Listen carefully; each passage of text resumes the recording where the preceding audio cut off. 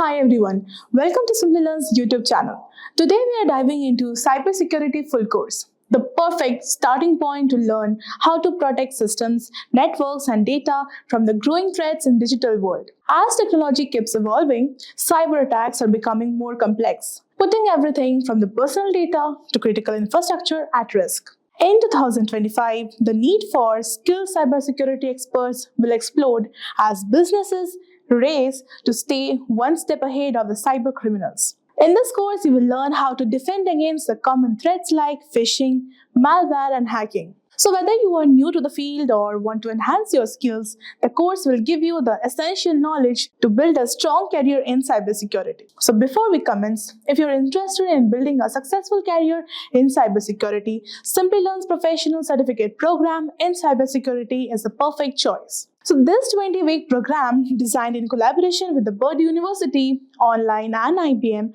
offers 100 hours of live expert-led classes and hands-on projects. So this program equips you with everything needed to tackle the real-world cybersecurity challenges and advance your career confidently.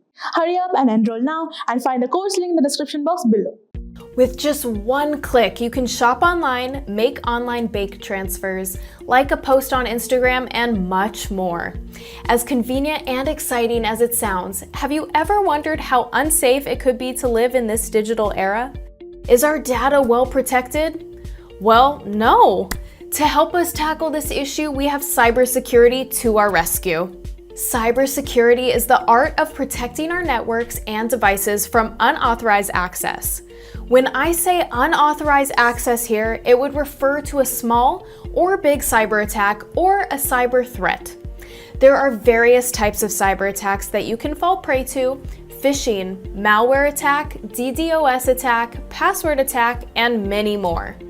A few ways to implement cybersecurity are defining clear boundaries, using network security control devices like firewalls and IDS, and carrying out security testing.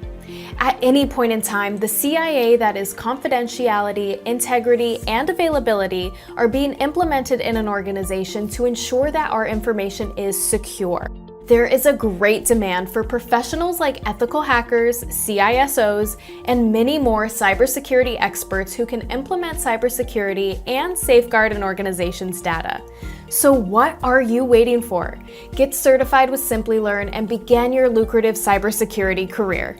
This was cybersecurity in short. If you enjoyed this video, give it a thumbs up and hit the subscribe button. I'll be back with more exciting videos, so watch out for them. Until then, keep learning and stay tuned to Simplilearn. We'll be discussing about risk management in the information security, where we'll understand the concepts of cybersecurity, the CIA triad. We'll enumerate various factors involving risk management. We'll be able to understand the definition between quantitative and qualitative risk analysis, and also categorize various types of security control methods, right? And normally, we start with a scenario. All right, we start with the scenario. And the scenario is you have joined a major corporation as a cybersecurity specialist. In your new role as a cybersecurity specialist, you must help in securing the organization's information systems. Right? That's your job as a cybersecurity expert, a specialist. Now, your job entails in protecting systems from cyber risks, threats, and vulnerabilities by monitoring and detecting, investigating, analyzing, and responding to security events, right? Incidents, events.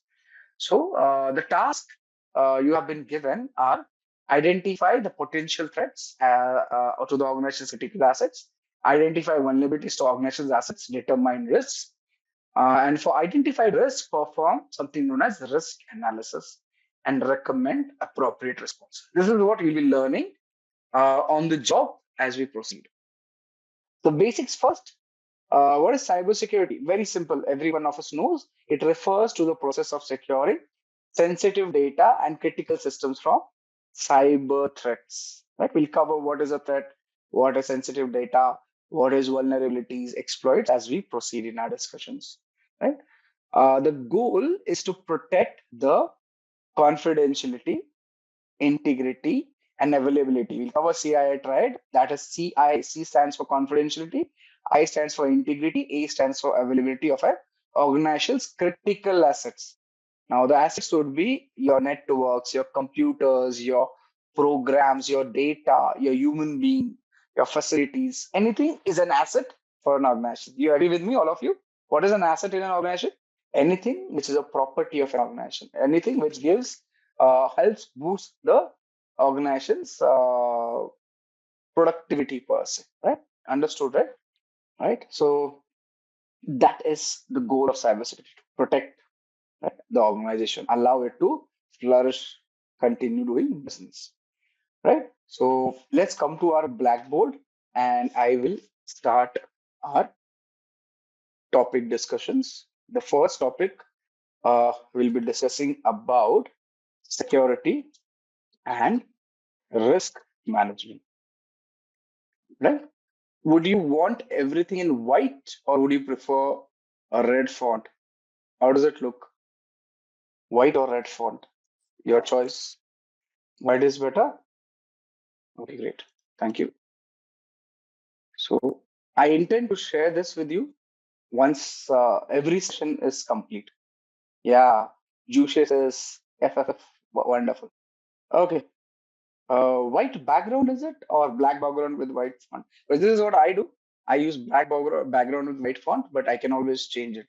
No problem. You can have it like this also. The white background with black font. Good.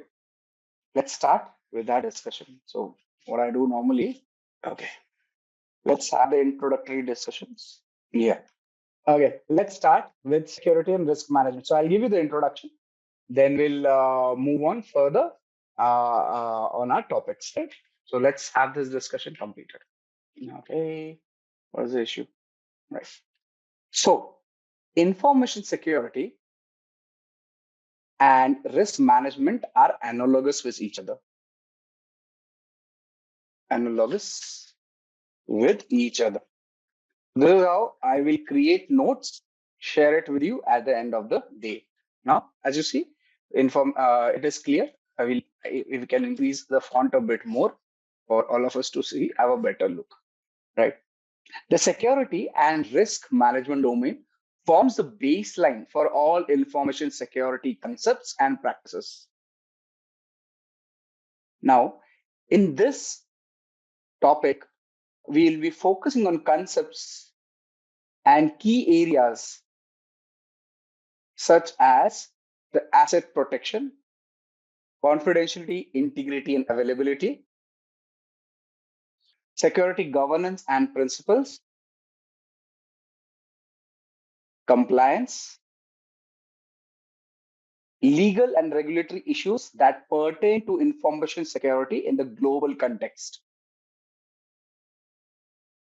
professional ethics, personal security policies, risk management principles,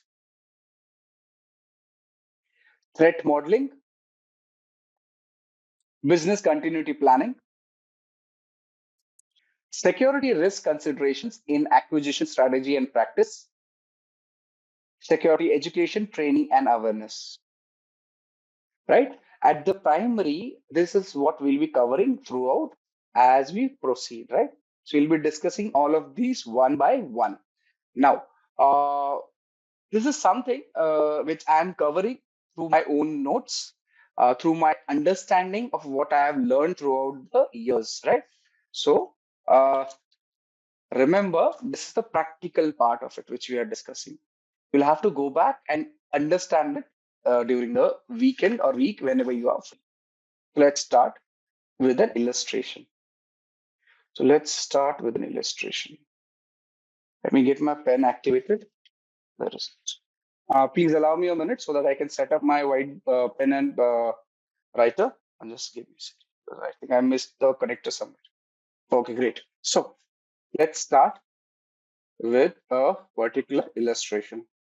I think I will do one thing. I can't find my pen as of now, so I can create over here itself. Let's draw shapes and type it there itself. So first thing, I will cover the topics one by one. Black, yeah. Asset, insert. So consider this asset I want to get this books over here. Right. Yeah. So consider an asset in an organization. Right. Now, we will cover the definition. Let me complete the diagram and I'll explain it to you. What do you mean by asset and why we need to discuss on it, right? So here's the asset. Then when you have an asset, you need to protect the asset, right? You need to protect. So assets, as I said, can be a human resource, can be computers, can be your facilities, can be anything, right? Let's understand an asset basically requires protection. So let's copy this, get it over here. Okay, I'm creating a diagram for ease of understanding over here. I think this should be good. Yeah, so it needs protection. Once the diagram is ready, we can talk about it in greater detail. Right? Now, this protection will be based on something. And what is that something? What is that something? Is, okay, the CIA triad, which we'll be discussing in our topics ahead. So the protection has to be based on, let's have this thing again, based. We need requires.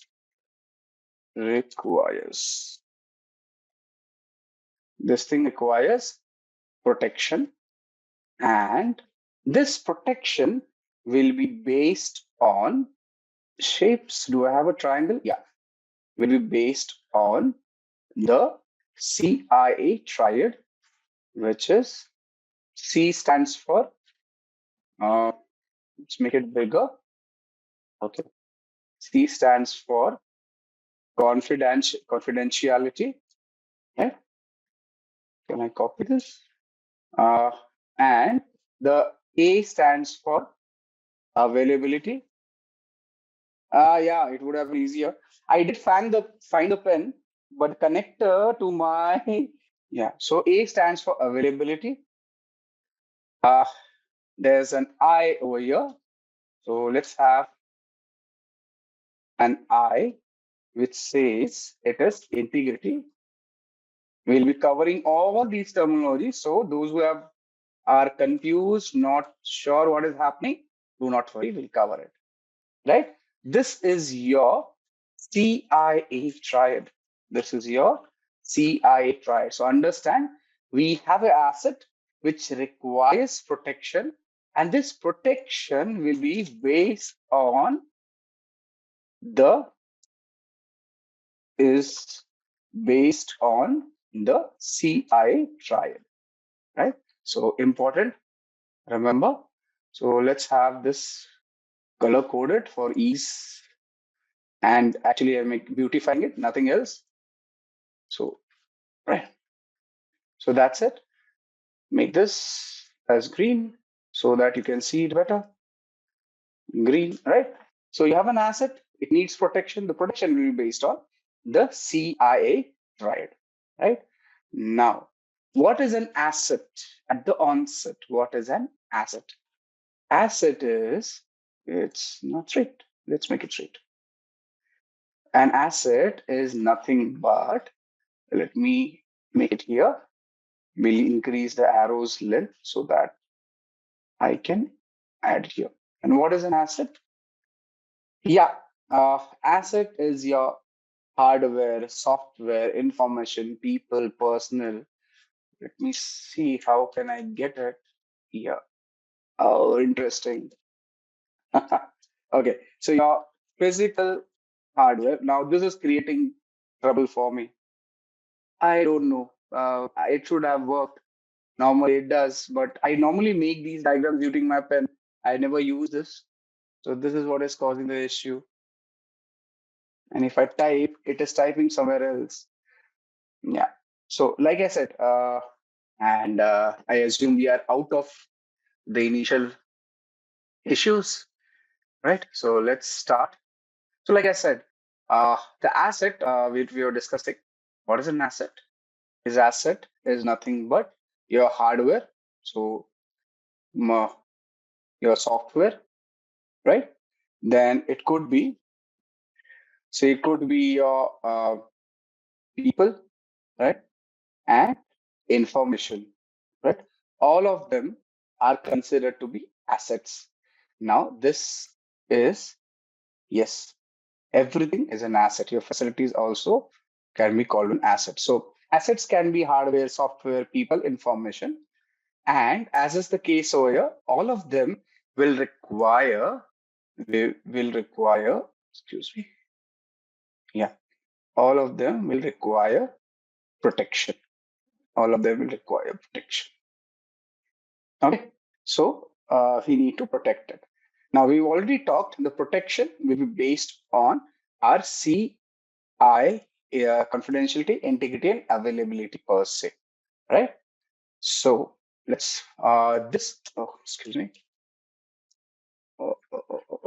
It is misbehaving. No, interesting. It is not allowing me to delete this. Is the line visible? Okay, you are also able to see this line which has come up, right? Okay, yeah. My apologies to the team. It should not have happened like that. Interesting. It is a glitch. Okay. Now let's move on further and we'll discuss it if the issue comes up again. Now, this CIA will primarily be given or will be decided based on certain other aspects, right? And those aspects would be your security, compliance. So we'll cover this. So uh, you'll understand it better. Compliance and policies. All right. So this CIA will be primarily based on security, compliance, and policies. Now, again, this also will be ensured through the CIA will be ensured through. Let me move it a bit like this. Can I just use it like this? Yeah. It will be ensured through security governance, security governance, right? And through compliance. Compliance. This will be demonstrated through compliance, right? Now, understand. Uh, let's get these boxes in place. So here it is. Yeah, just trying to get everything in place. Second box is the compliance box over here. We'll make it slightly good looking, right? Yeah. Okay, here it is. Oh, excuse me. Yeah. Coming back to our discussion, understand this security governance will be driven through compliance. So this security governance will be driven through compliance. So driven through compliance. Okay. So as of now, most of you must be feeling that this is all gibberish, but we'll cover it as we proceed. So don't worry, right? So this is a diagram which we'll be referring regularly. Hence, I am creating the diagram over here, right? Now, this compliance will be primarily based on certain aspects such as, so the compliance will be based on certain things which we'll be covering one by one. That is legislations or regulatory. So let's say legislative, then regulatory, privacy related issues, right? Privacy related issues, right? Also, it will be, for example, let's say it will be based on PCI DSS. Now we'll cover what is PCI DSS as we proceed. Regulations, HIPAA, or GDPR. GDPR, right? So we'll cover this as we proceed. Now understand, the most important thing we need to understand is an asset. It is hardware, software, people, information, facility, everything and all of it, right? Now, this asset needs to be protected, right? The asset needs to be protected. And this protection will be based on confidentiality, integrity, and availability, right? And now this CIA will be demonstrated using compliance, which is primarily based on legislative, regulatory, privacy-related issues and regulations. And the security governance will ensure it, right? Now, what is security governance? It is nothing but management practices, right? Standards, policies, procedures. That is security governance. So a few things to be remembered over here. Where's my pen? Here it is. So remember, security governance is nothing but management practices, right? Then it will be your standards, policies, and procedures. We'll cover the definition after this, right? You should remember that security governance can be ensured by proper management practices, standards, policies, and procedures, right? Basically, this complete stuff will give you or will provide insights. I need to slow down. Insights into something known as security controls, the protection mechanisms, right? Your uh, personal security and professional ethics, right? Okay. Now, all of this is interrelated, hence we are covering it like that.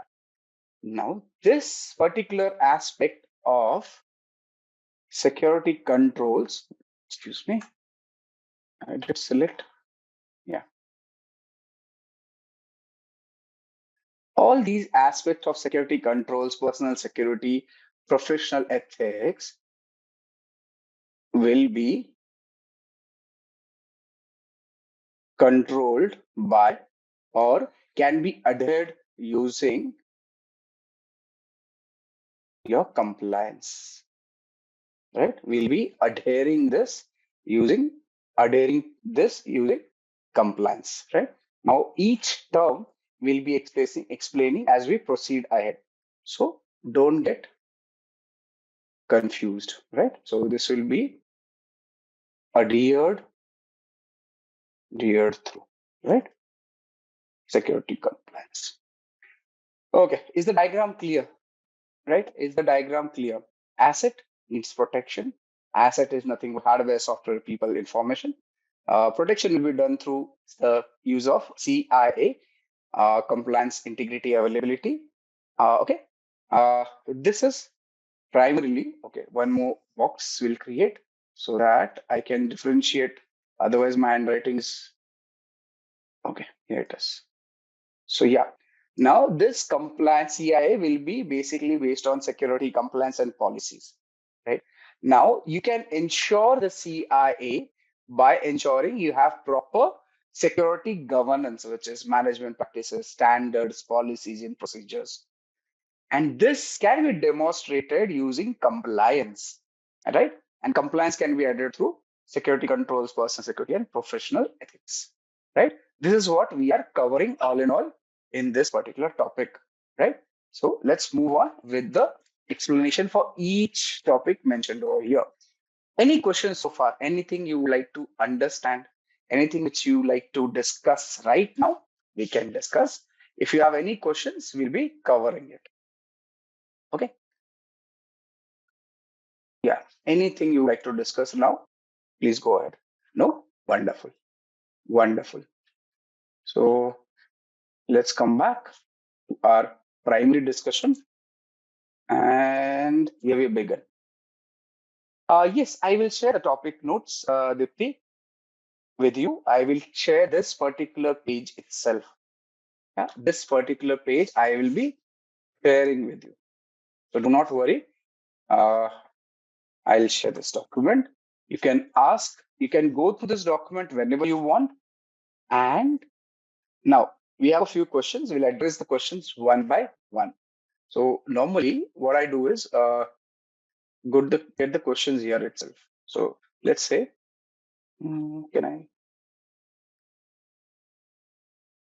just give me a second? I am setting up the question. So all questions which will be discussed, we'll add it here itself so that I can talk about it and give you an insight. So now all those questions which will be answered for the topic will be here. So the first question is, who does the rule? The question is, who decides? Okay, the question is from Kaushal, right? So let me just paste it text only, right? So the question is, who who decides? Okay, the spelling, okay, that does not matter. Who decides the rule of compliance? Okay, so here's the answer for you. Let me dictate. Okay. So the rules of compliance are typically determined by a combination of regulatory bodies, industry standards organizations, governmental agencies, and sometimes international agreements. Yeah? Does that answer your question, Kaushal? Information in asset means what? So the question is, what information asset means? Okay, so let me give you the answer on it.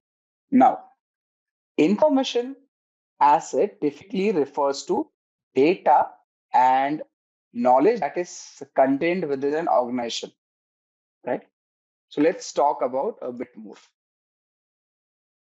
Now, this particular aspect of information can be either tangible or intangible, owned by individuals or an organization, right? Now, this information can take various forms and is often critical to the functioning of an asset. There are various types of assets in case of information. Intellectual property, financial assets, physical assets, digital assets, human capital. Do you understand? If you talk about information, all these can be called as assets, which are either tangible or intangible. What is tangible or intangible? Tangible is something which you can touch, intangible which cannot be touched, right? Like the air, you know it is there, but you cannot touch it. Same. If you want to touch a tree, it is there. Both are assets. Okay. Now, how can we ensure that the integrity is maintained as per a CIA? Now, this is a topic which we'll be discussing in our integrity discussions per se, but I can give you an introduction on it. Right? I can give you an introduction on it and what is it about. Now, maintaining integrity as a part of the CIA triad in information security is crucial for ensuring that the data remains accurate, trustworthy, and unaltered. This can be achieved by strategies such as data encryption, access control, data validation, audit trials, version control, security training and awareness, backup and recovery. So let's start with our topic discussion. So we address questions. Now we'll work on the terminologies which we used over here one by one. Now, important things to remember. Important points to remember here. Okay, let's understand this one by one. The first point, assets require protection. Right. So this is me typing now. There's too many typos happening. Second, protection is based on the requirements of confidentiality, integrity, and availability, right, for the asset. Security is ensured through security governance that comprises rather management practices and and management oversight, right? Security is demonstrated through compliance that could be legal or regulatory in nature. Let's try this. Now, compliance consists of adherence to applicable legal and regulatory requirements, applicable policies, standards, procedures, and guidelines, and personal securities and policies. Also, compliance can be affected by security issues. Now, these are some of the important points which we should remember before we understand each topic separately, right? Before we understand the complete terminologies which we saw until now, right? So as you see over here, we talked about this diagram as an introductory feature. In this diagram, we need to understand these important points and topics, right? This is something which will allow you to better understand what is happening and why are we looking into this particular aspect, right, in the diagram. This is important, you should remember, right? So let's proceed with our further discussion, right, wherein we'll be defining each of the topics one by one over here. So the first thing, let me just cover this question for you. I will not number it. I think numbering would be difficult. But let's have the question noted over here. So is CIA triad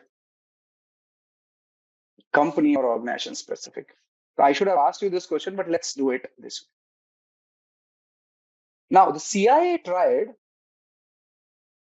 is not specific to any particular company or organization. Instead, it is a fundamental concept in information security that applies universally across various industries, sectors, and organizations. Also, the CIA triad basically provides a framework for understanding and addressing the core objectives of information security. And these core objectives are confidentiality, integrity, and availability. These will be discussed as we proceed ahead. Yeah. Right. So I think not many typos. This should work. Right. So Azharin, does that answer your question? It is not organization specific at the onset. Wonderful. Your question is addressed and put into the notes for ease of understanding of everyone. Now, can you give an example of security governance? can you give an example of security governance? We're slightly jumping the gun, but I can give an example. Let's say, let me think of an example for you. I will not type it. I will just explain it to you like this. Now, let's consider an example of a banking industry. Yes, Aditya. Aditya, you belong to which industry? Are you working or are you a student? I am just asking it so that I can, it'll be easy for me to discuss. Yeah, working. In which industry are you? Now, let's consider an example of security governance in the banking industry per se or the sector. Now, if you talk about confidentiality or in case of the banking industry, ensuring confidentiality would be paramount for protecting the customers' sensitive information, right? Because it is financial. Now, banks implement various measures such as the encryption, access control, and authentication mechanisms to prevent unauthorized access to customer accounts and transaction data, right? So, for example, online banking platform will use secure web communication, right? Secure connection or HTTPS. Yeah. So you will be using HTTPS connectivity and multi-factor authentication to ensure that only authorized users can access this account. That is confidentiality. If you talk about integrity, you're basically maintaining the integrity of financial transactions by having checksums, digital signatures, right? To basically verify the electronic transactions. And availability would be ensuring that when a customer wants to access the banking platform, the online banking platform, it is available whenever it is demanded without interruption. That is the CIA. Now, in this example, security governance in the banking industry will incorporate the principles of the CIA to protect the customer data, maintain the integrity, ensure the availability by placing requisite processes, mechanisms, standard operating processes, your guidelines, and policies in place. So you have to implement the CIA, protect the CIA, having a certain set of what did we call processes, practices, mechanisms, standards, guidelines in place, and we'll cover those definitions as we proceed. Yeah, Zareen, your question is answered. Okay, let's proceed with the topic which we were discussing. Let's start with asset. What is an asset? So we discussed about asset, but we need to clearly understand what do we understand by the asset and what all does an asset compromise of, right? So let's proceed. Does that, okay. Now this is something which always happens. I'm just checking it. And it has again happened. Okay, yeah, it is. Now, asset can be tangible, that is perceptible by touch. An example of a tangible asset could be a desktop computer or a laptop. Assets can be intangible also, which are basically not physically present. You cannot touch it. For example, corporate image or intellectual property, such as the patents, are intangible assets. Clear so far? So assets are tangible and intangible. Tangible is basically what you can touch, what you can perceive with a touch, right? Intangible is something which is understood. We cannot just touch it, right? Now, assets are used by the organization for business purposes or business processes. Every asset, whether tangible or intangible, has a certain intrinsic value to the business. The value can be monetary or of importance or of both.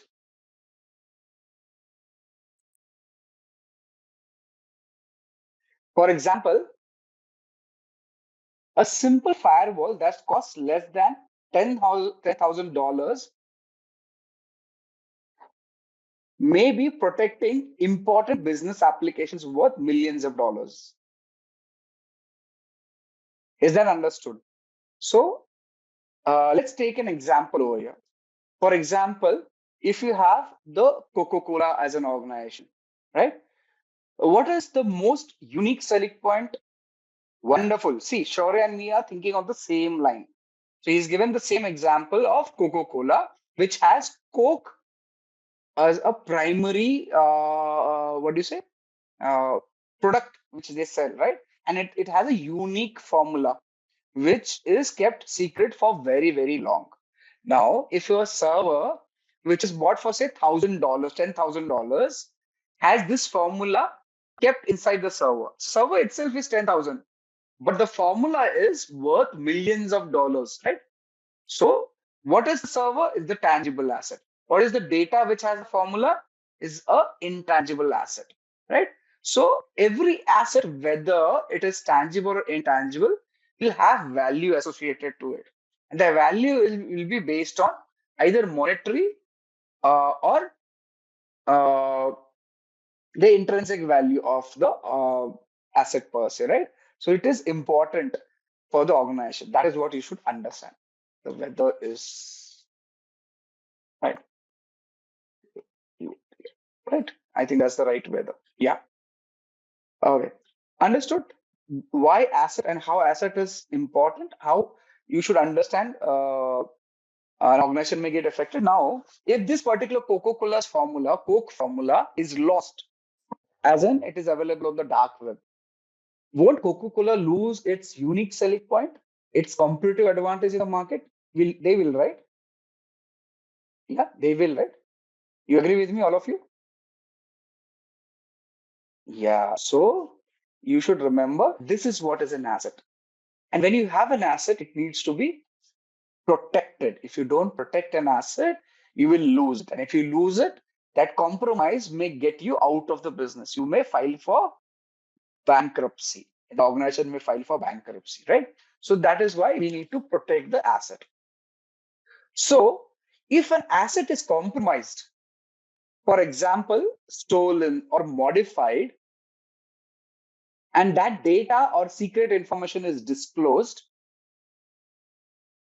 it will have an impact that could lead to monetary loss, customer dissatisfaction, and or legal and regulatory non-compliance, right? So this is what is a problem. You may have loss of customers, loss of money, you may lose, regulatory issues may come up, you will be fined, you will be punished, there will be penalties. As an organization, that is something which will cause a lot of issues. Question says, yeah, I'll do that. Yeah, thank you. Can you please explain how people are an asset? Now, uh, see, understand the people are the most valuable assets within an organization because they have skills, knowledge, experience, creativity, and relationship that employee possesses, which will contribute significantly to the success and competitiveness of the organization. Now, anything which contributes to the organization's success is considered as a asset. So, yeah.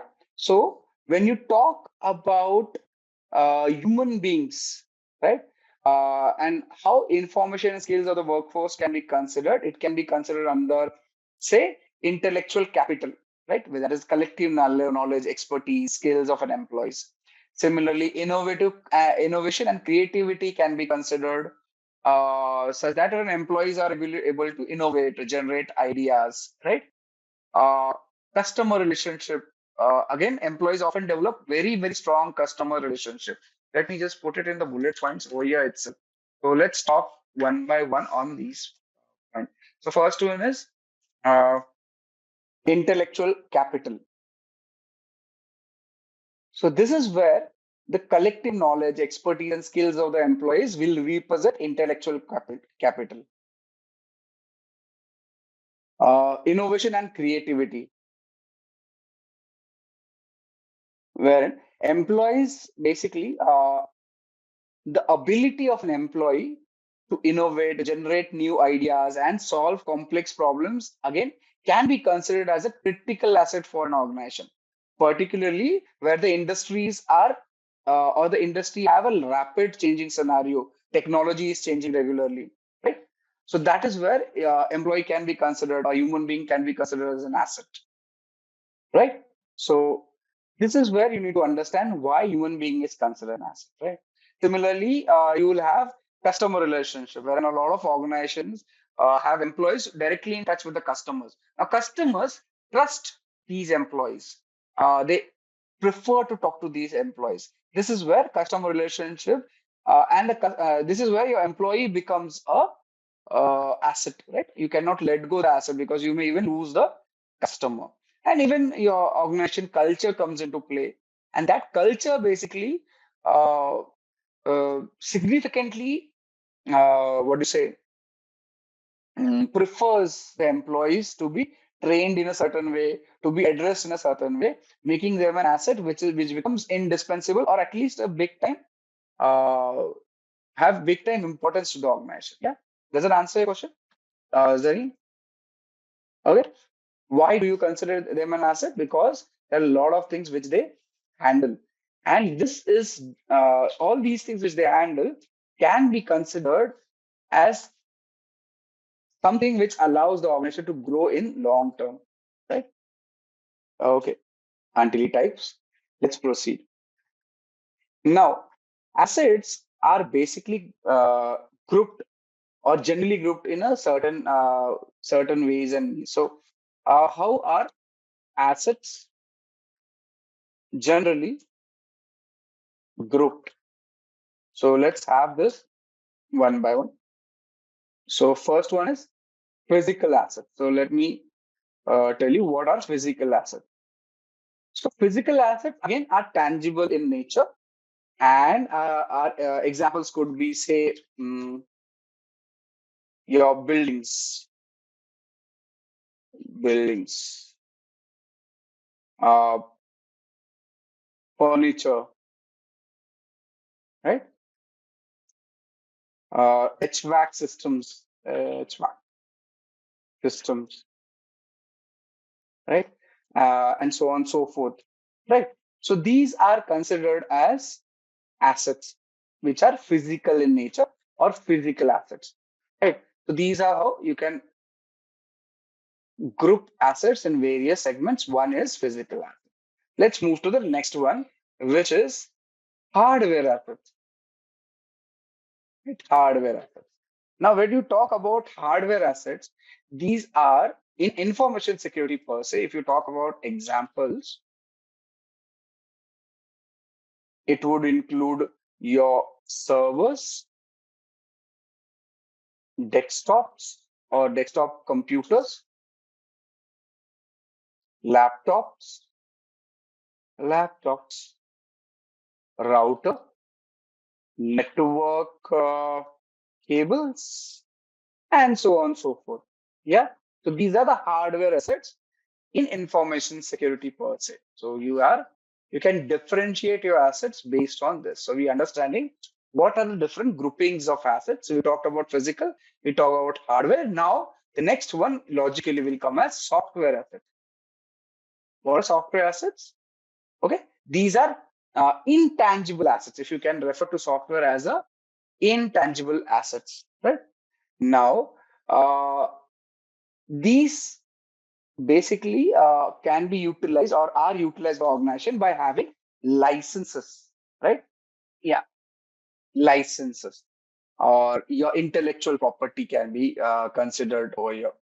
Uh, uh, let's example would be your operating system, OS, your DBMS, database management system, right? Office applications, you're procuring it. You do not have, do not have your own system. You're buying it under license to be utilized. Then your web servers, server softwares, as we call it, softwares, right? And so on and so forth can be considered as software assets. Clear so far? Yeah, Aditya says the same product may cause loss to other company. Coca-Cola example, very true. Right. So those are software assets, right? Now, another group or another classification of assets could be information assets. Information assets, right? So if you talk about information assets, again, these are intangible in nature and they are owned by an organization. Now, these are not owned but licensed, right? Licensed, right? In this case, these are owned by the organization, right? So example could be your business processes,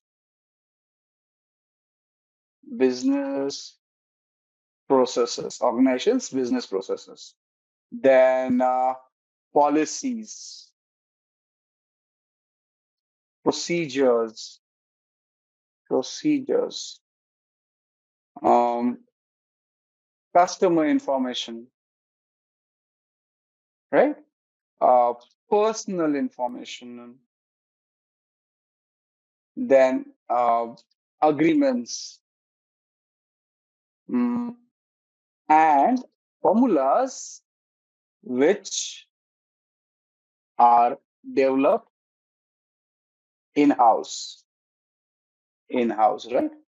Those are so now developed in-house or even purchased. So they are holding them after purchasing, right? Those are your information assets. Clear so far? Physical, hardware, information, uh, software, and personal assets. And the last one is personal assets. Now, these are basically people associated with the organization, right? For example, your employees, contractors, uh, maybe vendors, third-party consultants, right? Um, what else? Okay, maybe these all, or few more will come up here and there. So these are your personal assets. Personal assets, right? Got it? So you can group your assets into following classifications: physical, hardware, software, information, and personal. All these are important. Clear so far? And interestingly, our friend, let's talk about asset. Now that we know what is an asset, let's talk about asset protection, right? So now, if you remember in our diagram, we made an asset and we say it needs to be protected because it is an asset. So at asset protection, we talk about asset protection and what is it about.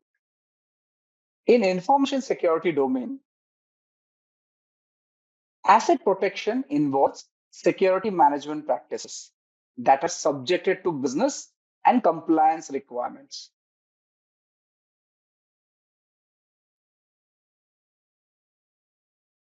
Such practices for asset protection are called security controls. Various types of security controls would be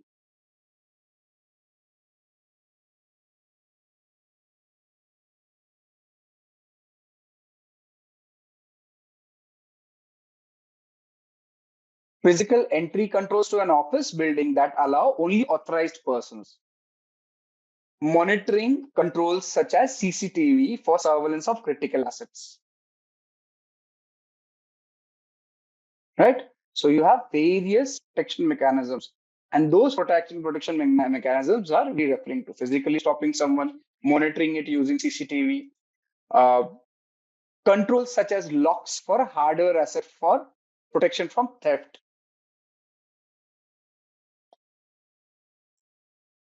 Uh, Tamper-proofing controls such as hashing and encryption for software and data assets.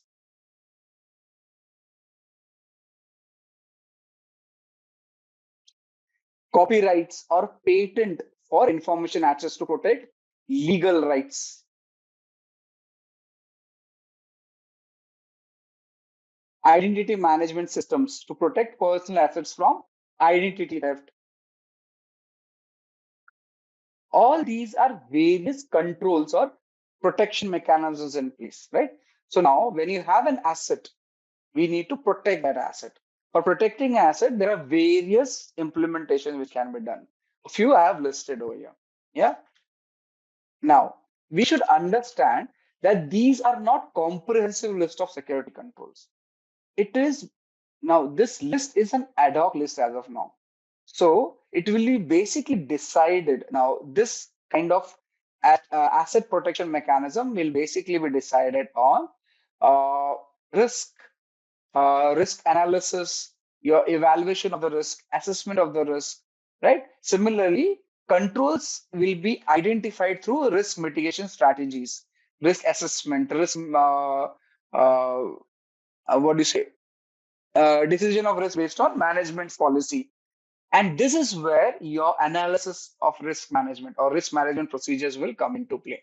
So asset protection requires or has a requirement that it would be based on risk. In order to understand the risk, we will have to understand risk assessment and select the control based on the risk analysis which is done over there, right? So we'll be discussing this based on the confidentiality, integrity, and availability concept.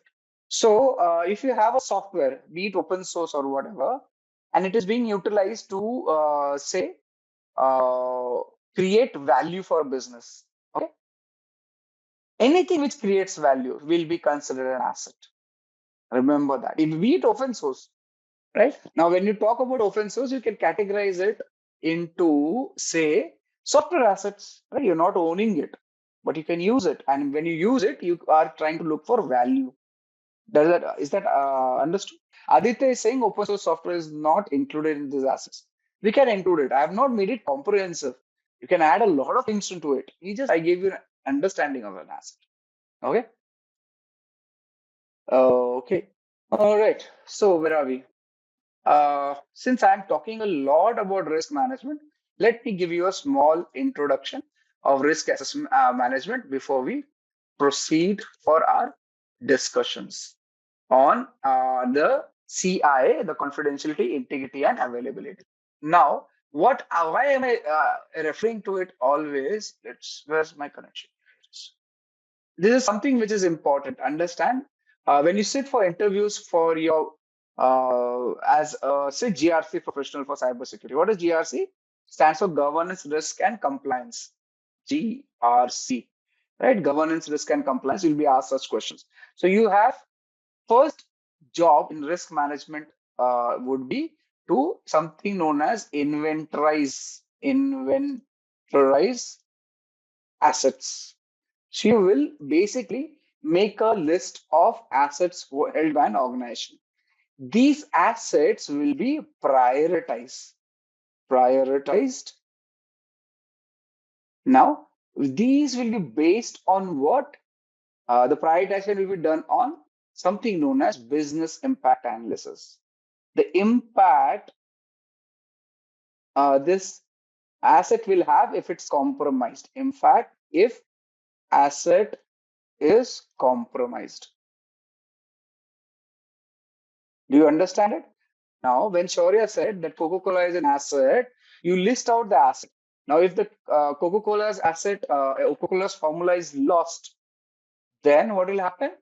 You'll have a big impact on the organization. Now, that impact is what will decide the priority of an asset for an organization. Once your assets are inventorized, you will understand the value of the assets compromise based on something known as quantitative and qualitative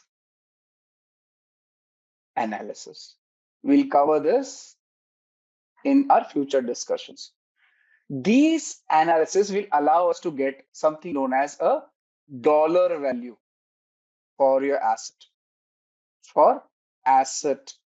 Right?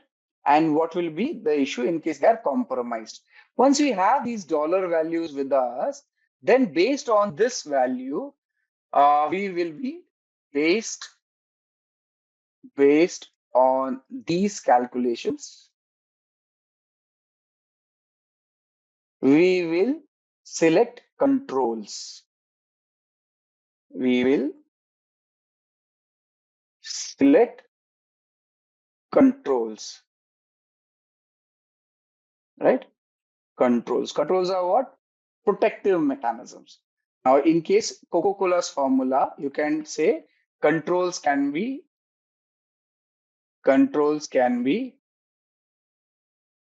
encryption, yeah, access control,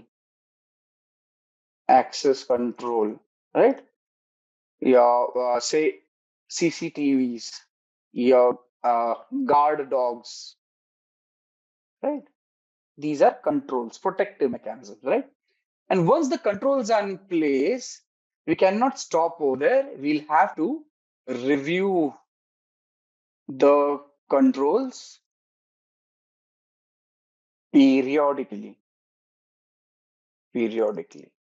because it may so happen after a certain time period, these controls may not be effective or the data may not require that much of protection.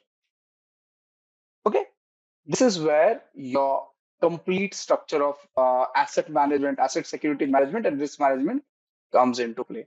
Now, this is in crux the risk management discussion which we are going to do, right? This is the introduction I have given you, so don't worry. Just take it as I have shown you, and I'll give you an example. Let's say, let's connect all these steps as asked over here. Let's say, in the example, stick an example of our friend Coca-Cola, right? Coca-Cola, right? Coca-Cola, and their formula for Coca-Cola. Now, if you consider this formula as your asset, what would you do? You will think that first question in when you sit for analysis of a risk with respect to this formula is that uh,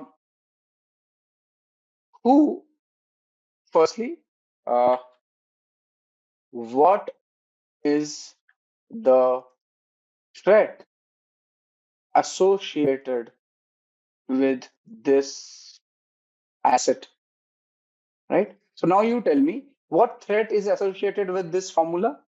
Exactly, breach of data, right? Breach of data is a threat.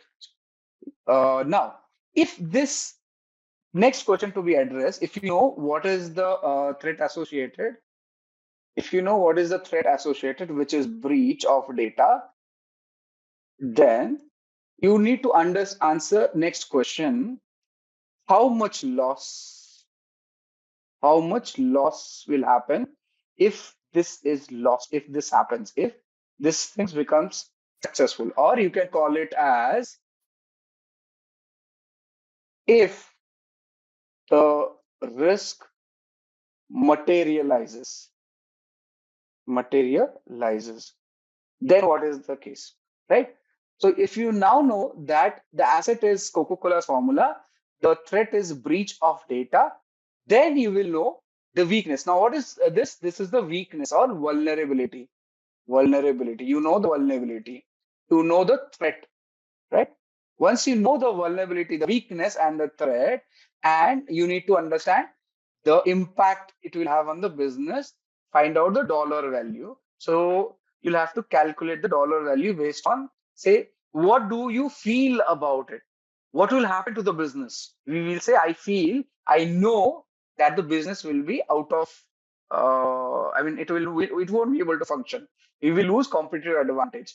That is known as quanti, or sorry, that is known as qualitative analysis. What you feel about it, the feeling of it. Yeah. So impact is high, medium, or low. What is called? Impact would be high, medium, or low. And at the same time, you can also use another calculative method which is known as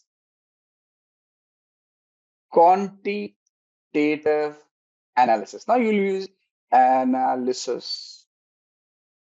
This is where you'll use mathematics and get something known as dollar value. So you know that there'll be a $10 million loss in case this formula is lost. I'm just giving you an ad hoc number. What do you get? You get the understanding what is the impact on the business. Now you know that based on this value, based on this value, we now know what will happen if this asset is lost, right? We know, right? Understood? We'll know this, right? That if this asset is lost, we've calculated it, we've understood it. Now, based on that, you will select a protective mechanism to protect this asset. Understood? Is that understood? Say we have the formula coming up when we come to this. Is just a generalized discussion we have. We have the formula coming up, right? So now we know. For example, let's say when I said the loss or the value of this compromise asset is say $10 million, right? $10 million. Now you will put a control which will not cost or which will be less than the loss of compromise. As in, we want something which is costing us or saving us from this loss and does not cost itself $10 million and more. So the cost of the control as is the case over here, right? So we select something which is saving on the compromise and also not costing us that much. So if by any chance the cost of the control is higher than the compromise itself, the management will not approve. You understand that, right? If cost of control is greater than loss after compromise, as in, let's say if the data is lost, I lose $10, but in order to protect the data, I need $100. Will the management approve it? Yes. Will the manager approve it? Senior management will approve it? Is it no, right? Financially, economically does not make a sense. That's the reason you put a control if the control is within. Now, this is again with respect to risk strategy. This is where, so you'll think of risk strategy in this case. So you will either, strategy. You will either accept risk, mitigate risk, avoid risk, right? Accept, mitigate, avoid, and what is it? Another one. Accept, mitigate, avoid. What is the fourth one? Anyone knows? Transfer. Very nice. Transfer. Thank you, Romeo. So what is accept? I accept that this loss is going to happen. I do not intend to do anything. Mitigate. I will reduce the levels of the impact. I will reduce the impact. Avoid. I'll just totally leave it. And transfer, I'll basically do an insurance, something like that. Okay. That is where risk strategy come into place. Okay.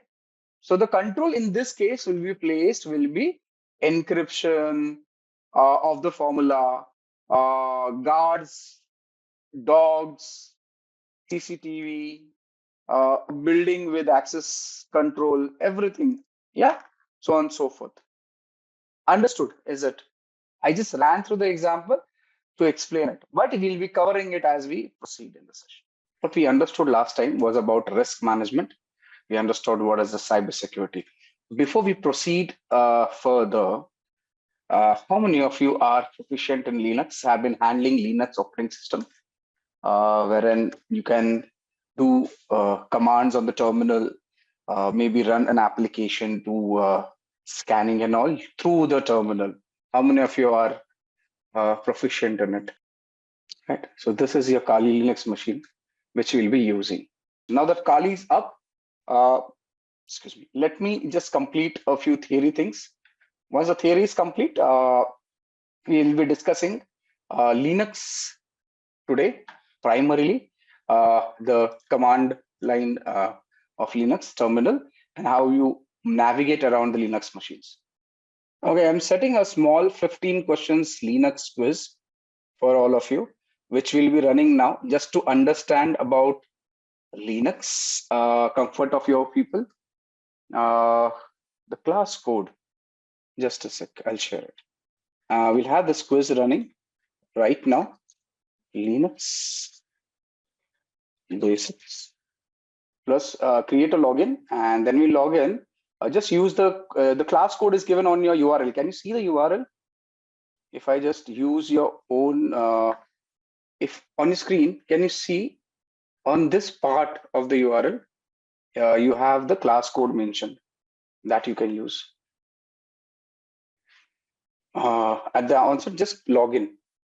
Linux Basics.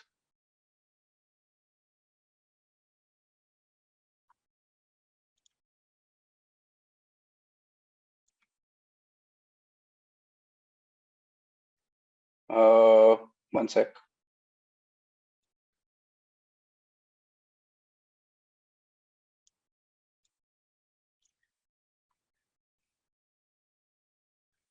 The class code, Ganga, you're already a part of the class, right? Oh, the link expired. No problem. I'll share it.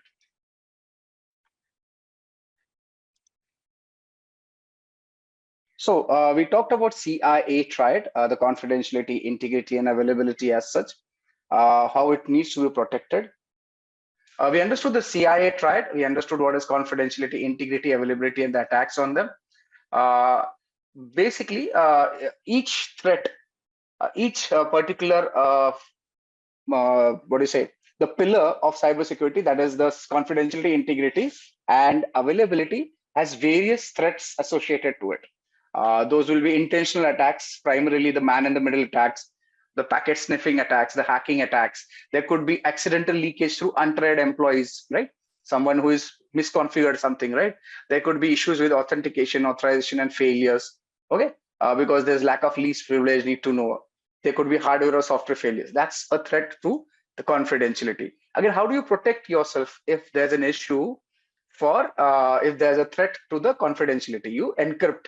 You ensure there's access control mechanisms in place. You have administrative controls. Now, the biggest example of administrative controls is the documentation, which is done, the various agreements which are done. For example, when you join a new organization, normally you sign something known as the acceptable use policy. How many of you have signed a acceptable use policy and a non-disclosure policy in an organization? Just say yes on the chat if you have, right? Shobha has done it. Neha, Leander, everyone has seen. Now, what is this? This is basically a administrative control, a countermeasure, a protection mechanism in order to protect the organization against breach of confidentiality, right?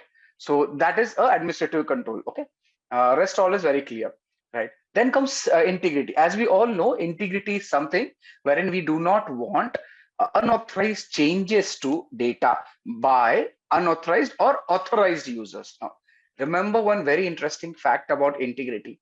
Integrity is to be protected at any given moment for either the data at rest or the data in transit. Data at rest, which is stored with you, which is archived with you or the organization, and data at transit, data in motion, is something wherein data is moving on the network. That network could be internet, that network could be intranet, right?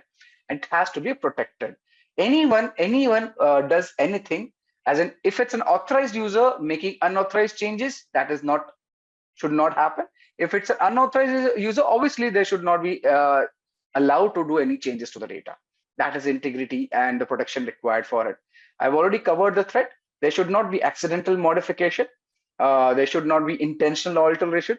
Another threat is system malfunction. Now, sometimes your system just crashes and it causes, what do you call it? Basically, there's a corruption in the data. That is system malfunction issue. And there could be environmental factors. Now, if you have a hard disk, which is a magnetic hard disk with you, and you place it on say a speaker on your at home, which has a magnet built in inside, you will realize that your data will get corrupted, right? These are environmental factor. Or if there's a strong environment, electromagnetic environment around the magnetic hard disk, your data will get corrupted. So that is what is the threat to integrity. Yeah. So we've covered this. I'm just covering the slides per se. What is the protection mechanism? You use cryptographic hash to ensure that the data can be checked if there's a integrity breach or not. It cannot avoid a threat to integrity, but it can tell you if the data has been compromised or not, right? Similarly, check some database integrity, referential integrity. Yeah, so we are checking about the integrity, right? We are checking if the data has been changed in transit or not. For example, let's say you have an organization wherein the data is backed up every few hours in a backup facility away from the main facility. Now, this data will be utilized whenever there's a situation, there's an incident wherein the backup is to be called upon for restoring the systems.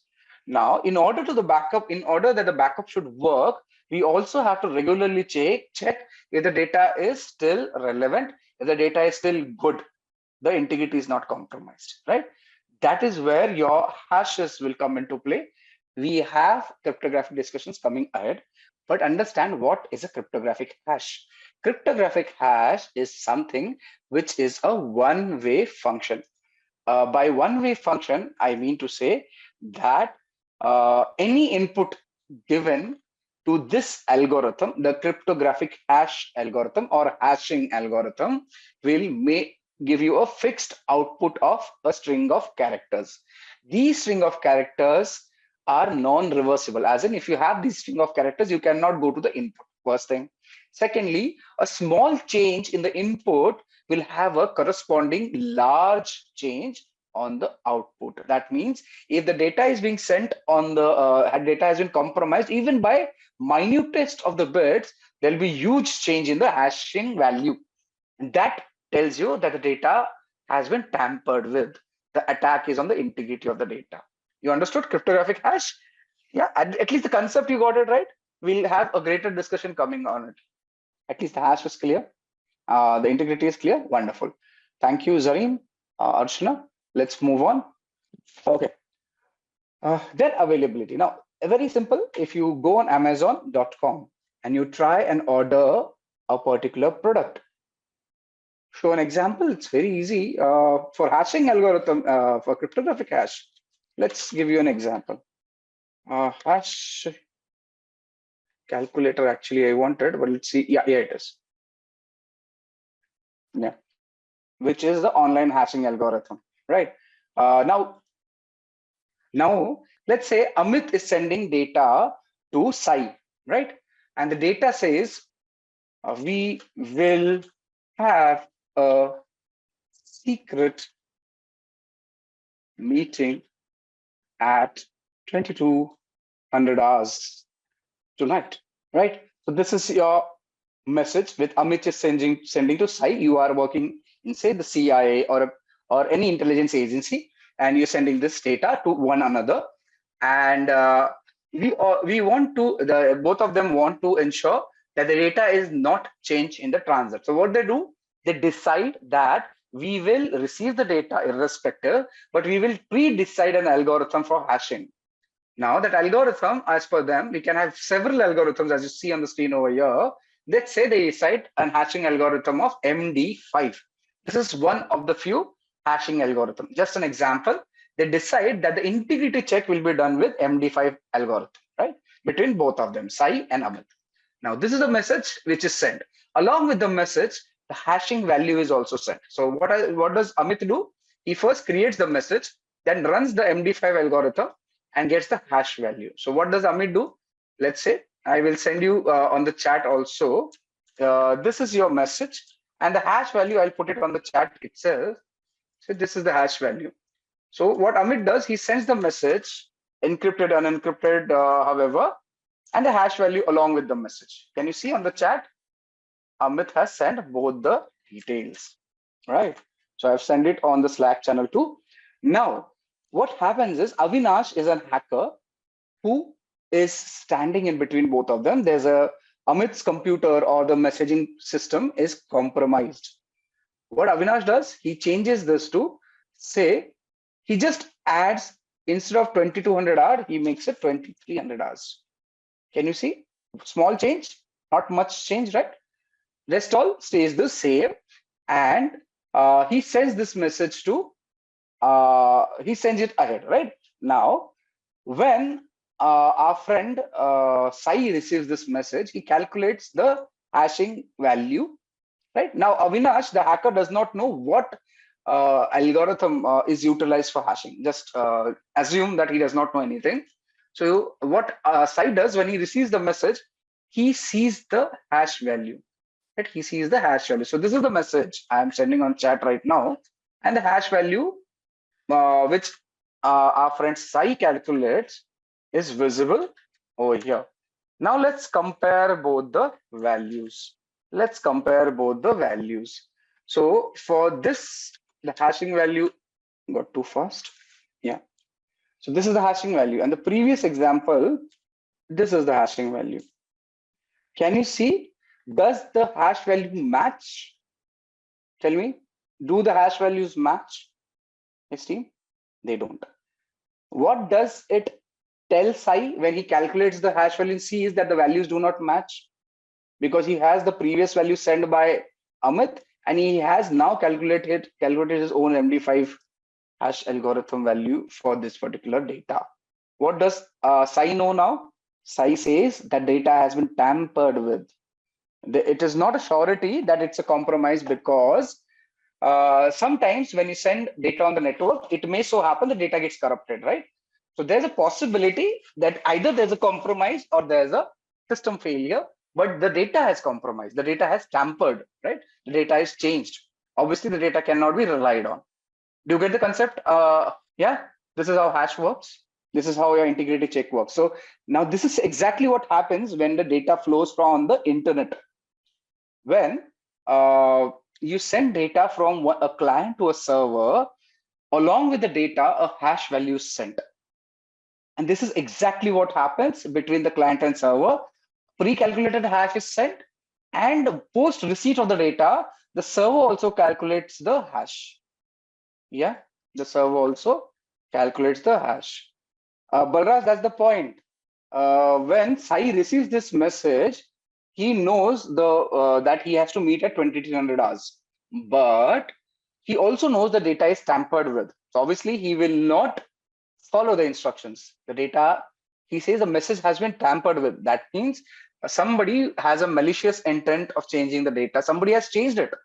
And when something is changed, you don't work on it. And then there are other channels to confirm what was the message and all. That is a different thing altogether. Yeah. Just say yes if you do. Yeah, this receiver has absolutely no idea what change has been done. He just knows the data is changed. He has absolutely no idea what has changed. But he knows the data is changed. And once you know the data is changed, you just drop the data. Simple, right? I will not follow the instructions. Or you will ask for retransmission in the network language, because the hash changed, the value changed. Yes, the hash value is sent by the sender to the receiver. Yes, there are ways and means to crack the hash. There are ways and means to protect the hash. We'll come to that. We will. Yes. Every time we receive a message, we will calculate the hash value, compare it. This is exactly what happens on the network also, on internet also. Everything depends on everything, but hash will give you the integrity check. As in, it will confirm if the data has been compromised, tampered, or changed or not. Yeah. There are enormous number of algorithms. Attacker can keep on trying however long he wants or she wants. How would tell me you have received a message 10 times with different hash values from the sender. Will you still believe in the message? You won't, right? The hashes algorithm are pre-decided between the sender and receiver. It's a part of initial handshake. I'll show you a demo on that. I can give you a demo on that, but we'll divert completely. The attacker can spoof IPs, but change in data, the attacker cannot control the hash value. Yeah, I can show you In fact, I am going to show you internet transaction. How does the internet transaction happens? Wherein how you start the connectivity, how hashes are, how algorithms are exchanged, how data is transmitted, how everything is calculated. It will work. Yeah, we are. It's a part of my syllabus, not just Simplilearn. An additional thing to tell, which I will show it to you. If you want to understand the name, I'll be talking about TCP handshake. On the network, I'll be talking about TLS handshake. Do you understand what is a TLS handshake? Do you know what is a TLS? Yes, full form, please. If you don't know it, TLS is, yeah. Tell me. See, when data is transmitted over the internet, it is known as transport layer security. Yeah, that is encrypted, right? When the data is sent. So the TLS is a transport layer security approach, and this is where your data is encrypted along the net in the network. And for that, the algorithms are pre-decided. The handshake tells. So now that we have jumped into it, let me tell you. What happens is, let's say I am talking to Mahavir. So I cannot just talk to Mahavir, right? I will first seek his permission. I will say, Mahavir, may I talk to you? Mahavir will say, yes, let's talk. What am I doing? I'm sending a synchronous request to Mahavir. Mahavir is sending me synchronous acknowledgement. As in Mahavir is saying, yes, we can talk. I say, yes, that's good. I send an acknowledgement. This synchronous request sent from me to Mahavir, synchronous acknowledgement sent from Mahavir to me, and I sending yes, final yes acknowledgement is what is known as Sync-Sync TCP handshake. This is known as TCP handshake. Once you have the TCP handshake completed, then we decide, Mahavir, I belong to Karnataka. I speak Kannada. I also know Hindi. I also know English. Which language would you prefer? Now, what am I doing? We are deciding on a common communication protocol. So Mahavir will say, I belong to Rajasthan. I know Rajasthani. I know English. I know Hindi. We can talk in English. What is it happening? We are deciding on protocols. We are deciding on the communication line. We are deciding on the encryption algorithms. We are deciding on hashing algorithm. This is known as a TLS handshake. Once you decide on the language, we also decide what code to use. Do you use Devanagari? Do you use English? Do you use any other, script?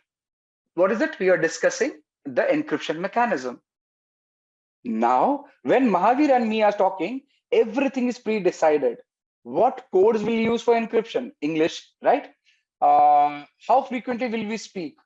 Now, once we finish this approach, when we finish everything that now we have decided to talk, we decided our algorithms, and we say, now we are done with talking. We'll close the connection. That's a reset, right? We'll cover that. At the onset, understand what is this. So this is exactly what happens on the network.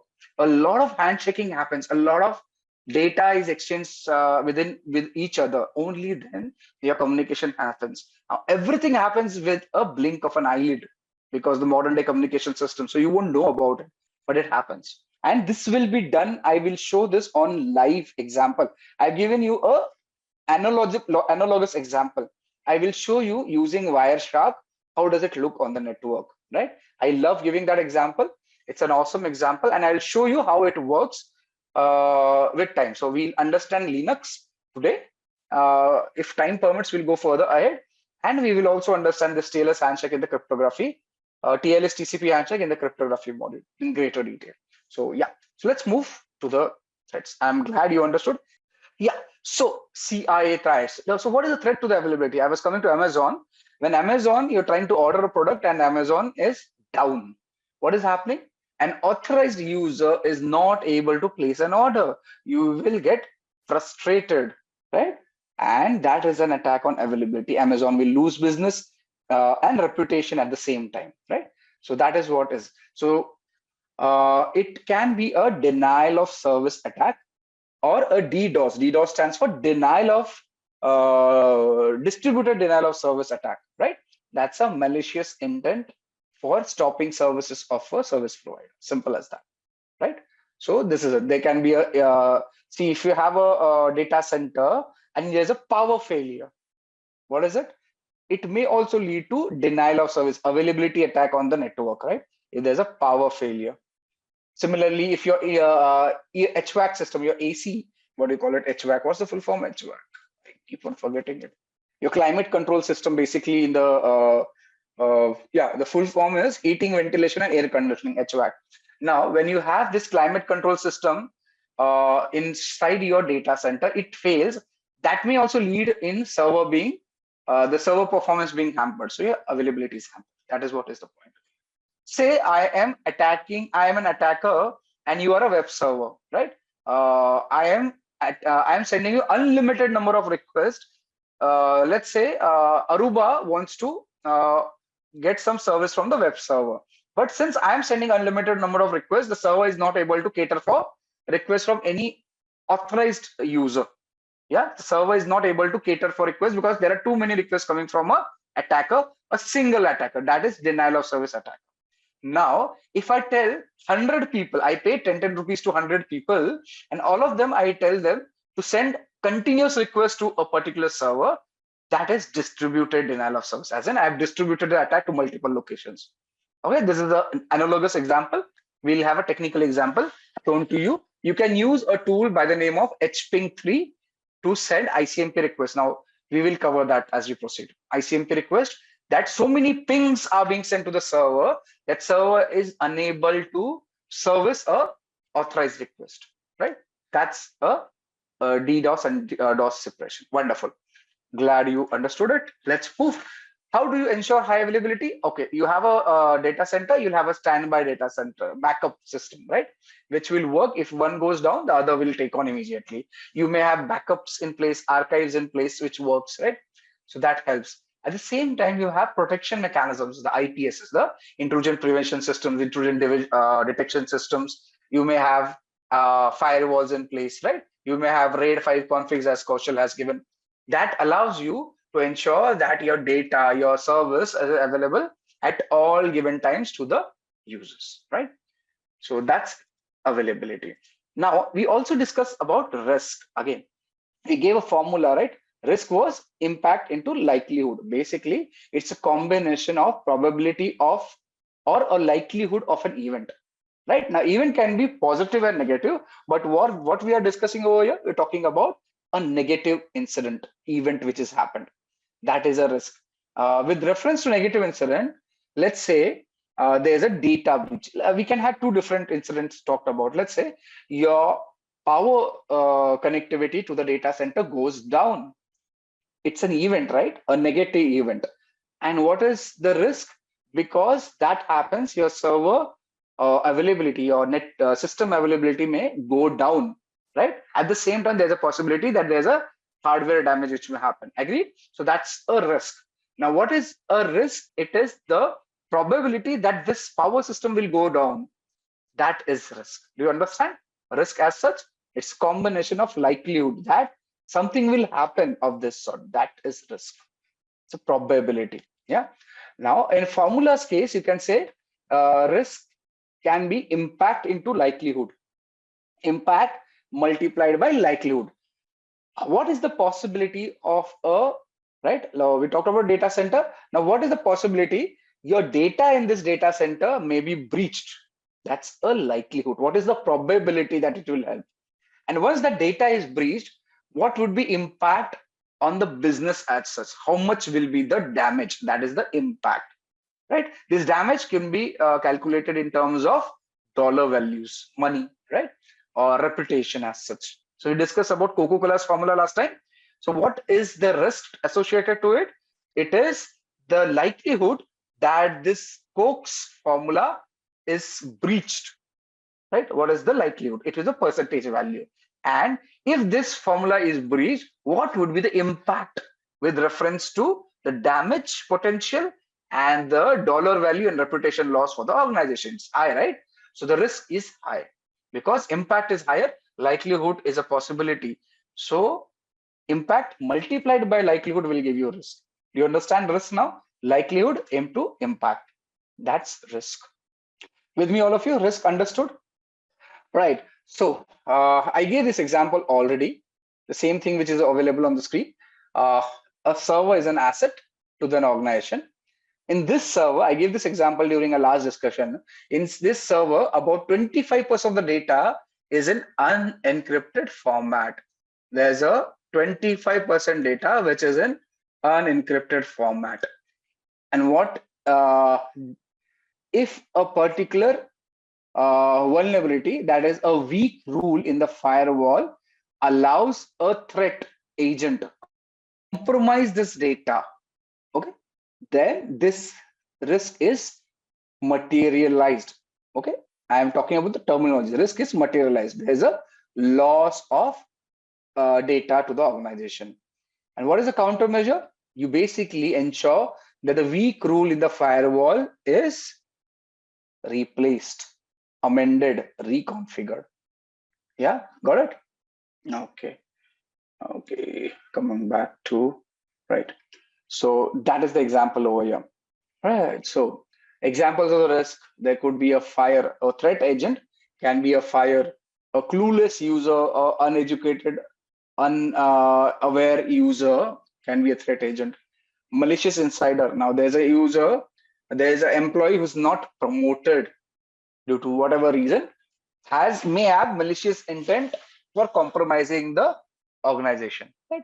So that's a malicious insider. Hacker, someone who has ulterior motives to gain financial benefits by compromising an organization using his or her skills, right? That is a hacker. Is that clear? So a risk can be associated with natural disasters, can be associated with unawareness of an employee, user, vendor, contractor, human being, right? And can be associated a malicious external entity. And the technical option also, wherein your power systems, HVAC systems may fail. You understand? Those are the examples of risk. Great. Okay. We also discussed about asset. We are rediscussing asset. Can be tangible, intangible. Tangible, something which you can touch. Intangible, something we understand but cannot touch, right? Tangible, your server is a tangible thing. The data inside the server is an intangible thing. Your reputation of an organization is an intangible thing, right? This is an asset. So anything which has value to the organization can be considered as an asset, right? Okay. In connection with asset, there are two major terminologies we should understand. One is sensitivity, one is criticality. Now, sensitivity is nothing but a unit of impact that this unauthorized disclosure of information may have an organization. As in, when a risk materializes, the amount of impact this risk or unauthorized disclosure will have on the organization is sensitivity. We talk about criticality per se. Again, it's a measure of impact that failure of a system to function as required will have an organization. So it will determine how important an asset is to the business. Will the business continue to work or not? Will the business continue to do business or not? Will the business have a reputation loss or not? That is sensitivity and criticality. Yeah. Okay. Asset classification. Now, we discussed about inventorizing various assets in an organization, right? When we inventorize assets, we also need to prioritize the assets, right? And this prioritization of the assets has to be done in a certain using certain processes. So what do? You prioritize the asset based on the business value, right? Now we've already discussed this, and I am sure you remember that. What do you mean by the business value? You ask the question, what will be the impact on the business if this asset is lost? That will give you the business value, right? So Coca-Cola's formula, big business value. So high priority asset. Maybe a CCTV camera going faulty on the gate, maybe lesser business value, lesser impact, right? So that's asset classification. Now this business value can be assigned based on combination of criticality and the sensitivity. This will also allow us to understand if a particular asset is of higher value, what are the risks associated with it? How much is the asset exposed to a risk? What is the likelihood? What is the impact? Who all would be interested in this particular asset? the competitors, the malicious insiders, the hackers, yeah, the misconfiguration, so on. So you know who's the threat agent, what is the risk, what could be the impact, and what is the sensitivity and criticality. So you get an understanding when you know what is your asset. So once you know what is important, would be the threat to that important thing, which is important to us, right? And based on that, we can have the classification level assigned to an asset. So the classification can be secret, top secret, confidential, unclass, yeah, that kind of classification. Once you know that a particular data, Coca-Cola's formula for Coke, is a top secret, uh, has top secret data classification, we know that only certain people should handle this data, and you should have requisite protection mechanisms on this data, right? Very, very strong protection mechanisms, one of them being encryptions. Now once you know that, what classification level is it, what protection mechanisms in place, you will define, you can allocate the resources to the asset. Again, remember, I told you last time also that these protection mechanisms should make business sense. It should be economically viable. You cannot have a data which is worth, say, 100, or asset which is worth $100, having a protection mechanism of $200 on it, right? It should always make business sense. It should always make economical sense, right? So this is how you will be doing asset classification. You will understand why asset classification is done and how does it help us, right? Asset classification. Great, great. Okay, we already talked about identification of asset. You must first identify something to protect, then manage the risk, think if the asset is tangible or intangible, right? And ensure that there are protection mechanisms placed in there, understand the criticality and all. Yeah, that's asset identification. Now with this, we come to the basic Linux commands, which we are supposed to discuss, right? A small introduction to Linux. Okay, so as you see on the screen, for all those who have not seen Linux before, we are talking about Kali Linux right now. Most of the Linux flavors will have their own layout. Generally, it will be same. Like Windows has the start button. This particular dragon on the left side, left corner top, will give you the menu for all applications which are installed on this particular machine. The browser is seen over here on the tab on the what do you call it? This particular panel, the top panel, which has a watch on the right side, a timer, and the calendar on the right side. You can shut down the machine using the button given over here. We are not going to shut it down. Cancel. The connectivity is seen over here. You'll have data connectivity reflected over here. Your mic, speakers, everything will be reflected over here. You can also see the browsers on the menu, wherein if you look at all applications, you will find the browser listed over here itself. So there's a Chromium browser installed, there's a Firefox installed. We'll be primarily using Firefox in our work over here. So let's open, okay, for the browser, for internet connectivity. So similar to Windows machine, your Firefox on Linux looks same. So if you see, this is how your Firefox browser looks. So you can open any URL you want over here. Simple, right? So like Windows, even Linux uses the same browsers for that matter. The Internet Explorer or the Edge browser will not work on Linux. Otherwise, Firefox, okay, Safari for Mac will not have an option in Linux, but otherwise Firefox, Chrome, and several other browsers are working interoperable between various operating systems, right? So you can use a browser to surf the internet. Now, Linux is primarily known to various people as a, what do you say? It has an availability of something known as a terminal, which allows you to run commands, which is very popular between Linux users, and this is what allows them to do a lot of tasks without actually opening any application, running it by typing it on the terminal. Now, what you see on the screen, I clicked on the red box over here, which is the terminal for the Kali Linux machine. This allows you to run various commands on the machine for doing various tasks we need to do. On the Dragon, if you go, you'll find other terminals also available. We'll be using the Terminator terminal already available in this particular machine, right? Similar layout will be there on our Ubuntu machine also if you open that, right? Let me expose you to the terminal a bit more. Okay, what you see over here is a Kali @ first thing which comes over here is known as the username. The Kali over here is the username, the user, right? And the given Kali after this is the system name, if you can call it the system name, right? So let's say if I change user, can you see? So the user from Kali changed to root user. So like Windows has admin user, Linux has something known as a root user.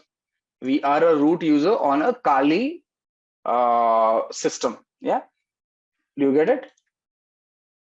And what you see over here is the current directory. /home/Kali. Kali is the current directory. Understood? So we are just understanding layout over here. Now, do you see the difference? The root user is the admin user in case of Kali, capable of running administrative level privileges on a Linux machine. So this is the root user. I shifted to the root user by using command sudo su. Now, we'll be covering this. When I do sudo su and give a password, the admin password, which I've already given, hence you don't see it, you will find the user changes from normal Kali user, which is a low privilege account, to a high privilege root admin account. Yeah, even Android is a Linux based system. Okay, and what you see, the second Kali is the system per se. This is the system name. Yeah, this is the system name. After that, what you see on the /home/Kali is known as the current directory location. There is a current directory location. In Linux, everything is known as a directory, right? Everything is known as a directory. So understand the terminologies as of when you come to the Kali user, you see this tilde. It is known as tilde, right? And this is also the current directory. Basically, a shorthand for users home directory. A shorthand for users home directory. This tilde. This and this is same. Okay, users home directory. Now let's talk about commands which we can run on Linux. Now, what is a command? Understand, command is nothing but a software program. So when executed on a command line CLI, command line interface, it performs the action on the computer. Now, again, I'll say again, command is a software program. When executed on a CLI, that is command line interface, it performs the action on the computer. So to execute a command, the first step is to type the name of the command. To execute a command, the first step is to type the name of the command, right? So in this example, the command I am typing is ls. What is it? ls. And I enter. What do you see? What is happening on the screen right now? What am I doing in ls? All those who know Linux will tell you that it is a command to list the contents of the present directory. Yeah, this is a command which is listing the contents of the present directory. So by itself, the ls command is listing files and directories in the current working directory. At this point, you shouldn't worry too much about the output of the command. Instead, focus on understanding how to format and execute commands, right? So the ls command covered is incomplete. We'll be covering this as we proceed ahead, right? This is listing the details, ls, right? Now, many commands can be used by themselves with no further input, the way we saw ls, right? Some commands, however, require additional input to run correctly. So those inputs will be looking something like this. So if you say clear the screen, command, this will be a command, then you will give some option and possibly some arguments, right? So this is the general structure of commands which will be listed on the terminal. Yeah. So options are basically used to modify the core behavior of the command. This options given over here will be utilized to modify the core behavior of a command, while arguments are used to provide additional information. What additional information? Maybe a file name or a username. Each option and argument is normally separated by a space. Okay. However, there are some options wherein they could be combined also. So this is the general layout of command, options and arguments. Now you have to keep in mind that Linux, unlike Windows, is case sensitive. We have to keep in mind that Linux, unlike Windows, is case sensitive. So whenever you use commands and options and arguments and variables and file names, we have to exactly put the case sensitive word. Anything wrong, you will not list. For example, let's say I want to move into the downloads directories. Downloads directory. So I'm CD, I'm changing directory. Just understand what I'm telling right now. So immediately I move to the downloads directory. Can you see the directory location has changed to downloads? Visible, all of you? All right. Now, just understand, I used D capital and the spelling downloads. However, if I say CD downloads, what error does it say? It says no such file or directory exists. For us human beings, this and this is same. But even for Windows, I think case does not matter. But in case of Linux, the case matters a big deal. It will not do the command if the case does not matter. Okay, so let's move on with arguments. So we talked about the command, options, and arguments. Now, when you type, when you see the format of, say, command, options, argument, right? Yeah. So an argument can be used, this argument or arguments can be used to specify something for command to act upon. So if ls is the given command, which we saw before, so let's say, let's delete this. If ls is a given command, it's a class in itself. Linux has a lot of things to do, but I'll give you a concept, and then we'll after Linux we'll have a break. Okay. So like I said, if the ls command is given the name of the directory as an argument, it will list the contents of that directory. So let's say if I just use ls, it will give me the contents of the present directory. If I use ls and say, give me contents of, say, documents, it will give me the contents of document directory. As of now, we have nothing listed in the documents directory. Hence, it is giving me a blank over here. Let me see if I can find another directory. Do I have this directory with me? Yeah.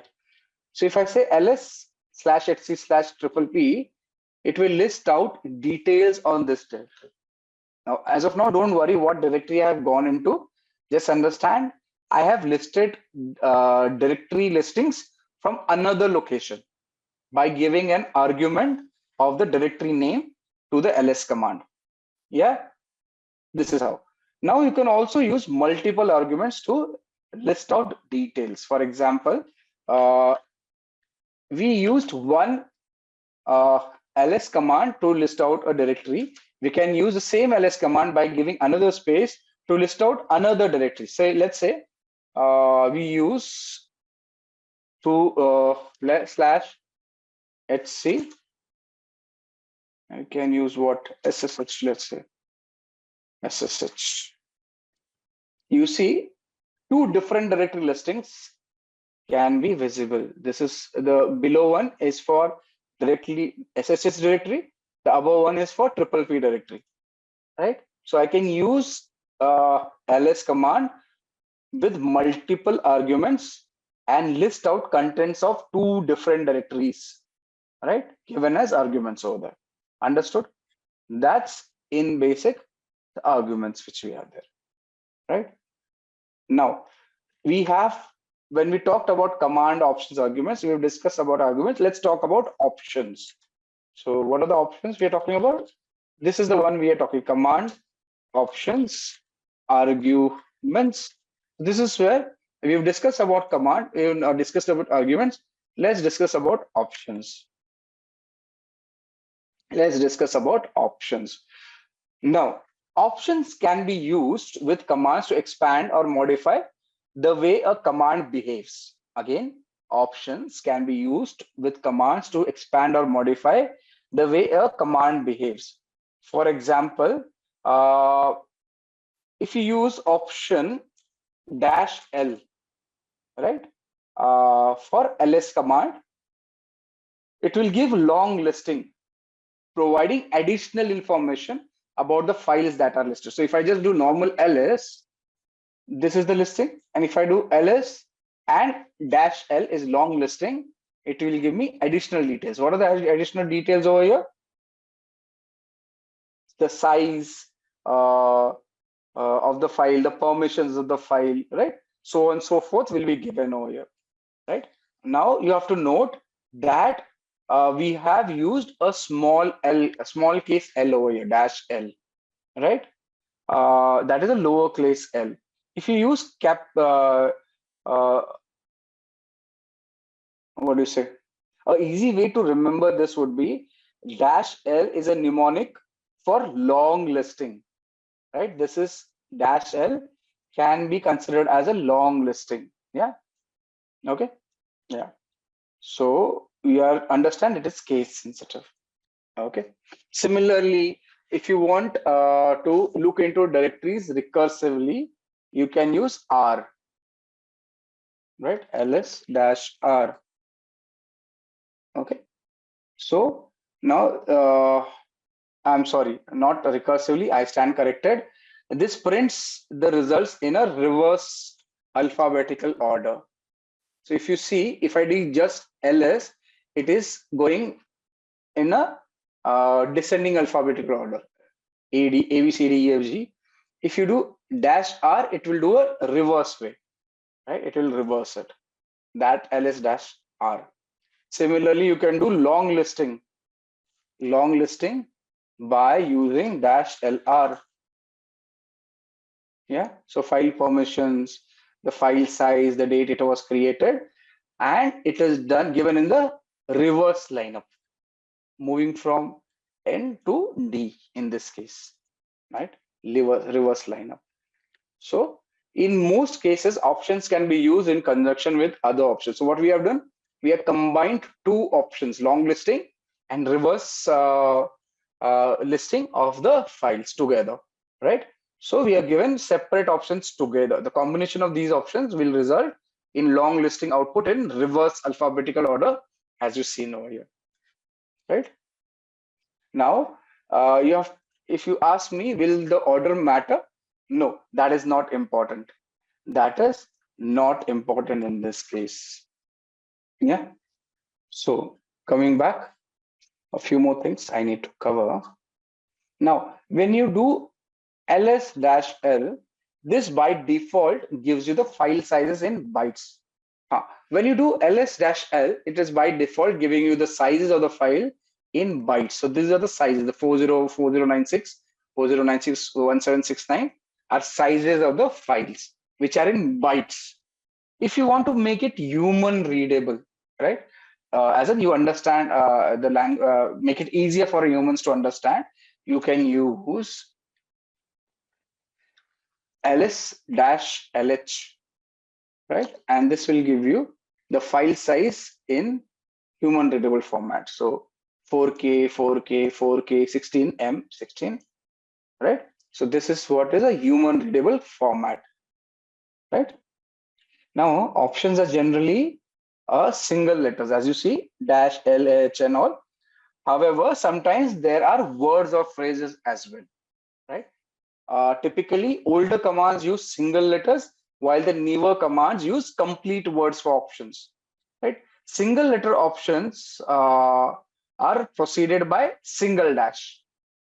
Okay, like when you do ls dash l, it's a single letter with single dash, right? However, when you use full word options, you will be using double dash. So let me just clear the screen, right? You'll be using double dash. For example, if you remember, ls dash h will give you human readable. We'll have to do long listing to make it better understanding. So if this will give you human readable uh, format in a single letter. The same thing you can do by using a complete word, a full word option, just human readable, and just enter. It will give you the same output, but you can use these similar options. So such options also come up. If you have a single letter, one dash. If you have a word, double dash. Yeah. So if you want to see directory listing in human letter readable format for any directory, let's say which one we have, SSH directory. Here it is. If I say /etc/SSH, it will give me human readable format. The same format I can get it using a word as an option, which is space human readable. Enter. The same options will come up. Nothing changes, only thing the options. So sometimes the options will be like this, sometimes it will be like this, right? Oh, excuse me. Okay. Similarly, so when a command is executed in a terminal, it is stored in a location, in a history list per se. So this is designed to make it easy to execute same command. So later, eliminating the need to retype the entire command. So your commands are basically saved somewhere in the history to allow you to retype. You can use your up arrow to go through the commands. I'm using my up arrow right now to go through all the commands. Okay, and now the entire history of the commands is run, which are run in the current session, can be displayed using the up arrow repeatedly, one by one, right? Now, when you do the up arrow and press enter, the command will run again. Simple. So if I go on doing this up arrow and just press enter, the command will run again, which is saved in the history. So you don't have to type your commands, right? In case you want to edit a command, you can use the left and right arrow to edit it. So in case I want to list out, instead of SSH, I want to list out, say, the PPA directory. I can change it and enter. It allows me. So you can use the history to move around the commands which are used prior. The left and right arrow to change the positions and use for editing, right? Let's see. In case you want to see all the commands instead of using up arrow, which were done today, you can type history. Oh, excuse me.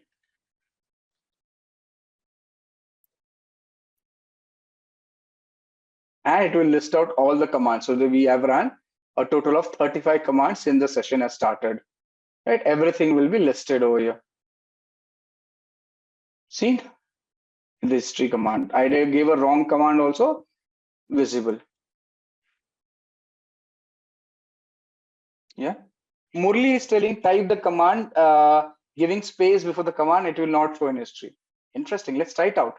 So if I just give a space prior to the command and say, let's use a new command, date. Right? Enter. So it has given me the date. Right? Now let's try history.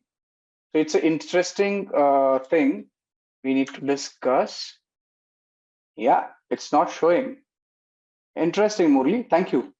So what Murli has told us, if I use date, okay, it's not doing it. Wonderful.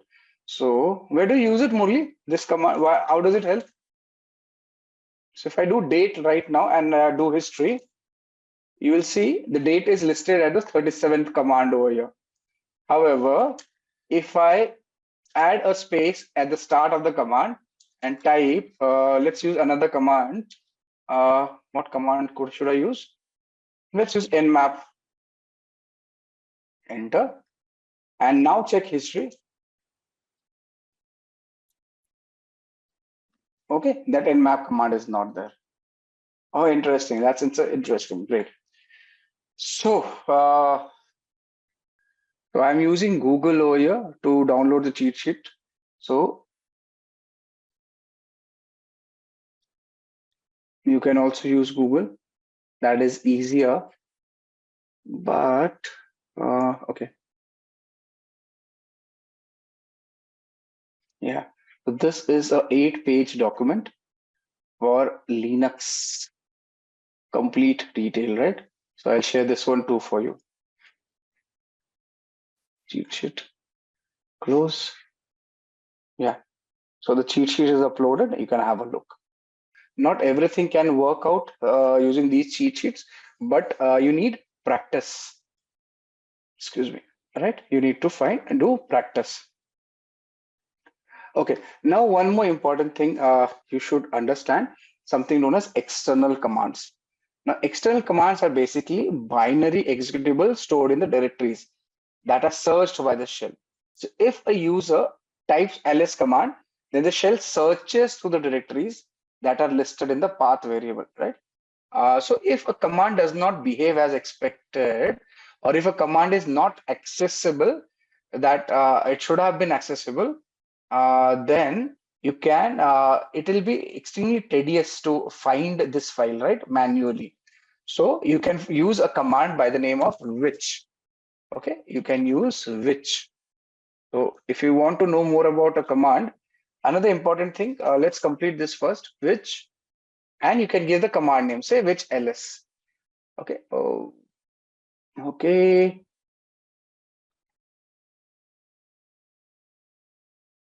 Say which ls. It should give you a path. Actually, this should give you. This should have given you a location of a command where the ls is there. If I just say which Python, will it give me? Which Python? Yeah. So it did not give it for ls, but let's see if I know where is Python variable, or where is Python, if in short, in a generalized understanding, where is Python installed, you can find it using which command, right? This helps you to understand if a particular file is installed or not and available in the system or not, right? So that's your Python. That's your which command. What else? Now we saw directory listing, right? ls.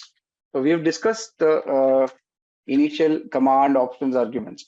Similarly, if you have to change the directory, you can use cd, and cd stands for change directory, and the directory name which is to be changed to. So you can just select and you will find the directory has been changed. Can you see that? You can use the cd command to move within the directories. If you want to understand the present working directory, you can use that using pwd, present working directory. That will give you present working directory. Got it? So now if you do not know something about a command, you can use the manual, which is in Linux man command. So if you want to get details about any command, just say man and the command's name.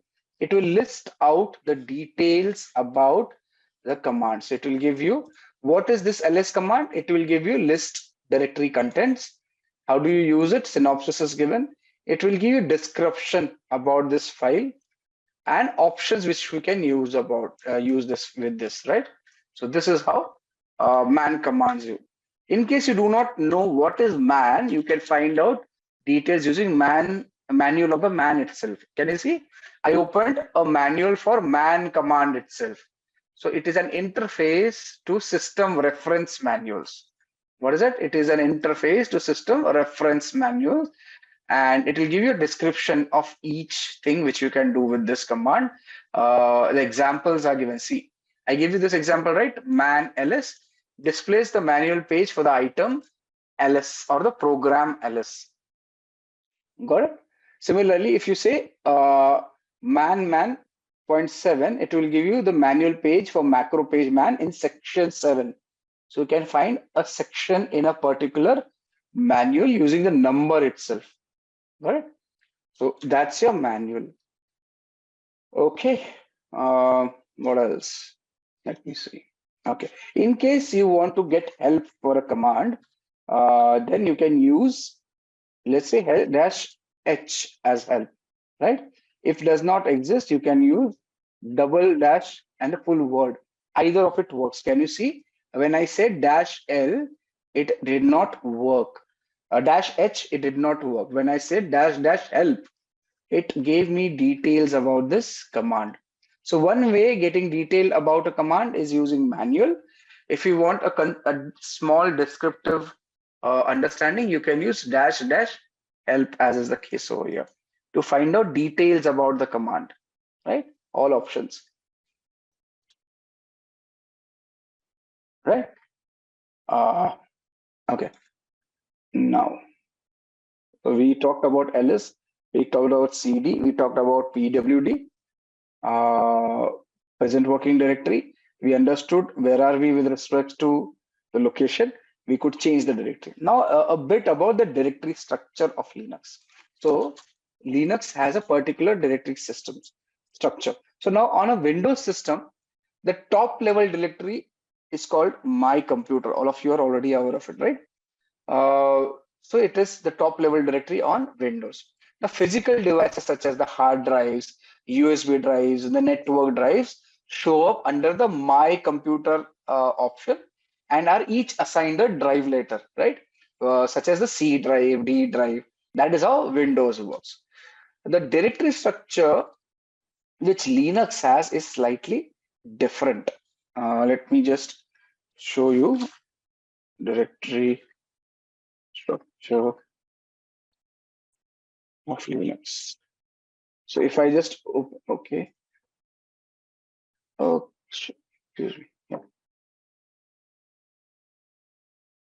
So this is the directory structure of Linux, as you see on the screen. Let me explain it to you. Now, as you see in the screen, the directory structure is an example over here as a screen. It is present within the virtual environment, right, of the Linux machine. Now, like Windows, Linux directory structure typically is called file system. Also has a top level. So it is called the root directory. The one you see on the top is the root directory, and it's symbolized by slash character. The slash character over here. Can you see? Yeah. So, and this root directory is the slash character. Additional, there are no drives in the Linux. Remember, each physical device is accessible under a directory as opposed to a drive letter in the Windows. It is opposed. Understand as of now, and you will be we'll be discussing it further when we move inside. So to view contents of a directory, you will be using ls, as we already know. So if you want to understand, see the contents of a root directory, you can just say ls/l, and you will get the contents of a root directory. Can you see that? We are getting the contents of a root directory by using ls-l. Same thing, which is given in the diagram over here.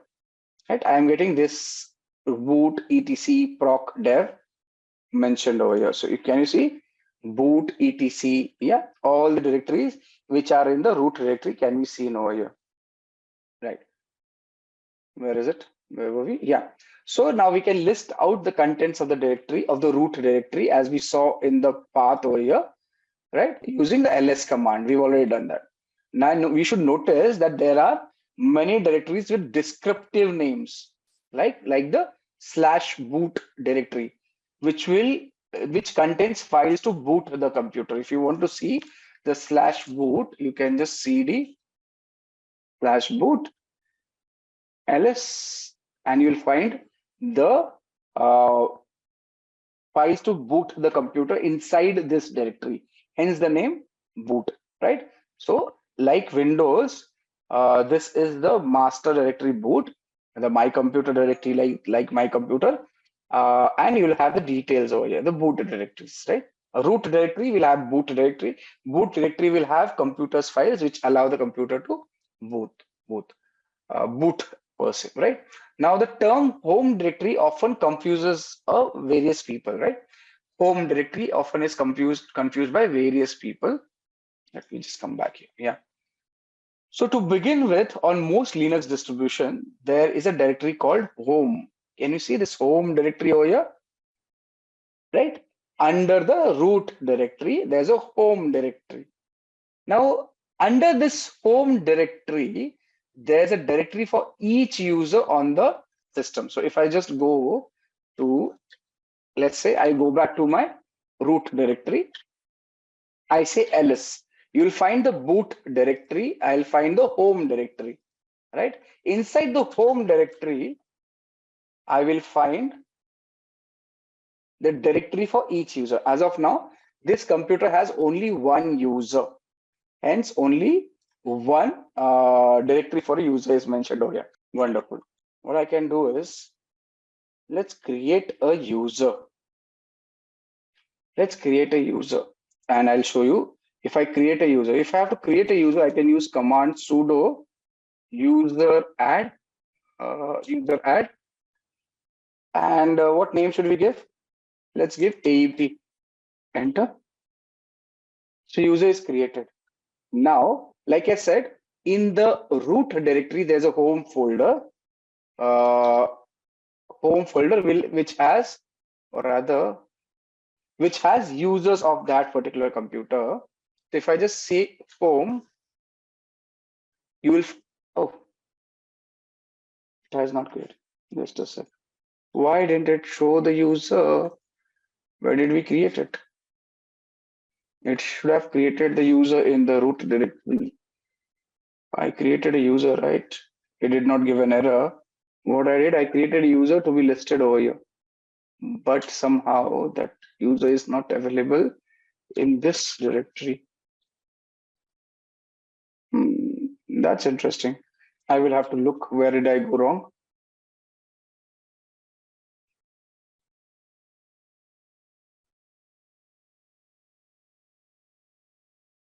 Okay, let's come back to that later. I actually wanted to show you, but yeah. So now, like I said, if you go to the home directory, you will find the users listed over there. Now, the directory name is same as the name of the user. So when I said ls/home, ls/home, since there's a Kali user, I see the Kali name as the directory name over there, right? So if you have, say, a system admin user, you'll find the system admin name given in the folder over here, right? So we are in the Kali user, and the Kali user folder is seen over here. Okay, moving on. Okay, the home directory, again, remember, it's an important directory to begin with. When a user opens the shell, it automatically is placed in the home directory, right? Typically where you work. That's the importance of directory. Like I said, pwd will give you the present working directory. If you do pwd, it will give you the present working directory. If I change the user to sudo su, yeah. And if I say pwd, the present working directory is still home, right? But the user is root.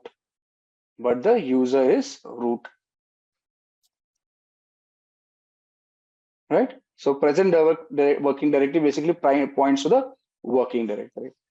Okay, we have a few questions. Let me address it one by one. Balraj is saying, is there any difference in the folder color? It seems different colors of folders. Nice. So, okay. in a typical Linux terminal, the color of the folders vary, right? Because of the configuration per se. Now, depending on the distribution, we'll have different colors. So by default, directories are often displayed in different colors to differentiate them from the regular files. So let's say if I just say, as you see, just a sec. As you see over here, this is a tarred file, a compressed file, which has a different color. A regular directory has a different color. If I make a file executable, then the name will it will become green. Yeah. Okay. What is the difference between sudo and su? Okay.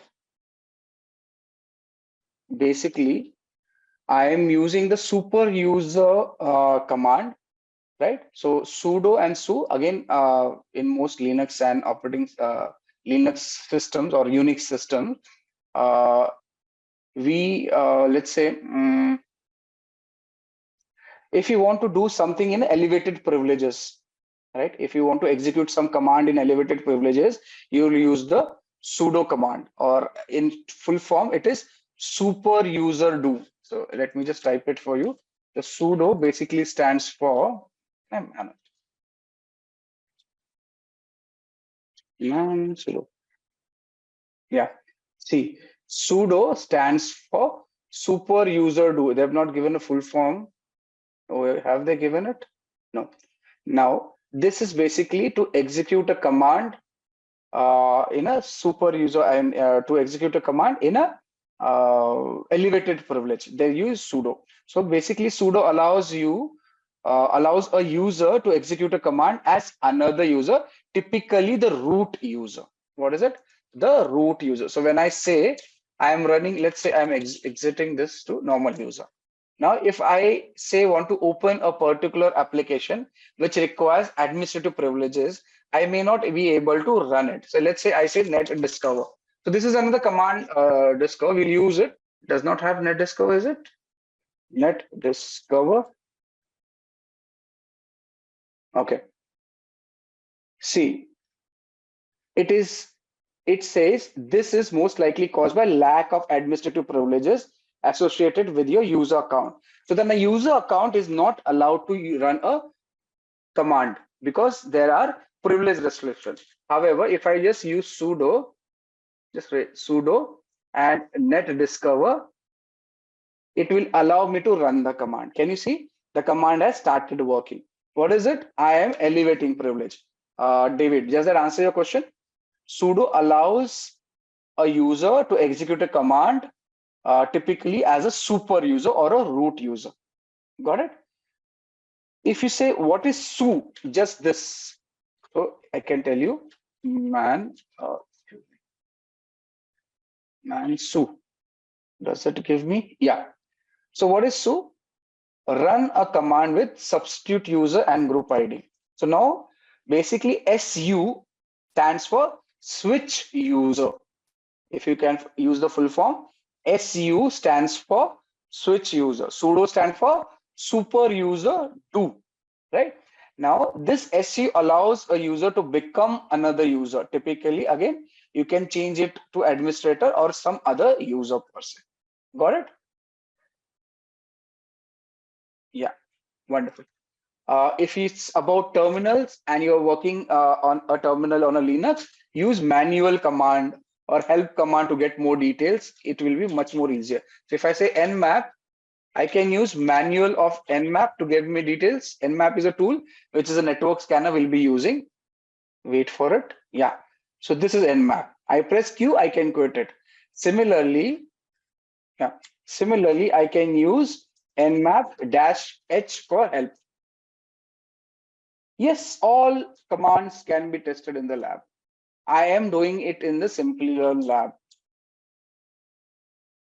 If I just nmap-h, it will give me help command. So your help is available on the terminal. So you can get more details.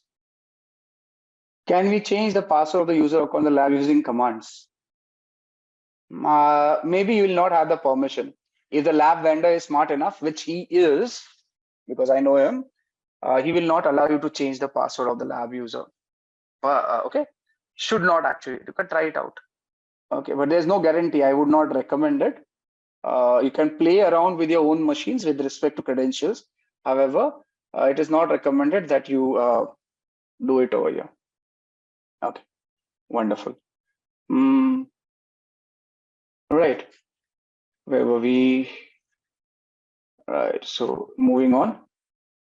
So we saw we can change the directories using CD, and you can move within directories. We saw what is a home directory. We saw what is a root directory, what is the structure of the directory, right? If you move to a particular directory, use CD. If you say, let's say, if you're moving into a CD documents directory, right? There are multiple directories. Okay, not here. CD. If you have to move out of a directory, you can use CD dot dot, and you'll see you can revert back to the previous directory. You're moving one directory up using the CD dot dot. Now, if you say move to a directory, CD downloads, one sec, what happened? Yeah, let me clear the screen. Can we do any installation, launch any application using Kali? Yes, you can. If you want to, let me just complete this. I'll show you that too. So if I move to the CD directory, somehow my lab has got stuck. Okay, I moved to the downloads directory. If I move further into, okay, there's no subdirectory in the downloads, is it? Where was a subdirectory available? Let's move to a subdirectory somewhere. But my lab is stuck. Wait. Yeah. It's crashed. Just a second, let the terminal open up. Vinay is asking, can we install anything? Yes, I'll show you that. But let the lab start. Give me a minute.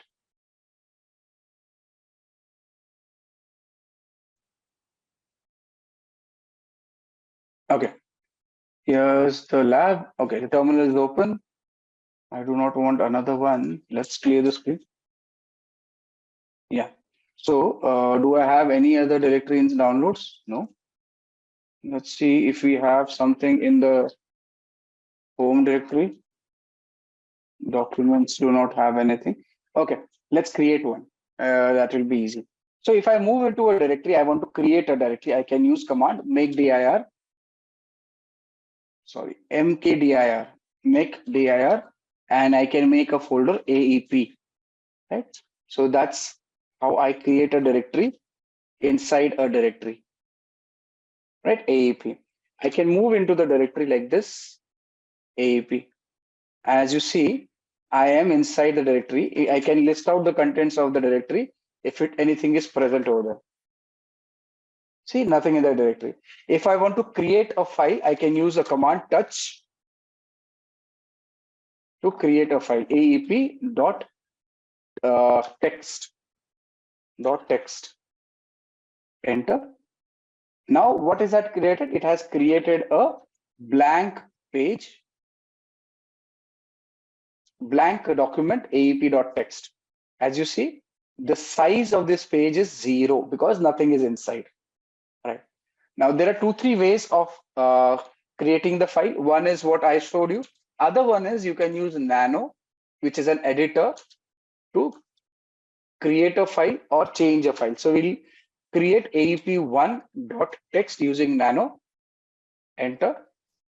So this is a kind of structure. So this is a test document.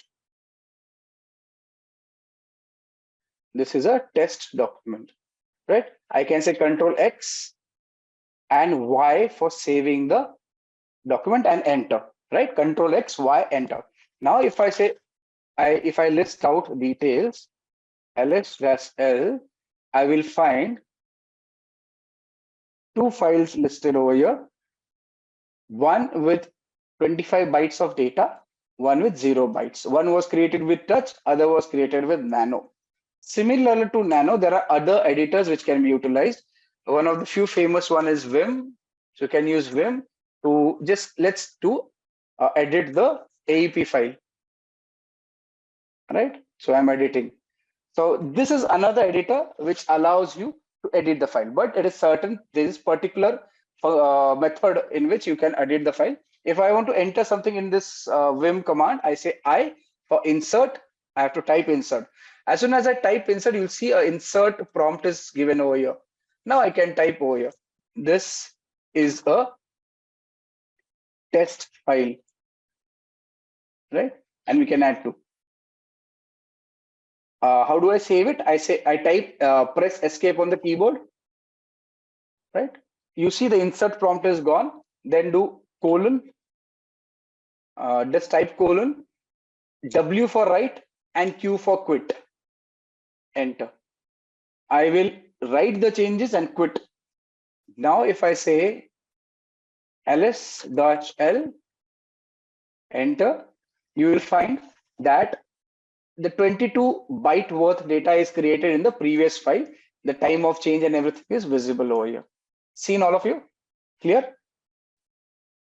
With me? Yeah? Okay, great. Okay, let's move on.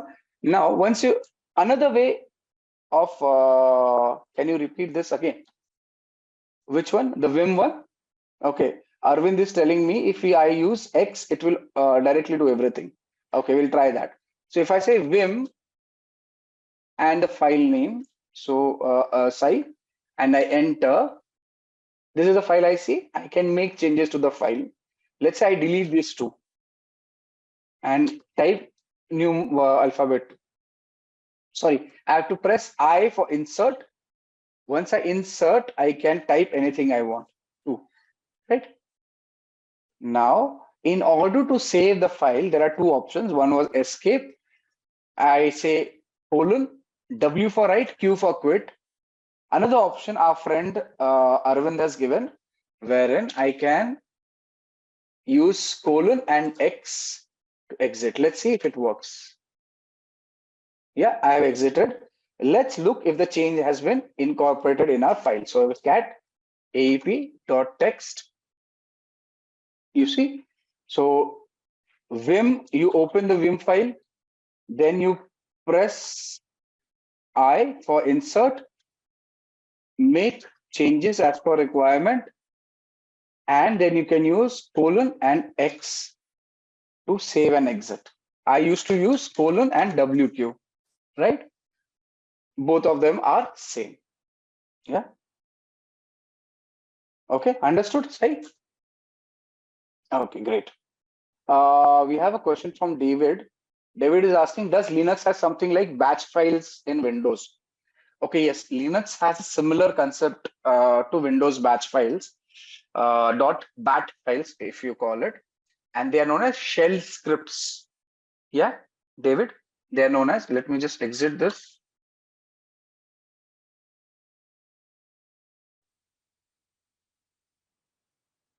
What is it? Yeah. Okay. So there are shell scripts. Now these shell scripts are text files containing commands that are interpreted and executed by the shell interpreters, right? So that's our shell scripts. So we'll be using shell scripts. So if you want to create a, say a simple shell script, now that we have come to this and we are using editors, another editor which will help us do is gedit. So we talked about Nano, we talk about Vim.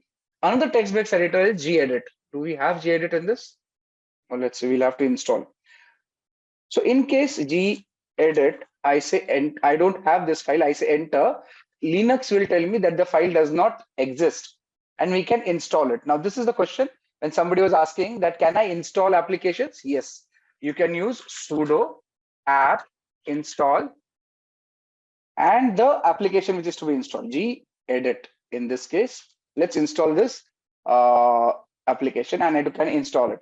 Can you see? It's being installed on my Kali machine. So anything you have to install, you can use sudo apt install and the name of the application, and you will be able to install it. As you see on the screen, it is happening right now, wherein this application wasn't there and we are installing it. Yeah, sure. If you do not have an application, you can use sudo apt install and the application name to install the application. Simple. Sai, sudo apt install and the application name. In this case, I have installed gedit, which is a text-based editor for Linux machines. Where are you? Yeah. Yes. Okay. Great. So now that we are, we've seen Vim, we've seen Nano, we've seen Vim, we've seen Nano. Let's work on our options to use a text-based editor. Let's work on our options to use a text-based editor such as gedit. So if I say gedit and I say AEP, I give the file name, right? Enter. A text-based editor like Windows has a notepad, a similar thing will pop up like this. And I can change the file as per my liking over here also. Can you see I can change it? I'm changing the file. Yes. Now, David was asking, do we have batch files? So in Linux, we have shell scripts. Let's create a small script file. Now, this is bash scripting, not a part of your course, but an interesting thing if you want to learn. However, it is not compulsory. You just need to understand it. Okay, so let's start. I am creating a bash file, a simple script. Let's say /bin bash. And we are going to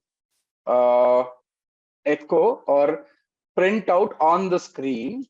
We want to print out, say, hello, how are you? I'm doing it in the editor, right? And I add a question mark, a quote, right? Also, we will ask the bash script to list out files in the current directory like this, right? So in order to save this document, it is simple. I just say Control S like we do in Windows, and the file is saved. The file is saved. We can close this. Okay. Control L. I have cleared the screen. I say ls. You will find the file is here, aap.txt, right? The file which we created. And the file size must have changed. If you remember, it was 20 bytes. Now it is 46 bytes. And there is no execute. This file is not an executable. In order to create this file, make this file executable, you'll use the command change mod, chmod, right? Plus X for making it executable and the file name, right? I should have saved it as .sh actually. Okay, let's use it. So yeah, so now that we have a file created over here, we can also copy the file or move the file in the same location. So if I just say copy ap.text,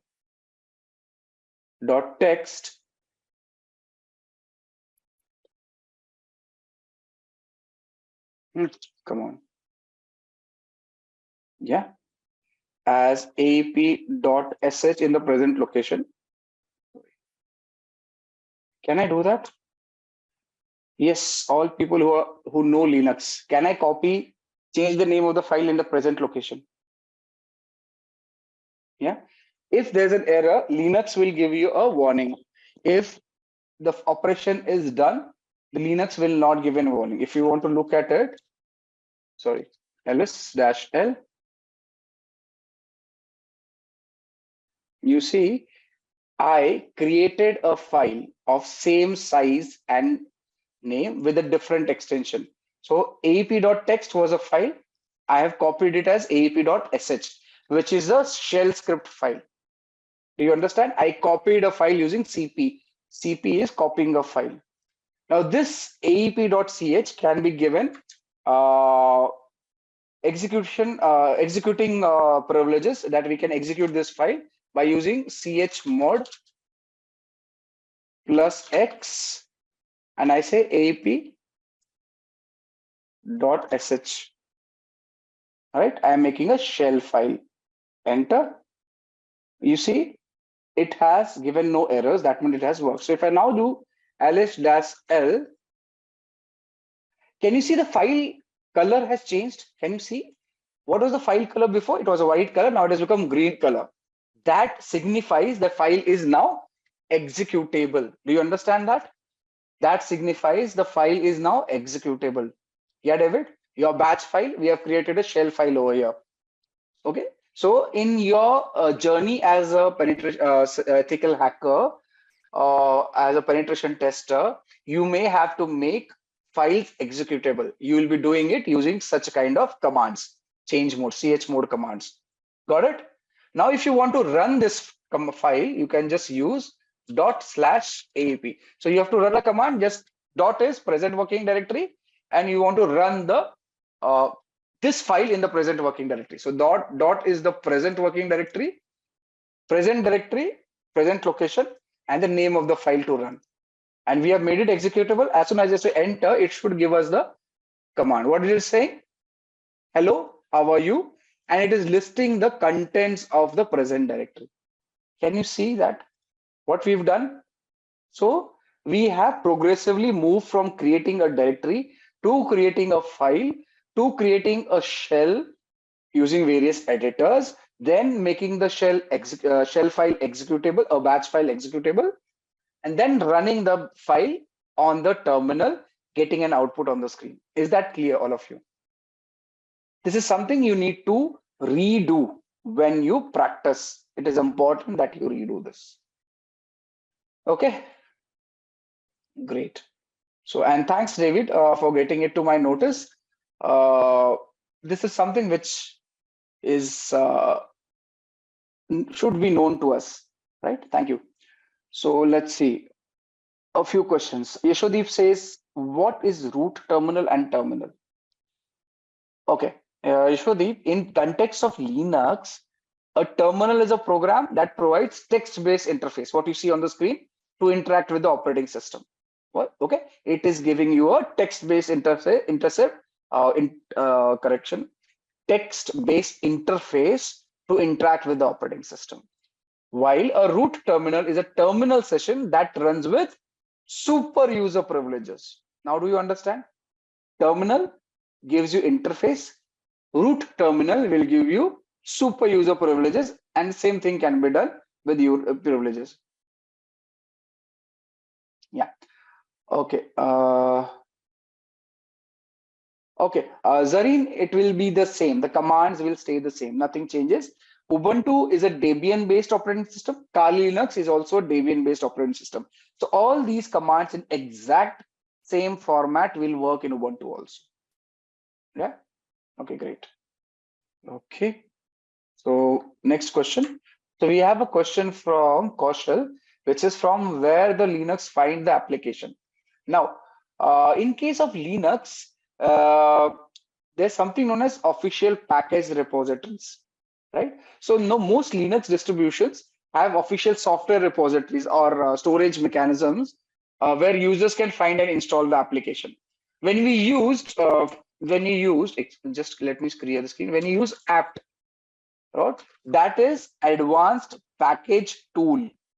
What is it? Advanced package tool. This allows you, this is a package manager which allows you to download packages from the repository of the Debian operating system, Linux operating system, and so on and so forth. For Debian, you use apt Debian. Sorry, right? Use apt for let's say Red Hat operating system, Fedora, CentOS. I think CentOS also. You use yum. That is a it is possibly yellow updater modified or something. I forgot. All right. So that's how you do it. Also, there are other options wherein there are third-party repositories, software websites. You can download like you do in Windows. Similarly, you can download and install applications. This is one option I have given, right? Most cyber people prefer working on Linux. It's much more convenient.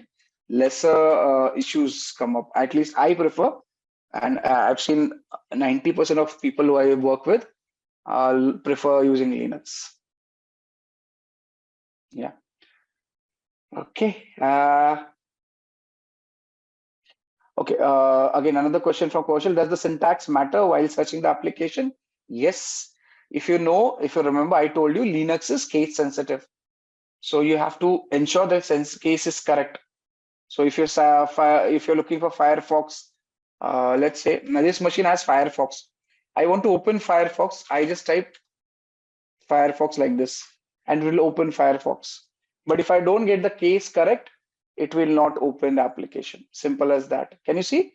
From the terminal, without actually using the mouse, I can open an application. I just say Firefox.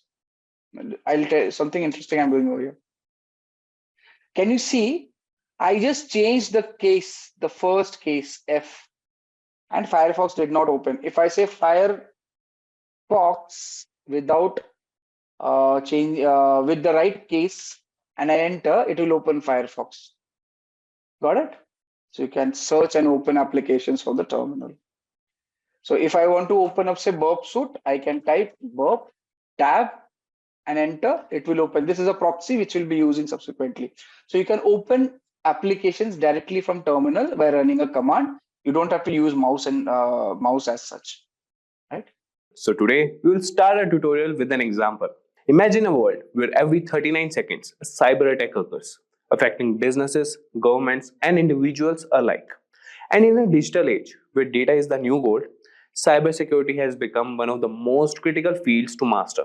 And if you have ever wondered how hackers breach systems or how companies protect themselves against these threats, you are in the right place.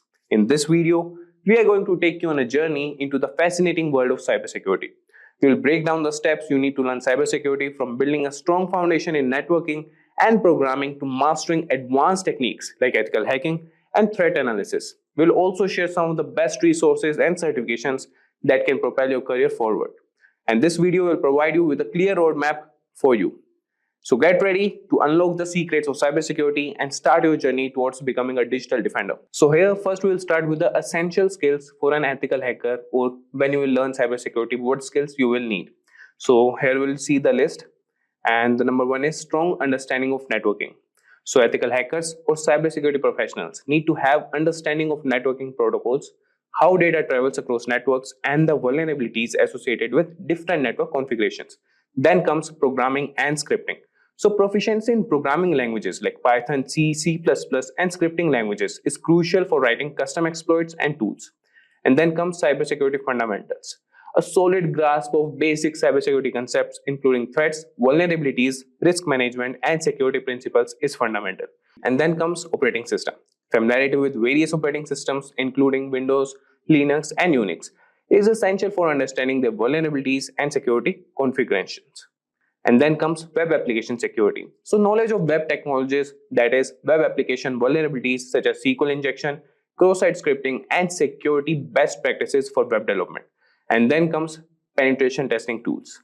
So the proficiency in tools like Metasploit, Nmap, Wireshark, burp suite, and other penetration testing tools used to assess system vulnerabilities.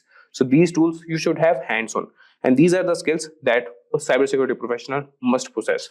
And then comes cryptography. So understanding of encryption, decryption, cryptographic algorithms, and their role in securing data. And then comes wireless security. Expertise in wireless network security, including Wi-Fi encryption protocols and vulnerabilities. And then comes security compliance and standards. Knowledge of security standards and compliance regulations such as PCI DSS, HIPAA, and GDPR. And then comes incident response. So being prepared to handle security incidents and breaches effectively, including forensics and analysis. And then comes social engineering awareness. So understanding of social engineering tactics used by attackers to manipulate individuals into revealing confidential information. And then we have the last, that is ethical mindset as a skill. So an ethical hacker or a cybersecurity professional must adhere to a strong code of ethics and prioritize responsible disclosure when vulnerabilities are there. And now we'll start with how to learn cybersecurity, and we'll see the roadmap. So the number one thing you should have is educational foundation. So ethical hacking is all about using your skills for good, that is helping to protect systems and data from cyber threats. And let's start from the very beginning and build a strong foundation together. Number one is basic education. So first things first, you need to finish high school, and during high school, try to focus on subjects like mathematics, computer science, and IT. And these subjects are essential because they teach you how computers work and how to think logically. Imagine you are building a house, and math and computer science are like the bricks and mortar you will need to construct a strong, sturdy structure. And then comes higher education.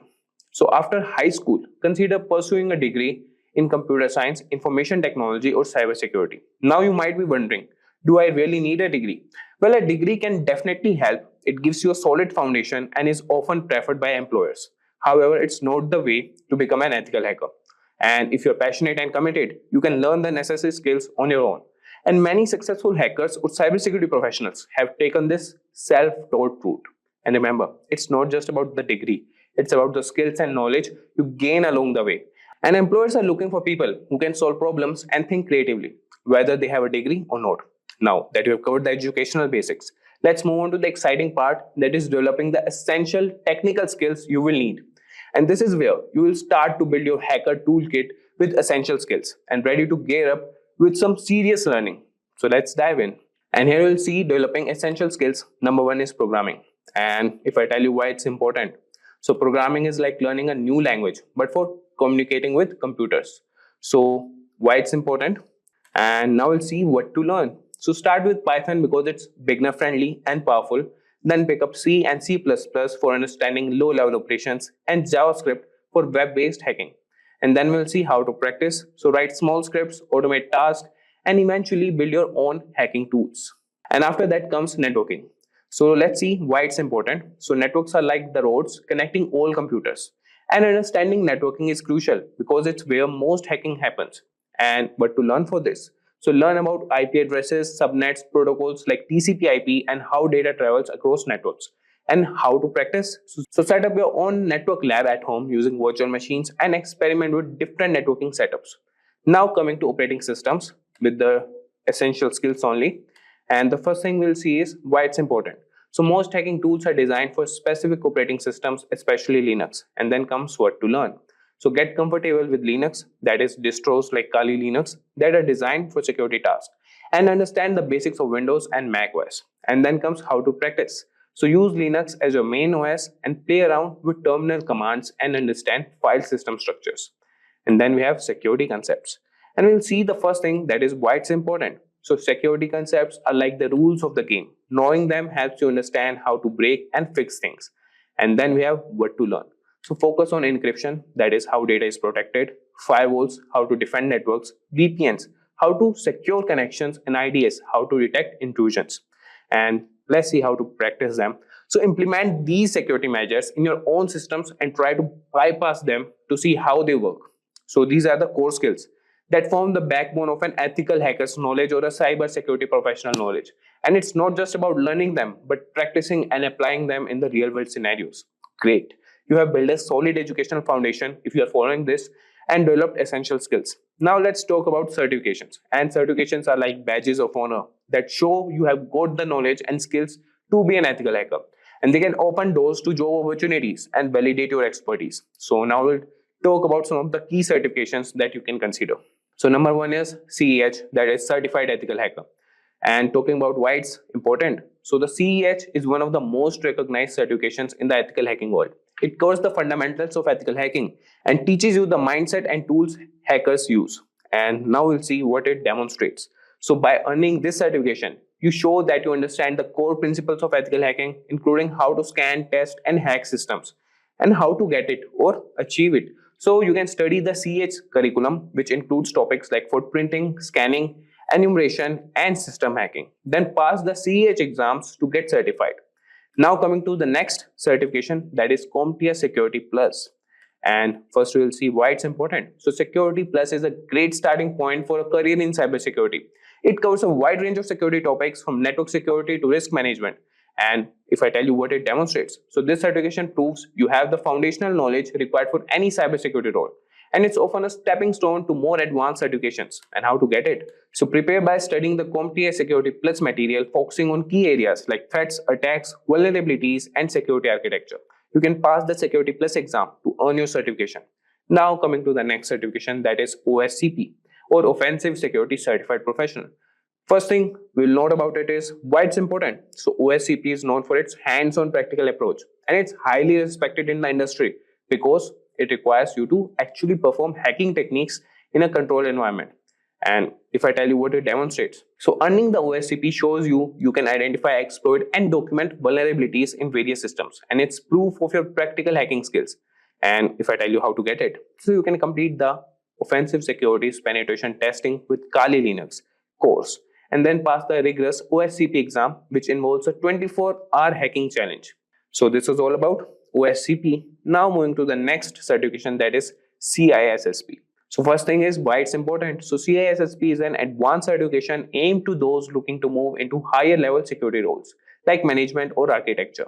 And if I tell you what it demonstrates, it shows you how to have a deep understanding of cybersecurity principles, and you can design, implement, and manage a best-in-class cybersecurity program. And how to get it? You can study the 8 domains of the CISSP, that is Common Body of Knowledge, which include security and risk management, asset security, and security engineering. You can pass the CISSP exam and meet the work experience requirements to get certified. And these certifications not only validate your knowledge, but also make you stand out in the job market. They are a testament to your dedication and expertise in the field of ethical hacking. So next, we will explore how to gain practical experience, and this is where you will put your knowledge to the test and hone your skills in real-world scenarios. So ready to dive into some hands-on action? So let's move on. So the next part is number 4, that is gain practical experience. So I will say that's awesome that you have got your education, developed essential skills, and earned some certifications. Now we are coming to this part, that is now it's time to get hands-on and gain practical experience. This is where the real fun begins, applying what you have learned in real-world scenarios.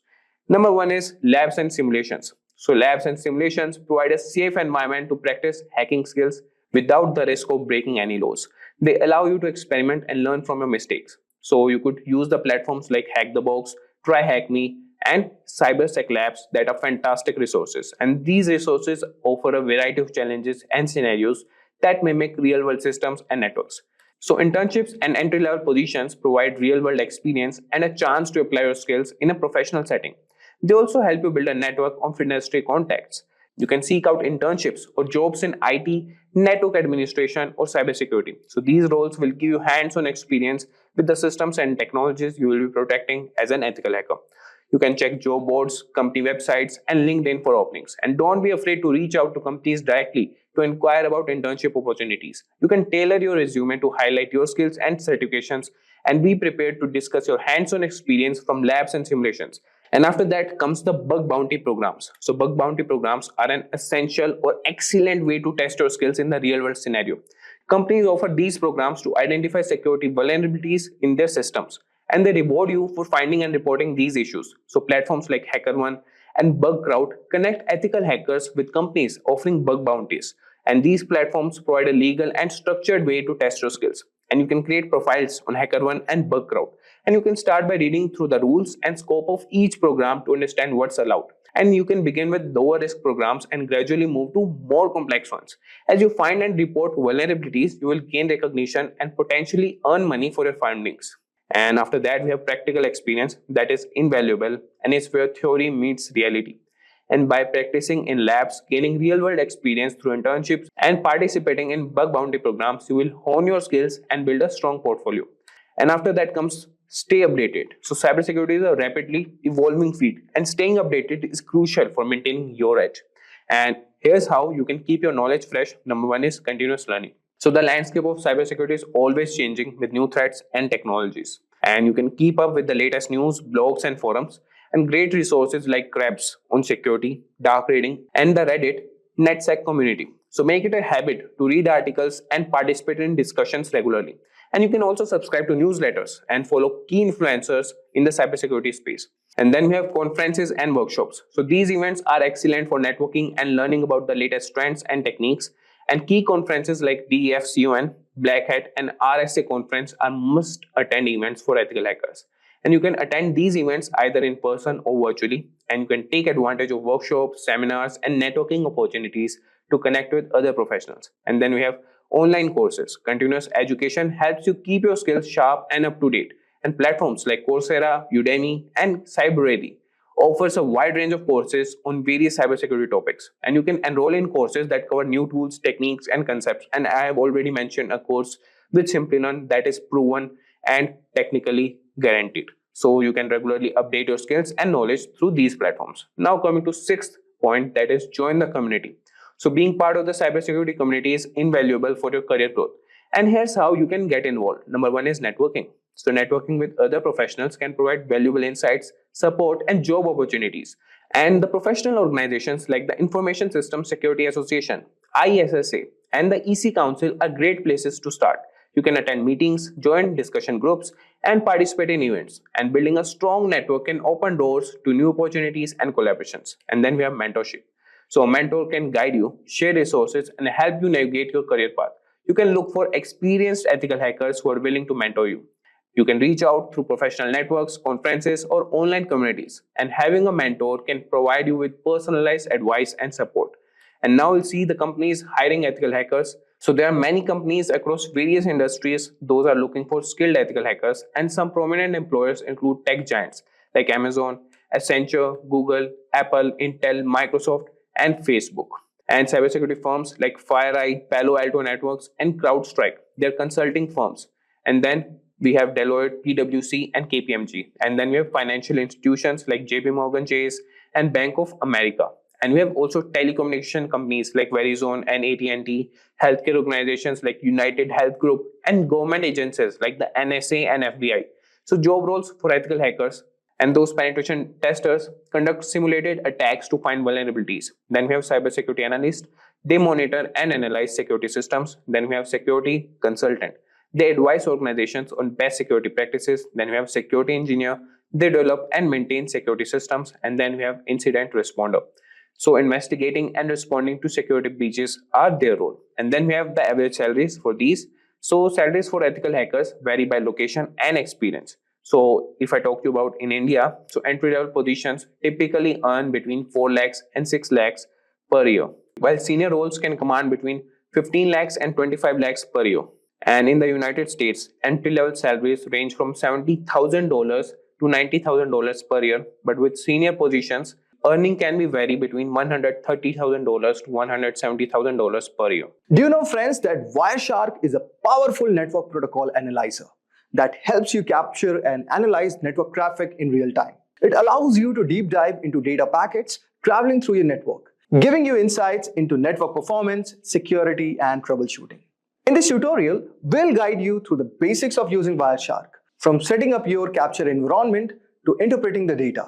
By the end of this tutorial, you'll have a solid understanding of how to navigate Wireshark interface, set of filters, and analyze the network traffic for different use cases. So guys, let's get started. So guys, let us start first by understanding what is Wireshark. So guys, Wireshark is a comprehensive open source network protocol analyzer that basically allows user to capture and analyze the data traveling over the network in real time. It is widely used by network administrators, security professionals, and also developers for various purposes. For example, guys, like network troubleshooting, where you have to identify and resolve network issues by examining the traffic patterns and diagnosing the connectivity problems. The next one is network analysis, which we'll also be doing in our hands-on, where you have to understand and optimize network performance by analyzing data flows and interaction between network systems. The third one is security auditing. You will also have to detect and investigate unusual or potentially malicious network activities such as unauthorized access or data breaches. And finally, you have a protocol development, where you can debug and develop network protocols by capturing and analyzing protocol messages and behaviors. The key features of Wireshark are: the first one is packet capture. Wireshark captures packets of data transmitted over the network. Each packet contains a wealth of information, including source and destination addresses. And also you get protocol, types, and payload data. So as you can see all over here, I've already downloaded Wireshark, and I'll guide you also how to download it. But as you can see, these are the lines that shows that the Wi-Fi packet, graph is showing that this is how the packets are transmitting. So this is basically the real-time analysis what you can get through in Wireshark.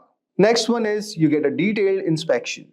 Guys, Wireshark also decodes and displays data at various protocol layers. Example, you can get Ethernet, IP, TCP, HTTP, which allows for detailed examinations of network communications. You can also perform filtering and searching. Then you'll also get a chance to do data visualization, which includes features for visualizing network graphics such as flow graphs, as you can see all over here, and also statistics, which can help in understanding network behavior and performance. Wireshark is available for multi-operating systems, like for Windows, macOS, Linux, and many more. Now, there are certain scenarios where network security engineers use it. Suppose for network performance monitoring, where you track and analyze the performance of network applications and services. You also get an incident response. You investigate and respond to network security incidents by analyzing captured traffic. And you also do the protocol analysis, where you examine and troubleshoot network protocols and ensure proper implementation. Now, let us start with the Wireshark. So first, let us download the Wireshark. And before we download it, I expect that you would have got some brief idea regarding what is Wireshark. Now, what you have to do, guys, you have to go at this link, wireshark.org.download.html. So since I'm using Windows, so I have clicked on Windows x64 installer. Just right click on this. So as you can see, it will start downloading. So guys, since I've already downloaded it, I may not have to do it again. And the steps are very simple. Just you have to click yes, and it's going to download all the required dependencies and your installer will be ready. And after clicking all the OKs, you are going to get something like this. So this is your entry of the Wireshark network analyzer.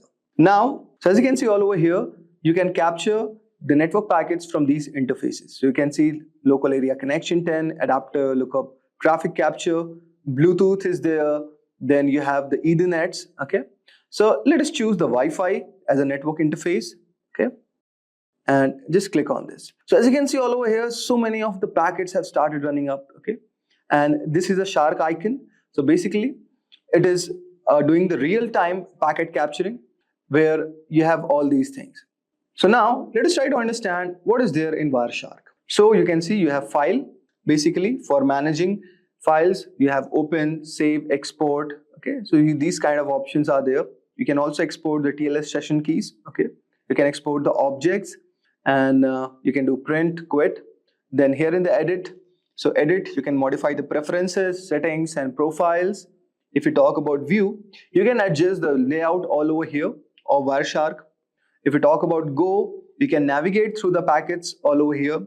Then here is a capture. You can start or stop all over here. You can restart it.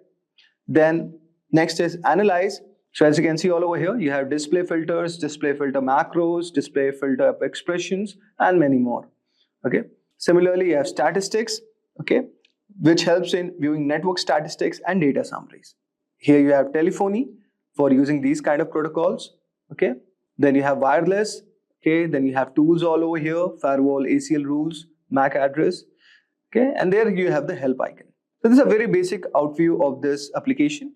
Now, let us do some basic exercises first. So let us try to capture a traffic first, okay.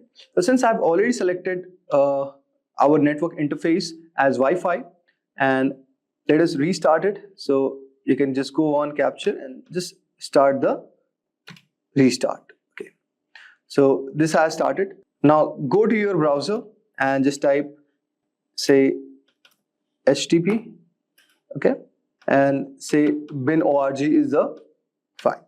So guys, this is a basic website that we have requested on our browser, and let us go to our Wireshark and stop this for a moment. So as you can see all over here, this icon shows applying a display filter.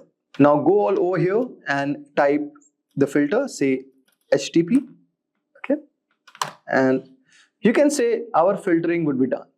So as you can see, here you have the source, you have the destination, here you have the time, here you have the number, here you have the length of the packets, okay, and this is the info, okay. So now let us do the general analysis of the Wireshark output. So as you can see all over here, the first one is HTTP request and responses. So as you can see, this is our source, okay. We are sending a request to the destination address with 44.219.81.240. The protocol is HTTP and the length of the packet is 480. And it is basically a GET request, okay. So get HTTP/1.1. Now there is a reply from this destination all over here, and to the destination at our source. The protocol is still HTTP. Now the length of the packet is increased, is 887. And what we are getting, guys, all over here, that the status is 200 and it says OK. Now, as you can see, what we are getting basically an HTML file all over here. Okay. Now, similarly, we are again requesting and we are getting a JSON file all over here. Now, getting a specific JSON HTTP 1.1, and similarly, reply is coming. So as you can see, it's a to and fro motion where we are requesting to a destination, which is the browser with the protocol HTTP, and similarly, we are getting a reply from our destination. So guys, this is our device and this is the given resource we are trying to access on our browser. So basically, now we can see these are the content types, which is text HTML for the HTML structure. Okay. And also you can see all over here, this is a JSON type. Okay. And these are the type of the content we are trying to access it. Okay. And this is the request what we have done to our destination, which is the browser. Okay. With the bin.org, and it is returning a text.html file. I hope so, guys, you would have got a brief idea like how you can do the general analysis of the Wireshark output. Now let us try to do one more example, which will make our concepts more clear. Now, guys, I will show you one more use case of this, that you can diagnose the network issues with ping and trace command. Okay, so with the help of Wireshark, this can also be done, guys. So what you need next is you can open a terminal. Okay. And just right click all over here. And now in this, what we are going to do, guys, we are going to generate an ICMP traffic. So with the help of ping command. Okay. So now what we do, we type ping, say google.com.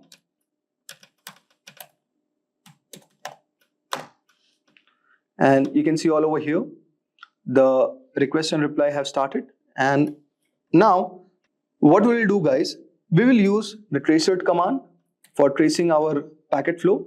So you can see something we have got all over here. We will discuss about this a bit later. Now let us open our Wireshark. Okay.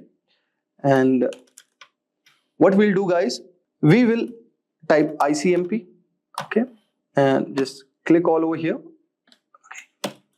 So guys, go to the filter and type ICMP. Okay. And just click all over here. But before that, you have to stop this. And now let us try.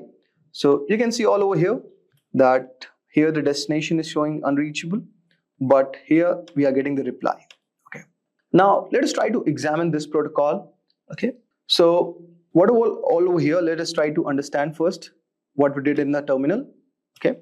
So guys, when we are typing the command ping google.com, this command is basically testing the reachability of google.com by sending the Internet Control Message Protocol or ICMP echo request packets and waiting for the replies, which is echo response. Now guys, let us break down the ping results. So first 3 replies, we are going to see that each reply shows the IP address of 142.250.193.110, which is one of the Google servers. And you can see the round trip time latency for the packets. For the first time, it is showing around 76 milliseconds. For second round trip time, it is showing around 88. Then third is 99, and fourth one is 30 milliseconds. Now you can see there is something called time to live also. And in this case, the time to live for each packet is around 55 milliseconds. Okay. So basically this field indicates how many hops or routers the packet can pass through before being discarded. Okay. Now you can also see the request timeout.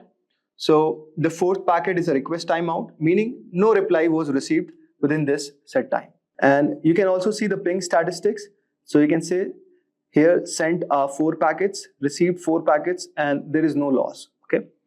So this is one thing. And also approximate round trip in milliseconds, you can see minimum is 30 milliseconds and maximum is 99 milliseconds. Average is calculated 73 milliseconds.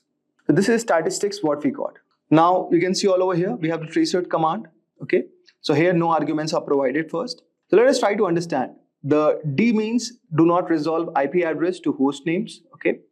where H means maximum number of hops of routers to search, and W means timeout in milliseconds for each reply.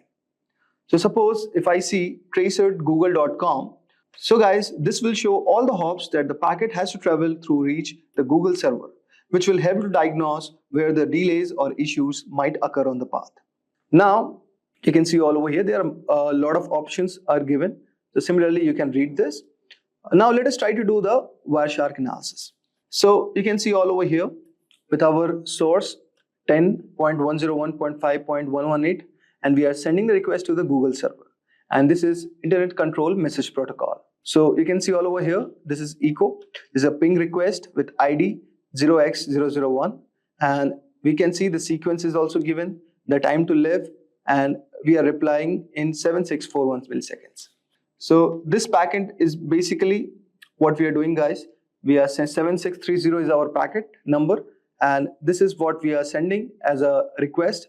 Then 7641 is a reply from the Google server with the given ID, okay, the sequence number of this and the time to live, and it is also giving the request one. Now what you can do, guys, you can also apply one filter all over here. We can, okay, now with the help of this, you can just see there are a lot of options as a filtering, okay. So you can read the documentation for this, and whenever it is turning red, guys, it is showing something as error, okay. And now let us do this, and let us type our IP address, say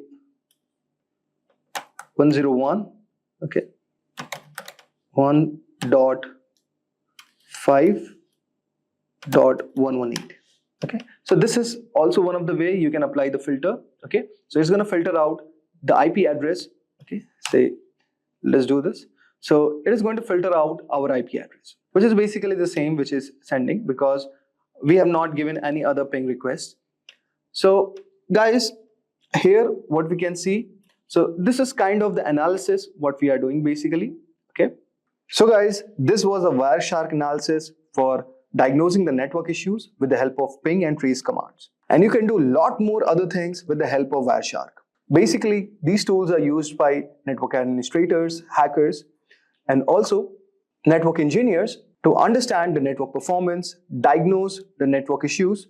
Okay, so this was a short exercise which I have shown you about the basics of Wireshark. I hope so you would have enjoyed our today's video. Next on our docket is a live demonstration where we solve a set of cross-site scripting problems starting from the basic level to the topmost level 6. We're going to start at level 1. In this web application, it demonstrates the common cause of cross-site scripting where user input is directly included in the page without proper escaping. If we interact with a vulnerable application window here and find a way to make it execute JavaScript of our choosing, we can take actions inside the vulnerable window or directly edit its URL bar. This task needs only basic knowledge. Let's see why the most primitive injections work here right away. Let's do a simple query and inspect the resulting HTML page. I'm going to use this phrase with a single quote as a special character. We can now inspect the HTML page.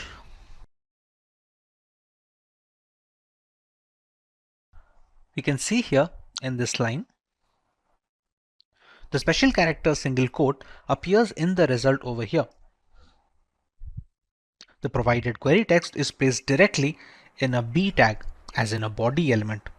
We need to perform a reflected XSS into the web application because they are non-persistent XSS attacks, and the payload should be included in the URL to perform successful exploitation. We can use any payload, but we're going to use the simple one to perform an alert in this web application.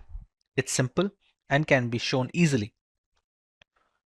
We're just going to write the script over here.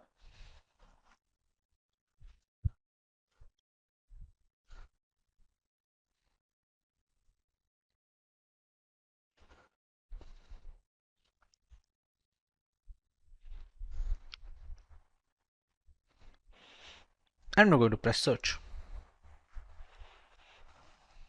As you can see, we have successfully launched our first cross-site scripting attack. We can see an alert box pop up with the necessary message, and a similar process can be used to steal browser cookies and passwords, albeit with different commands. Now we have the option to move to level 2. In this web application, it shows that how easily XSS bugs can be introduced in complex chat applications. Chat app conversations are stored in a database and retrieved when a user wants to see the conversation. Therefore, if a malicious user injects some JavaScript code, all visitors will be infected. This kind of cross-site scripting attack is more powerful and it is more riskier than reflected cross-site scripting attacks, and that's why it is known as stored XSS. I posted my query with a special character of a single quote, and this is what I get. Whatever I typed in simply appeared on the page right after I click on Share Status. Let's see the source.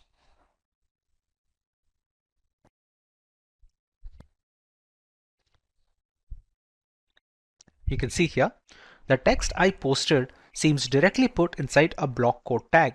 So even a simple script tag we used in level 1 should work here, but it will not. Let us examine the code to understand why. We're going to toggle the code over here and check the index.html file.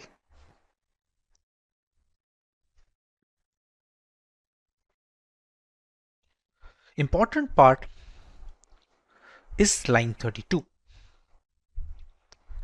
The generated HTML fragment, which is the HTML variable in the code, is added to the mail HTML using the inner HTML method. So when the browser parsing this HTML fragment, it will not execute any script tag defined within that HTML fragment. HTML parser will not execute a script tag when it parses HTMLs via this method. This is why the script tag like we used in level 1 is not going to work here. Our solution is to use events. Events will execute the defined JavaScripts. We're going to use an image over here.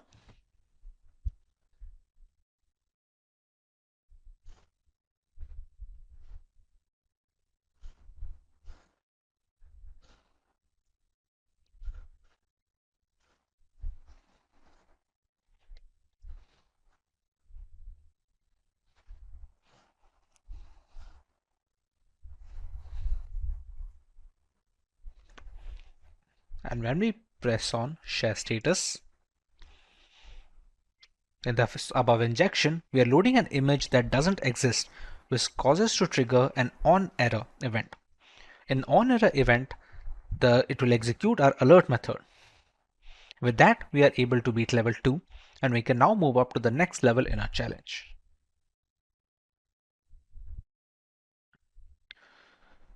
As you can see, clicking on any tab causes the tab number to be displayed in the URL fragment.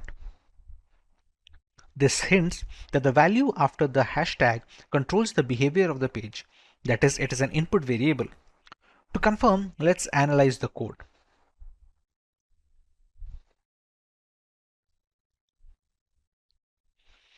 As you can see in line 43, inside the event handling, the value provided after the hash in the URL is directly passed onto the choTab method. No input validation is being performed. The value passed to the choseTab method is directly injected into the img tag in line 17.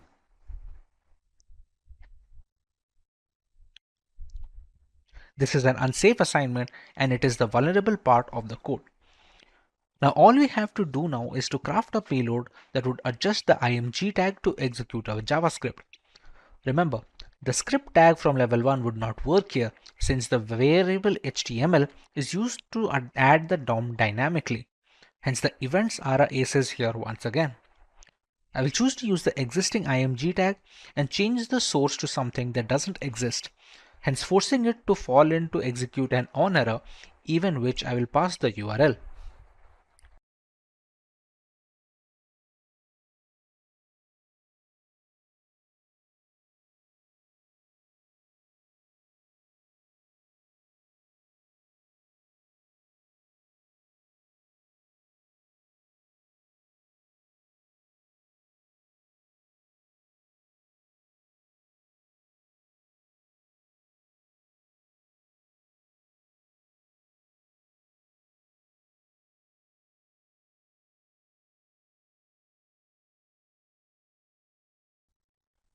Once we visit that URL, we can see that our Java pop-up has opened up here with the same message of XSS level 3 has been completed. With this, we can now move on to level 4, which is going to present a different kind of attack. In this web application, there is a timer on the page. That means whatever numbers we put in the box, a countdown starts. And then when it finishes, the application alerts that the countdown is finished.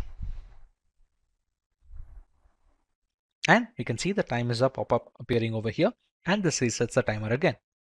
Now it is obvious that the value entered in the text box is transferred to the server over the timer parameter in the URL. Let us examine the code to see how the timer parameter is being handled.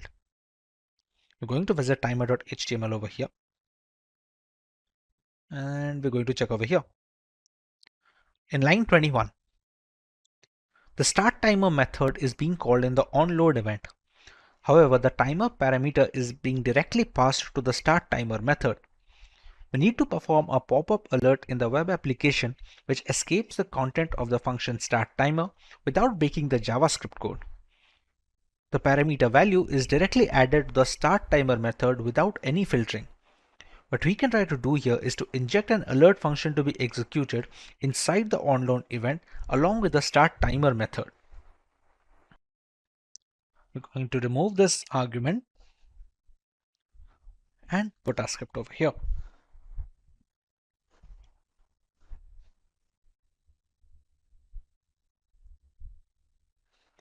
Now when we press on create timer, and we have a pop-up with the XSS level 4 completed. We can now move on to level 5.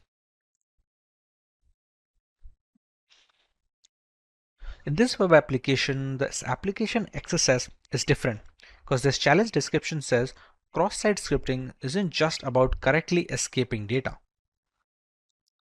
Sometimes attackers can do bad things even without injecting new elements into the DOM.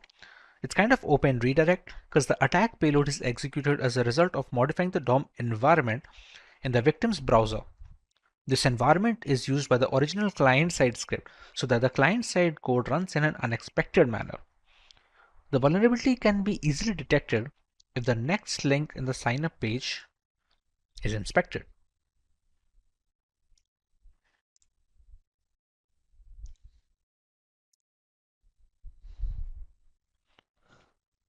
The href attribute value of next link is confirmed, which is exactly the value of the next URL query parameter. As you can see over here. This means using the next query parameter can be used to inject a JavaScript code to the href attribute of the next link. The following is the best way to do it. As soon as the user clicks on the link, the script will be triggered.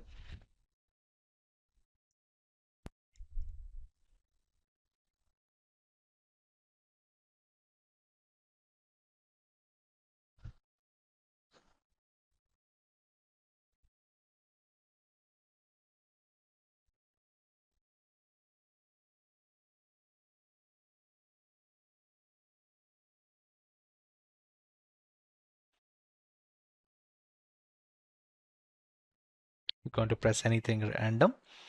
And now that we click next, we can see the XSS level 5 that we had provided in the URL as a parameter to the next variable. Since the value of next provided appears on a pop-up, we can consider the attack a success and move on to the final level 6. In this web application, it shows some of the external JavaScript is retrieved. If you analyze the URL, you can see that the script is loaded already. The vulnerability lies within how the code handles the value after the hashtag.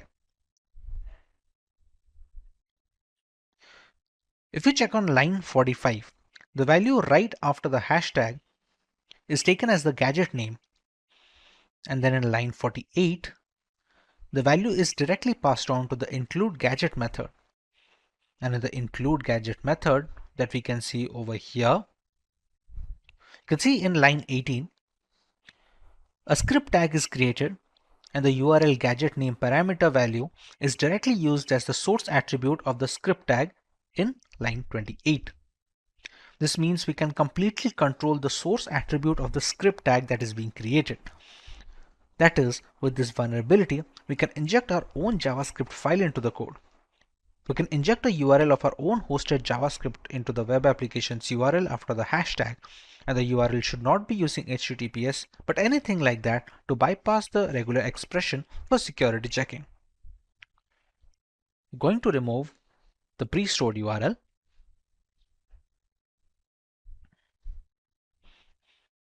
and we're going to load our own JavaScript file.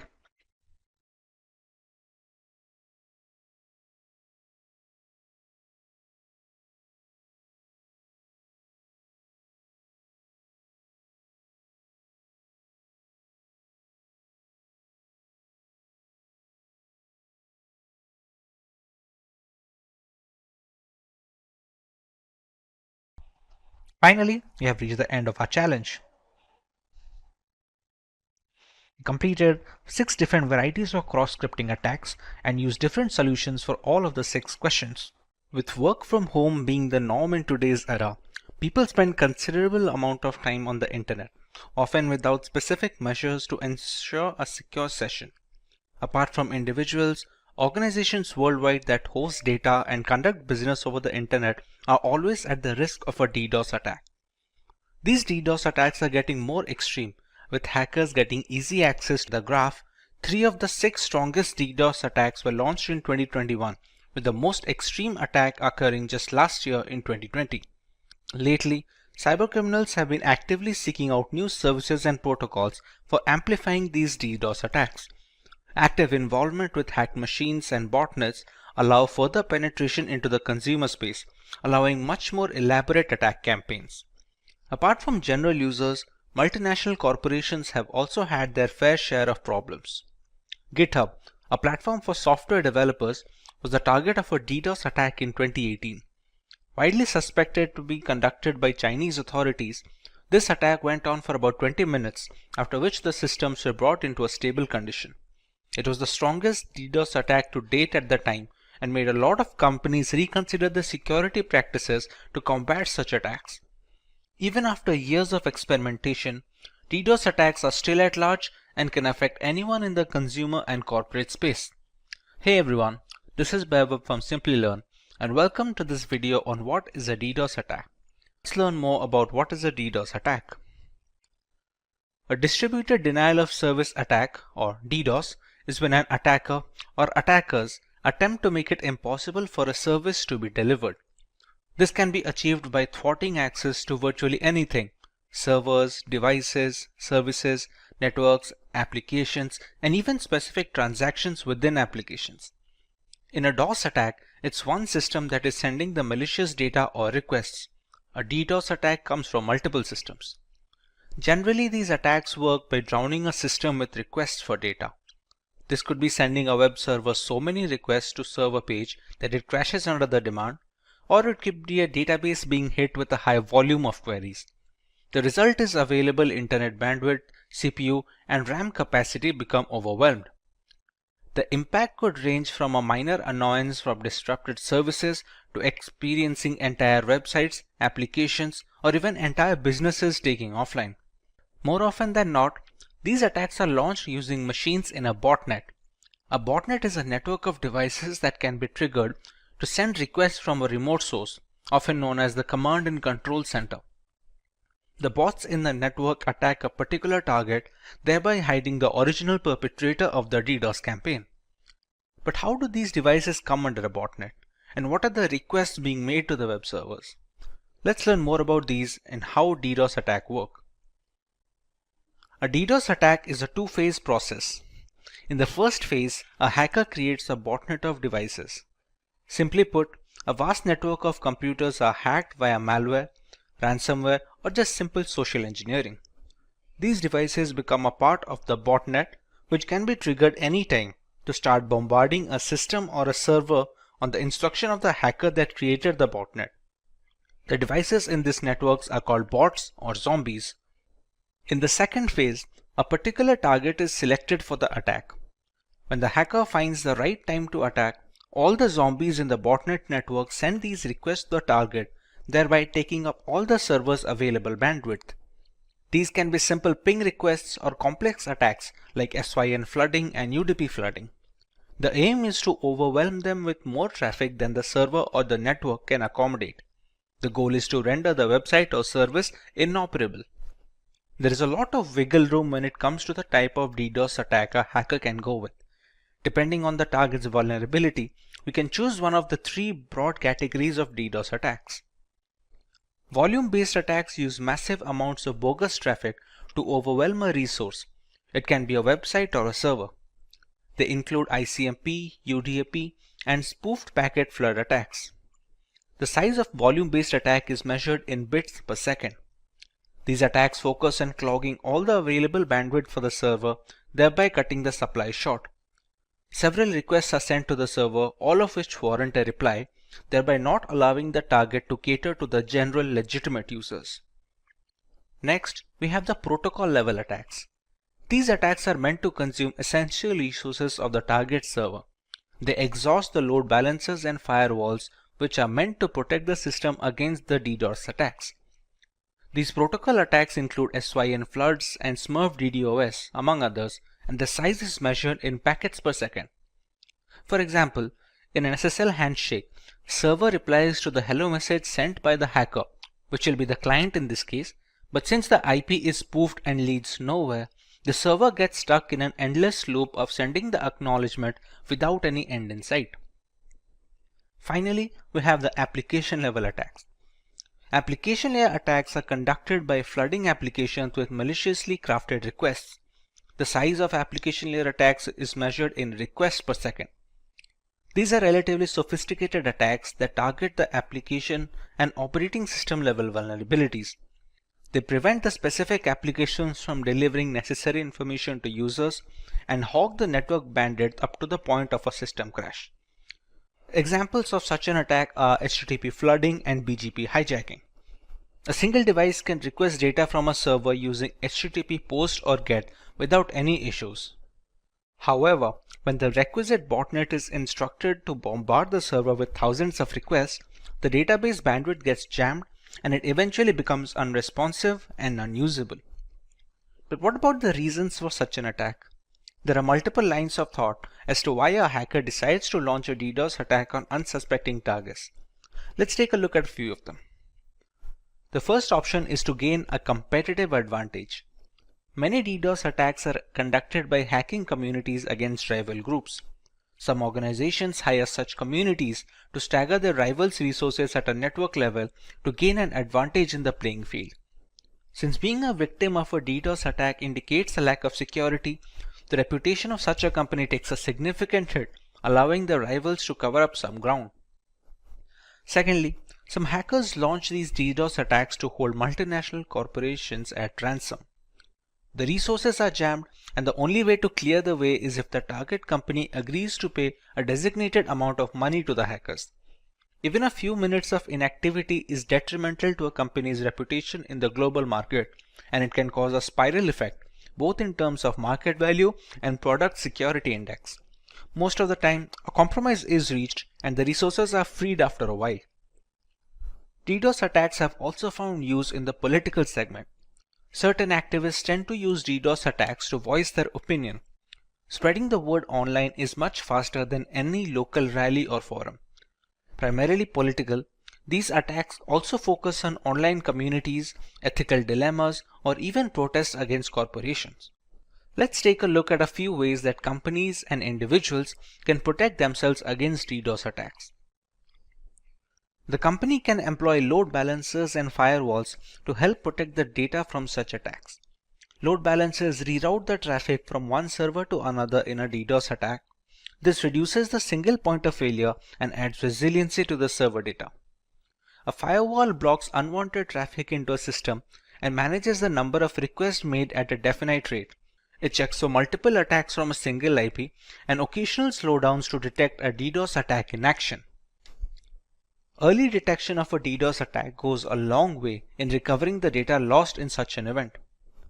Once you've detected the attack, you will have to find a way to respond. For example, you will have to work on dropping the malicious DDoS traffic before it reaches your server so that it doesn't throttle and exhaust your bandwidth. Here's where you will filter the traffic so that only legitimate traffic reaches the server. By intelligent routing, you can break the remaining traffic into manageable chunks that can be handled by your cluster resources. The most important stage in DDoS mitigation is where you will look for patterns of DDoS attacks and use those to analyze and strengthen your mitigation techniques.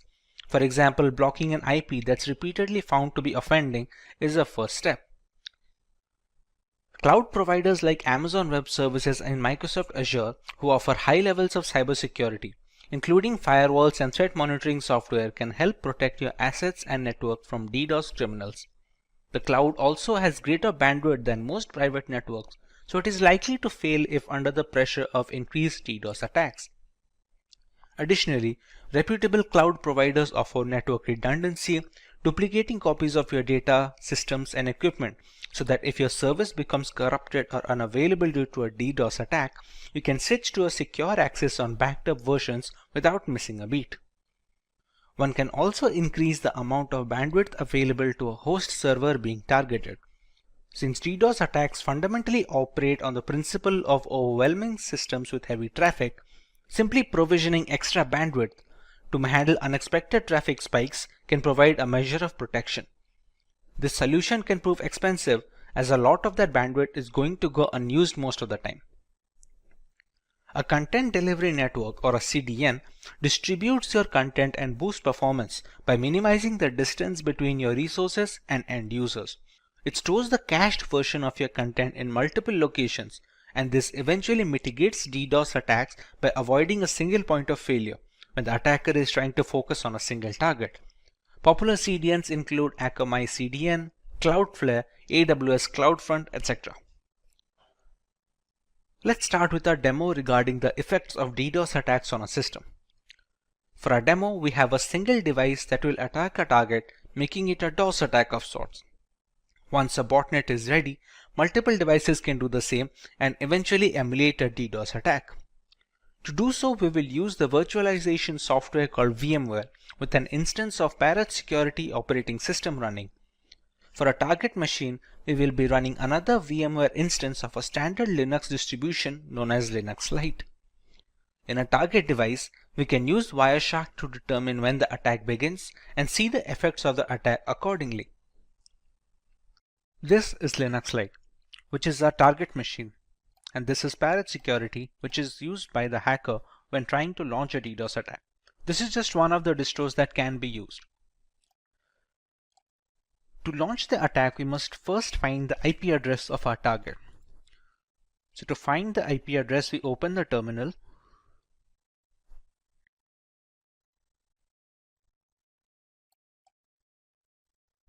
We use the command ifconfig. And here we can find the IP address. Now remember, we're launching this attack in VMware. Now both the instances of Parrot Security and Linux Lite are being run on my local network. So the address that you can see here is 192.168.72.129, which is a private address. This IP cannot be accessed from outside the network, basically anyone who is not connected to my Wi-Fi. When launching attacks with public servers or public addresses, it will have a public IP address that does not belong to the 192.168 subnet. Once we have the IP address, we can use a tool called hping3. hping3 is an open source packet generator and analyzer for the TCP/IP protocol. To check what are the effects of an attack, we will be using Wireshark. Wireshark is a network traffic analyzer. We can see whatever traffic that is passing through the Linux Lite distro is being displayed over here with the IP address, the source IP, and the destination IP as to where the request is being transferred to. Once we have the DOS attack launched, you can see the results coming over here from the source IP, which will be Parrot Security. Now, to launch the hping3 command, we need to give sudo access to the console, which is the root access.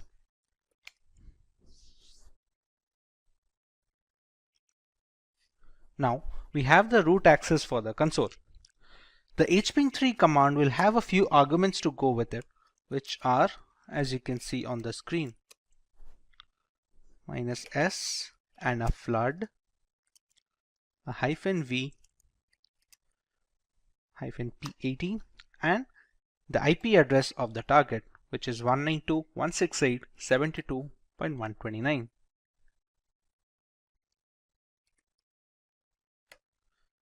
In this command, we have a few arguments such as the -s, which specifies SYN packets. Like in an SSL handshake, we have the SYN request that the client sends to the server to initiate a connection. The -flood aims to ignore the replies that the server will send back to the client in response to the SYN packets. Here the parent security OS is the client and Linux Lite being the server. -v stands for verbosity, as in where we will see some output when the requests are being sent. The -p80 stands for port 80, which we can replace the port number if we want to attack a different port. And finally, we have the IP address of our target. As of right now, if we check Wireshark, it is relatively clear and there is no indication of a DDoS attack incoming. Now once we launch the attack over here, we can see the requests coming in from this IP, which is 192.168.72.128. Till now, even the network is responsive, and so is Linux Lite. The requests keep on coming, and we can see the HTTP flooding has started in flood mode. After a few seconds of this attack continuing, the server will start shutting down. Now remember, Linux Lite is a distro that can focus on that serves as a backend. Now remember, Linux Lite is a distro, and such Linux distros are served as backend to many servers across the world. For example, a few seconds have passed from the attack. Now the system has become completely irresponsive. This has happened due to the huge number of requests that came from parent security. You can see whatever I press, nothing is responded. Even the Wireshark has stopped capturing new requests because the CPU usage right now is completely 100%, and at this point of time, anyone who is trying to request some information from this Linux distro, or where this Linux distro is being used as a backend for a server or a database, cannot access anything else. The system has completely stopped responding, and any request, any legitimate request from legitimate users will be dropped. Once we stop the attack over here, it takes a bit of time to settle down. Now remember, it's still out of control, but eventually the traffic dies down and the system regains its strength. It is relatively easy to gauge right now the effect of a DOS attack. Now remember, this Linux Lite is just a VM instance. Actual website servers and web databases, they have much more bandwidth and are very secure, and it is tough to break into. That is why we cannot use a single machine to break into them. That is where a DDoS attack comes into play. What we did right now is a DOS attack, as in a single system is being used to penetrate a target server using a single request. Now, when a DDoS attack, multiple systems such as multiple parent security instances or multiple zombies or bots in a botnet network can attack a target server to completely shut down the machine and drop any legitimate request, thereby rendering the service and the target completely unusable and inoperable. As a final note, we would like to remind that this is for educational purposes only, and we do not endorse any attacks on any domains. Only test this on servers and networks that you have permission to test on. Cybersecurity has become one of the most rigid industries in the last decade, while simultaneously being the most challenged. With every aspect of corporate culture going online and embracing cloud computing, there is a plethora of critical data circulating through the internet, all worth billions of dollars to the right person. Increasing benefits require more complex attacks, and one of these attacks is a brute force attack. A brute force, or known as brute force cracking, is the cyber attack equivalent of trying every key on your keyring and eventually finding the right one. Brute force attacks are simple and reliable. There is no prior knowledge needed about the victim to start an attack. Most of the systems falling prey to brute force attacks are actually well secured. Attackers let a computer do the work. that is trying different combinations of usernames and passwords until they find one that works. Due to this repeated trial and error format, the strength of password matters a great deal. Although with enough time and resources, brute force will break a system since they run multiple combinations until they find the right passcode. Hey everyone, this is Vaibhav from Simplilearn and welcome to this video on what is a brute force attack. Let's begin with learning about brute force attacks in detail. A brute force attack, also known as an exhaustive search, is a cryptographic hack that relies on guessing possible combinations of targeted password until the current password is discovered. It can be used to break into online accounts, encrypted documents, or even network peripheral devices. The longer the password, the more combinations that will need to be tested. A brute force attack can be time-consuming and difficult to perform if methods such as data obfuscation are used, and at times downright impossible. However, if the password is weak, it could merely take seconds with hardly any effort. Dictionary attacks are an alternative to brute force attacks, where the attacker already has a list of usernames and passwords that need to be tested against the target. It doesn't need to create any other combinations on its own. Dictionary attacks are much more reliable than brute force in a real-world context, but the usefulness depends entirely on the strength of passwords being used by the general population. There is a three-step process when it comes to brute forcing a system. Let's learn about each of them in detail. In step 1, we have to settle on a tool that we are going to use for brute forcing. There are some popular names on the market like Hashcat, Hydra, and John the Ripper. While each of them has its own strengths and weaknesses, each of them perform well with the right configuration. All of these tools come pre-installed with certain Linux distributions that cater to penetration testers and cybersecurity analysts like Kali Linux and Parrot Security. After deciding what tool to use, we can start generating combinations of alphanumeric variables whose only limitation is the number of characters. For example, while using Hydra, a single 6-digit password will create 900,000 passwords with only digits involved. Add alphabets and symbols to that sample space and that number grows exponentially. The popular tools allow customizing this process. Let's say the hacker is aware of the password being a specific 8-digit word containing only letters and symbols. This will substantially increase the chances of being able to guess the right password since we remove the time taken to generate the longer ones. We omit the need for including digits in such combinations. These small tweaks go a long way in organizing an efficient brute force attack since running all the combinations with no filters will dramatically reduce the odds of finding the right credentials in time. In the final step, we run these combinations against the file or service that is being broken. We can try and break into a specific encrypted document, a social media account, or even devices at home that connect to the internet. Let's say there is a Wi-Fi router. The generated passwords are then fed into the connection one after the other. It is a long and arduous process, but the work is left to the computer rather than someone manually clicking and checking each of these passcodes. Any password that doesn't unlock the router is discarded and the brute force tool simply moves on to the next one. This keeps going on until we find the right combination which unlocks the router. Sometimes reaching the success stage takes days and weeks, which makes it cumbersome for people with low computing power at their disposal. However, the ability to crack any system in the world purely due to bad password habits is very appealing, and the general public tends to stick with simple and easy to use passwords. Now that we have a fair idea about how brute force works, let's see if we can answer this question. We learned about how complex passwords are tougher to crack by brute force. Among the ones listed on the screens, which one do you believe will take the longest to be broken when using brute force tools? Leave your answers in the comment section and we will get back to you with the correct option next week. Let's move on to the harmful effects of getting a system compromised due to brute force attacks. A hacked laptop or mobile can have social media accounts logged in, giving the hackers free access to the victim's connections.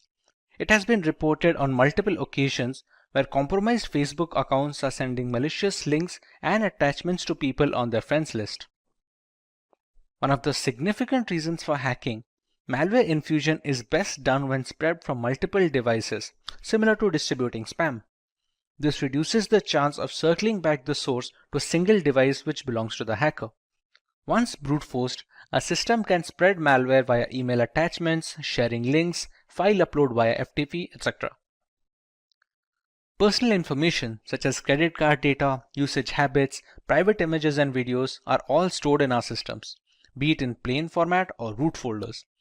A compromised laptop means easy access to these information that can be further used to impersonate the victim regarding bank verification, among other things. Once a system is hacked, it can also be used as a mail server that distributes spam across lists of victims. Since the hacked machines all have different IP addresses and MAC addresses, it becomes challenging to trace the spam back to the original hacker. With so many harmful implications arising from a brute force attack, it's imperative that the general public must be protected against such. Let's learn about some of the ways we can prevent ourselves from becoming a victim of brute force attacks. Using passwords consisting of alphabets, letters, and numbers have a much higher chance of withstanding brute force attacks thanks to the sheer number of combinations they can produce. The longer the password, the less likely it is that a hacker will devote the time and resources to brute force them. Having alphanumeric passwords also allows the user to keep different passwords for different websites. This is to ensure that if a single account or a password is compromised due to a breach or a hack, the rest of the accounts are isolated from the incident. Two-factor authentication involves receiving a one-time password on a trusted device before a new login is allowed. This OTP can be obtained either via email, SMS, or specific 2FA applications like Authy and Aegis. Email and SMS-based OTPs are considered relatively less secure nowadays due to the ease with which SIM cards can be duplicated and mailboxes can be hacked. Applications that are specifically made for 2FA cores are much more reliable and secure. CAPTCHAs are used to stop bots from running through web pages precisely to prevent brute forcing through their website. Since brute force tools are automated, forcing the hacker to solve CAPTCHA for every iteration of a password manually is very challenging. The CAPTCHA system can filter out these automated bots that keep refreshing the page with different credentials, thereby reducing the chances of brute force considerably. A definite rule that locks the account being hacked for 30 minutes after a specific number of attempts is a good way to prevent brute force attempts. Many websites lock account for 30 minutes after 3 failed password attempts to secure the account against any such attack. On an additional note, some websites also send an email instructing the user that there have been 3 insecure attempts to log into the website. Let's look at a demonstration of how brute force attacks work in a real-world situation. The world has gone wireless. With Wi-Fi taking the reins in every household, it's natural that their security will always be up for debate. To further test the security index and understand brute force attacks, we will attempt to break into the password of a Wi-Fi router. For that to happen, we first need to capture a handshake file, which is a connection file from the Wi-Fi router to a connecting device like a mobile or a laptop. The operating system used for this process is Parrot Security, a Linux distribution that is catered to penetration testers.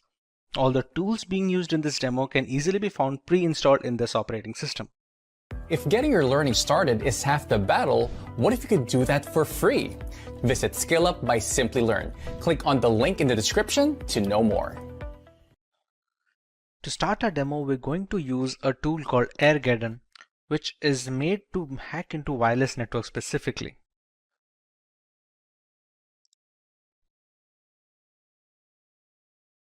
At this point, it's going to check for all the necessary scripts that are installed in the system. To crack into a Wi-Fi and to capture the handshake file, we're going to need an external network card. The significance of the external network card is a managed mode and a monitor mode. For now, the WLX1 named card is my external network adapter, which I'm going to select. To be able to capture data over the air, we're going to need to put it in monitor mode. As you can see above, it's written it is in managed mode right now. So we're going to select option 2, which is to put the interface in monitor mode. And its name is now WLAN 0 monitor. The monitor mode is necessary to capture data over the air. That is the necessary reason why we need an external card, since a lot of inbuilt cards that come with the laptops and the systems, they cannot have a monitor mode installed. Once we select the mode, we can go into the fifth, which is the handshake tools menu. In the first step, we have to explore for targets, and it is written that monitor mode is necessary to select a target. So let's explore for targets and press enter.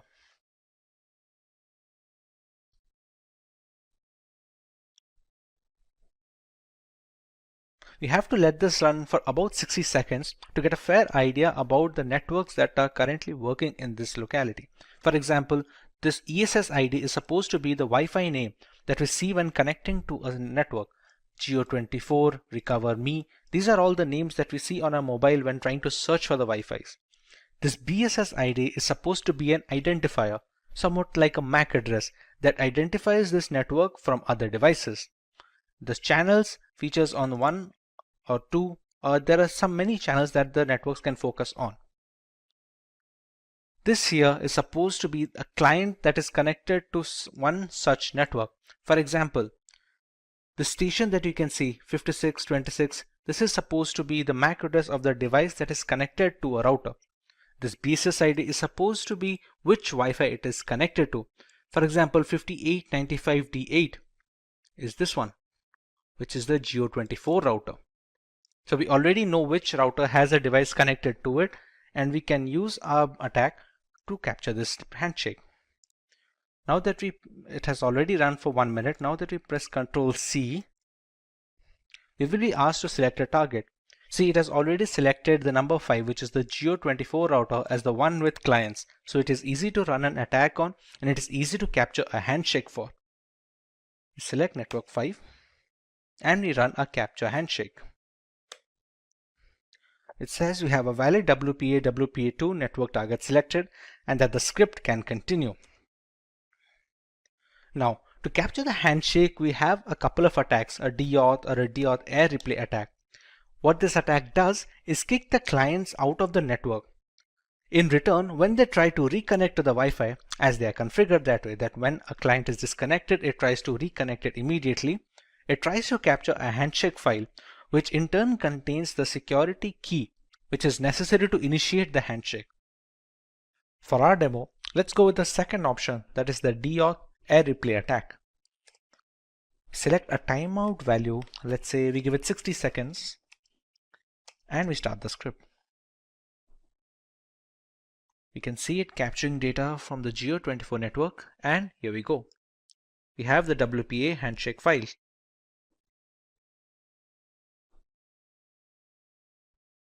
Once the handshake file is captured, you can actually close this, and here we go, congratulations. In order to capturing a handshake, it has verified that a PMK ID from the target network has successfully been captured. This is the file that is already stored. It's a .cap file. For the path, we can, let's say we can keep it in a desktop. Okay, we give the path and the handshake file is generated. We can already see a target over here, same Geo24 router with the BSS ID. Now if we return to its main menu, we already have the handshake file captured with us. Now our job is to brute force into that handshake capture file. The capture file is often encrypted with the security key of the Wi-Fi network. If we know how to decrypt it, we will automatically get the security key. So let's go to the offline WPA2 decrypt menu. Since we'll be cracking personal networks, we can go with option 1. Now to run the brute force tool, we have two options. Either we can go with the aircrack or we can go with the hashcat. Let's go with aircrack plus crunch, which is a brute force attack against a handshake file. We can go with option 2. It can already detect the capture file that we have generated. So we select yes. The BSS ID is the one which denotes the Geo24 router. So we're going to select yes as well. The minimum length of the key, for example, it has already checked that the minimum length of a Wi-Fi security key, which is a WPA to PSK key, will always be more than 8 digits and below 64 digits. So we have to select something in between this range. So if we already know, let's say that the password is at least 10 digits, we can go with the minimum length as 10. And as a rough guess, let's say we put the maximum length as 20. The character set that we're going to use for checking the password will affect the time taken to brute force. For example, if we already know that, or we have seen a user use the password while connecting to the router as something that has only numbers and symbols, then we can choose accordingly. Let's say if we go with only uppercase characters and numeric characters, go with option 7, and it's going to start decrypting. So how AirCrack is working right here, you can see this passphrase over here. The first 5 or 6 digits are A. It starts working its way from the end, from the last character. It keeps trying every single combination. You can see the fourth character from the right side, the D. It will eventually turn to E because it keeps checking up every single character from the end. This will keep going on until all the single characters are tested and every single combination is tried out. Since the handshake file is encrypted using the security key, that is the WPA2 key of the router, whichever passphrase is able to decrypt the handshake key completely will be the key of the Wi-Fi router. This is the way we can brute force into Wi-Fi routers anywhere in the world. Cyber attacks are frequently making headlines in today's digital environment. At any time, everyone who uses a computer could become a victim of a cyber attack. There are various sorts of cyber attacks ranging from phishing to password attacks. In this video, we'll look into one such attack that is known as botnet. But before we begin, if you love watching tech videos, subscribe to our channel and hit the bell icon never to miss an update. To begin with, let's take a look at some of the famous botnet attacks. The first one is Mirai botnet, which is a malicious program designed to attack vulnerable IoT devices and infect them to form a network of bots that on command perform basic and medium level denial of service attacks. Then we have the Zeus bot, specifically designed for attacking the system for bank related information and data. Now let's see what exactly a botnet is. Botnet refers to a network of hijacked interconnected devices that are installed with malicious codes known as malware. Each of these infected devices are known as bots, and a hijacked criminal known as bot hoarder remotely controls them. The bots are used to automate large-scale attacks, including data theft, server failure, malware propagation, and denial of service attacks. Now that we know what exactly a botnet is, let's dive deeper into learning how a botnet works. During the preparation of a botnet network, the first step involves preparing the botnet army. After that, the connection between the botnet army and the control server is established. And the end, the launching of the attack is done by the bot hoarder. Let's understand through an illustration. Firstly, we have a bot hoarder that initiates the attack. According to the control server commands, the devices that are infected with the malware programs and begins to attack the infected system. Let's see some details regarding the preparation of the botnet army. The first step is known as the prepping the botnet army. The first step is creating a botnet is to infect as many as connected devices as possible. This ensures that there are enough bots to carry out the attack. This way, it creates bots either by exploiting the security gaps in the software or websites or using phishing attacks. They are often deployed through Trojan horses. For the next step we have establishing the connection. Once it hacks the device, as per previous step, it infects it with the specific malware that connects the device back to the control bot server. A bot hoarder uses command programming to drive the bot's actions. And the last step is known as launching the attack.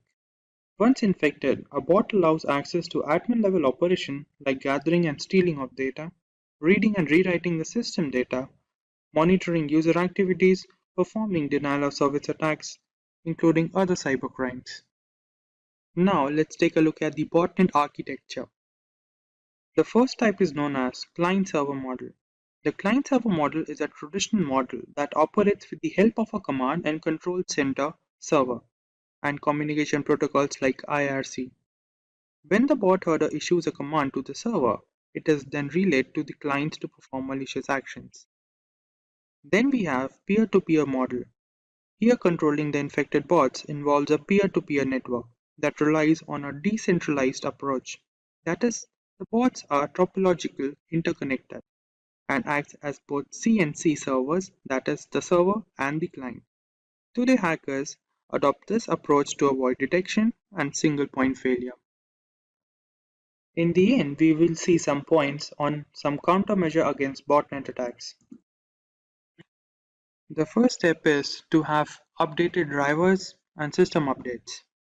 After that, we should avoid clicking random pop-ups or links that we often see on the internet. And lastly, having certified antivirus, anti-spyware softwares, and firewall installed into a system will protect against malware attack. The internet is an endless source of information and data. Still, in some cases, we come across some occurrences like cyber attacks, hacking, forced entry, which may affect our time on the web. Hi everyone, and welcome to the Simplilearn channel. Today we will discuss a topic that secretly records our input data, that is known as keyloggers. But before we begin, if you like watching tech videos, subscribe to our channel and hit the bell icon to never miss an update. To understand the keylogging problem better, let's take a look at an example. This is June. She works in a business firm where she manages the company's data regularly. This is Jacob from the information department, who is here to inform her about some of the security protocols. During the briefing, she informed him about some of the problems her system was facing with, which included slow reaction speed and unusual internet activity. As Jacob heard about the problems with the system, he thinks of the possibility what could be the reason behind these problems her system was facing with. The conclusion that he came across was the keylogging issue. Unknown to the problem her system was facing with, she asked him about some of the details regarding it. For today's topic, we learn what exactly keyloggers are and how they affect our system, what are the harmful effects that keylogging can bring into the system. To begin with, we learn what exactly the keylogging program is. As the name suggests, keylogger is a malicious program or a tool that is designed to record keystrokes that are typed during data input and record them into a log file. Then the same program secretly sends these log files to its origin, where they can be used for malicious acts by the hacker. Now that we know what the keylogging program is, let's take a look how they enter into the system. Searching for a suitable driver for a system can often lead to the installation of the keylogging program into the system if we often visit suspicious sites and uncertified software are installed into our system. Then, if we use unknown links or visiting unknown websites which come through unknown addresses can also be a reason behind the keylogging issue entering into the system. And lastly, there are often cases where different pop-ups that we often see on social sites or different media sites can lead to the installation of keylogging program into our system. Now that we know how the problem gets into the system, let's take a look how to identify whether the system is infected by the keylogging issue. The keylogging issue can be identified if there are often cases when our keyboard lags behind the system. The data that we enter sometimes is stuck in between when we type through the input. Then, there are cases when the system freeze occurs unknowingly to what exactly could be the reason behind them. And also there are delayed reaction time for different applications that run on the system. And lastly, there are different cases when we often see suspicious internet activity on the system that we don't know about. This could lead to the identification of a problem into the system. Now, we'll take a look at different types of keyloggers that are present on the net which can harm our system differently. The first problem that keyloggers arouse is API based. The most common keylogging case, which uses APIs to keep a log of the type data and share it to its origin for malicious purposes. Each time we press a key, the keylogger intercepts the signal and logs it. Then we have form grabbing based keyloggers. As the name suggests, they are based keyloggers that store the form data. That is, if we often use web forms or different kinds of forms to enter different data, they can be recorded into the system by the program and sent it to its origin. Then we have kernel-based keyloggers. These keyloggers are installed deeply into the operating system, where they can hide from different antivirus if not checked properly, and they record the data that we type on the keyboard and send it to its origin. And lastly, we have hardware keyloggers. These keyloggers are present directly into the hardware. That is, they are embedded into system where they record the data that we type on the keyboard. Now let's take a look how hackers differentiate different type of recorded data and exploit them. When hackers receive information about the target, they might use it to blackmail the target, which may affect the personal life of the target and also blackmail them for different money related issues. Then, in case of company data that is recorded by the keylogging program can also affect the economic value of the company in the market, which may lead to the downfall of the company. Also, in some cases, the keylogging program can also log data about military secrets, which may include nuclear codes or security protocols which are necessary to maintain the security of a country. Now, let's take a look whether mobile devices get infected with the keylogging issue or not. In the case of hand devices, infection of keyloggers are low in comparison to the computer systems, as they use on-screen keyboard or virtual keyboard. But in some cases, we often see different kinds of malicious programs getting installed into the hand device if we often visit different uncertified websites or illegal websites or torrent sites. And also, the device that is infected with the keylogging issue or different kind of malicious program can often lead to the exploitation of data that includes photos, emails, or important files by the hacker or the cyber criminal that installed the particular malicious program into the system. Now, to prevent a system from getting infected by the keylogging program, let's take a look at different points. The first point includes using of different antivirus softwares or tools which can prevent the entering of malicious program into the system. Then, keeping system security protocols regularly updated is also a good habit. And lastly, using virtual keyboard to input our sensitive data, which may include bank details, login details, or different passwords related to different websites. Now that we have some understanding about the topic of keyloggers, let's take a look at the demo to further increase the knowledge about the topic.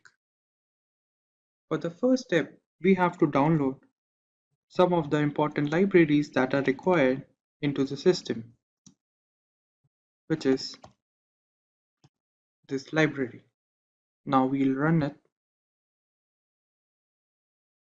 The system says the library is already installed into the system. Now let's take a look what exactly modules are required from the particular library. From this library, we'll import the keyboard module, which will help us to record the data that we type on the keyboard. Now, from the same, we'll also import key module and the listener module, and also the logging module, which will help us to record the data into a log file. For the next part, we'll write a piece of code that will allow us to save the data that is recorded by the program into a text file that will be named as key_log text file along with the date and time stamp. Let's take a look.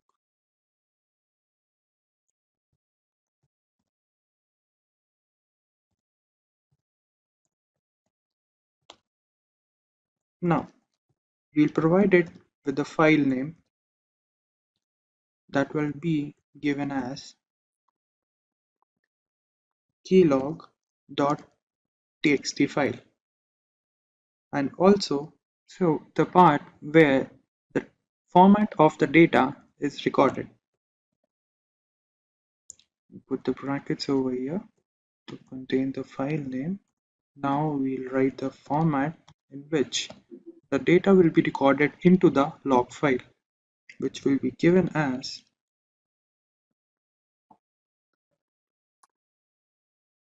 the format would be the message and the timestamp, which would be given as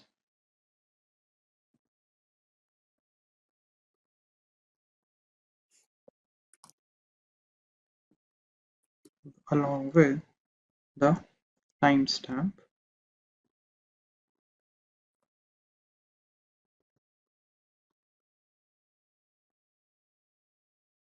given as percentage and ending it with the bracket. Now, for the next step, we'll design two of the functions that will be used into the program that will be termed as while press function and while release function. Let's take a look. While press function would be a function that will come into play when the keyboard key has been pressed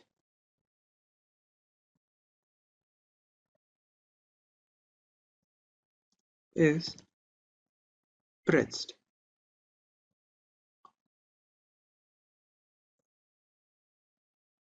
And this would go for the format that we designed in the above line, and logging the pressed key info,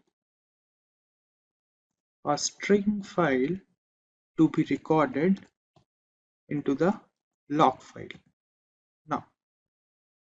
Now we'll design a function that is while release.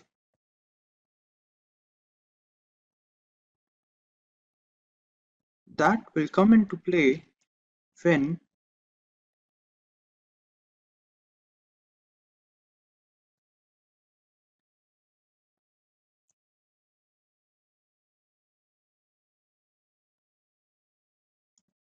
the escape key has been pressed. That is, the program will terminate itself and the program will stop from running. And in the end, we require for the functioning of the program to loop these functions, that is while press and while release, to continue its cycle.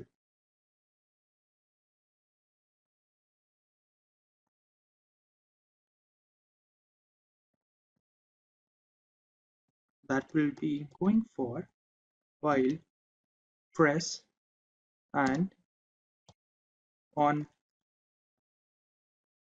release will contain while release function.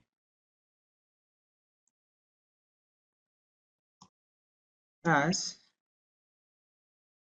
listener. And now this part would join the different threads and store them into the log file. Now that we have completed the code for the program, let's run it.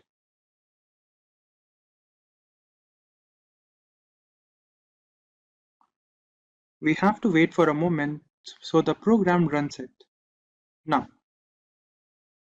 to verify the program, let's open Notepad. And on the Notepad, we'll write hello world, which will be the basic whether the program is working or not.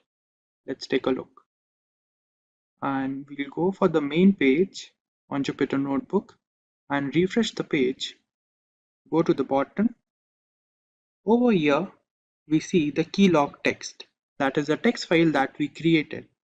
Let's open it. And over here, we have the data that is created. as we started with.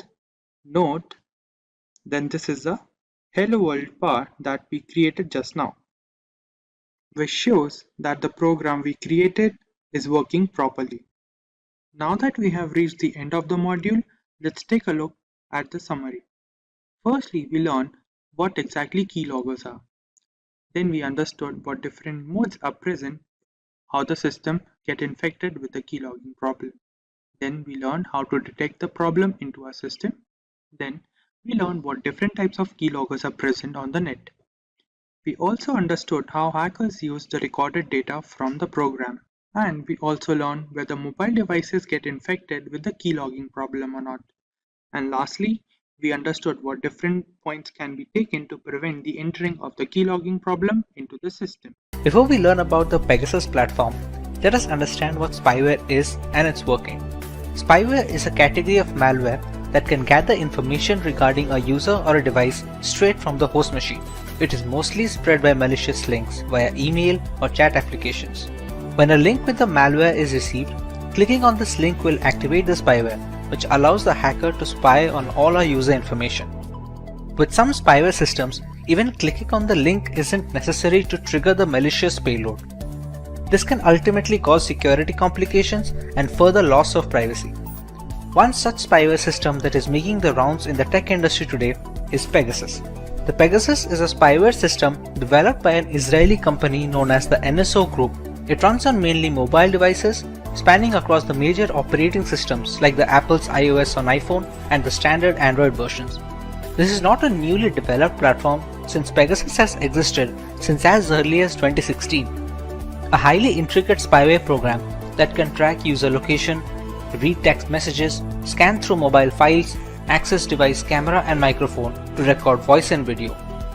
Pegasus has all the tools necessary to enforce surveillance for any client that wishes to buy its services.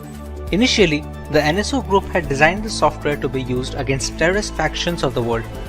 With more and more encrypted communication channels coming to the forefront, Pegasus was designed to maintain control over the data transmission that can be a threat to national security. Unfortunately, the people who bought the software had complete control over who, how, and up to what level they can put surveillance limits on.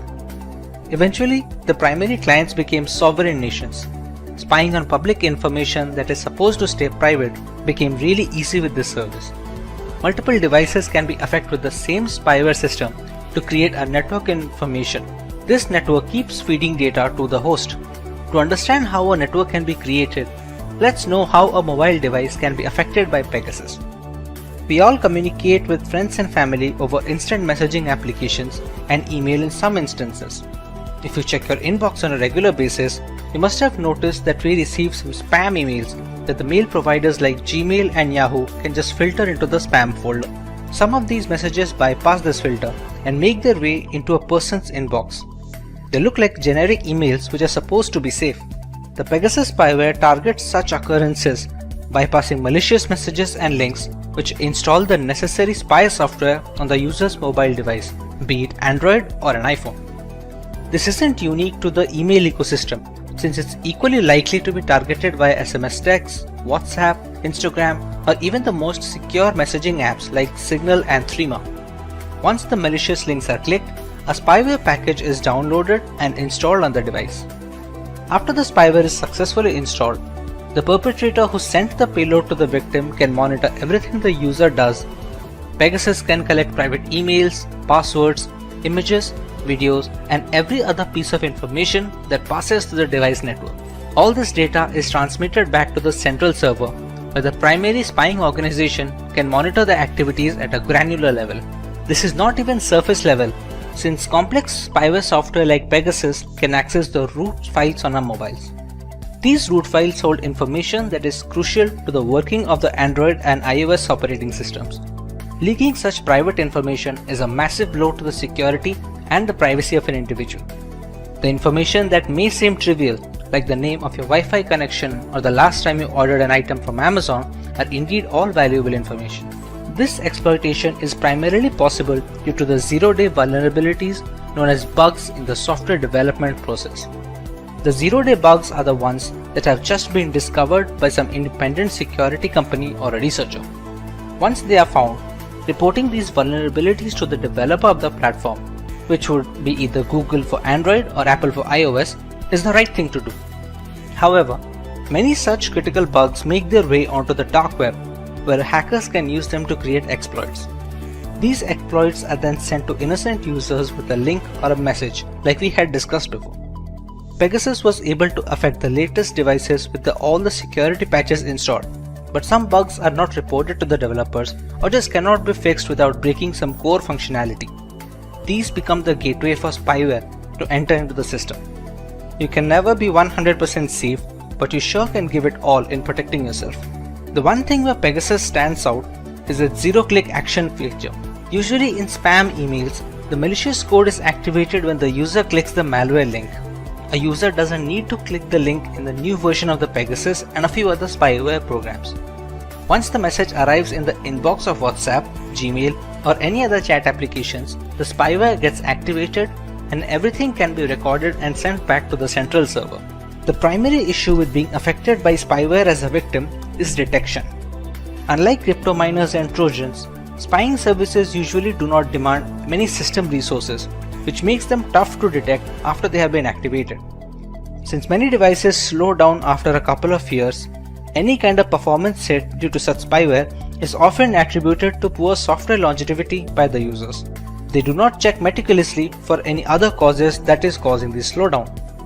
When left unchecked, these devices can capture voice and video from the mobile sensors while keeping the owner in the dark. Let's take a moment to check if we are well aware of the causes of such attacks. How do users fall prey to such spyware programs? A. By installing untested software. B. By clicking on the third-party links from email and messages. C. By not keeping their apps and phones updated. Or D. All of the above. Let us know your answers in the comment section below and we will reveal the correct answer next week. But what about the unaffected devices, the vulnerable ones? While we cannot be certain of our security, there are a few things we can do to boost our device, be it against Pegasus or the next big spyware on the market.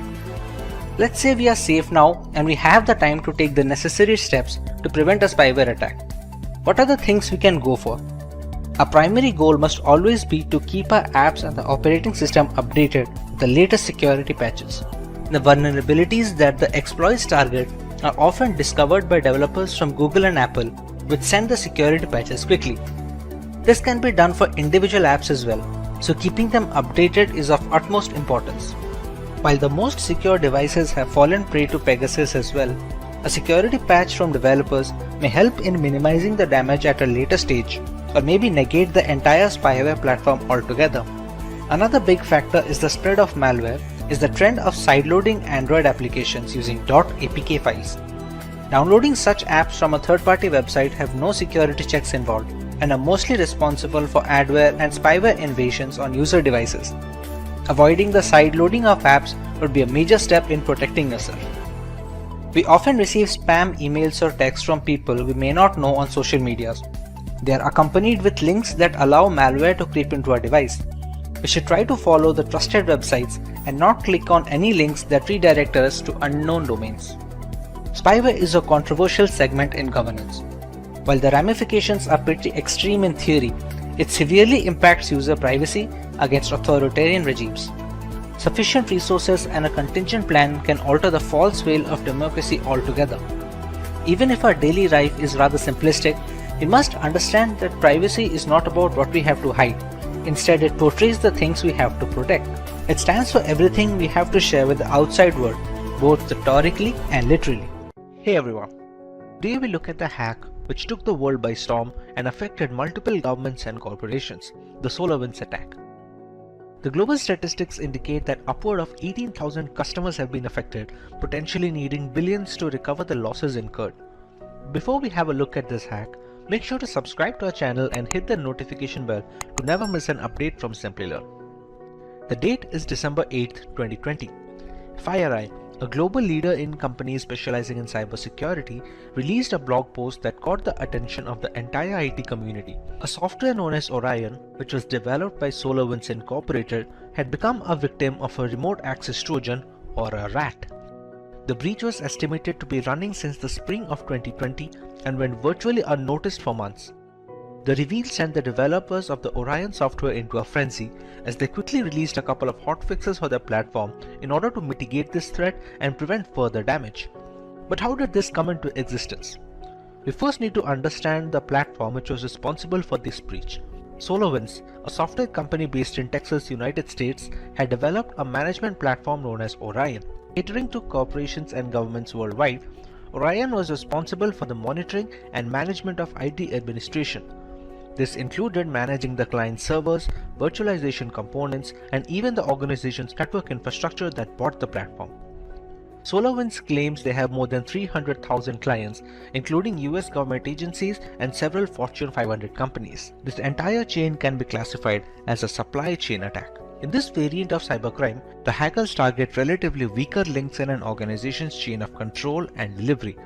These are preferably services rendered by a third party since there is no direct jurisdiction over it. In this case, the Orion platform was the primary target. The culprit, however, was software updates. The update server for SolarWinds Orion had a malicious version attached with malware, or a Trojan to be precise. This was made possible since the code repository that handled the software updates was breached. Once the update server repository was compromised, the source code of the applications became open to modification and malicious code found its way onto the software. A remote access Trojan was attached to a potential update nicknamed the Sunburst update. This update gave hackers backdoor access to any client that uses the correct version. On its release, many clients believed the update to be legitimate since it came from the right source and they had no reason to believe otherwise. American government agencies were supposedly hit the hardest as the list of victims included the US Departments of Homeland Security, Treasury, and Health. Several private companies like Cisco, Nvidia, and Intel were compromised, according to a list published by the cybersecurity firm TrueSec. Most of the companies had issued quick updates to fix these vulnerabilities introduced by the software.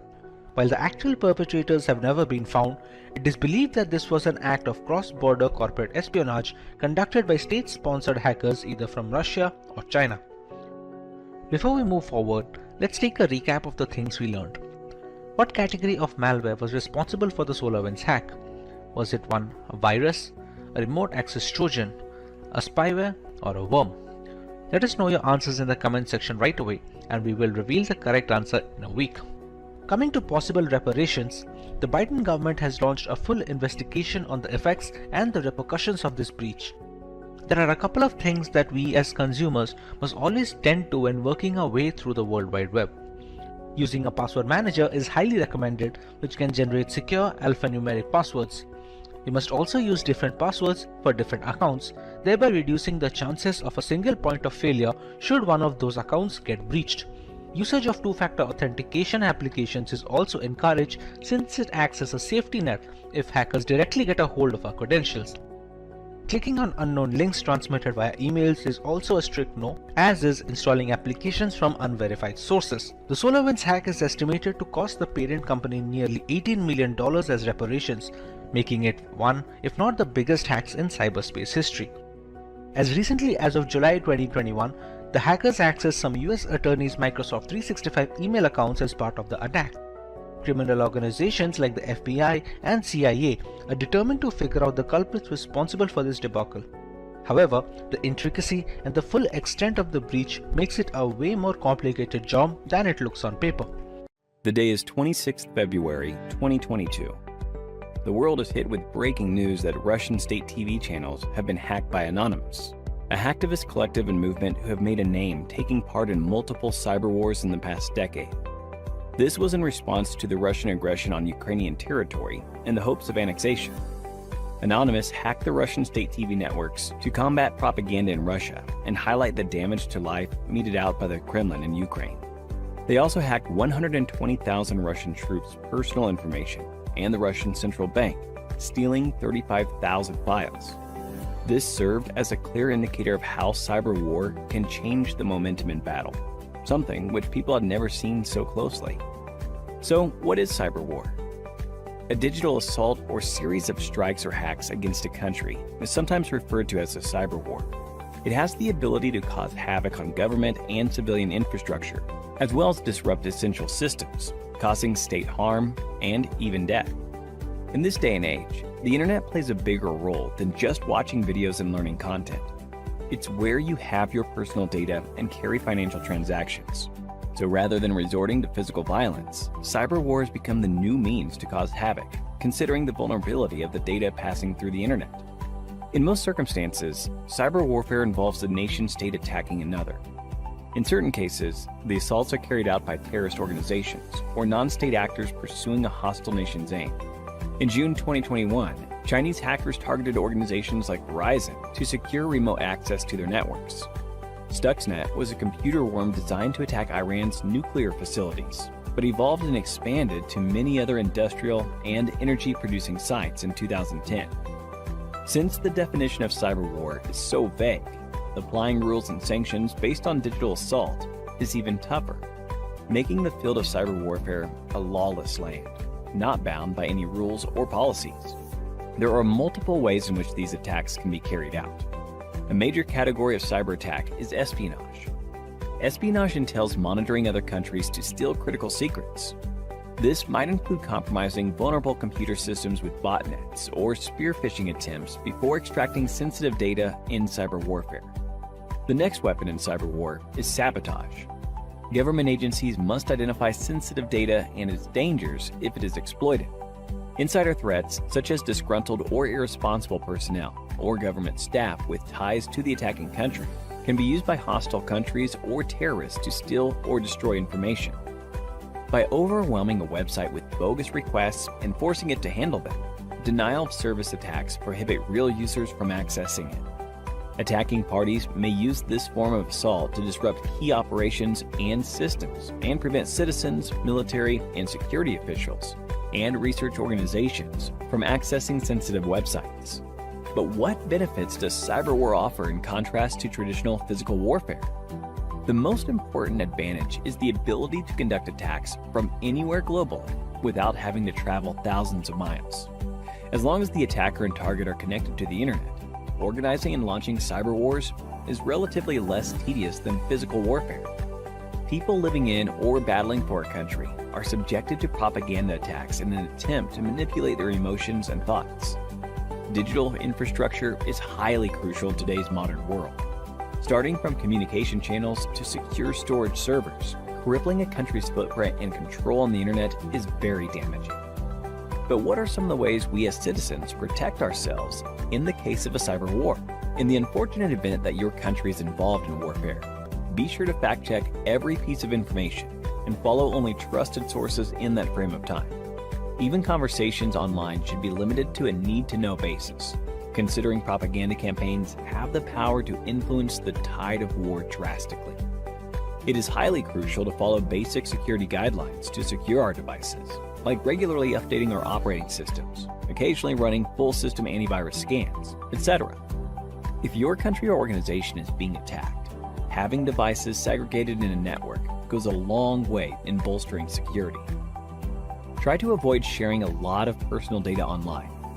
In this era of Instagram and Facebook, divulging private information can be detrimental to keeping a secure firewall for your data.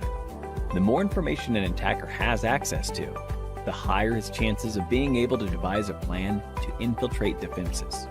And if you're someone who is interested in building a career in cybersecurity, that is by graduating from the best universities, or a professional who elicits to switch careers with cybersecurity by learning from the experts, then try giving a shot to Simplilearn's postgraduate program in cybersecurity, with modules from the MIT Schwarzman College of Engineering. And the course link is mentioned in the description box that will navigate you to the course page where you can find a complete overview of the program being offered. During data transmission, there are various external factors which can affect the transmission of data over a network channel. To prevent such cases from happening, we use Internet Protocol Security, which we will be discussing in the session on IPsec Explained. Hi guys, and welcome to yet another interesting video by Simplilearn. But before we begin, if you love watching tech videos, subscribe to our channel and hit the bell icon to never miss an update from us. Now without further ado, let's take a look at the agenda for this session. To begin with, we will look into what is IPsec.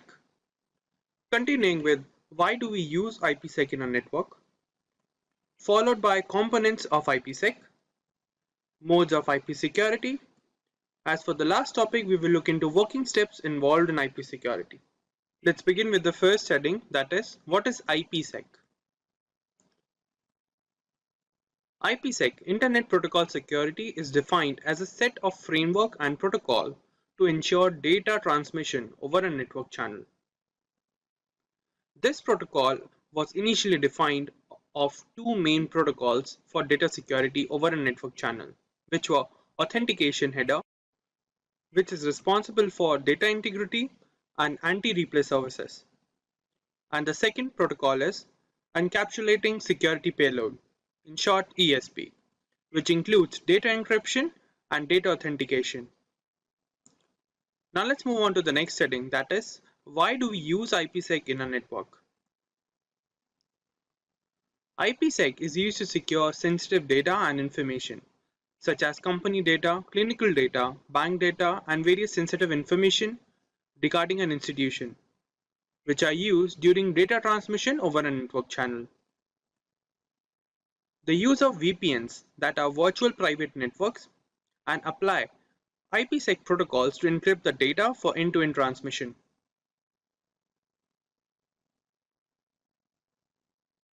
Let's continue with why do we use IPsec services.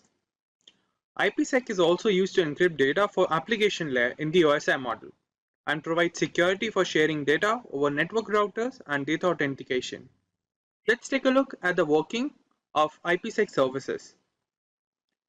To begin with, we have two different systems, System 1 and System 2, which will establish a network channel, and then the encryption of data will take place when one host will share the data to the second host. During this, IPsec services will secure the data that is to be transferred over the network channel by applying router encryption and authentication. Now let's move on to the next topic, that is components of IPsec. The IPsec services comprises of multiple protocols that ensure the data transmission over the network channel. The first one is Encapsulating Security Payload Protocol, in short ESP. This protocol of IP security provides data encryption and authentication services, and it also authenticates and encrypts the data packet in the transmission channel. Moving on, we have Authentication Header, in short AH. Similar to ESP, the authentication header also provides all the security services, but it does not encrypt the data.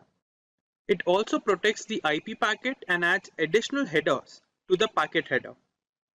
The modified IP datagram looks this way, where the IP components are included at the second position, the 7th position, and the 6th position, along with the authentication of data services over the network channel. Moving on, we have Internet Key Exchange, IKE. This protocol provides protection for content data and also changes the attribute of the original data to be shared by implementing SHA and MD5 algorithms. They also check the message for authentication and then only is forwarded to the receiver side. For example, this is the original data packet we are used to with IP header path, TCP UDP and data. Whereas this is the modified IPsec data packet where a ESP header is added between IP header and the TCP protocol. Now let's move on to the next heading, that is modes of IPsec. There are basically two types of IPsec modes available for data transmission over the network channel, where the first one is tunnel mode. This mode of transmission is used to secure gateway-to-gateway data. It is applied when the final destination of the data is to be connected to a sender side through a connection gateway over the internet. For example, we have two hosts, host A and host B. Through the host A, we are sending a message to host B, which will pass through a gateway at host A point, and it passes through a gateway to host B then.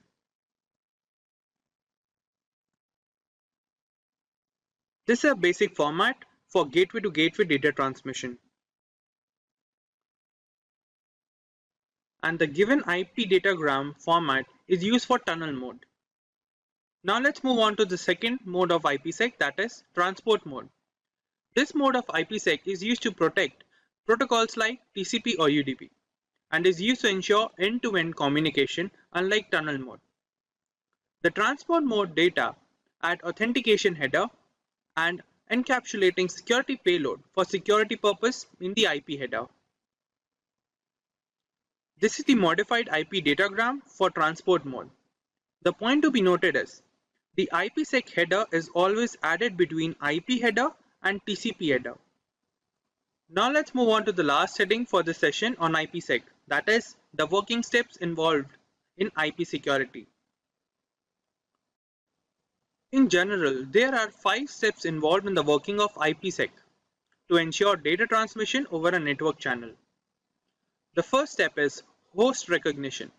In the first step, the host system will check if the packet is to be transmitted or not by automatically triggering the security policy for the data, which is implemented by the sender side for proper encryption. Then the second step is known as IKE Phase 1. In this step, the two host devices, the sender and the receiver side, will authenticate each other to establish a secure network channel. It is comprised of two modes. The main mode. This provides much better security with a proper time limit. And the second mode, known as aggressive mode. As the name suggests, it establishes the IPsec protocol much faster in comparison to main mode. Let's move on to the third step, which is IKE Phase 2. After the second step, the host decide the type of cryptography algorithm to apply over the session in the network channel and the secret key for the algorithm to be used to encrypt the data for transmission. Then we have IPsec transmission. This step involves the actual transfer of data over the network channel using various protocols used in IPsec security, which are implemented under the tunnel condition. And the last step is IPsec termination. After the completion of data exchange or session timeout, the IPsec tunnel is terminated and the security key established is discarded by both the host system. Network security is a set of technologies that protects the usability and integrity of a company's infrastructure by preventing the entry or proliferation within a network. Its architecture comprises of tools that protect the network itself and the applications that run over it. Effective network security strategies employ multiple lines of defense that are scalable and automated. Each defensive layer here enforces a set of security policies which are determined by the administrator beforehand. This aims at securing the confidentiality and accessibility of the data and the network. Every company or organization that handles a large amount of data has a degree of solutions against many cyber threats.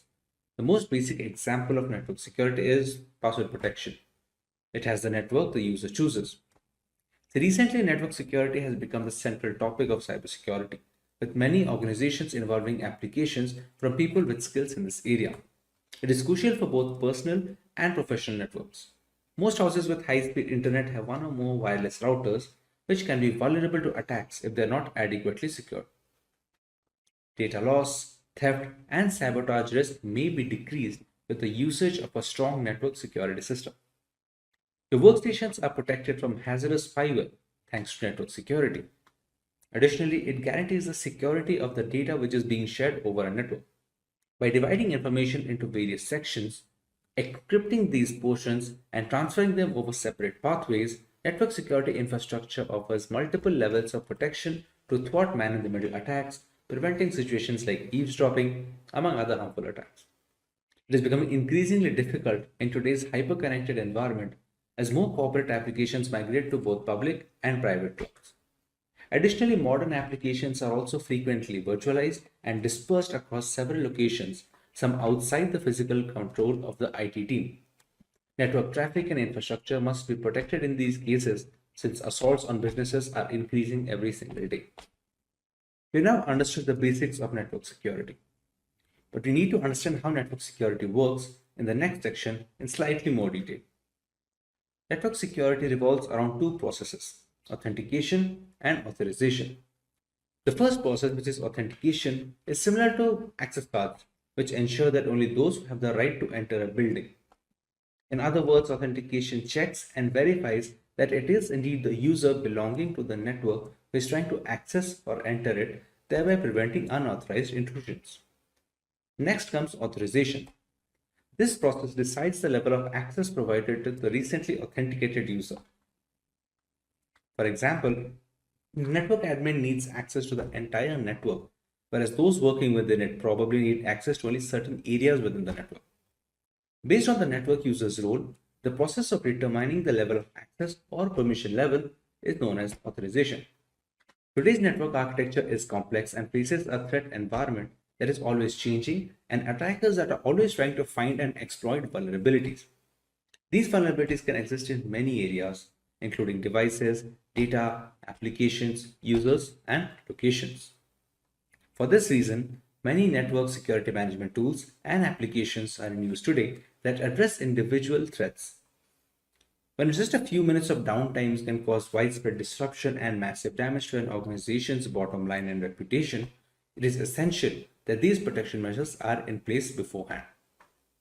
Now that we know a little about network security and its working, let's cover the different types of network security. The fundamental tenet of network security is the layering of protection for massive networks and stored data that ensure the acceptance of rules and regulations. As a whole, there are three types. The first of which is physical security, the next being technical, and the third being administrative. Let's look into physical security first. This is the most basic level that includes protecting data and network to unauthorized personnel from acquiring control over the confidentiality of the network. These include external peripherals and routers that might be used for cable connections. The same can be achieved by using devices like biometric systems. Physical security is critical, especially for small businesses that do not have many resources to devote to security personnel and the tools as opposed to large firms.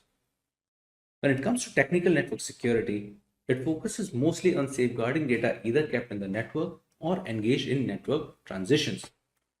This kind fulfills two functions. One is defense against unauthorized users, the other is a defense against malevolent actions. The last category is administrative. This level of network security protects user behavior, like how the permission has been granted and how the authorization process takes place. This also ensures the level of sophistication the network might need to protect it through all the attacks. This level also suggests necessary amendments that have to be done to the infrastructure. I think that's all the basics that we need to cover on network security, in which our next topic we're going to go through two mediums of network security, which are the transport layer and the application layer. The transport layer is a way to secure information as it is carried over the internet, with users browsing websites, emails, instant messaging, etc. TLS aims to provide a private and secure connection between a web browser and a website server. It does this with a cryptographic handshake between two systems using public key cryptography. The two parties to the connection exchange a secret token, and once each machine validates this token, it is used for all communications. The connection employs lighter symmetric cryptography to save bandwidth and processing power. Since the application layer is the closest layer to the end user, it provides hackers with the largest threat surface. Poor app layer security can lead to performance and stability issues, data theft, and in some cases, the network being taken down.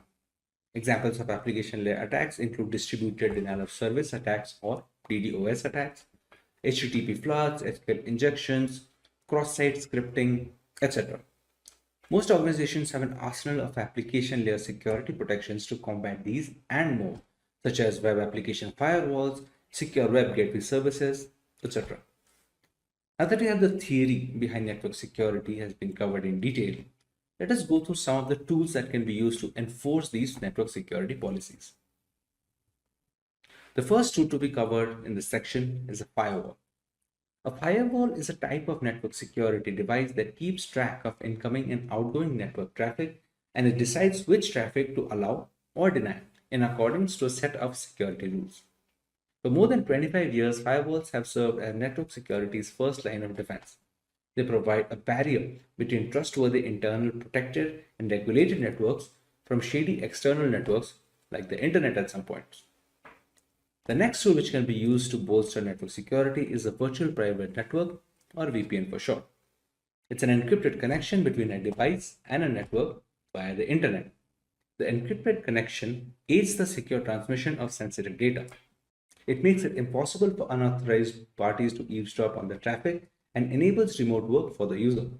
The usage of VPN technology is common in both corporate and personal networks.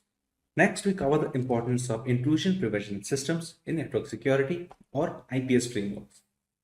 An intrusion prevention system is a network security tool that continually scans the network for harmful activity and responds to it when it does occur by reporting, blocking, or discarding it. It can be either hardware or software. It's more sophisticated than an intrusion detection system or an IDS framework, which can just warn an administrator and merely identify harmful activities, while in the case of an IPS, it actually takes against that activity. The next tool in this section and the final one are going to be behavioral analytics. Behavioral analytics focus more on the statistics that are being carried over and stored through months and years of usage. Once some kind of similar pattern is noted, where the IT administrator can detect some kind of attack, the similar attacks can be stopped and the security can be further enhanced. Now that we have covered all that we need to know about network security, the necessary tools, its different types, etc., let's go to the benefits of network security as a whole. The first, which is protection against external threats. The objective for cyber assaults can be as varied as the offenders themselves.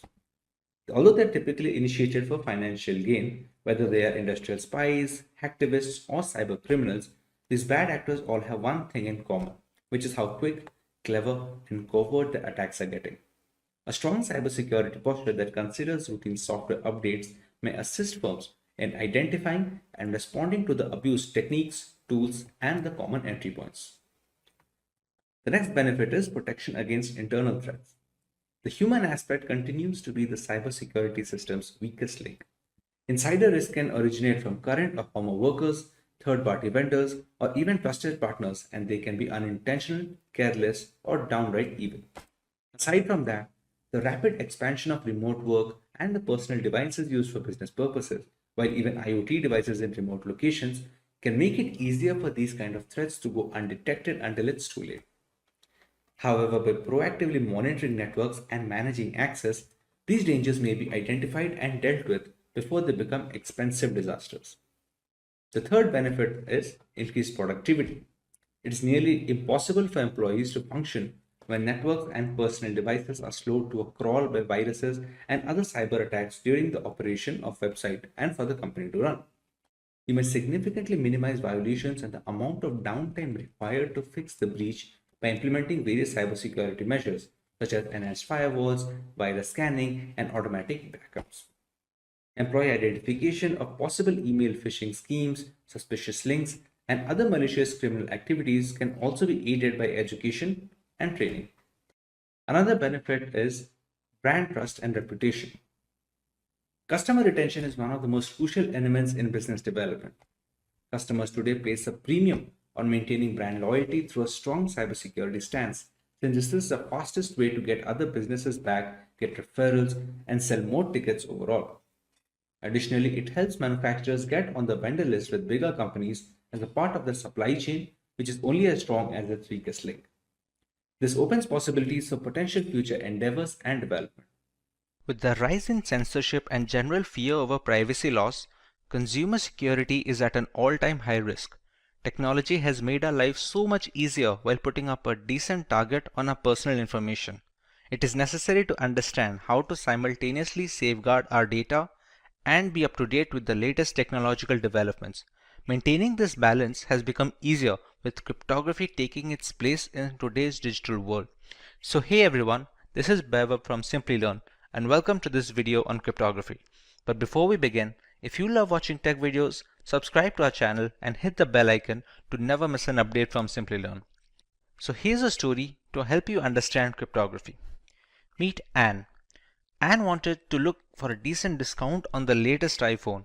She started searching on the internet and found a rather shady website that offered a 50% discount on the first purchase. Once Anne submitted her payment details, a huge chunk of money was withdrawn from her bank account just moments after.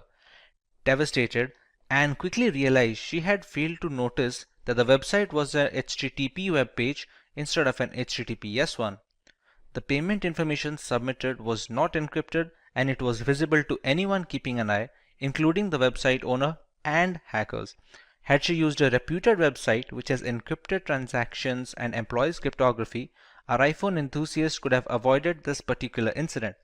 This is why it's never recommended to visit unknown websites or share any personal information on them. Now that we understand why cryptography is so important, let's take a look at the topics to be covered today. We take a look into what cryptography is and how it works. We learn where cryptography is being used in our daily lives and how we are benefiting from it. Then we will understand the different types of cryptography and their respective uses. Moving on, we will look at the usage of cryptography in ancient history and a live demonstration of cryptography and encryption in action. Let's now understand what cryptography is. Cryptography is the science of encrypting or decrypting information to prevent unauthorized access. We transform our data and personal information so that only the correct recipient can understand the message. As an essential aspect of modern data security, using cryptography allows the secure storage and transmission of data between willing parties. Encryption is the primary route for employing cryptography by adding certain algorithms to jumble up the data. Decryption is the process of reversing the work done by encrypting information so that the data becomes readable again. Both of these methods form the basis of cryptography. For example, when Simplilearn is jumbled up or changed in any format, not many people can guess the original word by looking at the encrypted text. The only ones who can are the people who know how to decrypt the coded word, thereby reversing the process of encryption. Any data pre-encryption is called plain text or clear text. To encrypt the message, we use certain algorithms that serve a single purpose of scrambling the data to make them unreadable without the necessary tools. These algorithms are called ciphers. They are a set of detailed steps to be carried out one after the other to make sure the data becomes as unreadable as possible until it reaches the receiver. We take the plain text, pass it to the cipher algorithm, and get the encrypted data. This encrypted text is called the ciphertext, and this is the message that is transferred between the two parties. The key that is being used to scramble the data is known as the encryption key. These steps, that is the cipher, and the encryption key are made known to the receiver, who can then reverse the encryption on receiving the message. Unless any third party manages to find out both the algorithm and the secret key that is being used, they cannot decrypt the messages since both of them are necessary to unlock the hidden content. Wonder what else we would lose if not for cryptography? Any website where you have an account can read your passwords. Important emails can be intercepted and their contents can be read without encryption during their transit. More than 65 billion messages are sent on WhatsApp every day, all of which are secured thanks to end-to-end encryption. There is a huge market opening up for cryptocurrency, which is possible due to blockchain technology that uses encryption algorithms and hashing functions to ensure that the data is secure. If this is of particular interest to you, you can watch our video on blockchain, the link of which will be in the description. Of course, there is no single solution to a problem as diverse as explained. There are three variants of how cryptography works and is in practice. They are symmetric encryption, asymmetric encryption, and hashing. Let's find out how much we have understood until now. Do you remember the difference between a cipher and ciphertext? Leave your answers in the comments, and before we proceed, if you find this video interesting, make sure to give it a thumbs up before moving ahead. Let's look at symmetric encryption first. Symmetric encryption uses a single key for both the encryption and decryption of data. It is comparatively less secure than asymmetric encryption, but much faster. It is a compromise that has to be embraced in order to deliver data as fast as possible without leaving information completely vulnerable. This type of encryption is used when data rests on servers and identifies personnel for payment applications and services. The potential drawback with symmetric encryption is that both the sender and receiver need to have the same secret key, and it should be kept hidden at all times. Caesar cipher and Enigma machine are both symmetric encryption examples that we will look into further. For example, If Alice wants to send a message to Bob, she can apply a substitution cipher or a shift cipher to encrypt the message. But Bob must be aware of the same key itself, so he can decrypt it when he finds it necessary to read the entire message. Symmetric encryption uses one of the two types of ciphers, stream ciphers and block ciphers. Block ciphers break the plain text into blocks of fixed size and use the key to convert it into ciphertext. Stream ciphers convert the plain text into ciphertext one bit at a time instead of resorting to breaking them up into bigger chunks. In today's world, the most widely used symmetric encryption algorithm is AES 256, that stands for Advanced Encryption Standard, which has a key size of 256-bit with 128-bit and 196-bit key sizes also being available. Other primitive algorithms like the Data Encryption Standard, that is the DES, the Triple Data Encryption Standard 3DES, and Blowfish have all fallen out of favor due to the rise of AES. AES chops up the data into blocks and performs 10 plus rounds of obscuring and substituting the message to make it unreadable. Asymmetric encryption, on the other hand, has a double whammy at its disposal. There are two different keys at play here, a public key and a private key. The public key is used to encrypt information pre-transit, and a private key is used to decrypt the information post-transit. If Alice wants to communicate with Bob using asymmetric encryption, she encrypts the message using Bob's public key. After receiving the message, Bob uses his own private key to decrypt the data. This way, nobody can intercept the message in between transmissions, and there is no need for any secure key exchange for this to work, since the encryption is done with the public key and the decryption is done with the private key that no one except Bob has access to. Both the keys are necessary to read the full message. There is also a reverse scenario where we can use the private key for encryption and the public key for decryption. A server can sign non-confidential information using its private key, and anyone who has its public key can decrypt the message. This mechanism also proves that the sender is authenticated and there is no problem with the origin of the information. RSA encryption is the most widely used asymmetric encryption standard. It is named after its founders Rivest, Shamir, and Edelman, and it uses block ciphers that separate the data into blocks and obscure the information. Widely considered the most secure form of encryption, albeit relatively slower than AES, it is widely used in web browsing, secure identification, VPNs, emails, and chat applications. With so much hanging on the key's secrecy, there must be a way to transmit the keys without others reading our private data. Many systems use a combination of symmetric encryption and asymmetric encryption to bolster security and match speed at the same time. Since asymmetric encryption takes longer to decrypt large amounts of data, the full information is encrypted using a single key, that is, symmetric encryption. That single key is then transmitted to the receiver using asymmetric encryption, so you don't have to compromise either way. Another route is using the Diffie-Hellman key exchange, which relies on a one-way function and is much tougher to break into.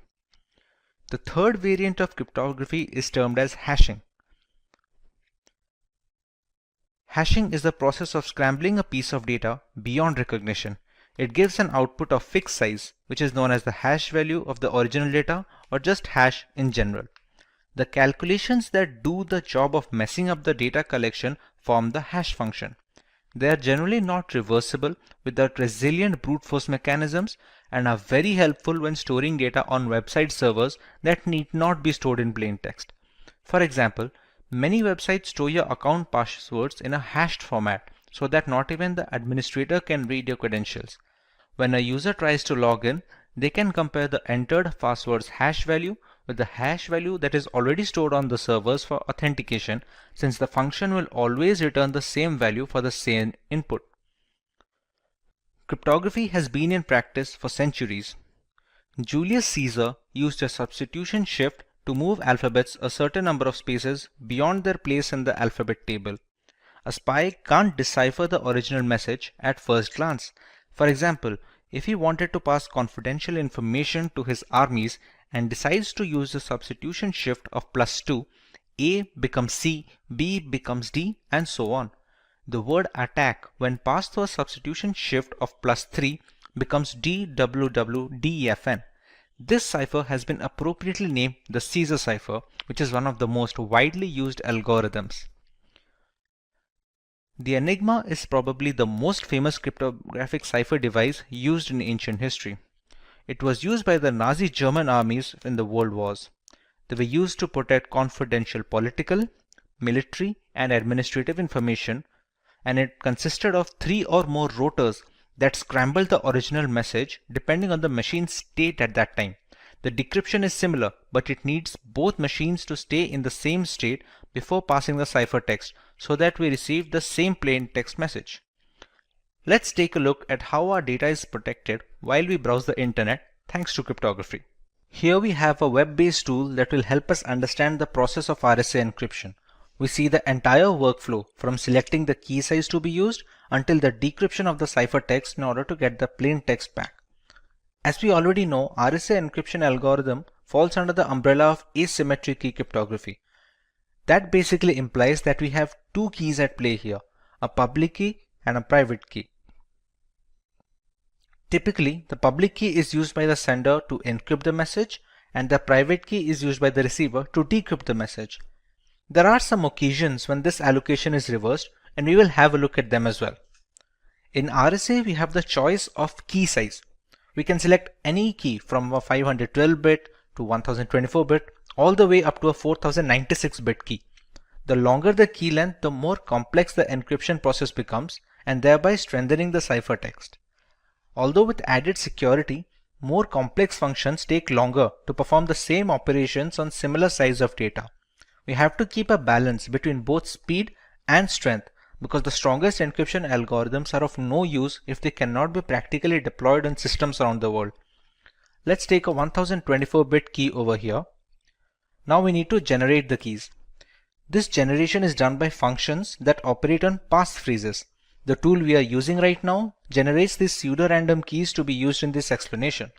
Once we generate the keys, you can see the public key is rather smaller than the private key, which is almost always the case. These two keys are mathematically linked with each other.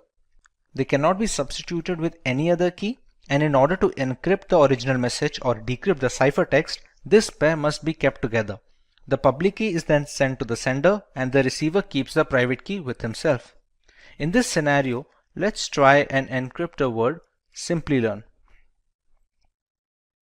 We have to select if the key being used for encryption is either private or public, since that affects the process of scrambling the information. Since we are using the public key over here, let's select the same and copy it and paste over here. The cipher we are using right now is plain RSA. There are some modified ciphers with their own pros and cons that can also be used, provided we use it on a regular basis and depending on the use case as well. Once we click on encrypt, we can see the ciphertext being generated over here. The pseudorandom generating functions are created in such a way that a single character change in the plaintext will trigger a completely different ciphertext. This is a security feature to strengthen the process from brute force methods. Now that we are done with the encryption process, let's take a look at the decryption part.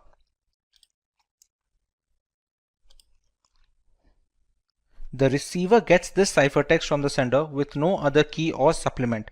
He or she must already possess the private key generated from the same pair. No other private key can be used to decrypt the message since they are mathematically linked. We paste the private key here and select the same. The cipher must also be the same used during the encryption process. Once we click decrypt, you can see the original plain text we had decided to encrypt.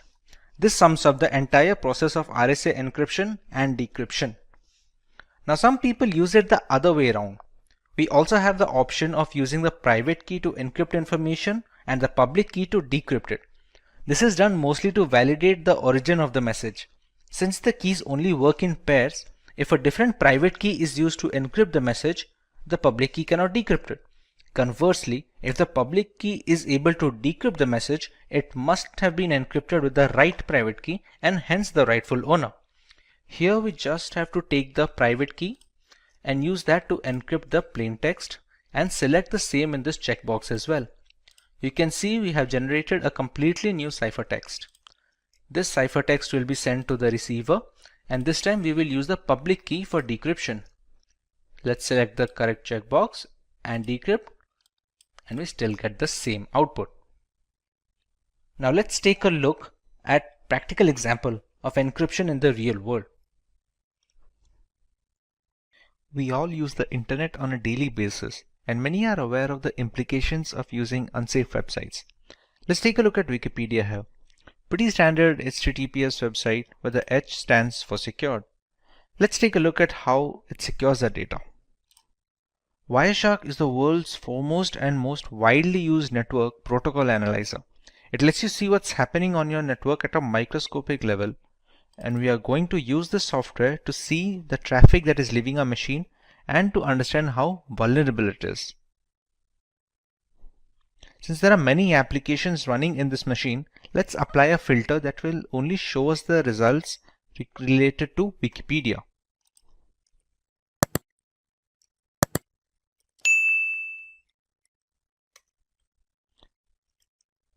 Let's search for something that we can navigate the website with. Okay, once we get into it a little, you can see some of the requests being populated over here. Let's take a look at the specific request. These are the data packets that basically transport the data from our machine to the internet and vice versa. As you can see, there's a bunch of gibberish data here that doesn't really reveal anything that we searched or watched. Similarly, other secured websites function the same way, and it is very difficult, if at all possible, to snoop on user data this way. To put this in perspective, let's take a look at another website, which is a HTTP web page.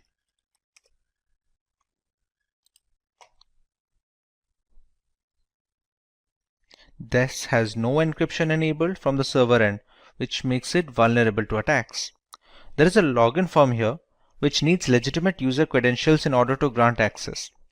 Let's enter a random pair of credentials.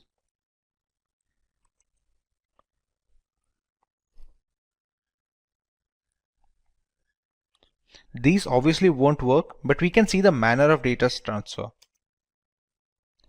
Unsurprisingly, we weren't able to get into the platform. Instead, we can see the data packets. Let's apply a similar filter that will help us understand what request this website is sending.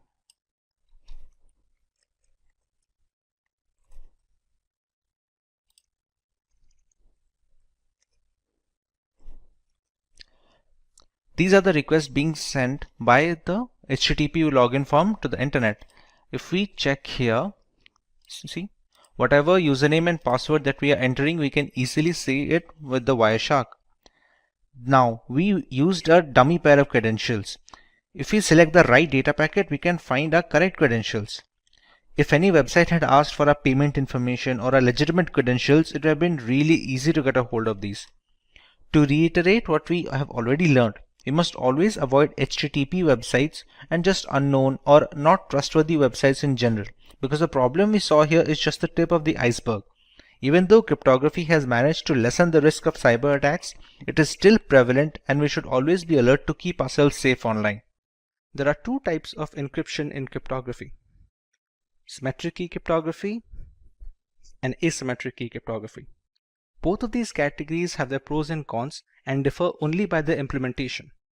Today we are going to focus exclusively on symmetric key cryptography. Let us have a look at its applications in order to understand its importance better.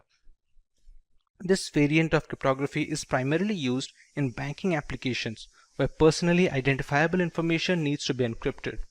With so many aspects of banking moving on to the internet, having a reliable safety net is crucial.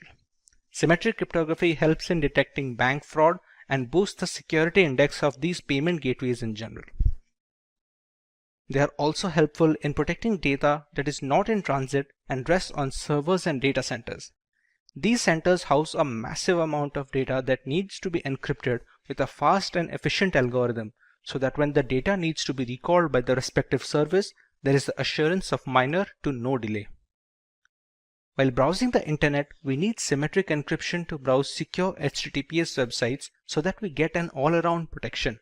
It plays a significant role in verifying website server authenticity, exchanging the necessary encryption keys required, and generating a session using those keys to ensure maximum security. This helps us in preventing the rather insecure HTTP website format. So let us understand how symmetric key cryptography works first before moving on to the specific algorithms. Symmetric key cryptography relies on a single key for the encryption and decryption of information. Both the sender and receiver of the message need to have a pre-shared secret key that they will use to convert the plain text into ciphertext and vice versa. As you can see in the image, the key used for encryption is the same key needed for decrypting the message at the other end. The secret key shouldn't be sent along with the ciphertext to the receiver because that would defeat the entire purpose of using cryptography. Key exchange can be done beforehand using other algorithms like the Diffie-Hellman key exchange protocol, for example. For example, if Paul wants to send a simple message to Jane, they need to have a single encryption key that both of them must keep secret to prevent snooping on by malicious actors. It can be generated by either one of them, but must belong to both of them before the messages start flowing. Suppose the message "I am ready" is converted into ciphertext using a specific substitution cipher by Paul. In that case, Jane must also be aware of the substitution shift to decrypt the ciphertext once it reaches her. Irrespective of the scenario where someone manages to grab the ciphertext mid-transit to try and read the message, not having the secret key renders everyone helpless looking to snoop in. The symmetric key algorithms like the data encryption standard have been in use since the 1970s, while the popular ones like the AES have become the industry standard today. With the entire architecture of symmetric cryptography depending on the single key being used, you can understand why it's of paramount importance to keep it secret on all occasions. The side effect of having a single key for the encryption and decryption is it becomes a single point of failure. Anyone who gets their hand on it can read all the encrypted messages and do so mainly without the knowledge of the sender and the receiver. So it is the priority to keep the encryption and decryption key private at all times. Should it fall into the wrong hands, the third party can send messages to either the sender or the receiver using the same key to encrypt the message. Upon receiving the message and decrypting it with the key, it is impossible to guess its origin.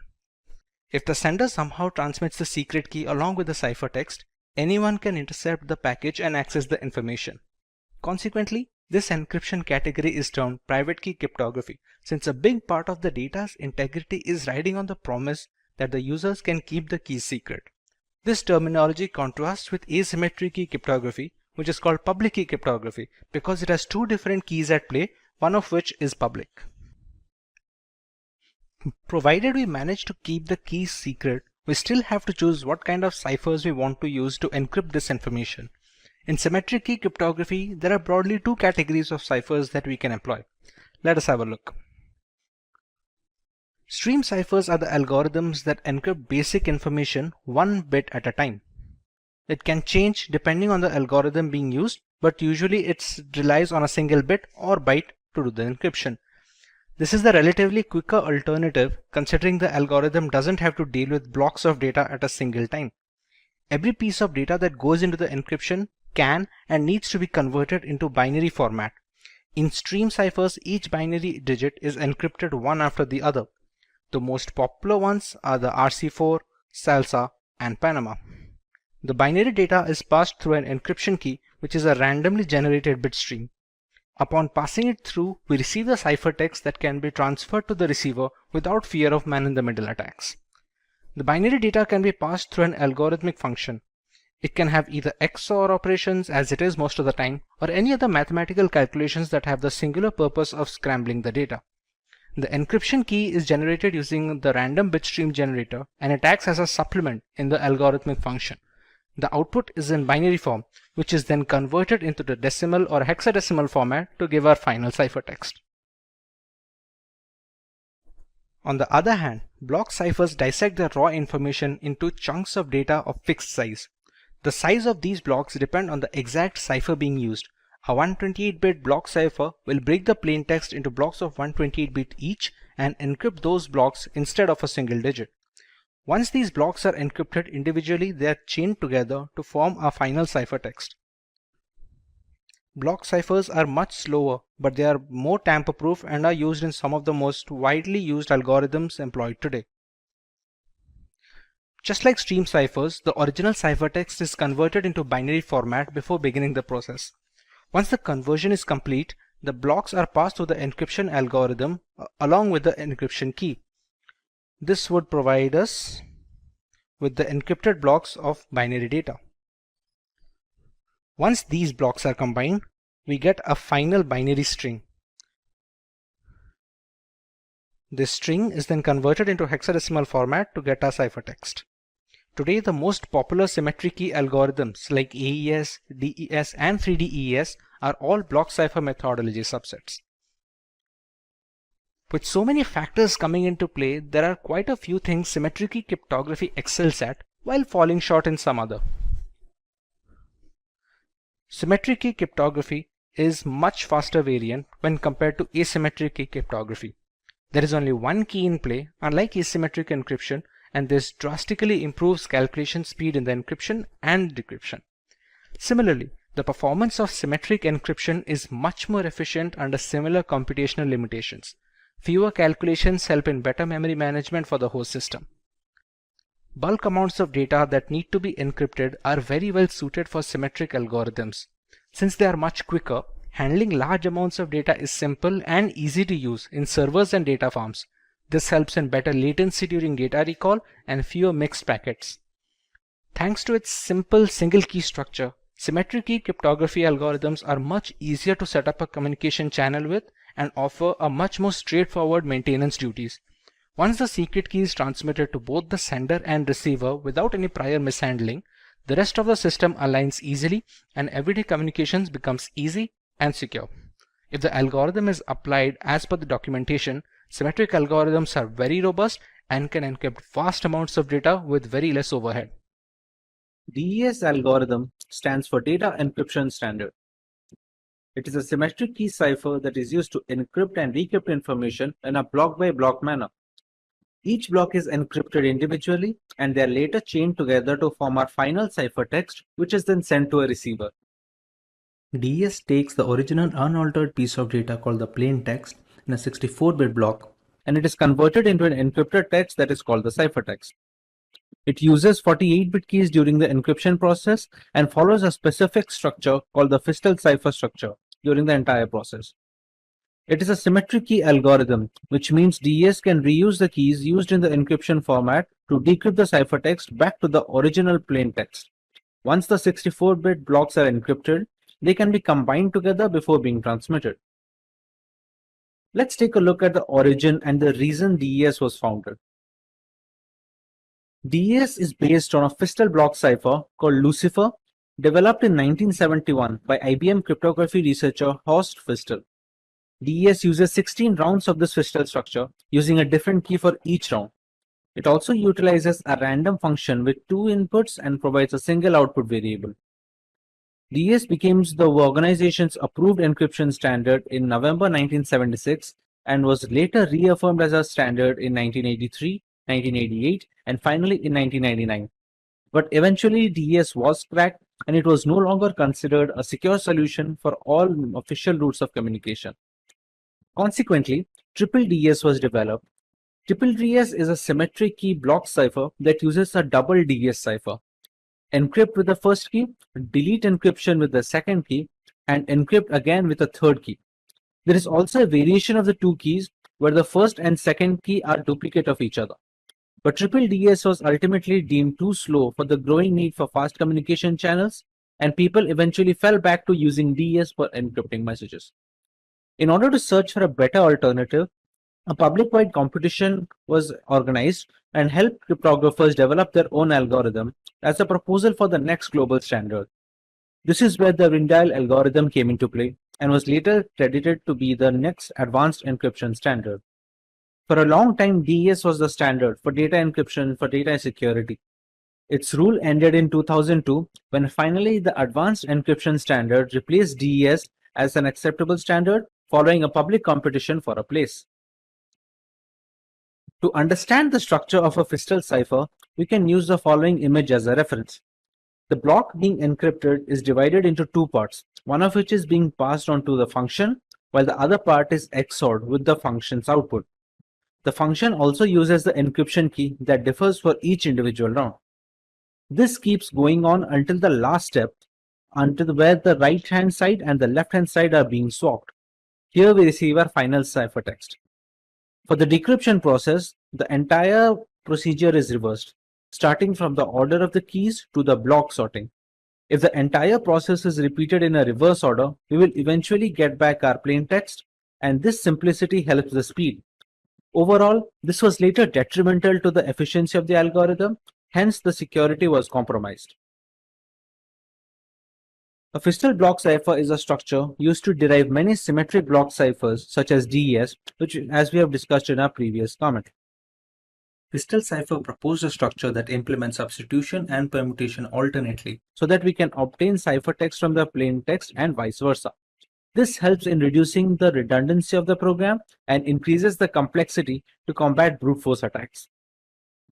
The Fistel cipher is actually based on the Shannon structure that was proposed in 1945. The Fistel cipher is the structure suggested by Horst Feistel, which was considered to be a backbone while developing many symmetric block ciphers. The Shannon structure highlights the implementation of alternate confusion and diffusion. And like we already discussed, the Fistel cipher structure can be completely reversed depending on the data. However, we must consider the fact that to decrypt the information by reversing the Fistel structure, we will need the exact polynomial functions and the key orders.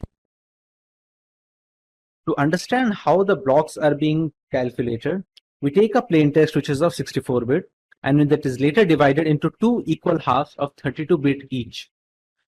In this, the right half is immediately transferred to the next round to become the new left half of the second round. The right hand is again passed off to a function which uses an encryption key that is unique to each round in the Fistel cipher. Whatever the function gives off as an output, it is passed on as an XOR input with the left half of the initial plain text. The next output will become the right half of the second round for the plain text. This entire process constitutes of a single round in the Fistel cipher. Taking into account what happens in the polynomial function, we take one half of the block and pass it through an expansion box. The work of the expansion box is to increase the size of the half from 32-bit to 48-bit text. This is done to make the text compatible to a 48-bit keys we have generated beforehand. Once we pass it through the XOR function, we get a 48-bit text as an output. Now remember, a half should be of 32-bit. So this 48-bit output is then later passed on to a substitution box.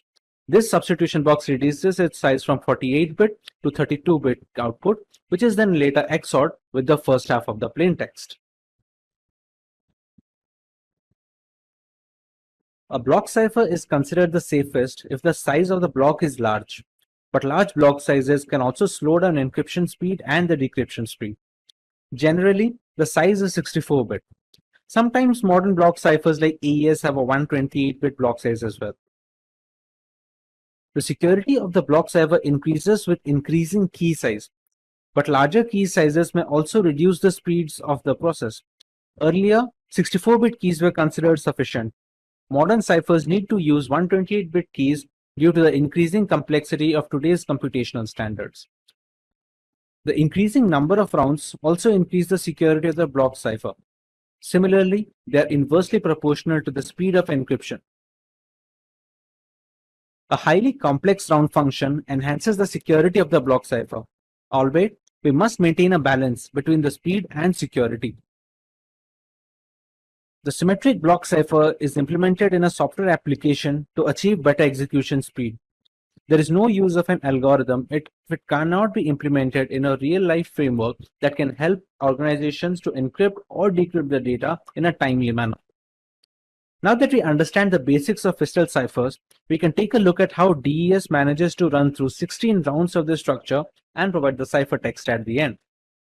Now that we understand the basics of Fistel ciphers, we can take a look at how DES manages to run through 16 rounds of this structure and provide a ciphertext. In simple terms, the DS takes the 64-bit plaintext and converts it into a 64-bit ciphertext. And since we are talking about asymmetric algorithms, the same key is being used when it is decrypting the data as well. We first take a 64-bit key plaintext and we pass it through an initial permutation function. The initial permutation function has the job of dividing the block into two different parts so that we can perform fistal cipher structures on it. There are multiple rounds being procured in the DS algorithm, namely 16 rounds of fistal cipher structure. Each of these rounds will need keys. Initially, we take a 56-bit cipher key, but it is a single key. We pass it on to a round key generators, which generates 16 different keys for each single round that the fistal cipher is being run. These keys are passed on to the rounds as 48 bits.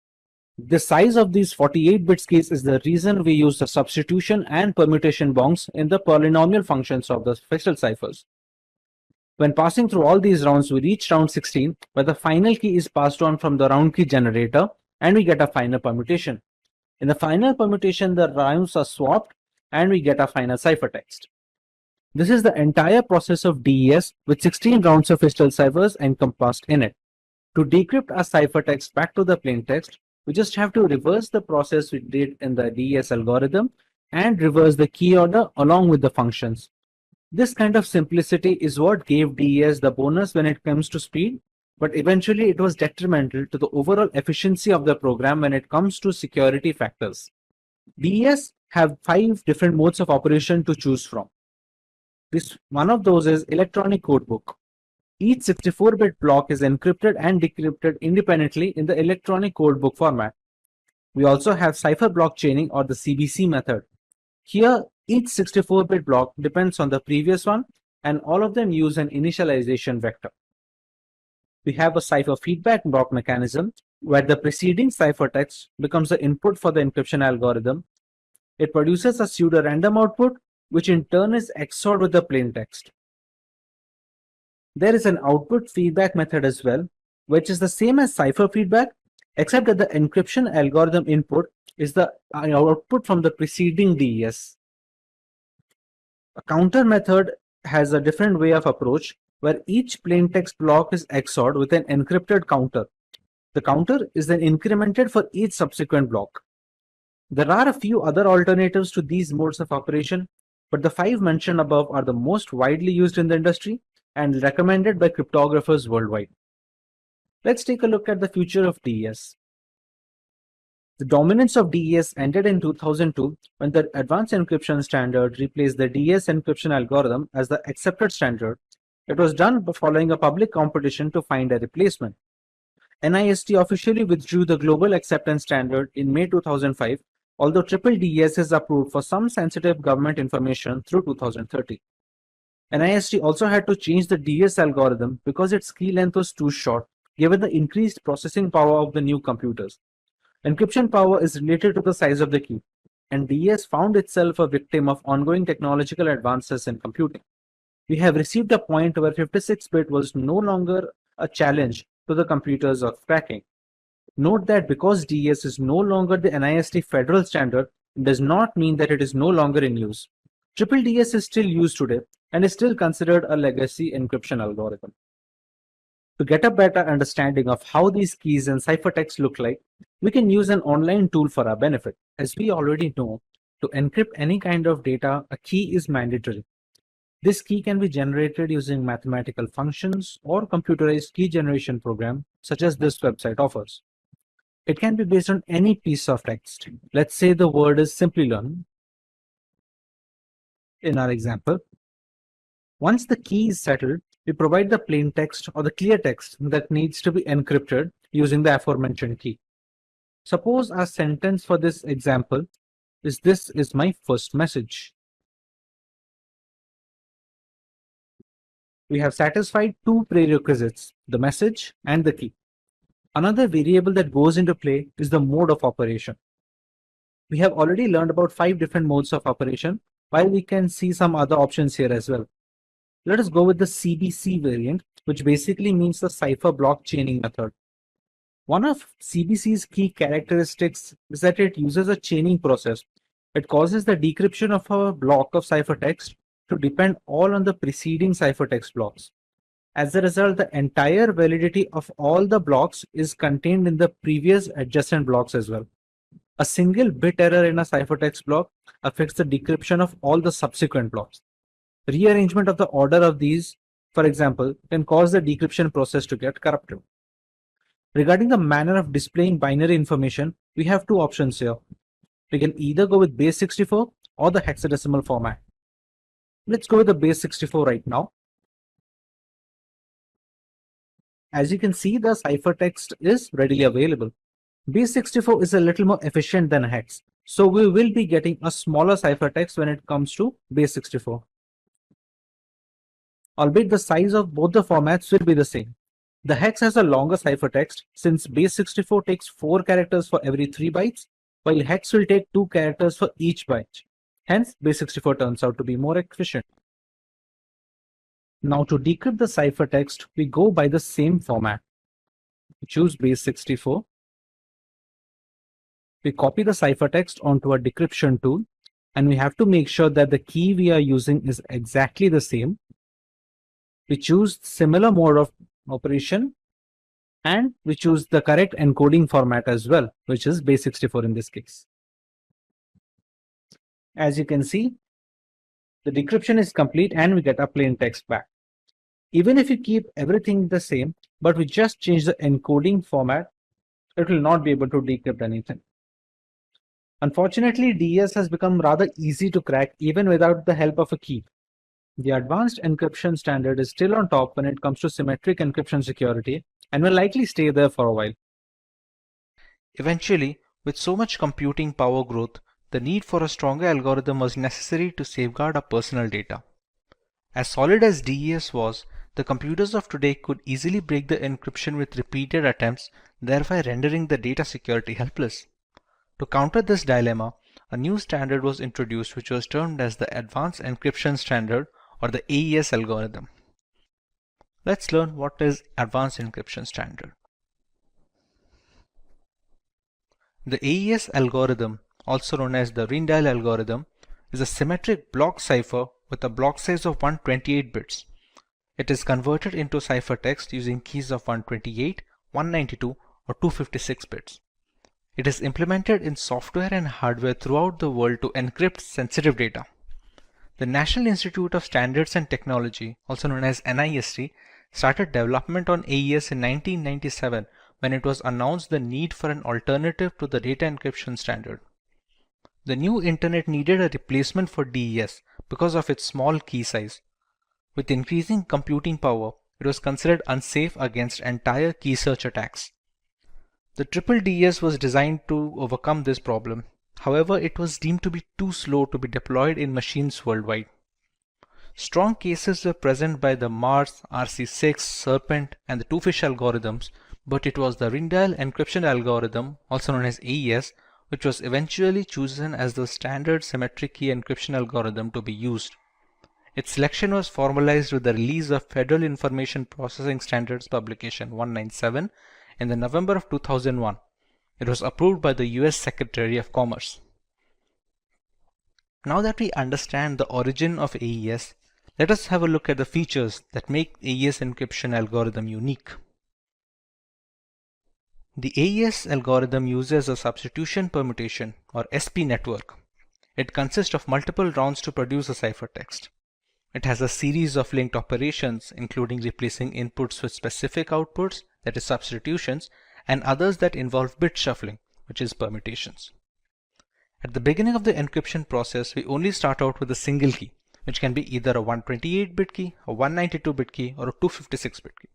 Eventually, this one key is expanded to be used in multiple rounds throughout the encryption and the decryption cycle. Interestingly, AES performs all its calculations on byte data instead of bit data, as seen in the case of the DES algorithm. Therefore, AES treats 128 bits of a clear text block as 16 bytes. The number of rounds during the encryption process depends on the key size that is being used. The 128-bit key size fixes 10 rounds, the 192-bit key size fixes 12 rounds, and the 256-bit key holds 14 rounds.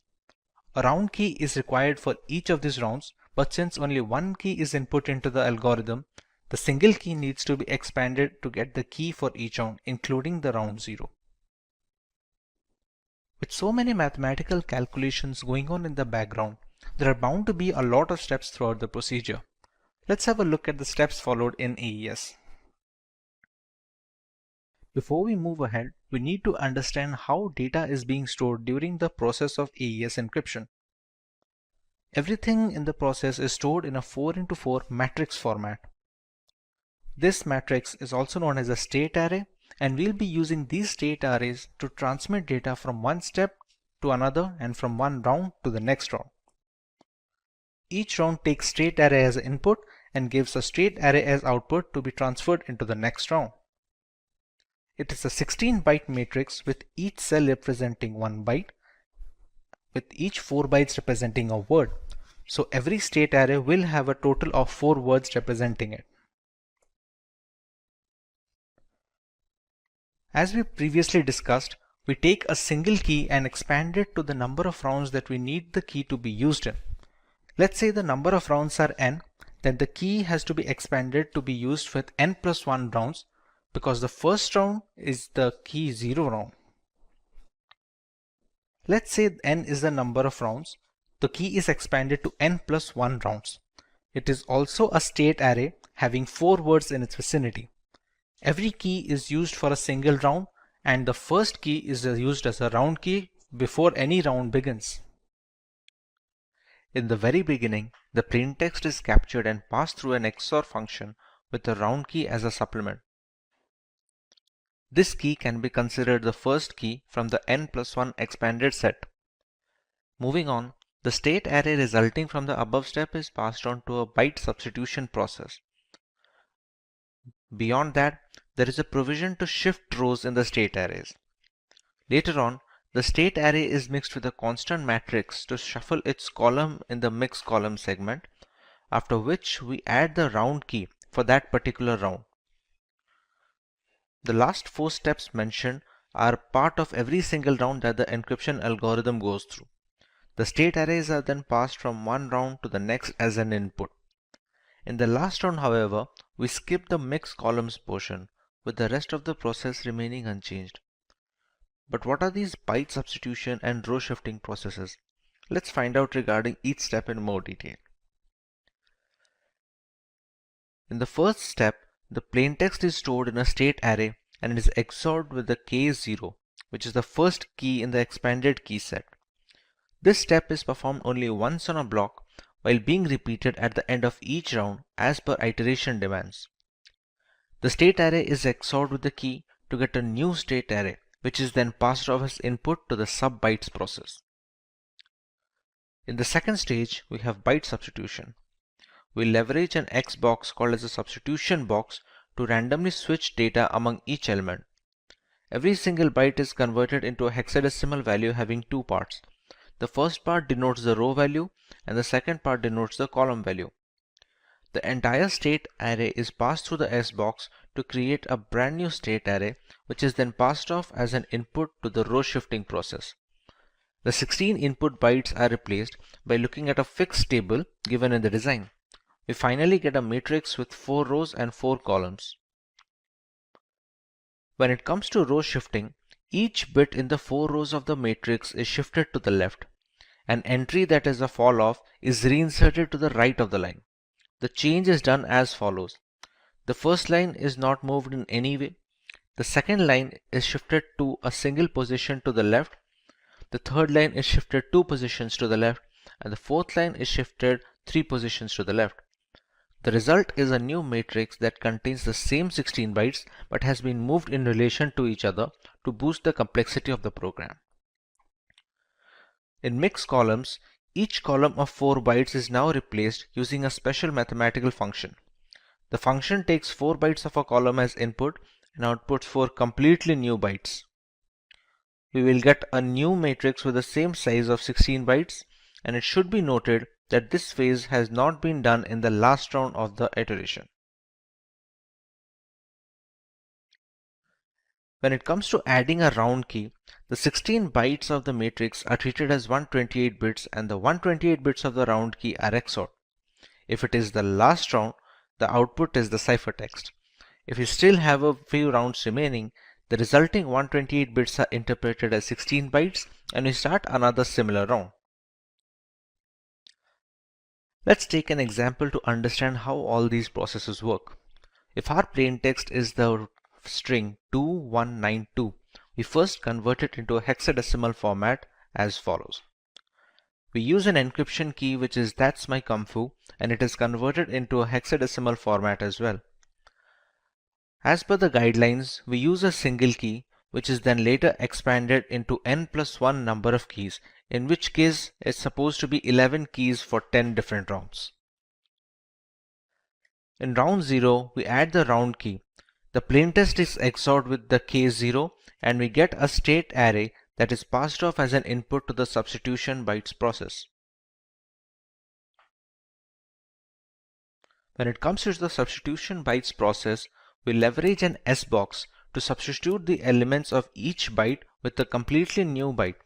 This way the state array that we receive is passed off as an input to the row shifting process of the next step.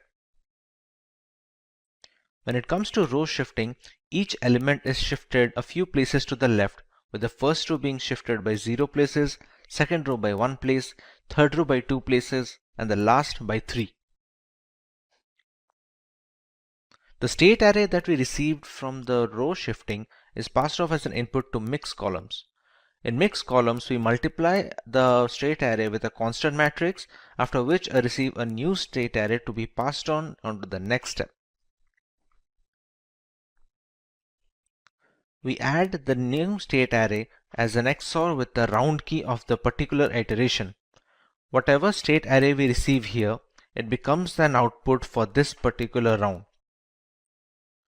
Now, since this is the first round of the entire encryption process, the state array that we receive is passed off as an input to the new round. We repeat this process for 10 more rounds and we finally receive a ciphertext. Once the final state array can be denoted in the hexadecimal format, this becomes our final ciphertext that we can use for transferring information from the sender and receiver. Let's take a look at the applications of AES in this world. AES finds most use in the area of wireless security in order to establish a secure mode of authentication between routers and clients. Highly secure mechanisms like WPA and WPA2 PSK are extensively used in securing Wi-Fi endpoints with the help of Rindial's algorithm. It also helps in SSL TLS encryption that is instrumental in encrypting our internet browser sessions. AES works in tandem with other asymmetric encryption algorithms to make sure the web browser and web server are properly configured and use encrypted channels for communication. AES is also prevalent in general file encryption of various formats ranging from critical documents to the media files. Having a large key allows people to encrypt media and decrypt data with maximum security possible. AES is also used for processor security in hardware appliances to prevent machine hijacking, among other things. As a direct successor to the DES algorithm, there are some aspects that AES provides an immediate advantage in. Let us take a look. When it comes to key length, the biggest flaw in DES algorithm was its small length was easily vulnerable by today's standards. AES has managed to nab up 128, 192 and 256-bit key lengths to bolster the security further. The block size is also larger in AES owing to more complexity of the algorithm. The number of rounds in DES is fixed irrespective of the plain text being used. In AES, the number of rounds depends on the key length that is being used for the particular iteration, thereby providing more randomness and complexity in the algorithm. The DES algorithm is considered to be simpler than AES, even though AES beats DES when it comes to relative speed of encryption and decryption. This makes advanced encryption standard much more streamlined to be deployed in frameworks and systems worldwide when it compares to the data encryption standard. Hello. In our last video on cryptography, we took a look at symmetric key cryptography. We used a single private key for both the encryption and decryption of data, and it works very well in theory. Let's take a look at a more realistic scenario now. Let's meet Joe. Joe is a journalist who needs to communicate with Ryan via long-distance messaging. Due to the critical nature of the information, people are waiting for any message to leave Joe's house so that they can intercept it. Now Joe can easily use symmetric key cryptography to send the encrypted data, so that even if someone intercepts the message, they cannot understand what it says. But here's the tricky part. How will Joe send the required decryption key to Ryan? The sender of the message as well as the receiver need to have the same decryption key so that they can exchange messages. Otherwise, Ryan cannot decrypt the information even when he receives the ciphertext. If someone intercepts the key while transmitting it, there is no use in employing cryptography, since a third party can now decode all the information easily. Key sharing is a risk that will always exist when symmetric key cryptography is being used. Thankfully, asymmetric key encryption has managed to fix this problem. This is Baba from Simplilearn, and welcome to this video on asymmetric key cryptography. Let's take a look at what we are going to learn today. We begin by explaining what asymmetric key cryptography is and how it works. We take a look at its application and uses. We understand why it's called public key cryptography and then learn a little bit about RSA encryption, and then we learn about the advantages of asymmetric key cryptography over symmetric key cryptography. Let's understand what asymmetric key cryptography is. Asymmetric encryption uses a double layer of protection. There are two different keys at play here, a private key and a public key. A public key is used to encrypt the information pre-transit, and a private key is used to decrypt the data post-transit. These pair of keys must belong to the receiver of the message. The public keys can be shared via messaging, blog posts, or key servers, and there are no restrictions. As you can see in the image, the two keys are working in the system. The sender first encrypts the message using the receiver's private key, after which we receive the ciphertext. The ciphertext is then transmitted to the receiver without any other key.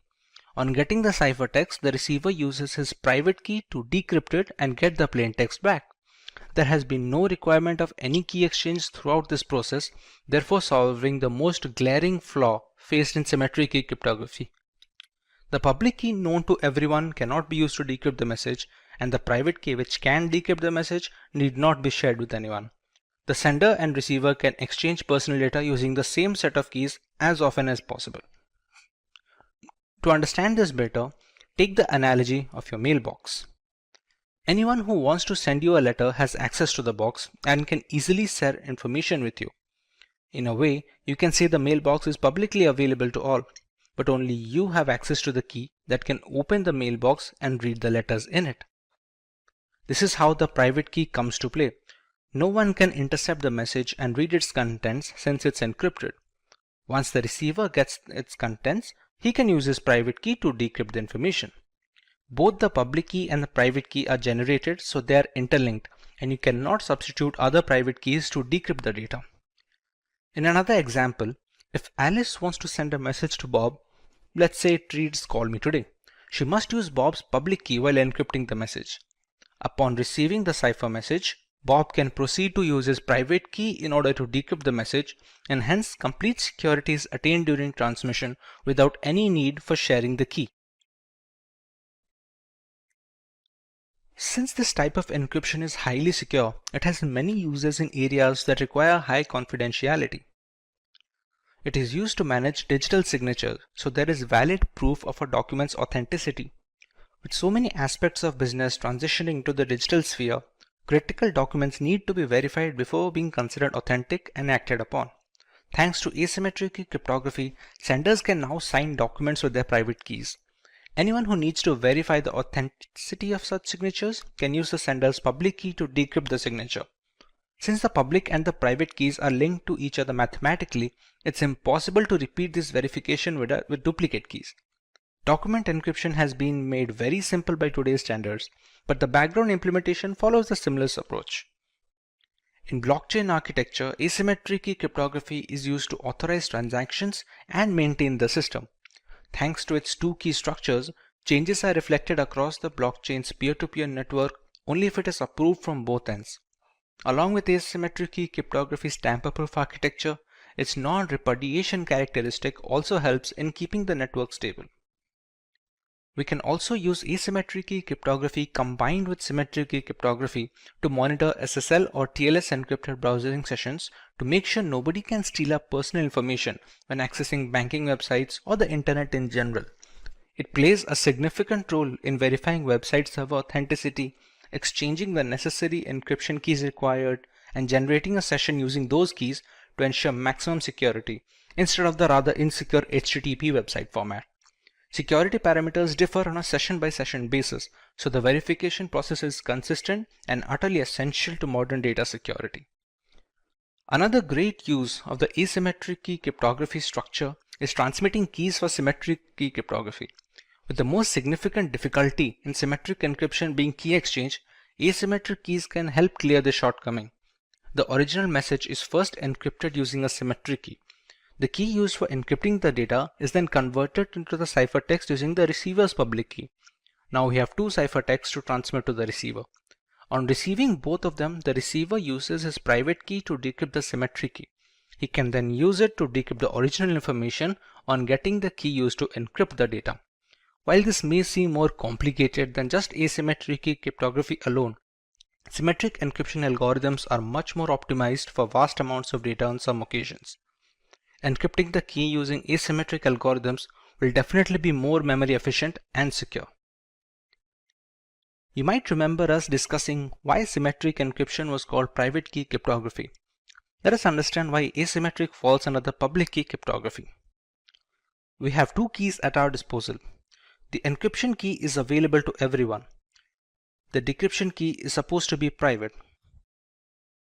Unlike symmetric key cryptography, there is no need to share anything privately to have an encrypted messaging system. To put that into perspective, we share our email address with anyone looking to communicate with us. It is supposed to be public by design so that our email login credentials are private and they help in preventing any data mishandling. Since there is nothing hidden from the world, if they want to send us any encrypted information, this category is called the public key cryptography. There are quite a few algorithms being used today that follow the architecture of asymmetric cryptography, none more famous than the RSA encryption. RSA encryption is the most widely used encryption or public key encryption standard using asymmetric key approach. Named after its founders, Rivest, Shamir, and Edelman, it uses block ciphers to obscure the information. If you are unfamiliar with how block ciphers work, they are encryption algorithms that divide the original data into blocks of equal size. The block size depends on the exact cipher being used.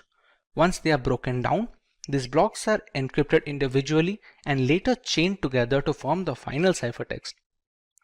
Widely considered to be the most secure form of encryption, albeit relatively slower than symmetric encryption algorithms, it is widely used in web browsing, secure identification, VPNs, emails, and other chat applications. With so many variables in play, there must be some advantages that give asymmetric key cryptography an edge over the traditional symmetric encryption methodologies. Let's go through some of them. There is no need for any reliable key sharing channel in asymmetric encryption. It was an added risk in private key cryptography that has been completely eliminated in public key architecture. The key which is made public cannot decrypt any confidential information, and the only key that can decrypt doesn't need to be shared publicly under any circumstance. We have much more extensive key lengths in RSA encryption and other asymmetric algorithms like 2048-bit key and 4096-bit keys. Larger keys are much harder to break into via brute force and are much more secure. Asymmetric key cryptography can use as a proof of authenticity, since only the rightful owner of the keys can generate the messages to be decrypted by the private key. This situation can also be reversed. Encryption is done using a private key and decryption is done by the public key, which would not function if the correct private key is not used to generate the message, hence proving the authenticity of the owner. It also has a tamper protection feature, where the message cannot be intercepted and changed without invalidating the private key used to encrypt the data. Consequently, the public key cannot decrypt the message, and it is easy to realize the information is not 100% legitimate when and where the case requires. Now that we have a proper revision Let's understand what digital signatures are before moving on to the algorithm. The objective of digital signatures is to authenticate and verify documents and data. This is necessary to avoid tampering and digital modification or forgery of any kind during the transmission of official documents. They work on the public key cryptography architecture with one exception. Typically, an asymmetric key system encrypts using a public key and decrypts with a private key. For digital signatures, however, the reverse is true. The signature is encrypted using a private key and is decrypted with the public key. Because the keys are inked together, decoding it with the public key verifies that the proper private key was used to sign the document, thereby verifying the signature's provenance. Let's go through each step to understand the procedure thoroughly. In step 1, we have M, which is the original plaintext message, and it is passed on to a hash function denoted by h hash to create a digest. Next, it bundles the message together with the hash digest and encrypts it using the sender's private key. It sends the encrypted bundle to the receiver, who can decrypt it using the sender's public key. Once the message is decrypted, it is passed through the same hash function hhash to generate a similar digest. It compares the newly generated hash with the bundled hash value received along with the message. If they match, it verifies data integrity. In many instances, they provide a layer of validation and security to messages through a non-secure channel. Properly implemented, a digital signature gives the receiver reason to believe that the message was sent by the claimed sender. Digital signatures are equivalent to traditional handwritten signatures in many respects, but properly implemented digital signatures are more difficult to forge than the handwritten type. Digital signature schemes in the sense used here are cryptographically based and must be implemented properly to be effective. They can also provide non-repudiation, meaning that the signer cannot successfully claim that they did not sign a message while also claiming their private key remains secret. Further, some non-repudiation schemes offer a timestamp for the digital signature, so that even if the private key is exposed, the signature is valid.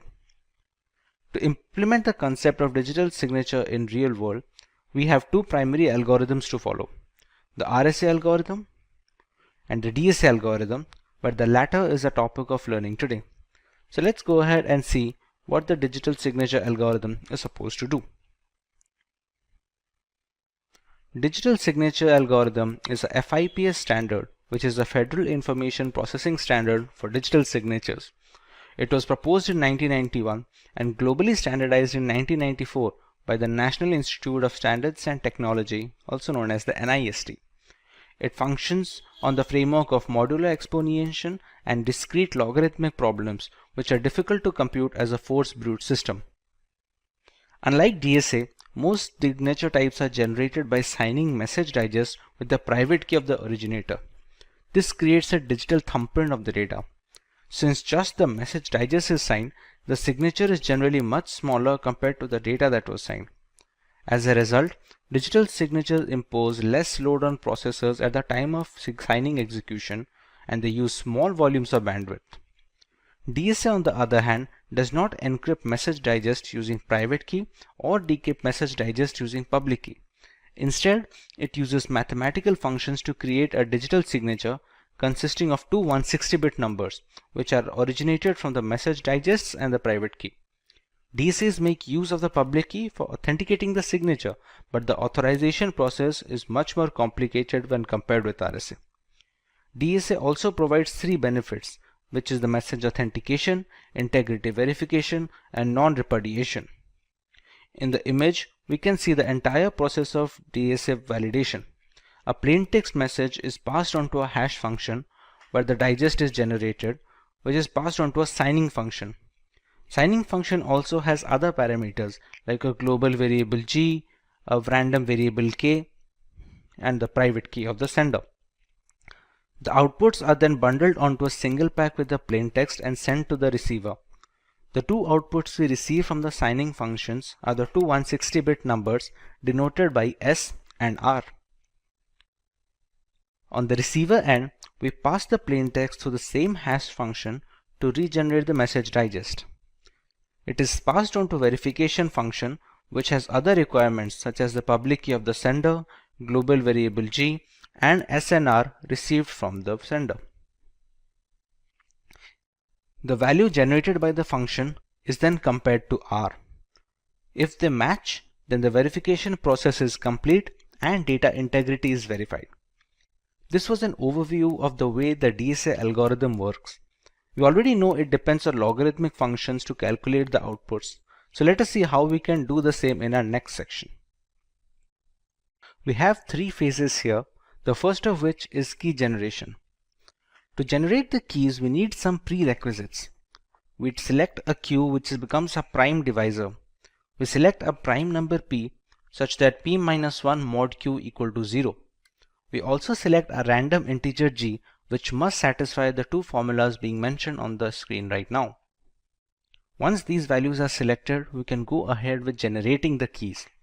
The private key can be denoted by x, and it is any random integer that falls between the bracket of 0 and the value of q. The public key can be calculated as y equal to g to the power x mod p, where y stands for the public key. The private key can then be packaged as a bundle which comprises of values of p, q, g, and x. Similarly, the public key can also be packaged as a bundle having the values of p, q, g, and y. Once we're done with key generation, we can start verifying the signature and its generation. Repeat. Once the keys are generated, we can start generating the signature. The message is passed through a hash function to generate the digest h first. We can choose any random integer k which falls under the bracket of 0 and q. To calculate the first 160-bit number of our signing function of r, we use the formula g to the power k mod p into mod q. Similarly, to calculate the value of the second output, that is s, we use the following formula that is shown on the screen. The signature can then be packaged as a bundle having r and s. This bundle along with the plain text message is then passed on to the receiver. Now with the third phase, we have to verify the signature. We first calculate the message digest received in the bundle by passing it to the same hash function. We calculate the value of w, u1 and u2 using the formulas shown on the screen. We have to calculate a verification component which is then to be compared with the value of r being sent by the sender. This verification component can be calculated using the following formula. Once calculated, this can be compared with the value of r. If the values match, then the signature verification is successful and our entire process is complete, starting from key generation to the signature generation all the way up to the verification of the signature. With so many steps to follow, we are bound to have a few advantages to boot this, and we would be right to think so. DSA is highly robust in the security and stability aspect when compared to alternative signature verification algorithms. We have a few other ciphers that aim to achieve the simplicity and the flexibility of DSA, but it has been a tough ask for all the other suits. The key generation is much faster when compared to the RSA algorithm and such. While the actual encryption and decryption process may falter a little in comparison, a quicker start in the beginning is well known to optimize a lot of frameworks. DSA requires less storage space to work its entire cycle. In contrast, its direct correspondent, that is RSA algorithm, needs a certain amount of computational and storage space to function efficiently. This is not the case with DSA, which has been optimized to work with weaker hardware and lesser resources. The DSA is patented, but NIST has made this patent available worldwide royalty-free. A draft version of the speculation FIPS 1865 indicates that DSA will no longer be approved for digital signature generation, but it may be used to verify signatures generated prior to the implementation date of that standard. The RSA algorithm is a public key signature algorithm developed by Ron Rivest, Adi Shamir, and Leonard Edelman. The paper was first published in 1977, and the algorithm uses logarithmic functions to keep the working complex enough to withstand brute force and streamlined enough to be fast post-deployment. RSA can also encrypt and decrypt general information to securely exchange data along with handling digital signature verification. Let us understand how it achieves this. We take our plaintext message M. We pass it through a hash function to generate the digest H, which is then encrypted using the sender's private key. This is appended to the original plaintext message and sent over to the receiver. Once the receiver receives the bundle, we can pass the plaintext message to the same hash function to generate a digest, and the ciphertext can be decrypted using the public key of the sender. The remaining hashes are compared. If the values match, then the data integrity is verified and the sender is authenticated. Apart from digital signatures, the main case of RSA is encryption and decryption of private information before being transmitted across communication channel. This is where the data encryption comes into play. When using RSA for encryption and decryption of general data, it reverses the key set usage. Unlike signature verification, it receives the receiver's public key to encrypt the data and uses the receiver's private key in decrypting the data. Thus, there is no need to exchange any keys in this scenario. There are two broad components when it comes to RSA cryptography. One of them is key generation. Key generation employs a step of generating the private and the public keys that are going to be used for encrypting and decrypting the data. The second part is the encryption and decryption functions. These are the ciphers and steps that need to be run when scrambling the data or recovering the data from the ciphertext. You will now understand each of these steps in our next subtopic. Keeping the previous two concepts in mind, let us go ahead and see how the entire process works, starting from creating the key pair to encrypting and decrypting the information. You need to generate the public and private keys before running the functions to generate ciphertext and plaintext. They use certain variables and parameters, all of which are explained. We first use two large prime numbers which can be denoted by P and Q.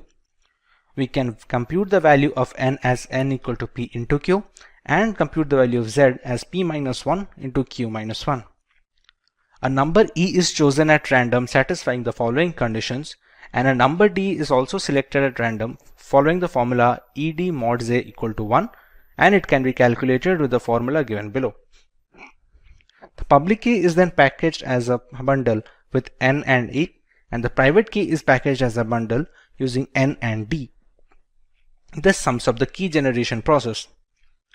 For the encryption and decryption function, we use the formula C and M. The ciphertext can be calculated as C equal to M to the power E mod N, and the plaintext can be calculated from the ciphertext as C power D mod N. When it comes to a data encryption example, let's take P and Q as 7 and 13. The value of N can be calculated as 91. If we select the value of E to be 5, it satisfies all the criteria that we need it to. The value of D can be calculated using the following function, which gives it as 29. The public key can then be packaged as 91,5 and the private key can then be packaged as 91,29. The plaintext, if it is 10, which is denoted by M. Ciphertext can be calculated to the formula C equal to M to the power E mod N, which gives us 82. If somebody receives this ciphertext, they can calculate the plaintext using the formula C to the power D mod N, which gives us the value of 10 as selected as our plaintext. We can now look at the factors that make the RSA algorithm stand out versus its competitors in the advantageous topics of this lesson. RSA encryption depends on using the receiver's public key so that you don't have to share any secret key to receive the messages from others. This was the most glaring flaw faced by symmetric algorithms, which were eventually fixed by asymmetric cryptography structure. Since the key pairs are related to each other, a receiver cannot intercept the message since they don't have the correct private keys to decrypt the information. If a public key can decrypt the information, the sender cannot refuse signing it with his private key without admitting the private key is not in fact private anymore. The encryption process is faster than that of the DSA algorithm. Even if the key generation is slower in RSA, many systems across the world tend to reuse the same keys so that they can spend less time in key generation and more time on actual ciphertext management. Data will be tamper-proof in transit since meddling with the data will alter the usage of the keys. The private key won't be able to decrypt the information, hence alerting the receiver of any kind of manipulation in between. The receiver must be aware of any third party who possesses the private key, since they can alter the data mid-transit, the cases of which are rather low. Imagine creating an account on a new website. You provide your email address and set a password that you are confident and you would not forget. What about the website owner? How securely are they going to store your password? For website administrators, they have three alternatives. They can either store the passwords in a plain text format, they can encrypt the passwords using an encryption and decryption key, or they can store the passwords in a hash value. Let's have a look at each of these. When a password is stored in plain text format, it is considered to be the most unsafe option since anyone in the company can read your passwords. A single hack and a data server breach will expose all the account's credentials without needing any extra effort. To counter this, owners can encrypt the passwords and keep them in the servers as a second alternative. But that would mean they also have to store the decryption key somewhere on their servers. In the event of a data breach or the server hack, both the decryption key and encrypted passwords will be leaked, thus making it a single point of failure. What if there was an option to store the passwords after scrambling them completely, but with no way to decrypt them? This is where hashing comes to play. Since only the hashed values are stored in the server, no encryption is needed. With no plain text passwords to protect, your credentials are safe from the website administrators. Considering all the pros, hashed passwords are the industry standard when it comes to storing credentials nowadays. Before getting too deep into the topic, let's get a brief overview of how hashing works. Hashing is the process of scrambling a piece of information or data beyond recognition. We can achieve this by using hash functions, which are essentially algorithms that perform mathematical operations on the main plain text. The value generated after passing the plain text information through the hash function is called the hash value, digest, or in general, just the hash of the original data. While this may sound similar to encryption, the major difference is hashes are meant to be irreversible. No decryption key can convert a digest back to its original value. However, a few hashing algorithms have been broken due to the increase in computational complexity of today's new generation computers and processors. There are new algorithms that stand the test of time and are still in use among multiple areas for password storage, identity verification, etc. Like we discussed earlier, websites use hashing to store the user's passwords. So how do they make use of these hash passwords? When a user signs up to create a new account, the password is then run through the hash function and the resulting hash value is stored on the servers.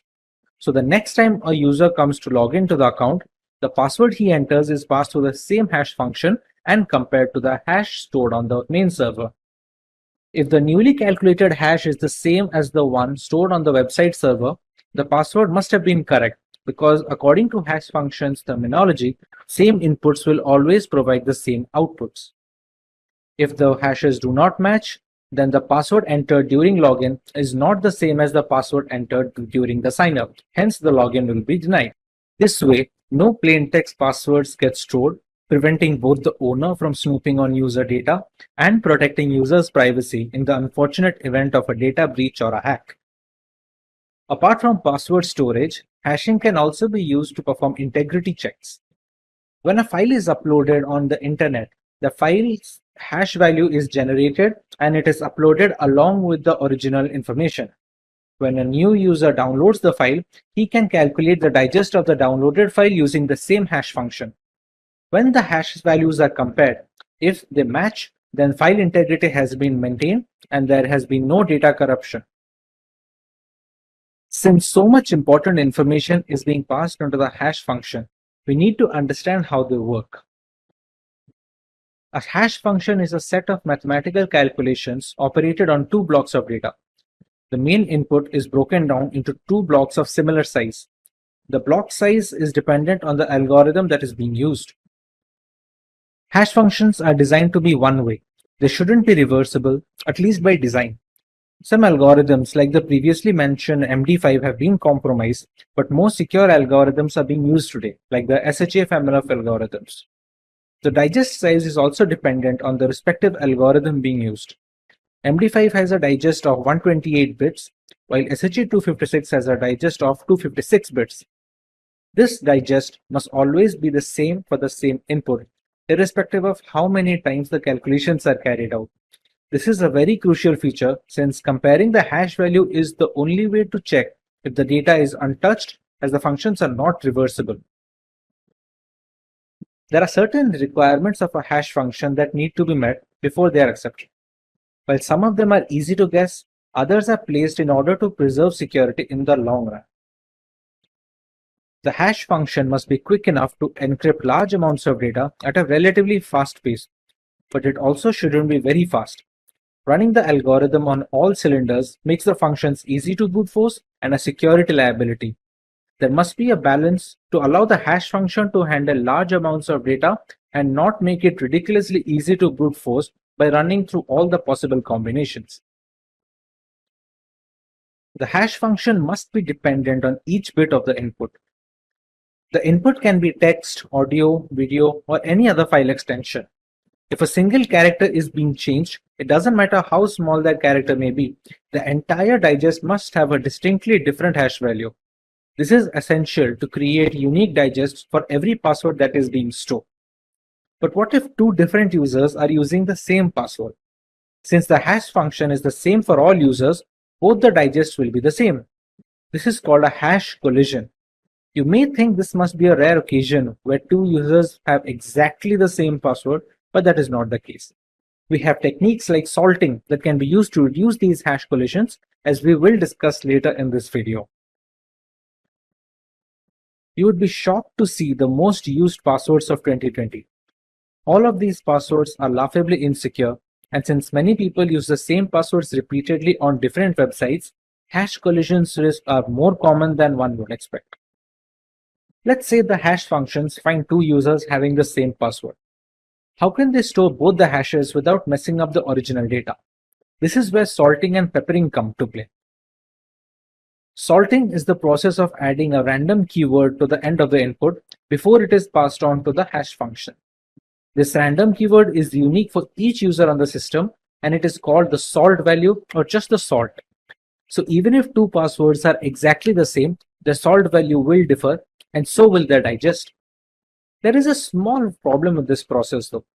Since the salt is unique for each user, they need to be stored in the database along with the passwords, and sometimes even in plain text to speed up the process of continuous verification.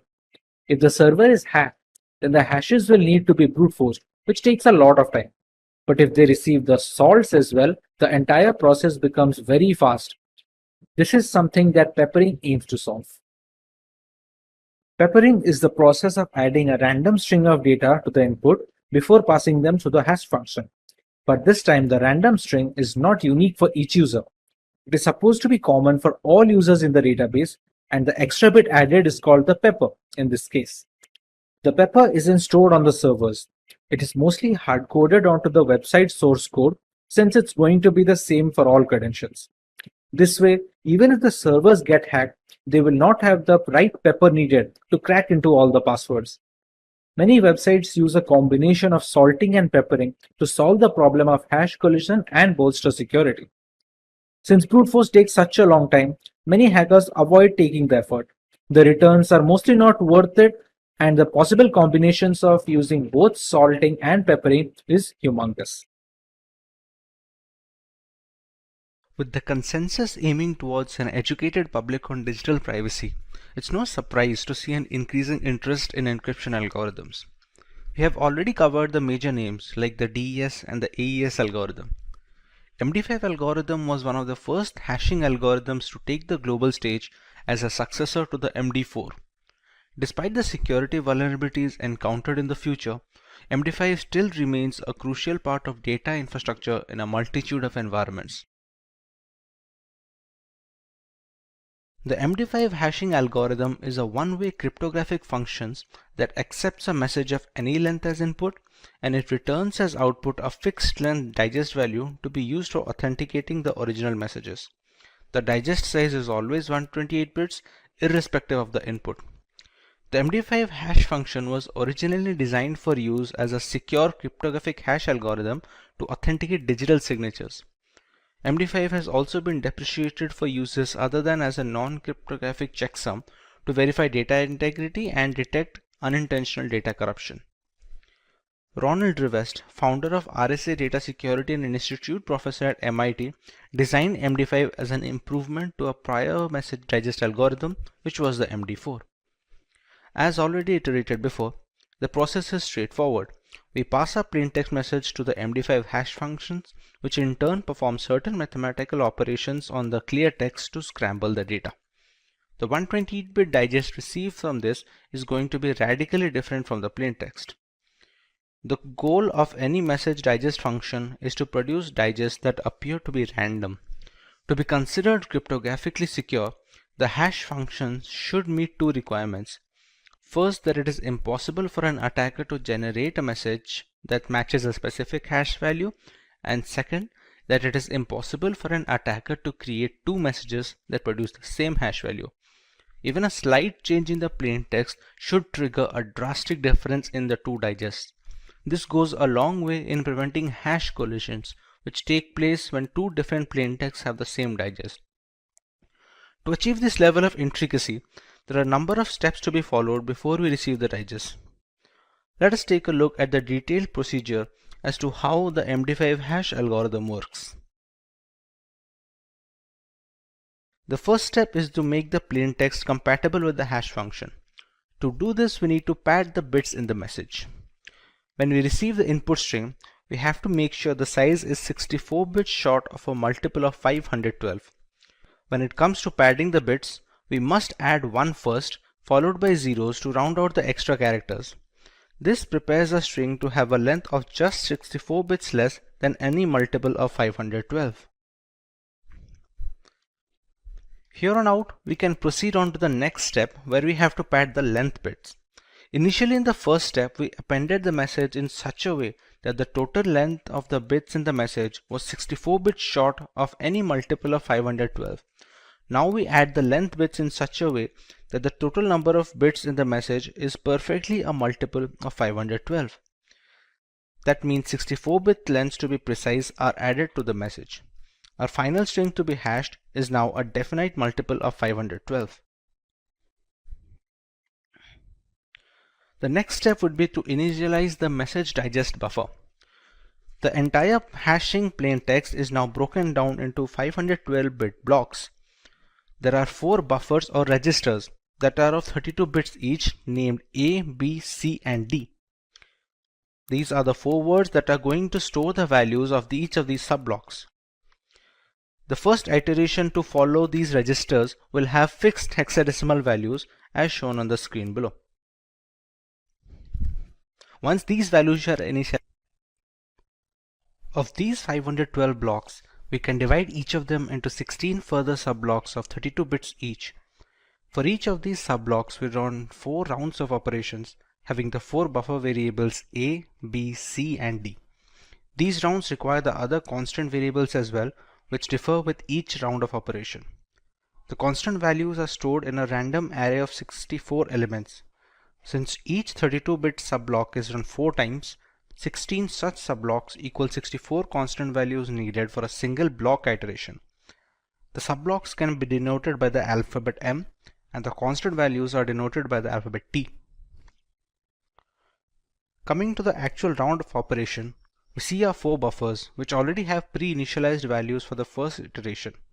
At the very beginning, the values of buffers B, C, and D are passed on to a non-linear logarithmic function. The formula behind this function changes by the particular round being worked on, as we shall see later in this video.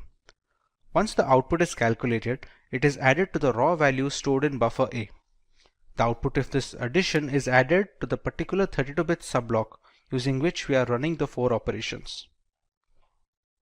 The output of this requisite function then needs to be added to a constant value derived from the constant array k. Since we have 64 different elements in the array,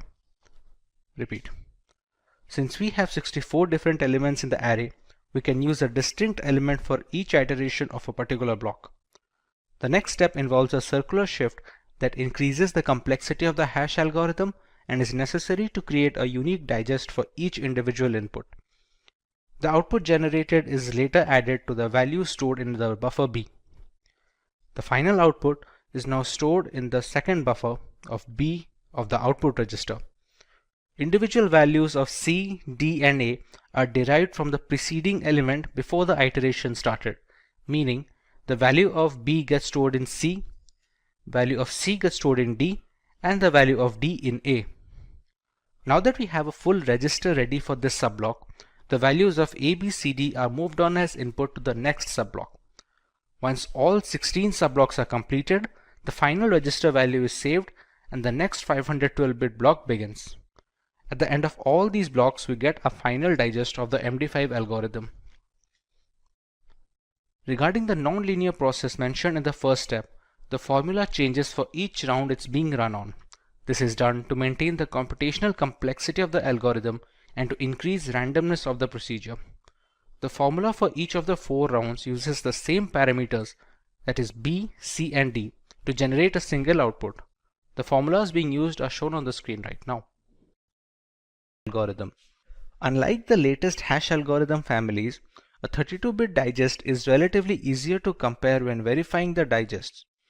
They don't consume a noticeable amount of disk storage and are comparatively easier to remember and reiterate.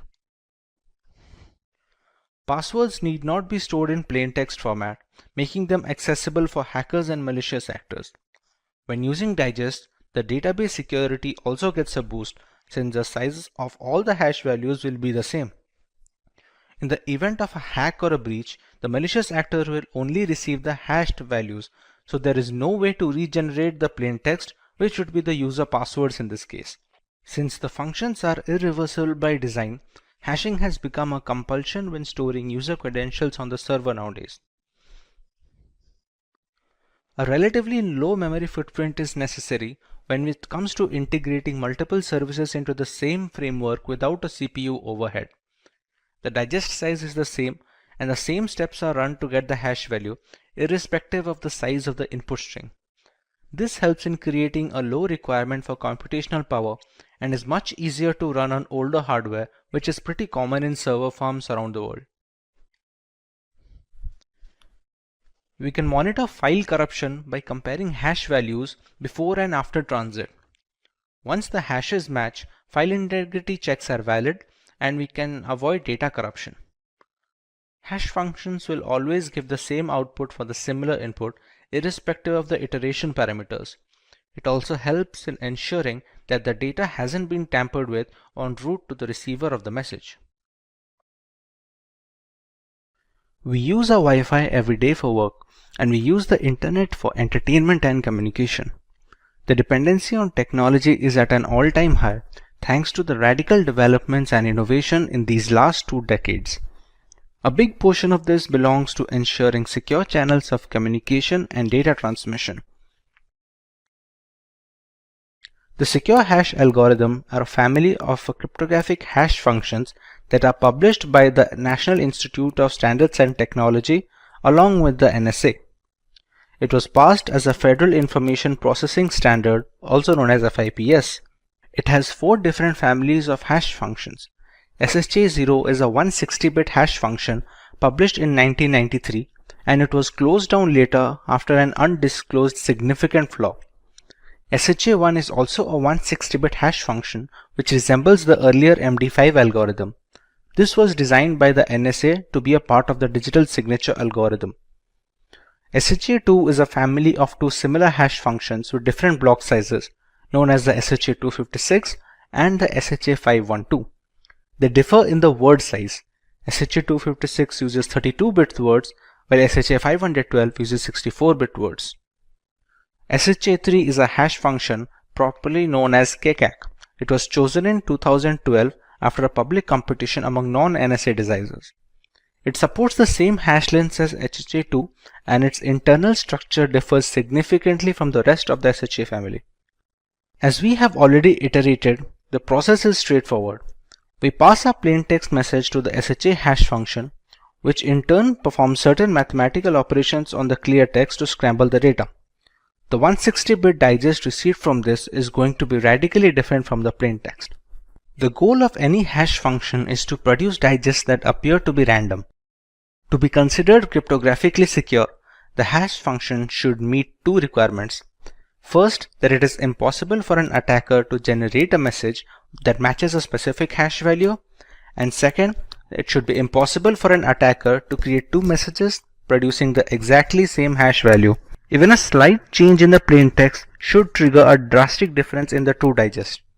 This goes a long way in preventing hash collisions, which takes place when two different plain texts have the same digest. The SHA family functions have some characteristics that they need to follow while generating the digests. Let's go through a few of them. The length of the clear text should be less than 2 to the power 64 bits in the case of SHA-1 and SHA-256. This is essential to keep the plain text compatible with the hash function, and the size needs to be in comparison area to keep the digest as random as possible. The length of the hash digest should be 256 bits in the SHA-256 algorithm, 512 bits in the SHA-512 algorithm, and so on. Bigger digest usually suggests significantly more calculations at the cost of speed and space. We typically go for the longest digest to bolster security, but there must be a definite balance between the speed and security of a hash function.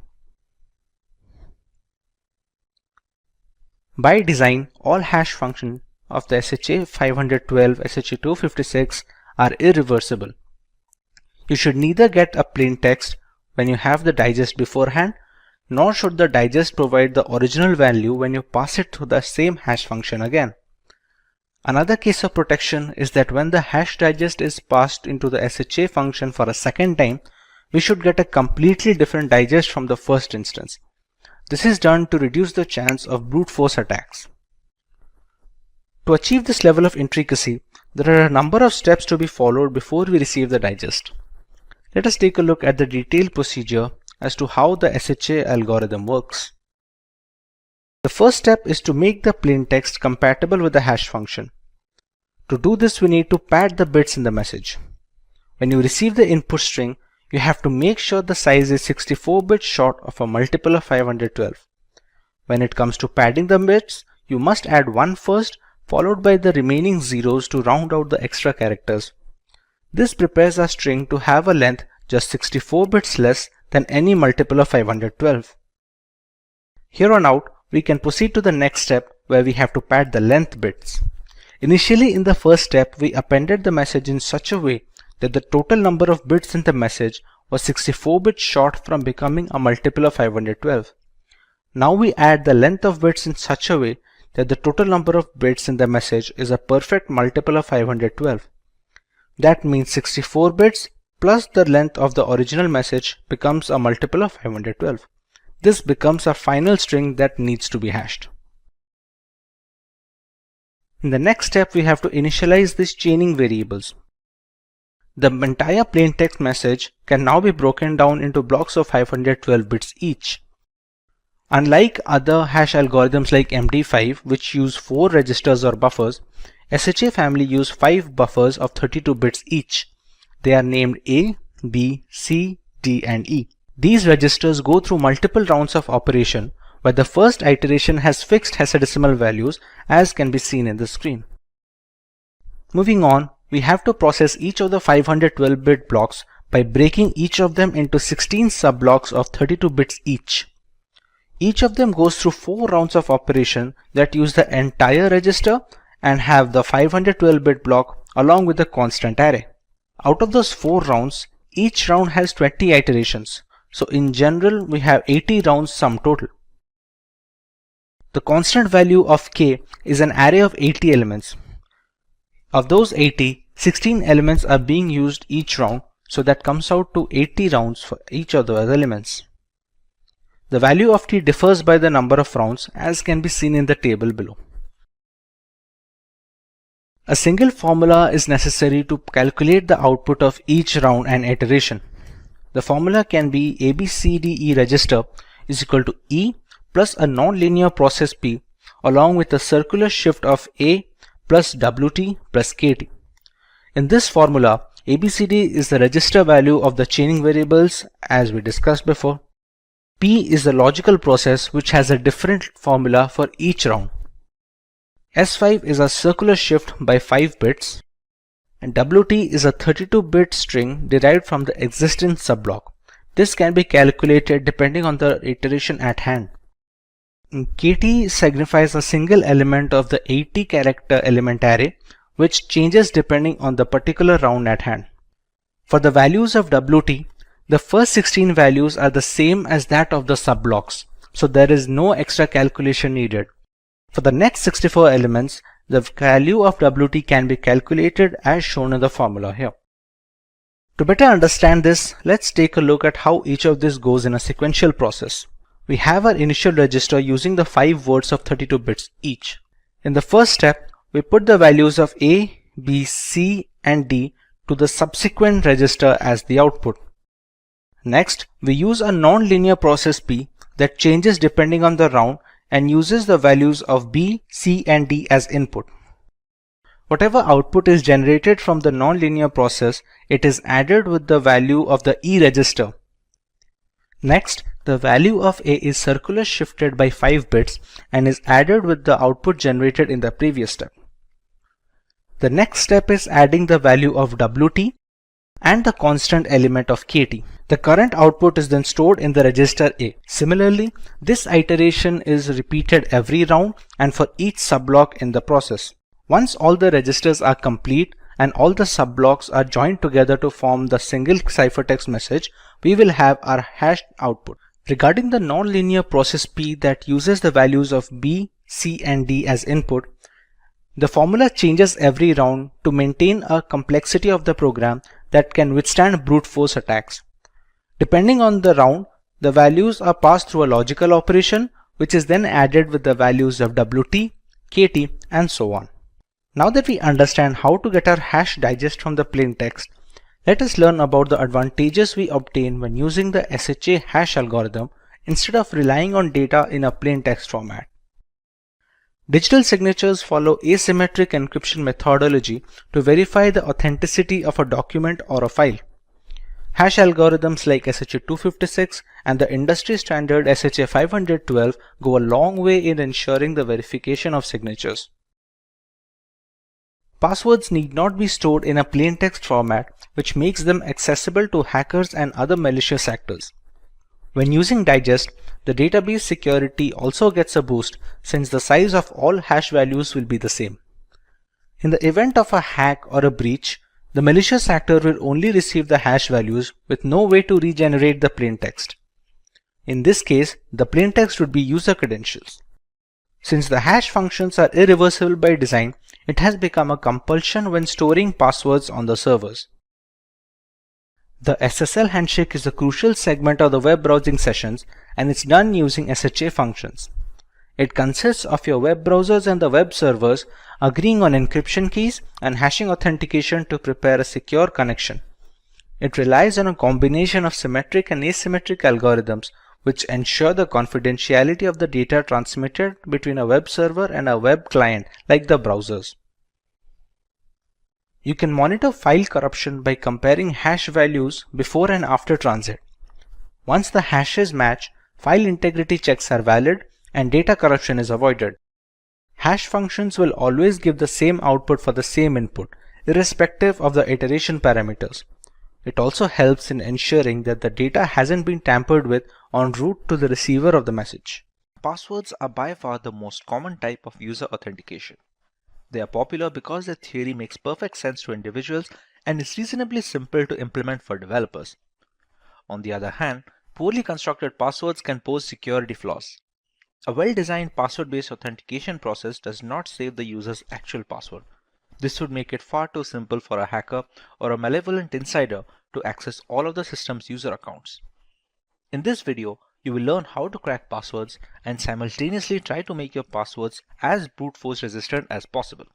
Let's take a look at the topics to be covered today.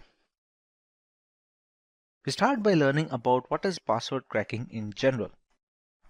Next, we take a look at the different techniques of password cracking that hackers use in order to generate user credentials for hacking. Moving on, we take a look at the multiple tools that hackers can use to generate these hashes and the passwords.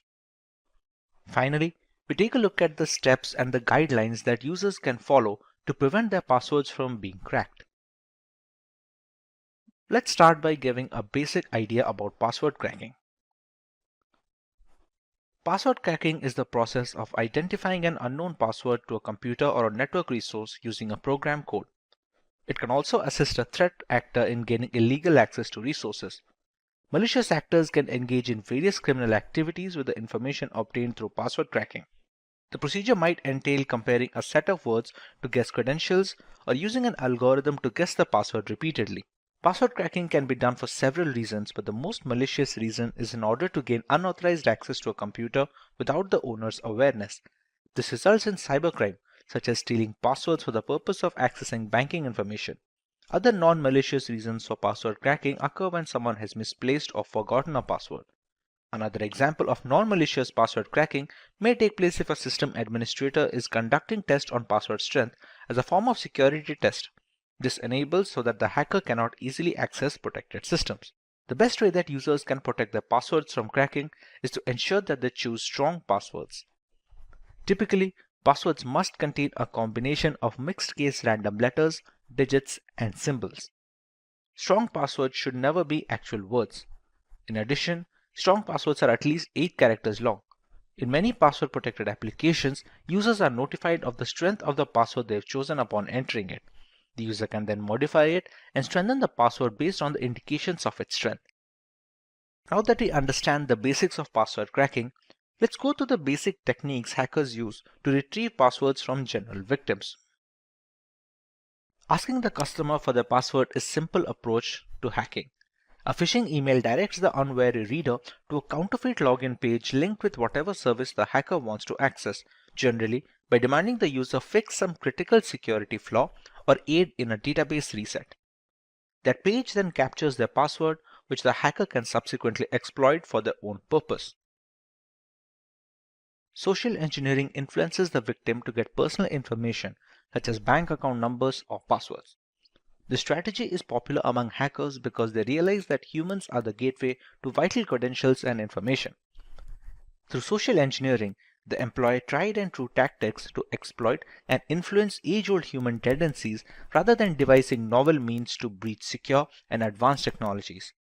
It has been demonstrated that many firms either lack adequate security or are overly friendly and trustworthy when they should not be. They allow granting access to critical facilities based on a uniform or a sob story. A hacker searches a password dictionary for the correct password in the case of a dictionary attack. Password dictionaries cover many themes and a mixture of topics such as politics, movies, and music groups. Users' failure to create a strong password is why this approach efficiently cracks passwords till today. Simply said, this assault employs the same terms that many individuals use as passwords. A hacker can compare the password hash obtained to hashes of the password dictionaries to find the correct plain text password. Now that the passwords have been hashed, the hackers attempt to achieve authentication by breaking the password hash. They accomplish this by employing a rainbow table, which is a set of pre-computed hashes of portable password combinations. Hackers can use the rainbow table to crack the hash, resulting in guessing your password. As a result, it retrieves the password hash from the system and eliminates any need to break it. Furthermore, it does not necessitate the discovery of the password itself. The breach is accomplished if the hash matches. In a brute force assault, the attacker attempts multiple password combinations until the correct one is identified. The attacker uses software to automate this process and run exhaustive password combination in a substantially shorter length of time. With the growth of hardware and technology in recent years, such programs have been invigorated. It won't be quick if your password is more than a few characters lengthy, but it will eventually reveal your password. Brute force assaults can be sped up by throwing more processing resources at them. With so many different techniques coming together to crack passwords, none of them are useful without the right tools.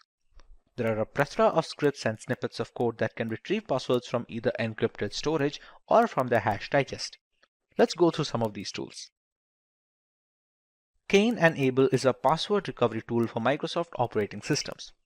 It allows easy recovery of various kinds of passwords by sniffing the network, cracking encrypted passwords using dictionary, brute force, and cryptanalysis attacks. Recording VoIP conversations, decoding scrambled passwords, recovering wireless network keys, etc. are some of the other features of Enable. The latest version is faster and contains a lot of new features like ARP poison routing, which enables sniffing on switched LANs and man-in-the-middle attacks. The sniffer in this version can also analyze encrypted protocols such as SSH1 and HTTPS while containing filters to capture credentials from a wide range of authentication mechanisms. It also ships routing protocol authentication monitors and route extractors. Dictionary and brute force crackers are also present along with common hashing algorithms and several specific authentications, password hash calculators, and other features.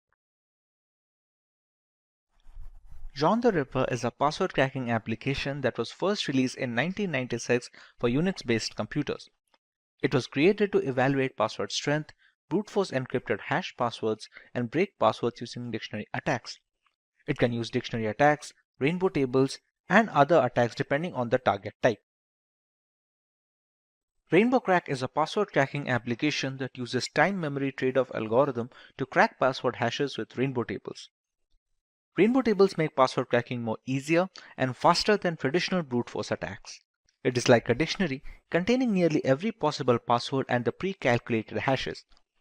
Creating this kind of dictionary takes much more time than cracking a single hash, but after that, you can use the same dictionary over and over again. This procedure might take a long time. However, once the table is ready, it can break passwords far quicker than brute force methods.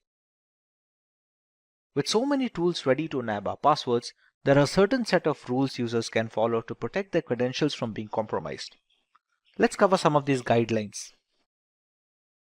Longer passwords are required, making the brute force mechanism tougher to implement. Longer passwords and passphrases have been demonstrated to boost security significantly. However, it is still critical to avoid lengthier passwords that have previously been hacked or that feature often in cracking dictionaries.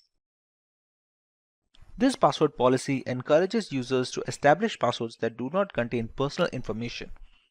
As previously said, most users create passwords utilizing personal information such as hobbies, nicknames, pet or family member names, etc. If a hacker has access to personal information about a specific user, for example via social media, they will test password combinations based on that knowledge. Password regulations should compel users to distinguish between security and convenience. Users should be prohibited from using the same password for all services. Password sharing between users, including those who work in the same department or use the same equipment, should be avoided. A single breached password doesn't affect your other accounts with this policy. Some password regulations necessitate the creation of a passphrase rather than a password. While passphrases serve the same objective, the length makes them more difficult to break. In addition to letters, a good pass should include numbers and symbols. Passwords may be easier for users to remember than passphrases. However, the latter is much more breach resistant. Two-factor authentication, or 2FA, can help secure an online account or even a smartphone. 2FA does this by asking the user to provide two forms of information, a password or a personal identification PIN, and a code texted to the user's smartphone or a fingerprint before accessing whatever is secured. This helps discourage unauthorized entries to an account without the original owner's permission. At this point, you may wonder why you need a strong password in the first place. Even if most websites are safe, there is still a danger that someone will try to access or exploit your information. A strong password is among the most effective ways to protect your accounts and personal information from hackers. You should follow certain rules and guidelines while creating a strong password. Password managers are also recommended to help remember the created passwords for convenience of usage. With that being said, let's take a look at the topics we are covering today. We start by learning about the state of password cracking in today's world and why creating strong passwords is an absolute must for every account.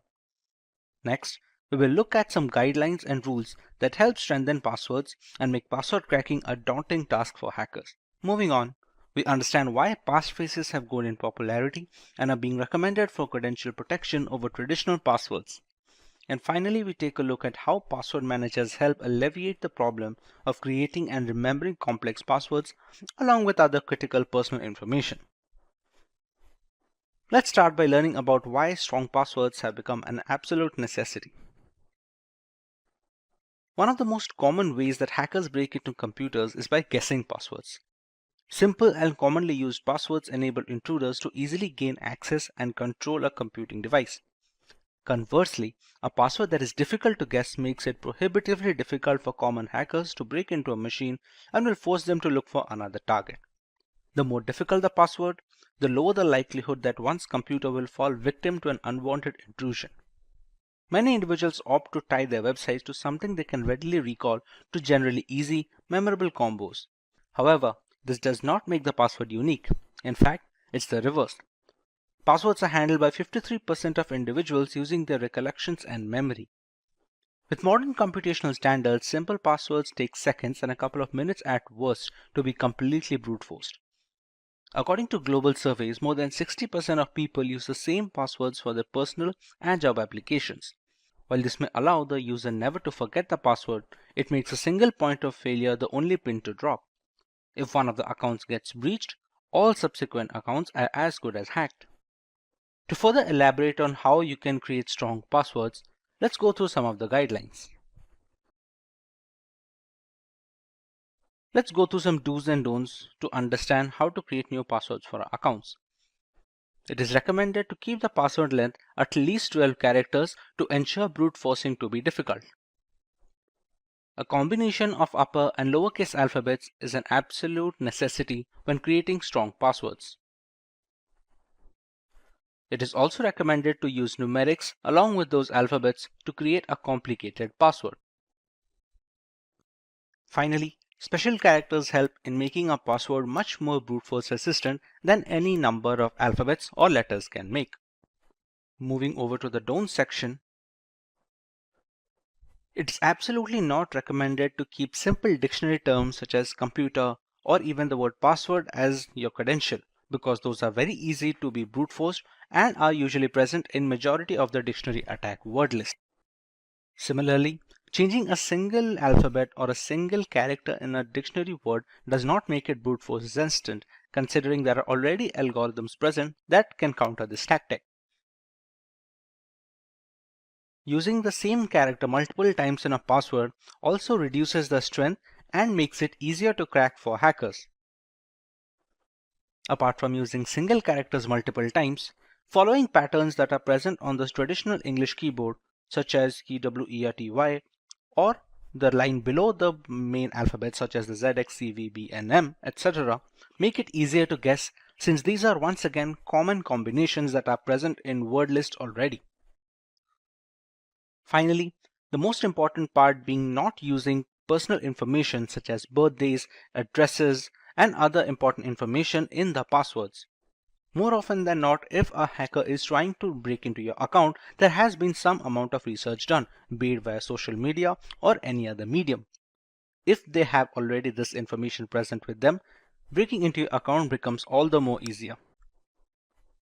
Now that you understand how to create strong password, look at how passphrases have become prevalent as a replacement for plain text passwords. A passphrase is a sentence-like string of words used for authentication that is longer than a traditional password, easy to remember, and difficult to crack. Typical passwords range on an average from 8 to 16 characters, while passphrases can reach up to 100 characters or more. Using a long passphrase instead of a short password to create a digital signature is one of the many ways that users can strengthen the security of their data, devices, and accounts. The longer a passphrase is, the more likely a user is to incorporate bits of entropy or factors that make it less predictable to potential attackers. As more websites, applications, and services increase their user security requirements, a passphrase is a fast and easy way to meet these criteria. Let's take a look at some of the advantages that passphrases have over common passwords. Passphrases are simpler to remember than just a random assortment of symbols and characters. It's easier to comprehend a line from your favorite song or a quotation than a short but difficult password. Passwords are reasonably easy for humans and robots to guess or crack. Online thieves have also advanced and created cutting-edge hacking tools to crack even the most complex passwords.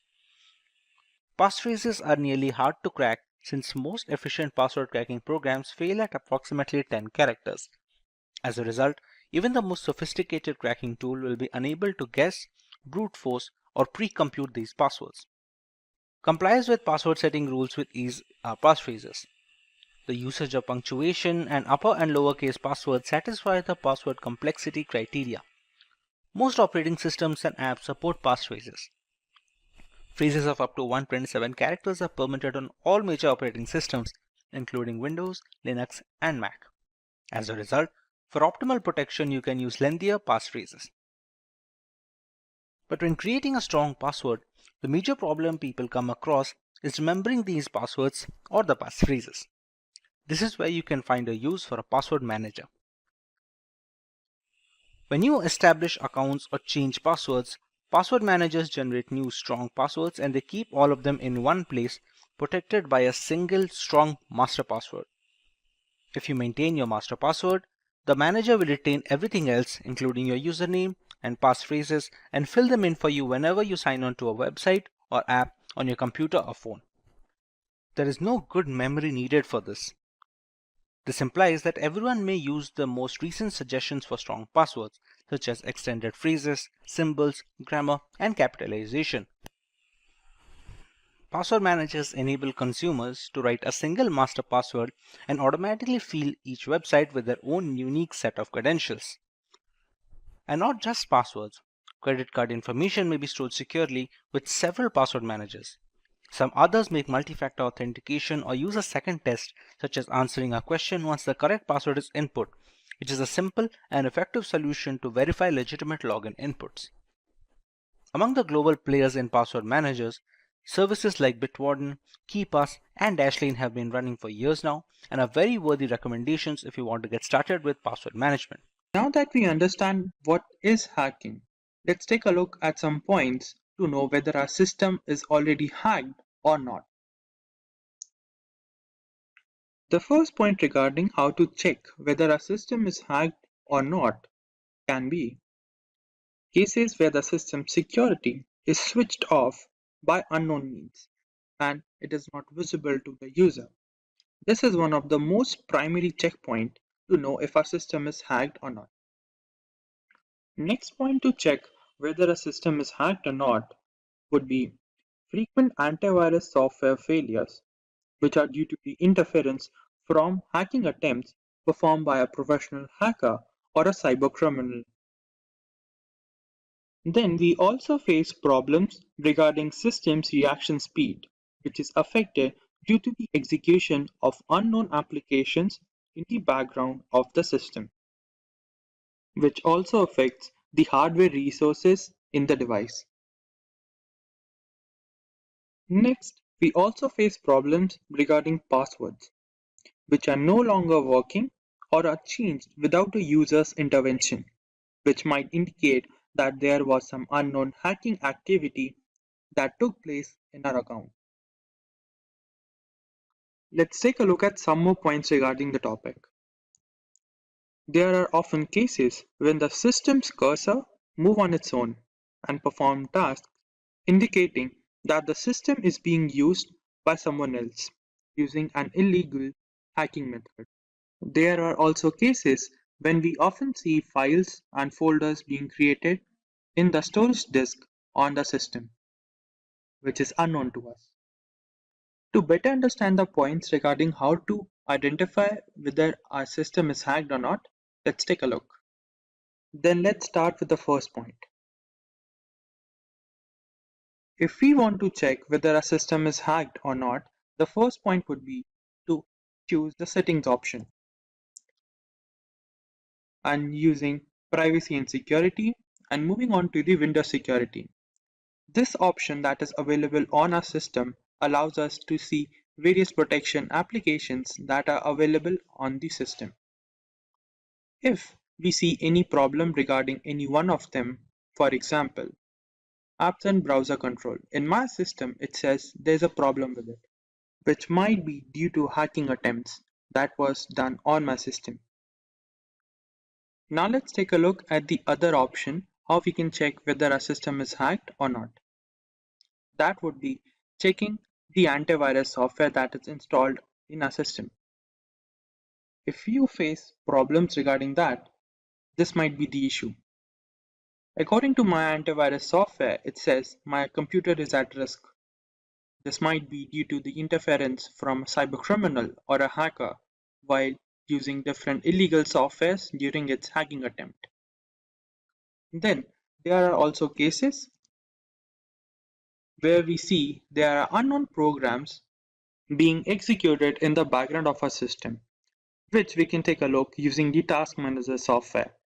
Using the Task Manager, we can take a look at each and every application that is being executed in the system and see the origin. If we find any unknown program or application, we can assume that it might be due to a hacking attempt. Moving on, if we want to check further whether our system is hacked or not, we can check for files or folders that are being created unknown to us. For example, this unknown folder, which contains some security details that are unknown to me. This might be also due to a hacking attempt by a hacker or a cybercriminal. Then there are also cases when the system's cursor moves on its own and performs tasks that are not initiated by us and performs copying of different folders or data from one file to other. This is due to a hacking attempt that was done on a system and the hacker has taken control of a system. Then there are also cases regarding login issues or password problem. For example, if I want to access into my account and there's a problem with the password, it might be due to the attempt of hacking into my account by a professional hacker.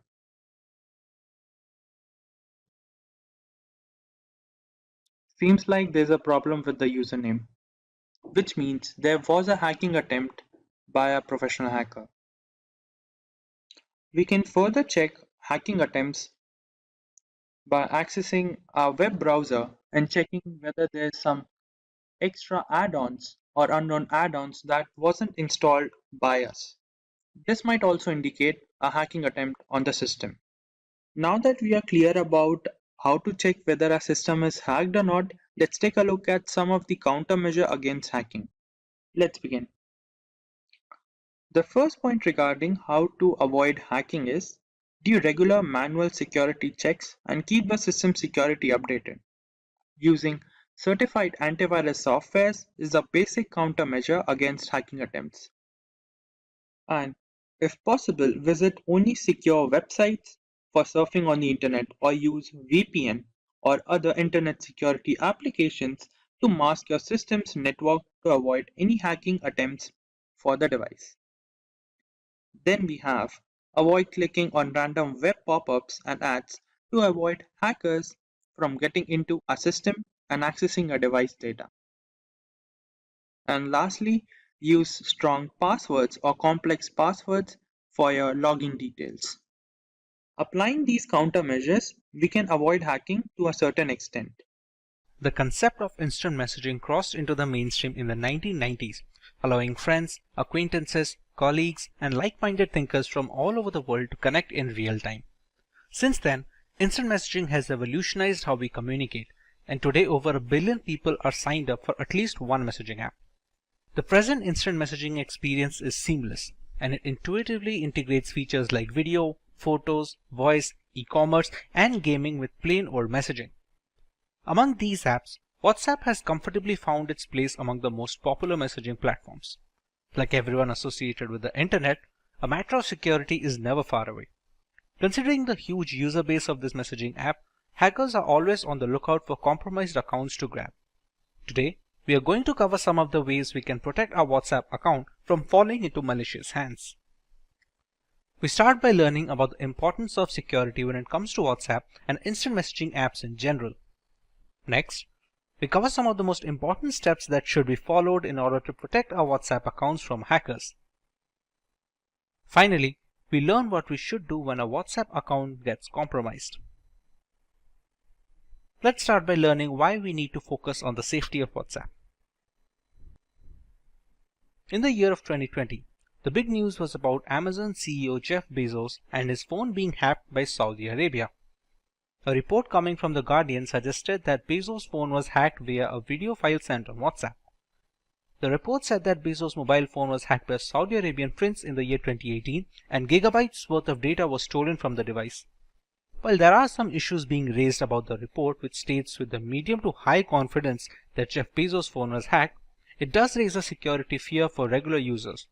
After all, if the phone of one of the world's most powerful men can be hacked, the same can happen to any one of us as well. When it comes to regular users, we exchange messages with our loved ones regarding a paradigm of topics. The information which may seem trivial initially can later function as ammunition for a campaign regarding identity theft.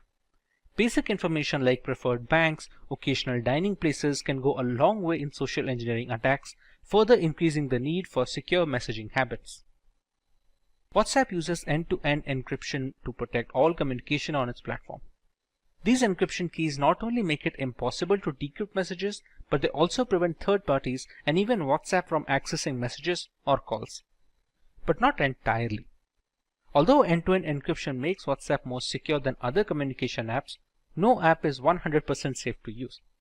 Like any application or digital device, WhatsApp is often targeted by bad actors. It also has access to your contacts and tracks where and how long you use it, putting your privacy and personal information at risk. We all have access to our cell phones, so it's no surprise that SMS two-factor authentication is one of the most widespread types of MFA available.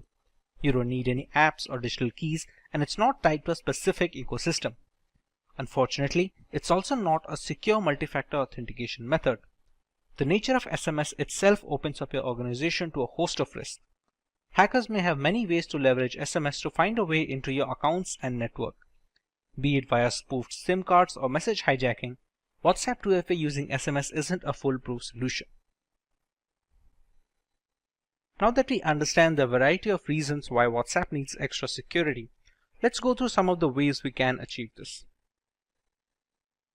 It is more than probable that one fine day you might receive a WhatsApp message or even an SMS that reads that your order is delayed, please check its status here, or your account is locked and please unlock it here, or even some tempting messages like win free 3G and movie tickets here.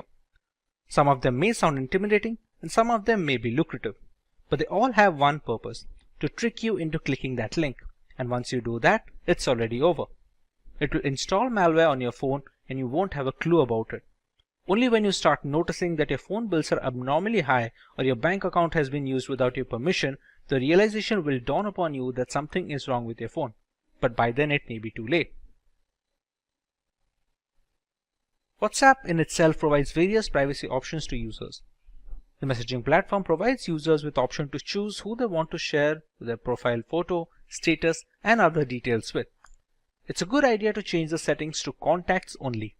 This means only phone numbers that are saved on your smartphone will be able to see your profile photo, status, phone number, and auto-delete status as well.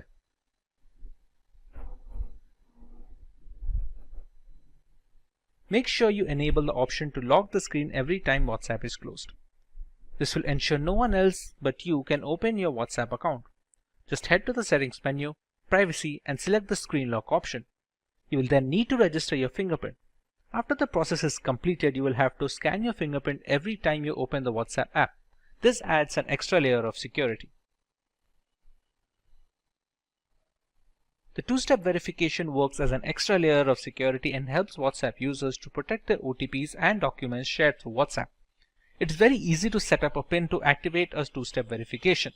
Users have to enter it periodically once it is activated. WhatsApp will sometimes keep asking users to enter their 6-digit passcode. Users cannot disable this without disabling the two-step verification feature altogether. In case users do not provide WhatsApp with an email ID and want to disable two-step verification, then the number will be permitted to re-verify on WhatsApp without the passcode after 7 days. However, the users will lose all pending messages upon re-verifying. We often have the tendency to log into WhatsApp web at the office and then leave the account open on the desktop. This habit can actually create problems for you. Someone else sitting on the same PC can access all your chats without you even realizing it. It's a good practice to log out from WhatsApp web before leaving the office. It just takes a few seconds to log in again by just scanning the code and you're done. All WhatsApp users should ensure that the chats are end-to-end encrypted. To verify that a chat is end-to-end encrypted, open the chat, tap on the name of the contact to open the contact info screen, and then tap encryption to view the QR code and a 60-digit number. WhatsApp end-to-end encryption ensures that only you and your contact can read the messages that are being exchanged and nobody in between, not even WhatsApp. With the necessary guidelines out of the way, let us go through the recommended course of action should our WhatsApp accounts be compromised. The first and most important thing that you need to do is report the issue to the WhatsApp support team for assistance. Make sure that you reach out to the support team through its help desk and report the hacking attempt. WhatsApp Help Center will take the shortest time to resolve your issue via email or within the app itself. This will help you to take prompt legal action against the hackers. If you can't access your email, call the support team. In some cases, the support will deactivate your WhatsApp account and request you to reactivate it within 30 days if you don't want it to be deleted completely. When someone compromises your WhatsApp account, they can now send messages to your contacts stating that the company sent your verification code and gain access to their account. That's why one of the first things you'll want to do is send a message to your friends and family letting them know that you've lost access to your account. This action prevents further exploitation of your account and others. Another reason you'll want to let your contacts know you have no access to your WhatsApp account is that they may phish for personal information. From your banking number to your email address, hackers will cleverly attempt to gain as much access to your personal information as possible. WhatsApp Web is an extension of WhatsApp Messenger over the web that facilitates easy synchronization of our smartphone and personal computer. This is the biggest security threat that hackers can easily exploit to get into your personal data over WhatsApp. Therefore, it is highly recommended that you use this WhatsApp feature carefully. Once you notice that your WhatsApp Messenger has been hacked, go to your WhatsApp web and tap or click on the Logout from all computers option. This will deactivate all the web extensions of your account. Under the unfortunate circumstances where the account recovery doesn't seem likely, you can always ask WhatsApp support to delete your account permanently. While far from the ideal solution, it can act as a fail-safe option if you want to protect your personal data at any cost possible. You can always open a new account later with the security issues mitigated. And before we begin, if you are someone who is interested in building a career in cybersecurity or to become an ethical hacker by graduating from the best universities, or a professional who elicits to switch career with cybersecurity or ethical hacker by learning from the experts, then try giving a shot to Simplilearn's postgraduate program in cybersecurity with modules from MIT Schwarzman College of Computing. The course link is mentioned in the description box below that will navigate you to the course page, where you can find a complete overview of the program being offered. It's no secret that the majority of our internet usage is at the risk of being hacked, be it via unsafe messaging applications or misconfigured operating systems. To counteract this void of digital security, penetration testing has become the norm when it comes to vulnerability assessment. Kali Linux is an operating system that has become a well-known weapon in this fight against hackers. A Linux distribution that is made specifically for penetration testers, Kali Linux has layers of features that we will be covering in today's lesson. Let's take a look at the topics to be covered in this video. We start by learning about Kali Linux and a basic explanation of its purpose. We take a look at the history of Kali Linux from the story of its origin to its current day exploits. Next, we learn a few distinct features of Kali that make it an attractive choice for penetration testers worldwide. Finally, we take a look at the multiple ways we can install Kali Linux to start our journey in the world of penetration testing. Let's start by learning about Kali Linux in general. Kali Linux, which is formerly known as Backtrack Linux, is an open source Linux distribution aimed at advanced penetration testing and security auditing. It contains several hundred tools that are targeted towards various information security tasks such as penetration testing, security research, computer forensics, and reverse engineering. Kali Linux is a multiple platform solution accessible and freely available to information security professionals and hobbyists. Among all the Linux distributions, Kali Linux takes its roots from the Debian operating system. Debian has been a highly dependable and stable distribution for many years, providing a similarly strong foundation to the Kali desktop. While the operating system is capable of practically modifying every single part of our installation, the networking components of Kali become disabled by default. This is done to prevent any external factors from affecting the installation procedure, which may pose a risk in critical environments. Apart from boosting security, it allows a deeper element of control to the most enthusiastic of users. We did not get Kali Linux since the first day. How did it come into existence? Let's take a look at some of its history. Kali Linux is based on years of knowledge and experience in building penetration testing and operating systems. During all these project lifelines, there have been only a few different developers, as the team has always been small. The first project was called WOPEX, which stands for White Hat Knopex. As can be inferred from the name, it was based on the Knopex operating system as its underlying OS. WOPEX had releases ranging from version 2.0 to 2.7. This made way for the next project, which was known as WAX, or the longhand being White Hat Slacks. The name change was because the base OS was changed from Knopex to Slacks. WAX started at version 3 as a nod, it carrying on from WOPEX. There was a similar OS being produced at the same time, Auditor Security Collection, often being shortened to just Auditor, which was once again using Knopex.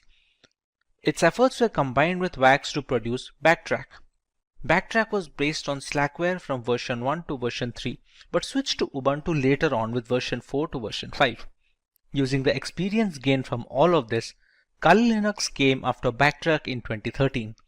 Kali started off using Debian stable as the engine under the hood before moving to Debian testing when Kali Linux became a rolling operating system. Now that we understand the history and the purpose of Kali Linux, let us learn a little more about its distinct features. The latest version of Kali comes with more than 600 penetration tools pre-installed. After reviewing every tool that was included in Backtrack, developers have eliminated a great number of tools that either simply did not work or which duplicated other tools that provided the same or similar functionality. The Kali Linux team is made up of a small group of individuals who are the only ones trusted to commit packages and interact with the repositories, all of which is done using multiple secure protocols. Restricting access of critical code bases to external assets greatly reduces the risk of source contamination, which can cause Kali Linux users worldwide a great deal of damage as a direct victim of cybercrime. Although penetration tools tend to be written in English, the developers have ensured that Kali includes true multilingual support, allowing more users to operate in their native language and locate the tools they need for the job. The more comfortable a user feels with the intricacies of the operating system, the easier it is to maintain a stronghold over the configuration and the device in general. Since ARM-based single-board systems like the Raspberry Pi are becoming more and more prevalent and inexpensive, the development team knew that Kali's ARM support would need to be as robust as they could manage with fully working installations. Kali Linux is available on a wide range of ARM devices and has ARM repositories integrated with the mainline distributions, so the tools for ARM are updated in conjunction with the rest of the distribution. All this information is necessary for users to determine if Kali Linux is the correct choice for them.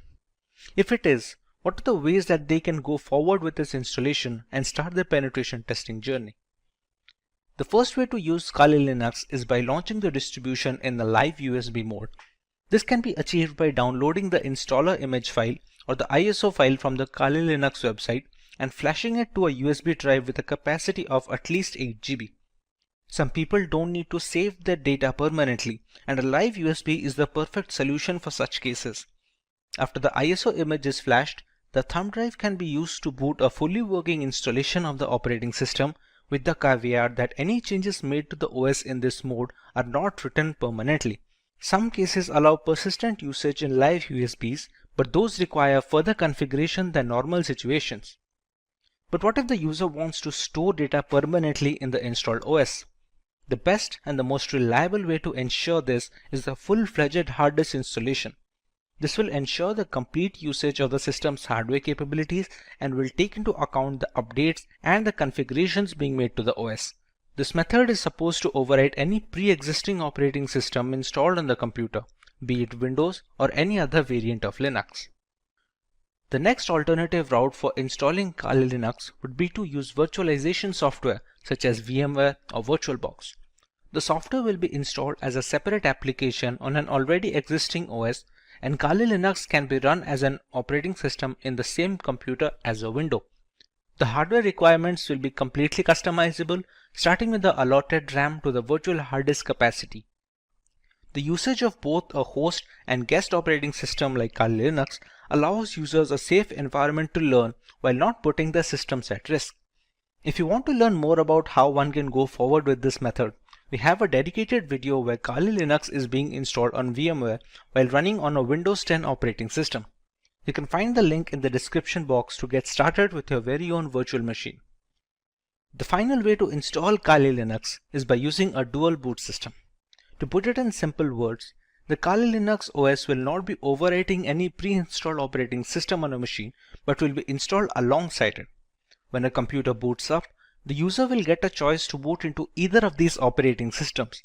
Many people prefer to keep both the Windows and Kali Linux installed, so the distribution of work and recreational activities is also allotted effectively. It gives users a safety valve should their custom Linux installation run into any bugs that cannot be fixed from within the operating system. Now, for the convenience of explanation, we're going to install Kali Linux today on a virtual machine software known as VMware. VMware is able to run multiple operating systems on a single host machine, which in our case is a Windows 10 system. To get started with Kali Linux installation, we have to go to the website to download an image file. We go to Get Kali, and as you can see, there are multiple platforms on which this operating system can be inverted. As per our requirement, we're going to go with the virtual machine section. As you can see, it is already recommended by the developers. This is the download button, which will download a 64-bit ISO file. We can download 32-bit, but that is more necessary for hard metal machines, or if you're going to use it for older devices which do not support 64-bit operating systems yet. After clicking on the download button, we can see we have a WinRAR archive which will have the ISO files. For now, we have downloaded the ISO file and it is already present with me. So we can start working on the VMware side of things. Once the ISO file is downloaded, we open up VMware Workstation. We go to File and we create a new virtual machine. In these two options, it is highly recommended to go with the typical setup rather than the custom one. The custom is much more advanced and requires much more information from the user, which is beneficial for developers and people who are well versed with virtualization software, but for 90% of the cases, typical setup will be enough. Here, we can select the third option, which will be I will install the operating system later. In some operating systems, we can use the ISO file here directly and VMware will install it for us. But for right now, in the case of Kali Linux, the third option is always the safest.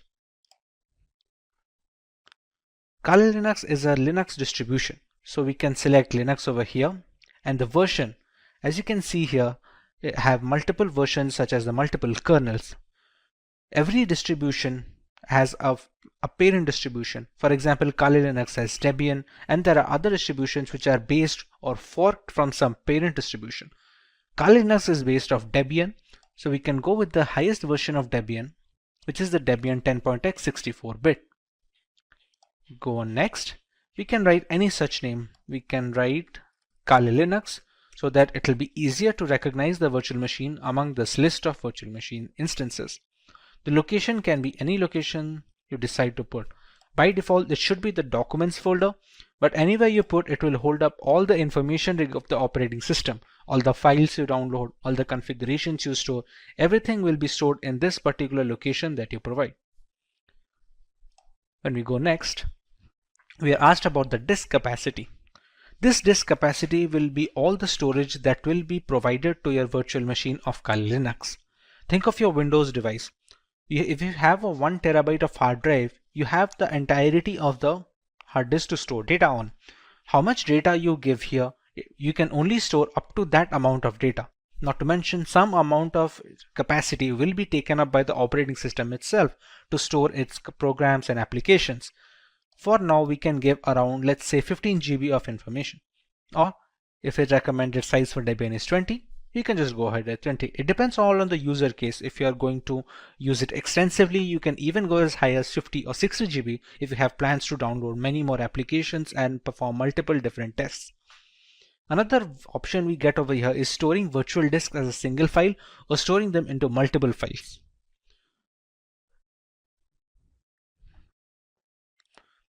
As we already know, this virtual machine runs entirely on VMware. Sometimes when transferring these virtual machine instances, let's say from a personal computer to a work computer, we're going to need to copy up the entire folder that we had mentioned before over here. Instead, all virtual machines have a portability feature. Now this portability feature is possible for all scenarios, except it is much easier if they split the virtual disk into multiple files. Now even if this makes porting virtual machines easier from either system to system or software to software, let's say if you want to switch from VMware to VirtualBox or vice versa, the performance takes a small hit. It's not huge, but it's recommended to go with storing the virtual disk as a single file if you have no purposes of ever moving the virtual machine.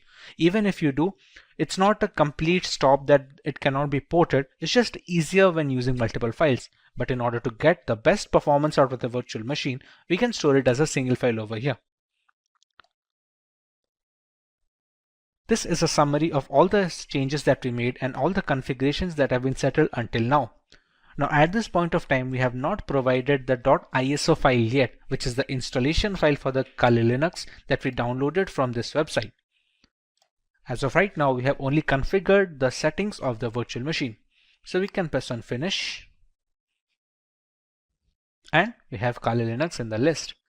Now, to make the changes further, we press on Edit Virtual Machine Settings.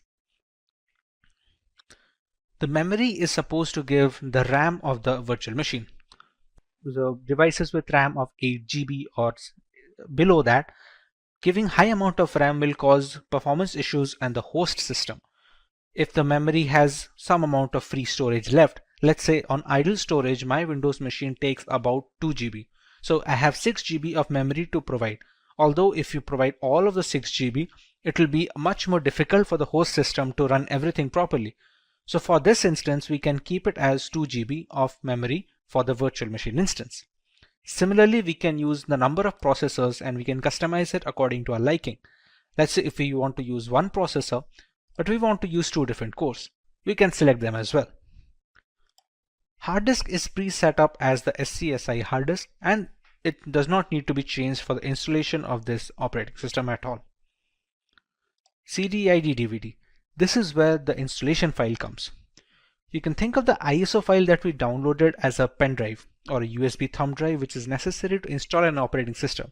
To provide this, we're going to select Use ISO image file. We're going to click on Browse. Go to Downloads and select the ISO file over here. Select Open and you can see it is already loaded up. Next, in the network adapter, it is recommended to use NAT. This helps the virtual machine to draw the internet from the host machine settings. If your host machine is connected to the internet, then the virtual machine is connected as well. There are some other options such as host only or custom segments or LAN segments, but those are not necessary for installation. Rest of them are pretty standard, which do not need any extra configuration and can be left as it is. Press OK. And now we can power on this virtual machine.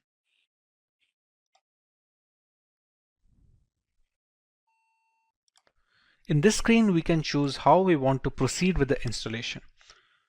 We have a Start Installer option over here. So we're going to press Enter on that.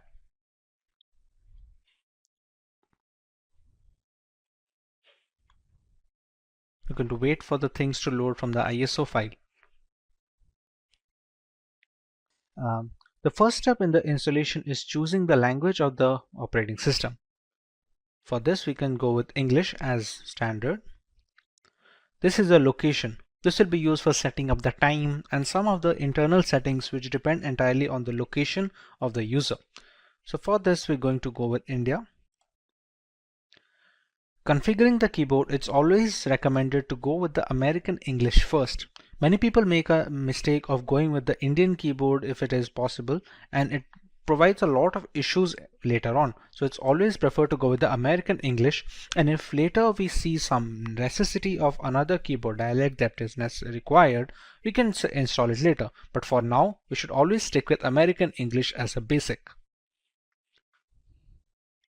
At this point, it's going to load the installation components from the .iso file. It is a big file of 3.6 GB, so it has a lot of components that need to be put into the virtual machine, which can also be used to detect hardware.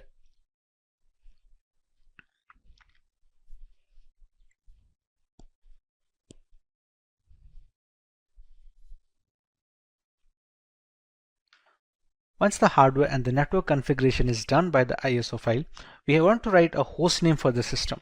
This host name can be anything which is used to recognize this device on a local network or a LAN cable. Let's say if we use the name Kali. Domain name, we can skip it for now. It's not necessary as such for the installation. This is the full name for the user. Let's say we can provide the name as Simplilearn as a full name. Next, we're going to set up a username. This username is going to be necessary to identify the user from its root accounts and the subsequent below accounts. For now, we can give it as something as simply123. Now we have to choose a password for the user. Now remember, since this is the first user that is being added onto this newly installed operating system, it needs to be a password for the administrator. We can use whichever password we like over here and use the same password below and press on continue.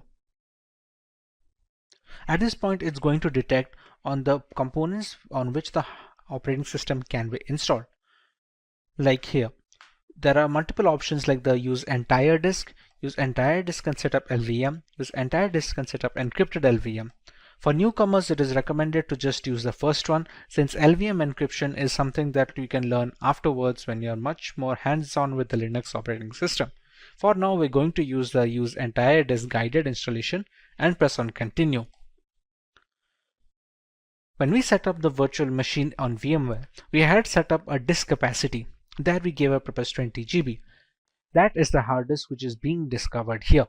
Even though it is a virtual disk, on VMware it acts as a normal hard disk on which an operating system can be installed. So we select this one and press on continue. Here there is a multiple partition system. All the operating systems that are installed have different components. One is used for the keeping of the applications, one for the files, other for the RAM management and other things. For newcomers, it is always recommended to keep it in one partition. And we're going to select that and press on continue. This is just an overview of the partition it's going to make. As you can see, it has a primary partition of 20.4 GB and a logical partition of 1 GB used for swap memory. Now these kind of naming can be confusing for people who are not well versed with Linux operating systems or in general virtualization. But for now, you can go ahead and press on continue, as this will be fine. We can press on finish partitioning and write changes to disk and continue. It's just a confirmation page. As you can see, it's wrote that SCSI3 is our virtual hard disk of 20 GB disk capacity. We write the changes to the disk. We press yes and click on continue. At this point, the installation has started. Now this installation will take a while depending on the amount of RAM provided, the processors provided, and how quickly the performance of the system is being hampered by the host machine. On quicker systems, this will be rather quick, while on the smaller ones, this will take a while. Since this is going to take some time to install as it is being run on a virtual machine with only 2 GB of RAM, we're going to speed up this part of the video so we don't have to waste any more time just watching the progress bar.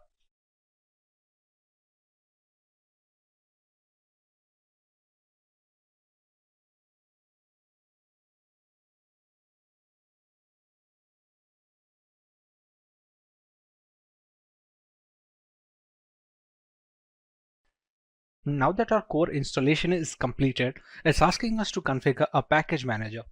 The work of a package manager on Linux operating systems is similar to the Google Play Store on Android mobile devices and on the App Store for the Apple devices. It's an interface to install external applications which are not installed by default, let's say for Google Chrome or any other browser which can be used to browse the internet. At this point of time, it's asked us to select a network mirror. We're going to select as yes and move forward with this. Next, it's going to ask us for an HTTP proxy, which we can leave it as blank and press it as continue forward. At this point of time, it's looking for updates to the Kali Linux installation. This will fetch the new builds from the Kali server, so the installation is always updated to the latest version. Now that the package manager is configured, we have the grub bootloader. The grub is used for selecting the operating system while booting up. Its core functionality is to allow the operating system to be loaded correctly without any faults. So at this point of time, if it asks install the grub bootloader to your primary drive, we can select it as yes and press continue.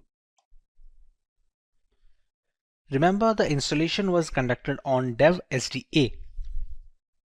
So we're going to select installation of the grub loader on the same hard disk that we have configured. We press this one and press continue. So now the grub bootloader is being installed. The grub is highly essential because it shows the motherboard where to start the operating system from. Even if the operating system is installed correctly and all the files are in correct order, the absence of a bootloader will not be able to launch the OS properly. As you can see, the installation is finally complete. So now we can press on continue and it's going to finalize the changes.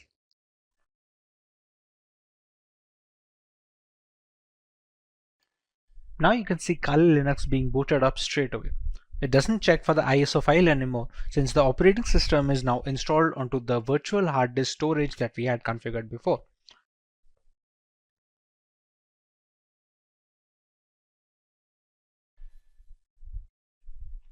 Here we're going to enter our username and password that we had set up before.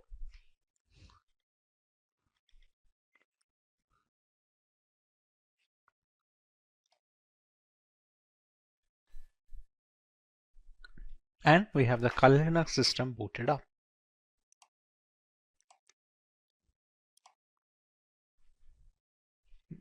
And this is your homepage. We can see the installed applications over here, which are being used for penetration testing by multiple security analysts worldwide. All of these come pre-installed with Kali Linux, and others can be installed using the apt package manager that we had configured. We can see our full name over here. And with this, our installation of the Kali Linux is complete. Hi everyone, I am Abhisar and today we are going to explore a world where the biggest dramas don't happen in movies. They happen in the digital networks that our shops, companies and governments rely on every day. Let's start with a true story from 2017 in Atlanta. A bustling city just like many others. One morning, Atlanta was hit by a ransomware attack, a type of cyber threat where hackers lock up important data and demand money to release it. This attack froze the city's most essential services. People couldn't pay their bills, court documents were inaccessible, and the city struggled to operate normally. It was chaos. This real-life event shows us just how powerful and damaging cyber attacks can be. They don't just affect computers, they disrupt lives and can bring entire cities to a standstill. Today we are going to dive deeper into this hidden world of digital dangers and learn about the top 10 cyber attacks that have shaken communities and nations. So let's uncover these epic tales of cyber intrusions, learn about their massive impacts and see how they have revolutionized cybersecurity practices worldwide. And before commencing guys, just a quick info for you. Starting with number 10 on the list, Heartland Payment Systems, and it acted in 2008. So in 2008, Heartland Payment Systems fell victim to one of the largest phishing scams at that time. Phishing, a technique where cybercriminals disguise their malicious intent with seemingly legitimate requests, deceived unsuspecting victims into believing they were interacting with a trusted entity. The attackers managed to infiltrate the system and steal sensitive information, leading to the unauthorized access of 100 million credit and debit card numbers. The aftermath was severe, with Heartland shouldering $140 million in damages and facing a long road to rebuild trust and enhance their security measures. Moving to number 9. China's Google attacks. A covert operation in 2009 targeted Chinese humanitarian activists, compromising their Google accounts to monitor their communications. The breach extended beyond activists, affecting individuals in multiple countries, highlighting the global reach of cyber espionage. Investigators linked the breach to a mix of phishing and malware, which allowed hackers to gather information. This incident underscores the critical need for vigilance in digital communications and the importance of reporting anomalies promptly to prevent widespread data compromise. And number 8 on the list is PlayStation Network. In 2011, the PlayStation Network suffered a massive breach when hackers accessed 77 million user accounts, exposing sensitive information including credit card details. The attack persisted for nearly a month, leading to an estimated $2 million in damages and significant downtime for users. This breach not only disrupted Sony's services but also had a detrimental impact on their product launches, serving as a stark reminder of the enduring consequences of cyber vulnerabilities. And number 7 on the list is Citigroup. Despite being one of the largest banks globally, Citigroup experienced a significant security lapse in 2011 when over 200,000 customer accounts were compromised. Hackers exploited simple vulnerabilities in the bank's website to impersonate legitimate users and navigate through its security measures undetected. By the time the breach was discovered, sensitive data including card numbers and personal information had already been sold. The delay in notifying affected customers only worsened the public's trust in Citigroup. This incident highlights the importance of robust cybersecurity measures and the need for swift action and transparency in the face of security breaches. Now coming to number 6, that is Target Company. In 2013, Target became the victim of a massive cyber attack when malware was injected into their point of sale, that is POS systems. This type of software is specifically designed by hackers to disrupt and gain unauthorized access to computer systems. During the bustling holiday season, Ukrainian hackers managed to extract customer information and sell it on the digital black market, leading to significant financial threats to millions of Americans. This breach vividly demonstrated that even robust internal systems could have hidden weaknesses, ripe for exploitation. Now coming to number 5, the company is Yahoo. Yahoo, once a giant in email and web services, faced a severe reputation hit between 2013 and 2014 due to multiple security breaches. These incidents compromised the personal details of 500 million users initially, with a later revelation that up to 3 billion accounts were affected in total. Sensitive information such as email addresses, passwords, and security questions were stolen. Yahoo's delayed disclosure of these breaches until 2016 resulted in a $35 million fine and over 40 class action lawsuits, ultimately costing the company $350 million in damages. Now coming to number 4, Home Depot. Following in the unfortunate footsteps of Target, Home Depot experienced a similar breach in 2014. Hackers gained the access to the company's POS systems by masquerading as legitimate vendors. This breach compromised the data of 50 million cardholders. The attackers used malware entering through a vendor's credentials to infiltrate Home Depot's network.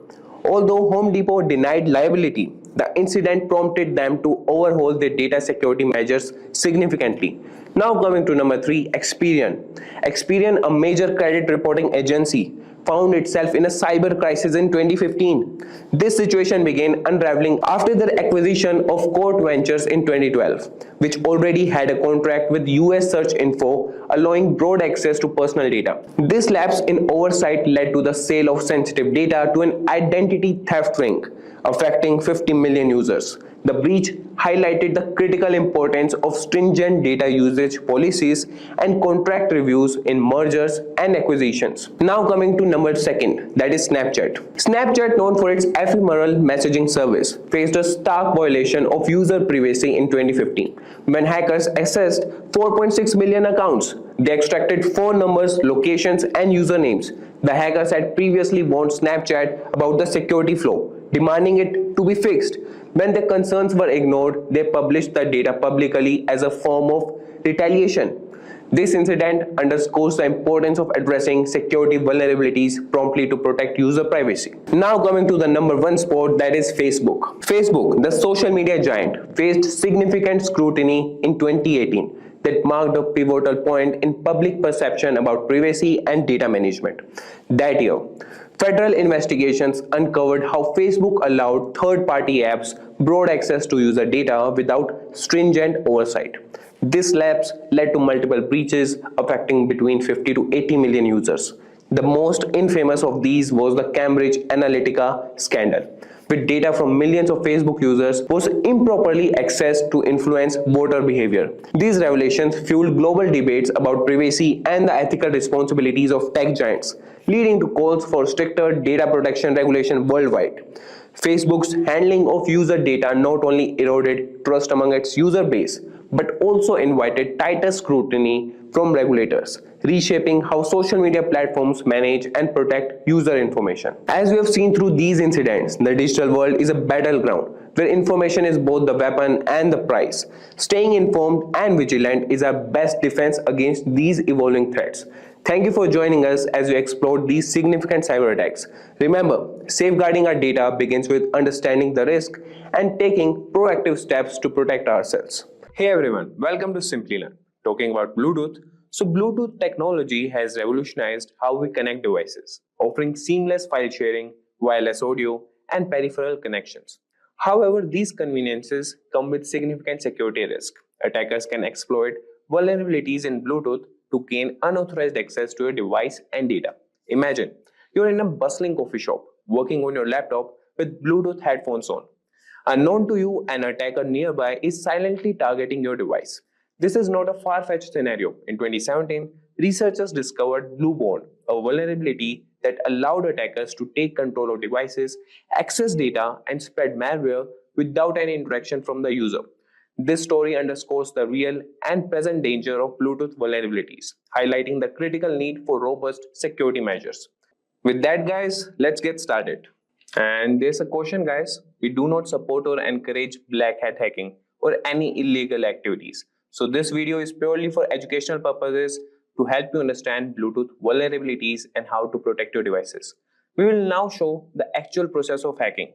So our goal is to inform and raise awareness about potential security risk so that you can take the necessary steps to secure your devices. Always conduct security testing responsibly and with permission. Use this knowledge to enhance cybersecurity, not to exploit it. So let's start with the first topic, that is how Bluetooth has advanced things. So the number one reason is the convenient connectivity. So Bluetooth enables wireless communication between devices such as smartphones, laptops, headphones, and smart home devices, eliminating the need for cables. Then there's the IoT integration. It plays a crucial role in the Internet of Things, that is allowing devices to connect and interact seamlessly. And then comes the health and fitness segment. So Bluetooth technology is integral in wearable devices like fitness trackers and medical devices, enabling real-time data sharing and monitoring. Then comes automotive industry. Bluetooth provides hands-free communication and wireless media streaming in vehicles. And then we'll move to types of Bluetooth vulnerabilities. And here are some. Number one is Blueborn. So this vulnerability allows attackers to take control of Bluetooth-enabled devices without the need for pairing or user interaction. And its impact is it can enable remote code execution, data theft, and the spread of malware across devices. Blueborn attacks can be launched without needing the victim to pair with the attacker's device. By scanning for devices with Bluetooth enabled, attackers can exploit multiple vulnerabilities within the Bluetooth stack, allowing them to take control of the device, intercept communication, and spread malware. Then coming bias, that is Bluetooth impersonation attacks. So this attack exploits flaws in the Bluetooth authentication process, allowing attackers to impersonate a previously trusted device. And its impact is it can result in unauthorized access to devices and sensitive information. Bias attacks exploit a flaw in the Bluetooth standards authentication procedure. When a Bluetooth device reconnects to another device, it may not properly authenticate, assuming it's the same device that was previously paired. So attackers exploit this by impersonating the trusted device, gaining unauthorized access to the device and its data. And then comes HID spoofing. So attackers can spoof human interface device, that is HID, such as keyboards or mouse, to send malicious inputs to a Bluetooth enabled device. And its impact is this can lead to unauthorized commands being executed on the device for the data manipulation and potential system compromise. And the security measures you could take to prevent these attacks is disable Bluetooth when not in use. It reduces the risk of unauthorized access and use secure pairing methods that ensures that connections are authenticated and encrypted. So these regular updates patches vulnerabilities and enhances security, and avoid pairing in public or untrusted environments. That minimizes exposure to potential attackers. Now that we have discussed the different types of Bluetooth vulnerabilities, let's explore some common Bluetooth attacks that exploit these weaknesses. So understanding these attacks can help us better protect our devices. So there are two notable examples, that is bluejacking and bluebugging. Both of these attacks highlight the potential risk associated with Bluetooth technology, even though they differ in their severity and impact. Let's dive into that and let's see what these attacks can entail. So the number one on the list is bluejacking. So bluejacking involves sending unsolicited messages to other Bluetooth enabled devices. So it works as attackers exploit the Bluetooth message feature to send anonymous messages to nearby devices without the recipient's consent. Bluejacking is relatively benign compared to other Bluetooth attacks.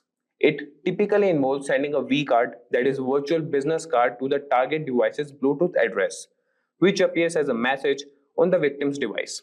So the primary risk is the disruption and potential for spreading spam messages. And its impact is, although it's typically harmless, it can be disruptive and annoying to the recipient. And now we will come to bluebugging. So bluebugging is a more severe attack where the attacker gains control over the victim's Bluetooth-enabled device. It works as attackers exploit vulnerabilities to remotely execute commands on the target device, often without the user's knowledge. And bluebugging is much more invasive. Initially, it was used to gain control over mobile phones to make calls and send messages. Over time, it has evolved to allow attackers to access and control various functions of a device, such as accessing contacts, reading messages, and even turning on the microphone to listen in on conversations. And its impact is it can lead to unauthorized access to device data, making calls, sending messages, and even eavesdropping on conversations. Now that we have covered some common Bluetooth attacks, let's take a closer look at how Bluetooth functions on Android devices. So understanding the mechanism of Bluetooth can help us identify potential vulnerabilities and better secure our devices. So let's see how Bluetooth works on Android devices. So Bluetooth on Android devices enables various features like file sharing, wireless audio streaming, and connecting peripherals such as keyboards and mice. It uses short-range radio waves to establish a connection between devices. So this process typically involves discovery, pairing, and communication phases. However, these conveniences come with risk. Attackers can exploit vulnerabilities during these phases to gain unauthorized access to these devices. So understanding the mechanics of Bluetooth helps identify potential weak points and reinforce the importance of securing these connections. So having explored how Bluetooth works on Android devices, it's crucial to understand the real-world impact of these vulnerabilities. So we'll discuss examples of Bluetooth attacks and the severe consequences they can have on personal data and device security. So let's see the impacts.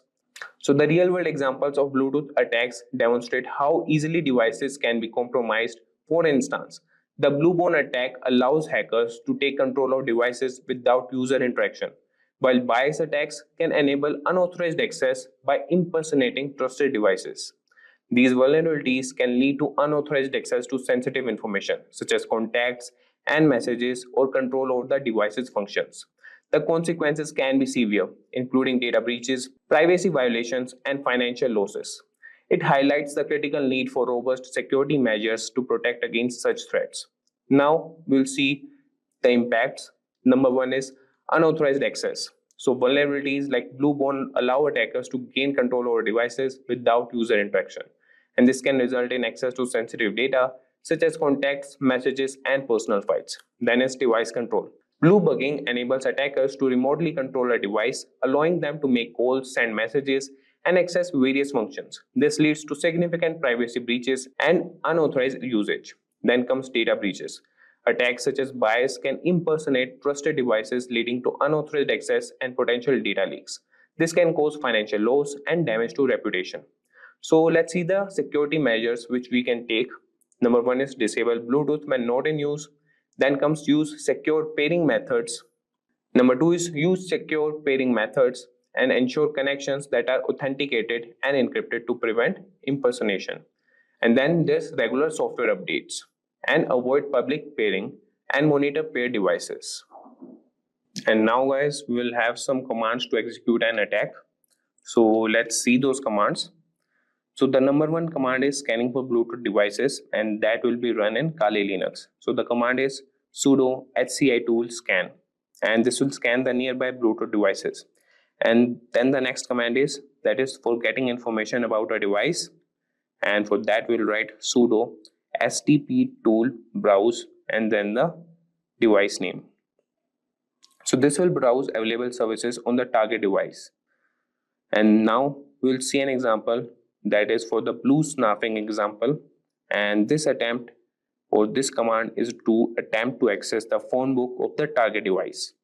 And you can see the command that is sudo bluesnarf -r 1200 -c1 -b and the info for the device. Hey everyone, welcome to Simplilearn. In this video, we will explore API security. So let's talk about a real world example. Remember, Facebook and the Cambridge Analytica scandal. Facebook had APIs that allowed third-party apps to access user data, and these APIs weren't properly secured. So Cambridge Analytica managed to harvest data from millions of users without their consent. This breach of trust led to a massive public outcry and regulatory scrutiny. In this video, we will look at common threats like injection attacks and broken locks, that is authentication, and share practical tips to keep your APIs secure. So grab your favorite treat, sit back, and let's dive into the world of API security together. And the first thing we have on the list is, what is an API? So alright, let's break it down. Imagine you are at a restaurant. You are hungry and ready to order some food. You tell the waiter what you want, and the waiter takes the order to the kitchen. The chef in the kitchen cooks up your meal and hands it back to the waiter, who brings it to your table. In this scenario, the waiter is like an API, application programming interface. The API takes your request, tells the server, in this case that is the kitchen, what you need, and then brings back the response. In tech terms, an API allows different software systems to communicate and share data. For example, when you use an app on your phone to check the weather, that app uses an API to request weather data from a remote server. The server sends back the weather information and the app displays it for you. So this is how API works. Now we'll see why is API security important. Think about your house. You lock your doors and windows to keep intruders out, right? The same goes for APIs. They need to be secured to prevent unauthorized access. If someone breaks into your house, they can steal your valuables. Similarly, if someone gains unauthorized access to your API, they can steal sensitive data or even take control of your system. Take the Facebook Cambridge Analytica scandal. For example, insecure APIs allowed the harvesting of personal data from millions of users without their consent. This shows how crucial it is to secure APIs to protect user data and maintain trust. So this was about why API security is important. Now moving to common API security threats. And the number one on the list is injection attacks. So now that we have understand why securing APIs is essential, let's dive into some common threats. First up is injection attack. Imagine you give a recipe to a chef, but someone sneaks in and adds harmful ingredients without you knowing. That's an injection attack. One common type is SQL injection, where an attacker inserts malicious code into an API request. For example, if a user enters drop table users -- instead of their username and the API doesn't validate this input, the database might execute it and delete important data. So to prevent this, always validate and sanitize user inputs. Now move to the next, that is broken authentication. So let's talk about broken authentication. So think of authentication as the lock on your front door. If your lock is weak or easy to pick, anyone can walk in. Broken authentication means your API's authentication mechanisms aren't strong enough, making it easy for attackers to pretend to be legitimate users. For instance, if an API uses predictable tokens, hackers can guess them and gain unauthorized access. Use strong, unpredictable tokens and implement multi-factor authentication to strengthen security.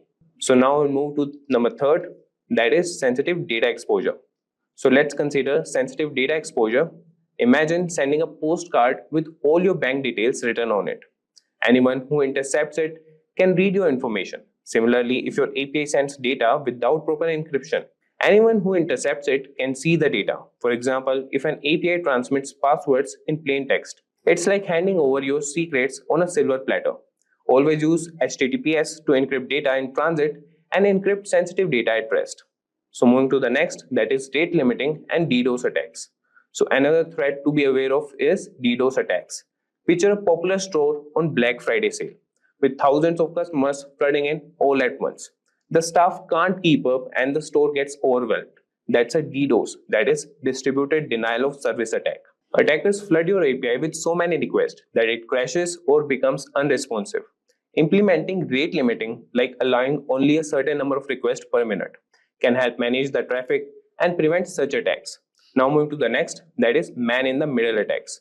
So imagine having a private conversation, but someone is secretly listening and can even alter your words. That's a man-in-the-middle attack. If an attacker intercepts the communication between your API and the client, they can read or modify the data being transmitted.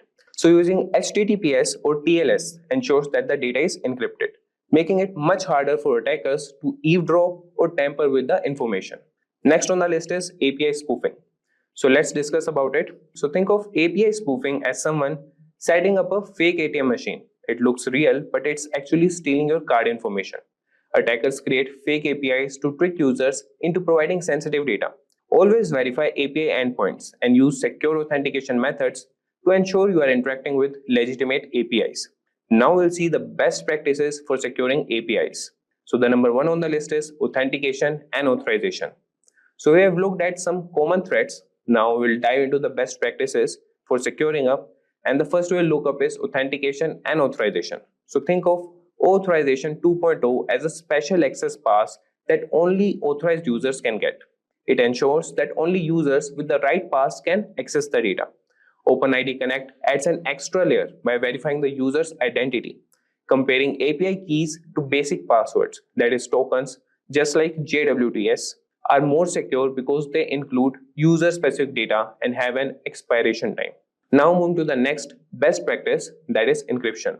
So always use HTTPS, which is like sending logged packages that only recipient can open.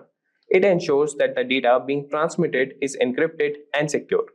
Additionally, encrypt sensitive data at rest, just like storing valuables in a safe, so it protects it from unauthorized access. Next is input validation. So let's consider input validation, and you should always use clean user inputs to prevent malicious data from sneaking in. For instance, if a user enters a script tag, that is script, and sanitize it to prevent XSS, that is cross-site scripting attacks. So using parameterized queries is like using prepared ingredients in cooking, ensuring that the input is safe and expected. Now moving to the next, that is rate limiting and throttling. So moving on to rate limiting and throttling, that limits the number of requests a user can make. It's like settling a limit on how many times someone can knock on your door. Tools like Cloudflare can help filter out malicious traffic and keep your API running smoothly, protecting against DDoS attacks. Now moving to the next one, that is logging and monitoring.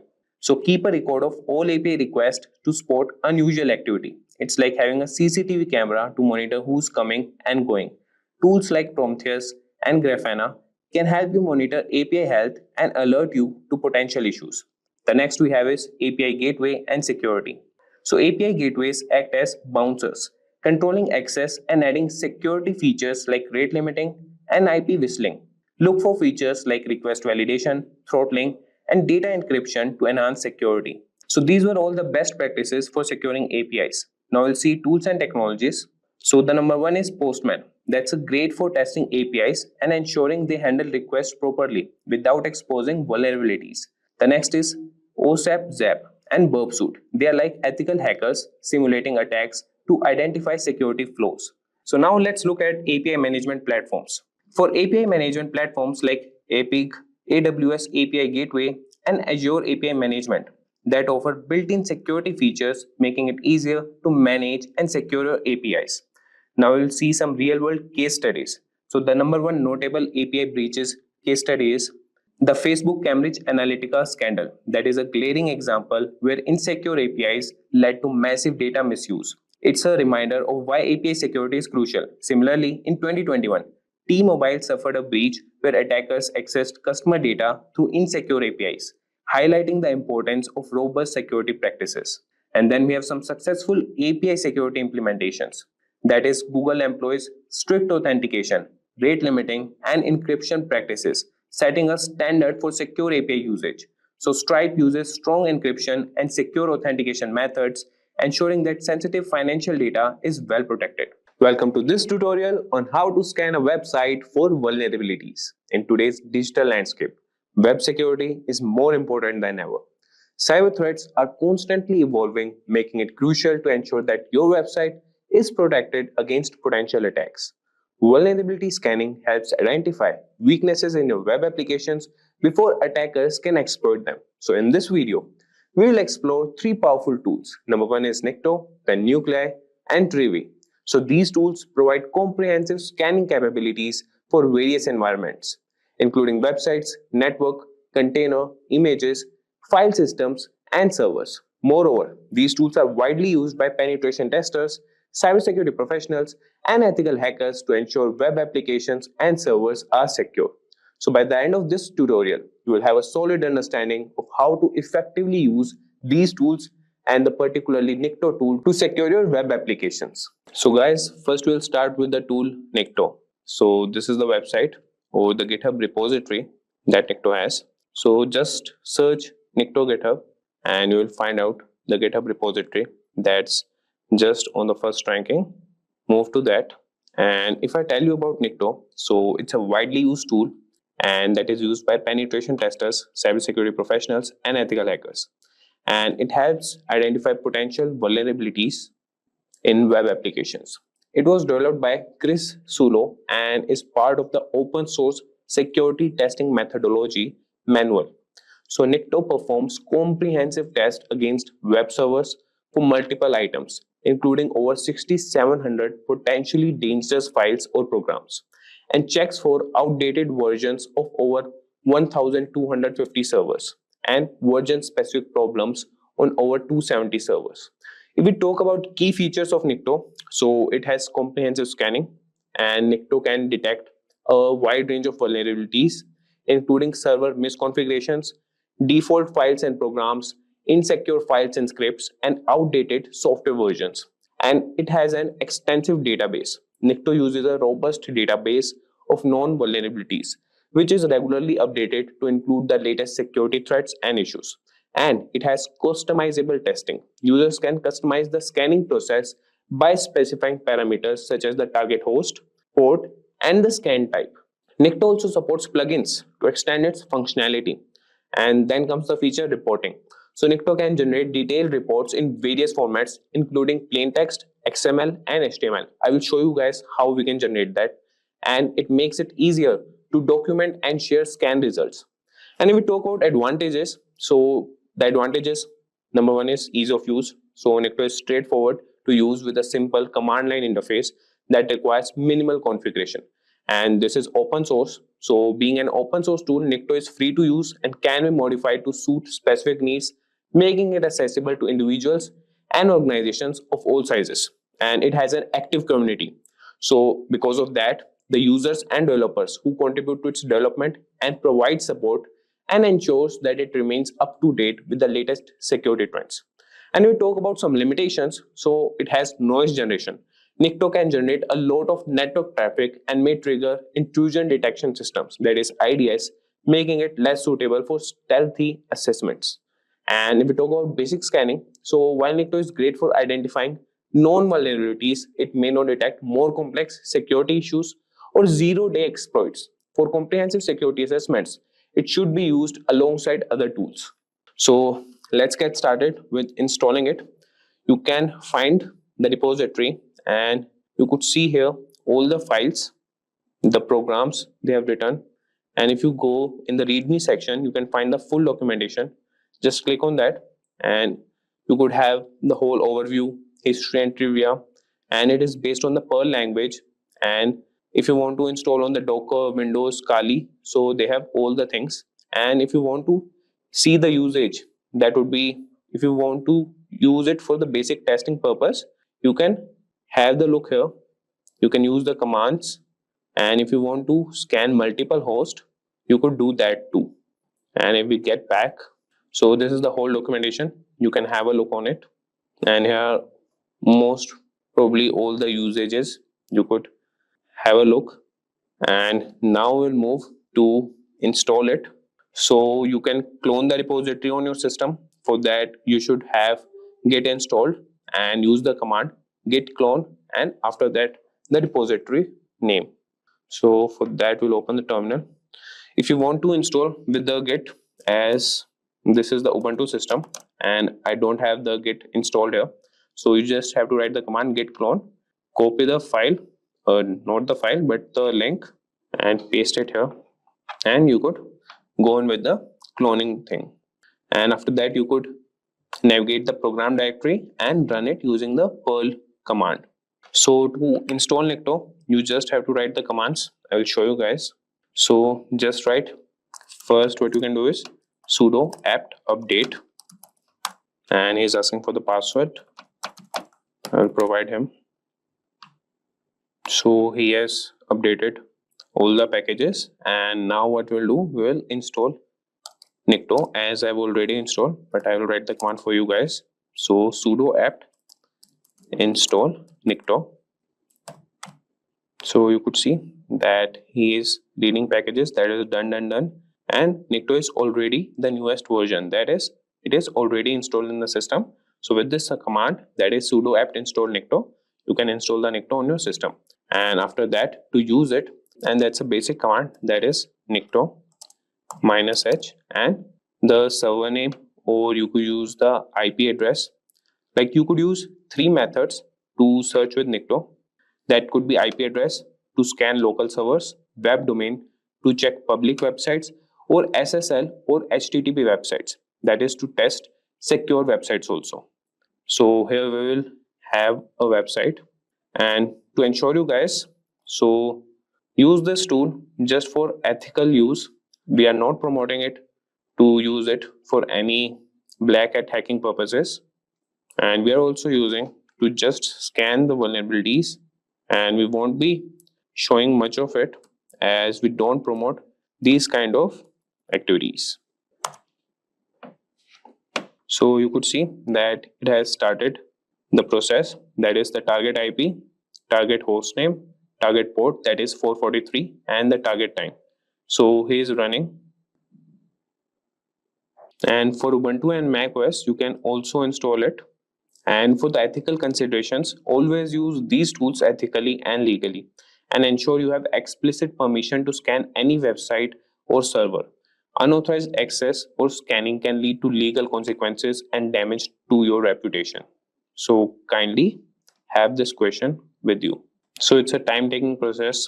So this tool works with the port number and where the website is hosted. So all these things matter for the scanning purpose or getting the vulnerabilities checked. So till then, Nikto is scanning the website. I will show you guys the NVD website. So this is National Institute of Standards and Technology, National Vulnerability Database. So this is the US government repository of standards-based vulnerability management data that is represented using the Security Content Automation Protocol. And this data enables automation of vulnerability management, security measurement, and compliance. So what vulnerabilities you are finding here, you can go on and search on here on this website, as this is the basic foundation for all these tools. So guys, as it is taking more time, I will show you guys more features of Nikto till then. So we are in the new window, and till then it happens, we'll see more features.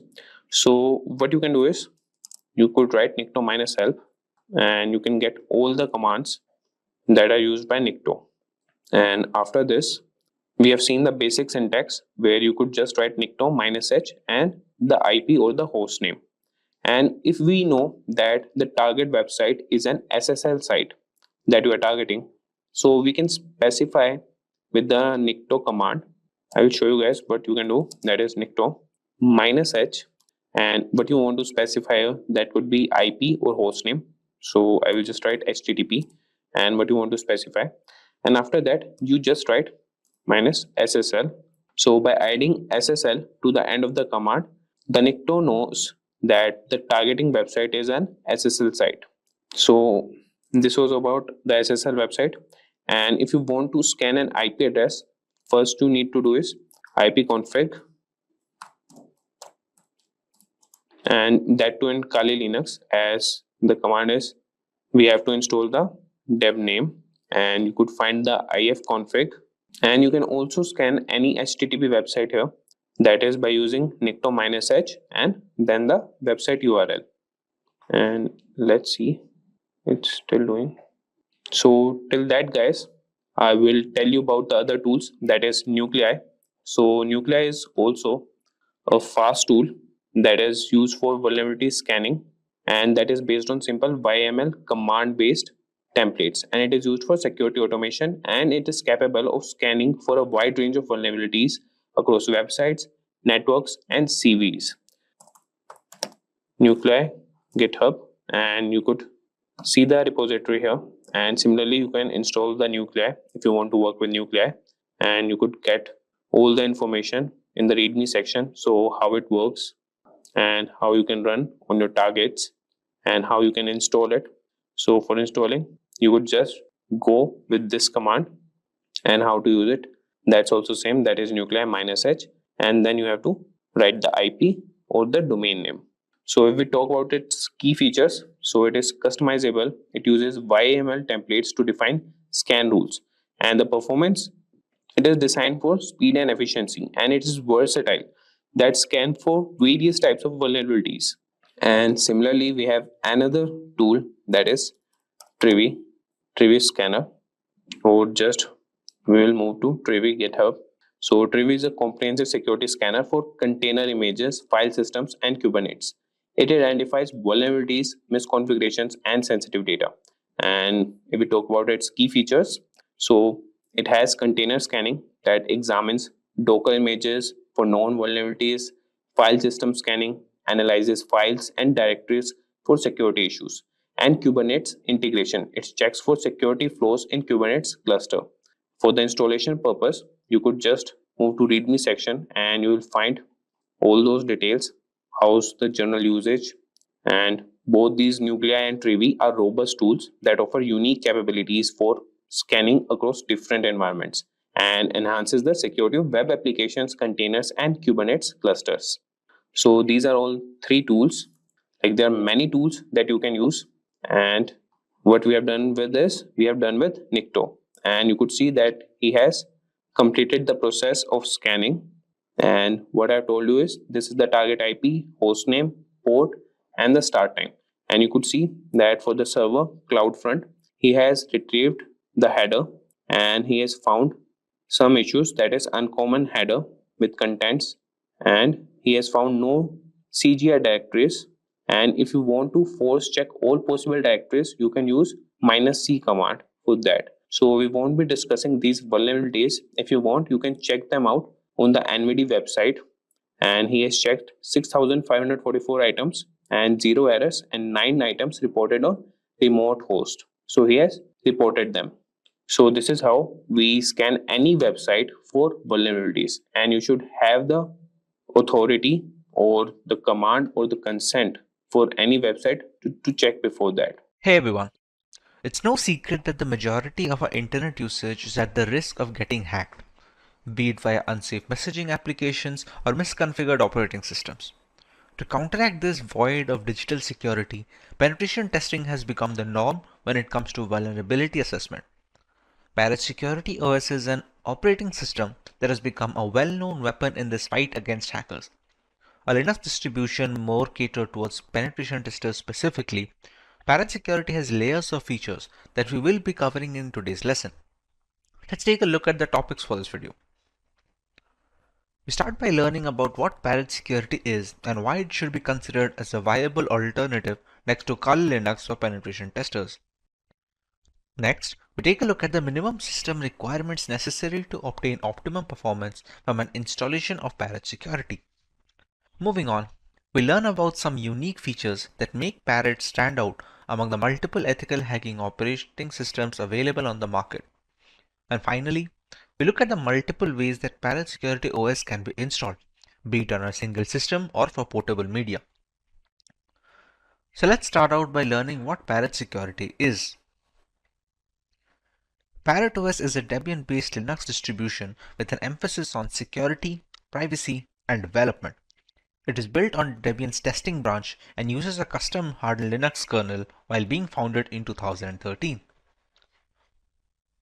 Parrot Security contains several hundred tools targeted towards various information security tasks such as penetration testing, security research, computer forensics, and reverse engineering.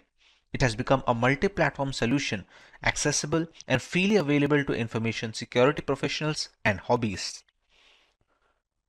It features a distinct forensics mode that does not mount any of the system hard disks or partitions and has no influence on the host system, making it more stealthy than regular mode. This mode is used on the host system when there is a need for executing forensic procedures. In software development, a rolling release is a paradigm in which software upgrades are rolled out constantly rather than in batches of versions. This ensures that the software is constantly up to date. A rolling release distribution such as Parrot Security OS follows the same concept, providing the most recent Linux kernel and software versions as they become available on the market. With the basic introduction to the operating system out of the way, let us have a look at the bare minimum system requirements necessary to be able to run this operating system. First up, we got a CPU requirement which states that a 1 GHz dual-core CPU is the absolute minimum in order to use Parrot OS. While multiple core systems will provide more optimum performance, a small beginner has been included. A very distinct thing to be noted is that the operating system can be installed on all variants of chipsets, be it 32-bit, 64-bit, and the newly popular ARM portfolio of devices. Unlike Kali Linux, which requires some amount of graphical acceleration needed to display the operating system correctly, Parrot OS has no such requirements and can be used with the leanest of machines. Taking into account the RAM issue, a minimum of 256 MB to 512 MB free RAM provides the optimum usage scenarios. Even when the OS is installed on a hard drive storage media, it should theoretically occupy around 8 GB of information, which may extend up to 16 GB depending on the tools being installed out of the box. When it comes to booting options, we have the option of going with the legacy BIOS settings or with the more modern UEFI settings. These are just some of the requirements for the installation of Parrot Security OS. To understand this process more vividly and to learn how visualization can help install an OS in our existing computer, please follow the link to our Parrot Security installation video linked right above. Let's understand what some of the things that make Parrot Security unique among all the other penetration testing operating systems. Along with all the giant catalog of scripts, Parrot Security has its own custom hardened Linux kernel, which has been modified explicitly to provide as much security and resistance to hackers as possible as a first line of defense. The configurations in the operating system act as a second gateway, taking care of malicious requests and dropping them off. This is particularly beneficial since should there be a scenario where the latest Linux kernel is causing some particular issue, the Parrot OS development team will most likely iron it out first before passing it on as an update. If the custom hardened kernel wasn't reasoning enough, Parrot Security developers managed to install more hacking tools and scripts to ensure a smooth transition for the Kali Linux users. All the tools you found in Kali are present in Parrot OS and then a few extra ones for good measure. This has been achieved while keeping roughly the same size of the installation file between both operating systems. However, it's not all productivity points for Parrot OS. They provide a choice between two different desktop environments: the Made desktop, which comes pre-installed by default, and KDE. For those unfamiliar with Linux terminology, you can think of desktop environments as the main UI for a Linux system. Being highly modular in nature, one can use Kali Linux or Parrot OS while adding another desktop environment which they find appealing. While Kali has only a single option, Parrot OS has managed to provide two optimized builds with Made Desktop and KDE Desktop ready-made on their website. One of the primary advantages of Parrot OS over Kali is that it's relatively lightweight. This implies that it takes significantly less disk space and computing power to function properly, with as little as 320 MB of RAM required. In reality, Parrot OS is also designed to operate successfully off a USB stick, but Kali Linux does not work well from a USB stick and is generally installed in a virtual machine. Parrot OS can be seen as more of a niche distribution if you are searching for something lighter than Kali Linux. There are multiple ways to go about with this installation. Many people prefer to install it directly onto a hard disk, where the Parrot Security OS will overwrite whichever data the hard disk already has. Now, this is beneficial if you want to preserve your data for the long term, but this might pose some trouble to people who do not have a spare hard disk or do not want to lose their current installation of Windows operating system. Another way to use Parrot Security is by using the live boot, but whatever changes you make to the live boot operating system, those changes are removed the moment we restart or shut down the system. A very good common ground between both these installations is virtualization. Using virtualization software like VMware or VirtualBox, we can install Parrot Security on our systems while simultaneously saving our data and having the convenience of a host machine such as a Windows operating system in case things go wrong. To start the installation, we first need to get an ISO file for the Parrot Security operating system. This can be found at the current website, parrotsec.org. Once we enter the website, move into the download section and select the Get Security edition over here. Parrot Security OS has multiple desktop environments to choose from. These desktop environments serves as a different user interface for the user. For example, right now we have the Made desktop and the KDE desktop. As you can see from the screenshots, both of these look quite different while having a similar look and feel to them. For our example, let's go with the Made desktop. We have two options: either we can go with the direct download or we can get the torrent file. For this example, if we press on the download button, and our download will start. I have already downloaded this file, but the ISO file provided over here will serve as an installation. It will have around 4.5 GB of space. It will be used to install this operating system in VMware. Once the file is downloaded, we can close this and open VMware Workstation. VMware can also be used as a player version or the workstation version. If you have much more familiarity with using VirtualBox for virtualization application, we can use that as well. Once the VMware is open, we click on File and select a new virtual machine. For the first time installation, we're going to go with the typical and recommended installation procedure instead of an advanced one. If you have already installed multiple virtual machine OSs, going with the advanced option will give you much more control over the hardware customization. But for now, we're going to stick with the typical option. Moving on, it will ask us for a source to where to install the operating system from. Since we're going to use a live ISO first, we're going to select the third option, which will be I will install the operating system later, and press next. As we already know, Parrot Security is a Debian derivative. So when selecting the guest operating system type, we're going to go with Linux, and in the selection, we're going to choose whichever the highest version of Debian is, along with a 64-bit OS. We're going to click on next. We're going to name our virtual machine, let's say Parrot Security OS. We're going to select the location where we want to save the virtual machine. This will have all the hard disks of the operating system installation. We're going to click on next. For the disk size, we're going to specify how much of the current memory are we going to allocate. This is the hard disk memory of the operating system installation. Whatever changes we make in the operating system, whatever applications we install on the virtual instance will all be stored in this amount of memory. While it is recommended to go with at least 15 GB of storage, you can go as high as possible, and we're going to select the recommended 20 GB as written. When given the choice of storing the virtual disk as a single or multiple files, many people want to keep their virtual instance in a way so that it helps them stay portable. People change systems, and sometimes they want to swap their instances between the work and their personal computer. If there is no portability in mind, storing the virtual disk as a single file gives the best performance and should be the recommended go-to when installing for the first time. We click on Next here, and it's going to give us a summary of the settings we have already settled till now. We're going to press on Finish, and there we go. We have our installation first step completed. Here on out, we're going to click on Edit Virtual Machine Settings. Here we're going to have a look at some of the requirements that the Parrot Security OS will need. It is known to be a memory lightweight operating system, but just to have the almost optimum performance, we're going to provide around 2 GB of RAM from our host system, which is a Windows 10 machine.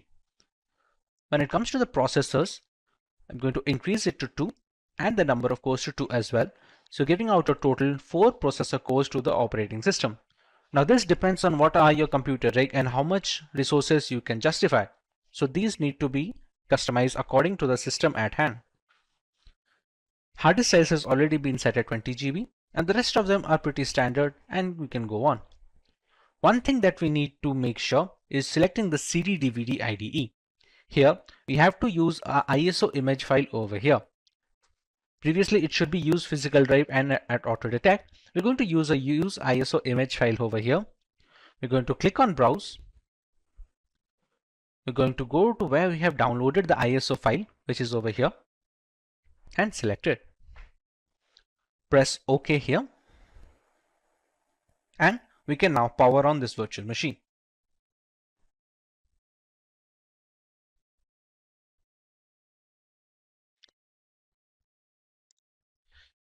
At this point of time, there are two options.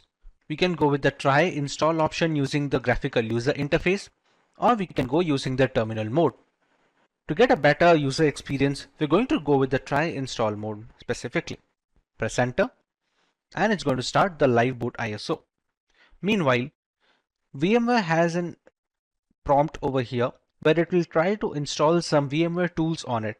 While this is not mandatory, it is much more recommended to install these tools so that you can get some additional features like drag and drop with the host system and many more things. For now, we're going to close this prompt.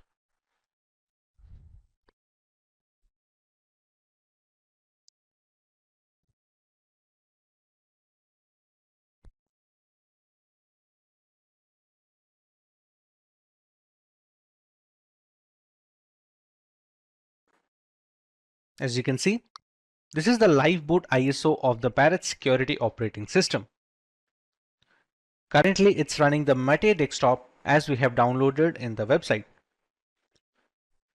The live boot ISO is necessary to get a good feel of the operating system. There are many good Linux distros that have this live boot option so that you can give a try of the operating system before installing it permanently. Once you are into the live boot, we can start up with the installation using the shortcut. As you can see, install Parrot. I'm going to double click it. And this is a Calamares installer. Choose your language as American English and press next. You can select your time zone according to your location.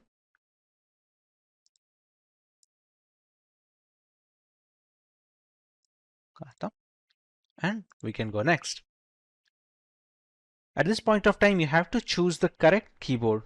Now, what many people get confused is choosing their own language keyboard. What people must keep in mind is what keyboard the laptop provides. Most of the systems that come pre-built provide the English US keyboard. So whatever keyboard you choose, make sure to type here and test that all the buttons, including the superscript and the subscript buttons, are working correctly before moving forward with this step. Once you've settled on the keyboard that you need to install, you can go ahead. Here it will ask you to select storage device, and the only option you are going to get is the amount of hard disk storage you have given in the virtual machine settings. We have already provided 20 GB of storage. We're going to choose that, and we're going to erase this disk. Manual partitioning can be useful when you're going to install Parrot Security on an operating system or on a hard disk where it is already including a Windows OS. For now, we're going to select Erase Disk and press Next. We're going to give our full name. Let it be Simplilearn. You can give the name of the computer, and this is the username which we will use to log in. This is your root password that we are going to give over here. The root password of this Kali Linux will act as the administrative access, and it will be necessary for making changes to the system or installing and updating software. Enter the password and repeat it over here. You have the option to log in automatically without asking for the password, but for security purposes, it is recommended to keep this disabled. Click on Next. This is another summary of the installation that we are going to move forward with. Have a look that whatever changes we have made is according to your requirements, and once everything is checked, you can press on Install. Click on Install Now. And we're going to let it complete the work.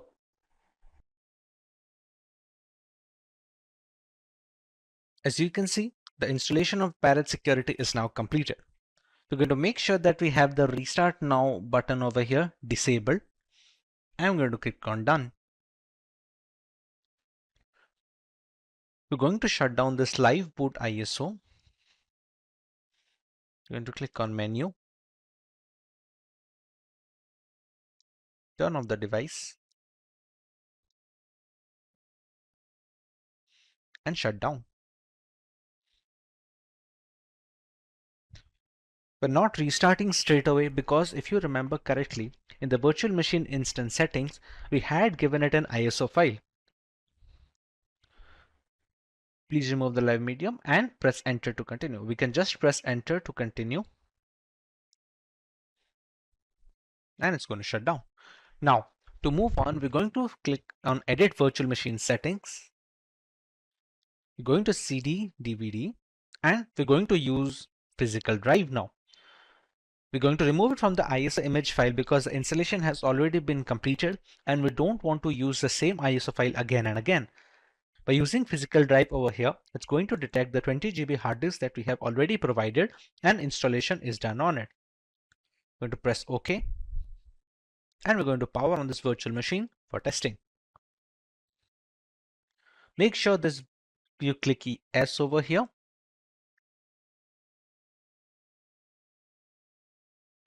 This is the grub menu. At this, we get different choices, for example, which NVIDIA drivers off or with some other advanced options. More often than not, we're going to choose the first option and press enter.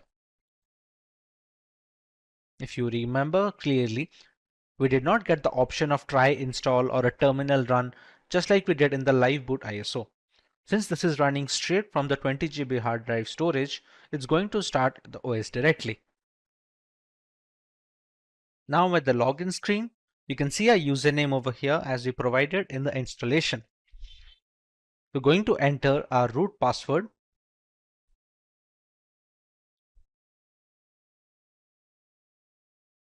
and press enter. And this is the currently working desktop of the Parrot Security operating system. We can open the terminal over here.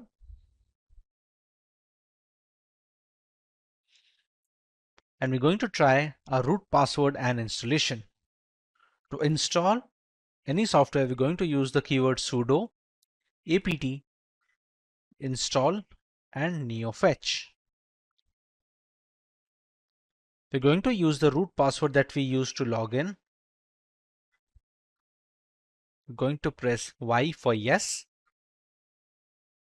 This is just an additional step that we're doing to check that the installation is done correctly with the correct amount of hardware requirements that we had provided.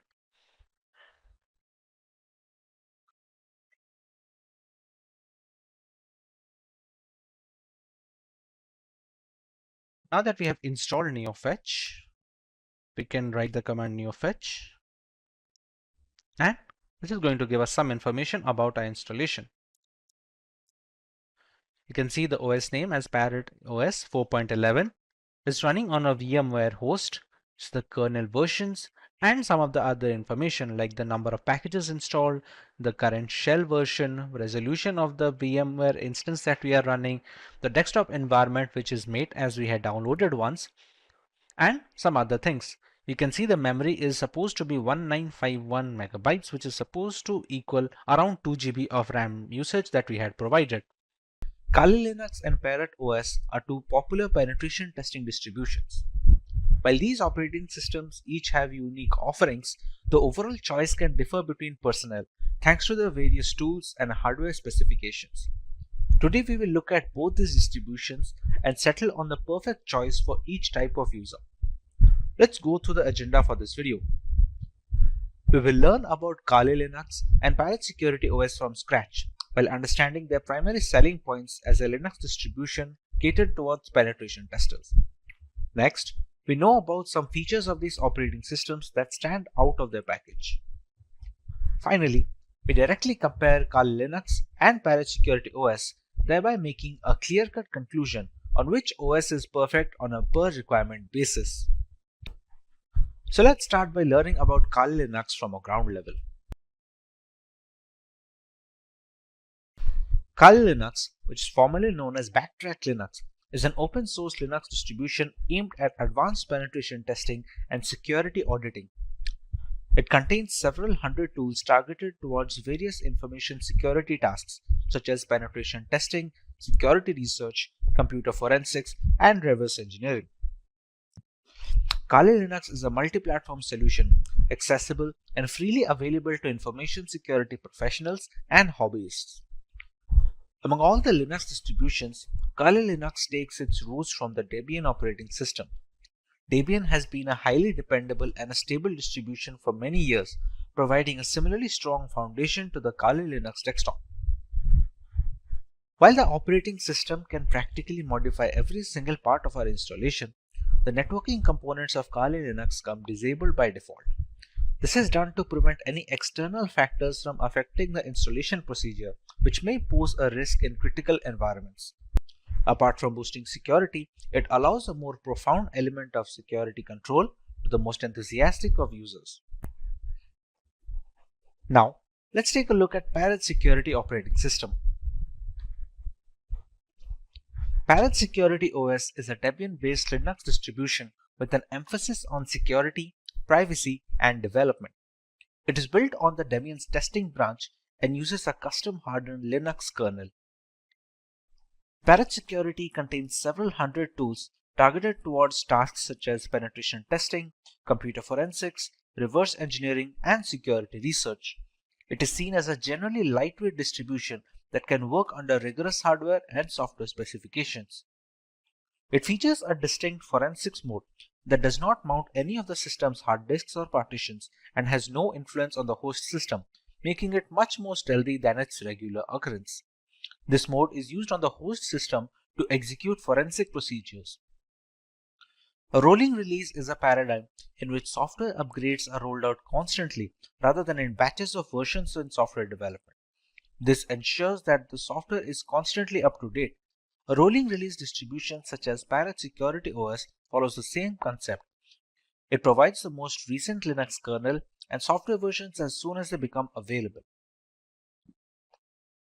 With a basic introduction to the operating systems out of the way, let us take a look at the unique features of both Kali Linux and Parrot Security OS.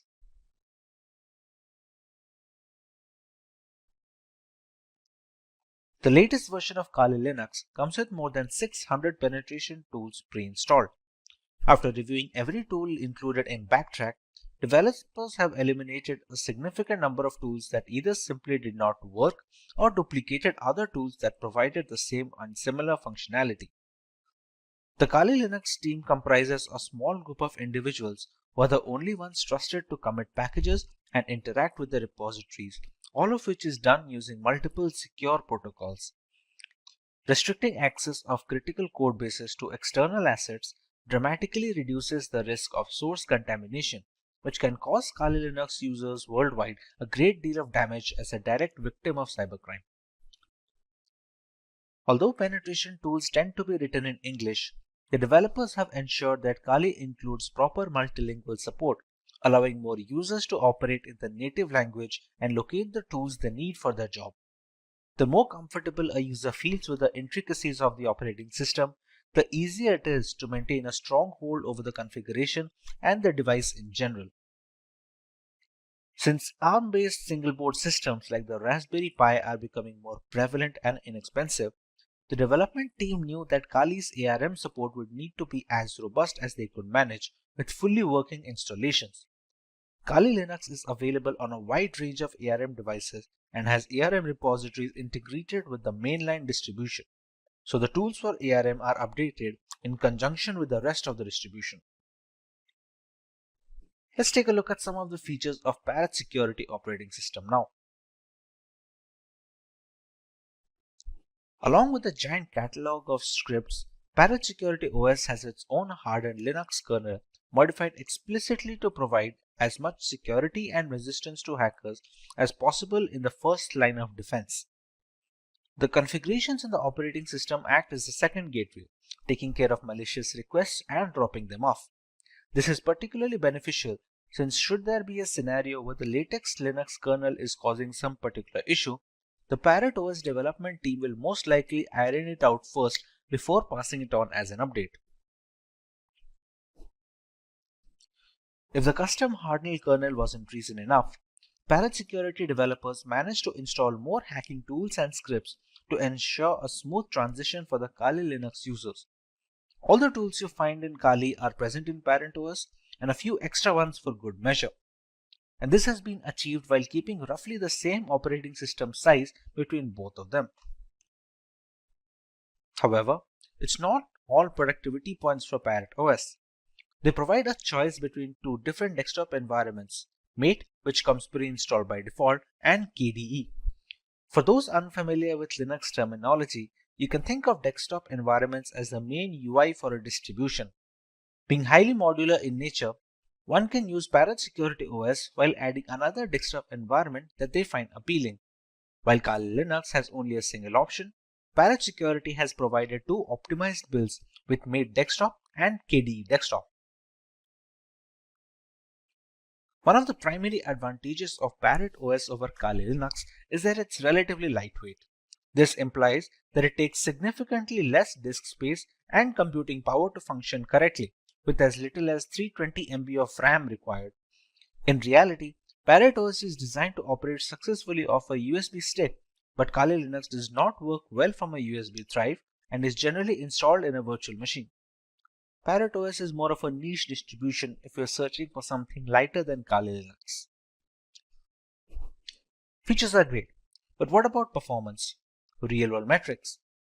Let us compare both these operating systems directly with respect to their hardware specifications and usability. In the end, we can decide on what distribution is fit for each type of user.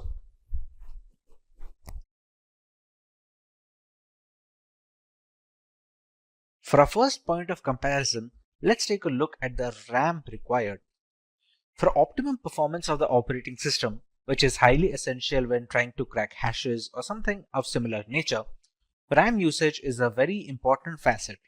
While Kali Linux demands at least 1 GB of RAM, Parrot Security can operate optimally with a minimum of 320 MB of RAM.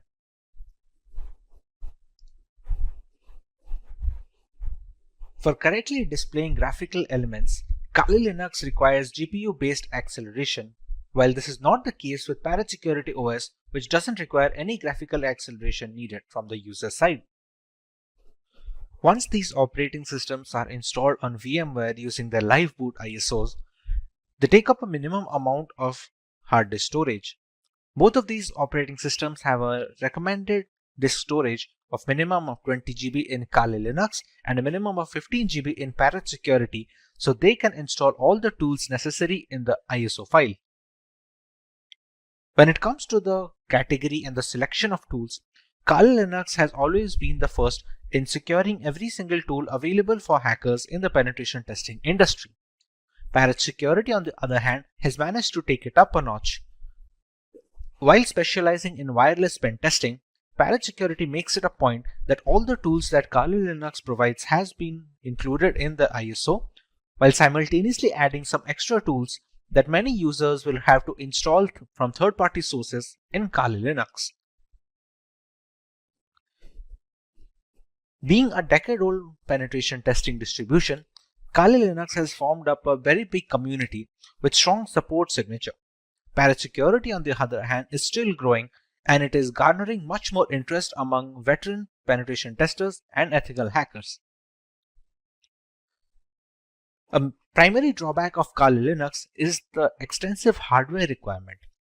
To perform optimally, it requires higher memory than Parrot Security. It also needs graphical acceleration while demanding more virtual hard disk storage.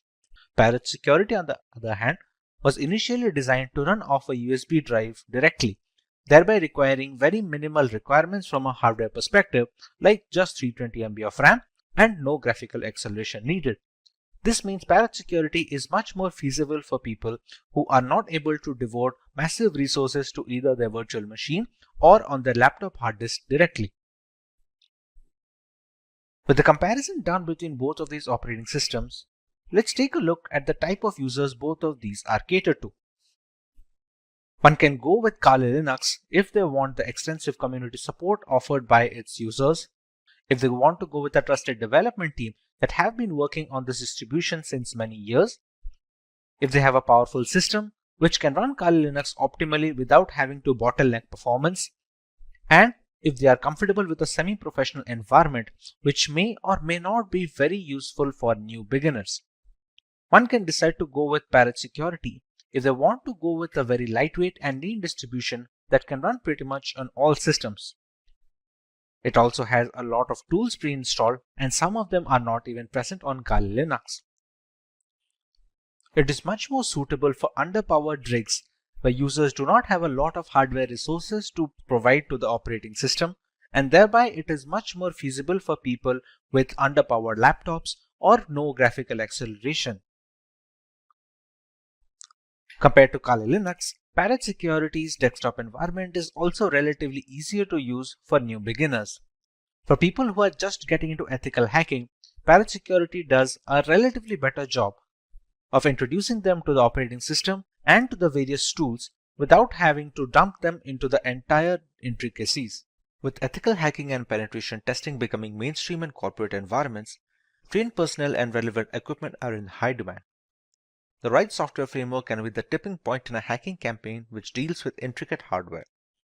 One such tool that has become a mainstay for decades is Nmap. When it comes to scanning machines for open ports and services, Nmap has always been the first choice for hackers. Being lightweight and open source, Nmap has strong community backing and receives regular updates. Let's take a look at the topics to be covered today. We start by learning about the different phases in ethical hacking and where Nmap is most valuable to ethical hackers. We learn the basics of Nmap and its purpose during a penetration testing campaign. Next, we take a look at the top-level approach of Nmap as a scanning tool and how it conducts these scans on host machines. Moving on, we cover the multiple modes and types of scans that can be performed using Nmap on unsuspecting users. We also look at some alternatives that users can prefer if Nmap is not something they are comfortable with, while a live demonstration of the powers of Nmap will help in shedding light on the topics being taught today. Let us first understand where and why Nmap is essential. There are essentially 5 phases in ethical hacking. The reconnaissance phase is the first phase of the penetration test. Here, the security researcher collects information about the target. It can be done actively or passively or both. It helps security firms gather information about the target system, network components, active machines, etc. This activity can be performed by using the information publicly available and by using different tools. The scanning phase is more tool-oriented rather than being performed manually. The tester runs one or more scanner tools to gather more information about the target. By using various scanners such as war dialers, port scanners, network mappers, and vulnerability scanners, the penetration tester collects as many vulnerabilities which help in turn to attack a target in a more sophisticated manner. In the gaining access phase, the penetration tester tries to establish a connection with the target and exploit the vulnerabilities found in the previous phase. The exploitation may be a buffer overflow attack, denial of service attack, session hijacking, and many more. Basically, the penetration tester extracts information and sensitive data from the servers by gaining access with different tools. In the maintaining access phase, the penetration tester tries to create a backdoor for himself. It helps him to identify hidden vulnerabilities in the system while allowing him to come back to the system to retrieve more data further on. In the clearing tracks phase, the tester tries to remove all logs and footprints which might help the administrator identify his presence. This helps the tester to think like a hacker and perform corrective actions to mitigate those activities. Nmap is most beneficial in the early stages of ethical hacking, where a hacker must figure the possible entry point to a system. It is necessary to know this before running the necessary exploits, thus allowing the hackers to leverage any insecure openings and breach the device. So the reconnaissance and the scanning phase are the points where Nmap finds the most use.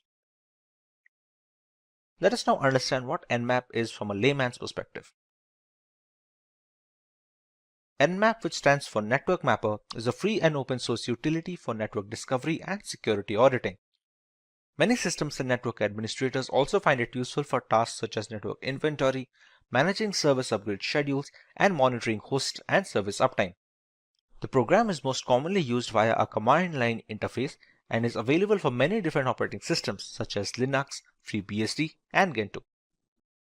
It is most beneficial in the early stages of ethical hacking, where a hacker must figure the possible entry point to a system before running the necessary exploits. Nmap was developed for enterprise-scale networks and can scan through thousands of connected devices. However, in recent years, Nmap is being increasingly used by smaller companies as well. Nmap uses raw IP packets in novel ways to determine what hosts are available on the network, what services these hosts are offering, what operating systems they are running, what type of packet filters and firewalls are in use, and dozens of other characteristics. It was designed to rapidly scan large networks but works fine against single hosts as well. The rise of the IoT, in particular, now means that networks used by these companies have become more complex and therefore harder to secure. Since every application that connects to a network needs to do so via a port, the wrong port or server configuration can open a can of worms that leads to a thorough breach of the system.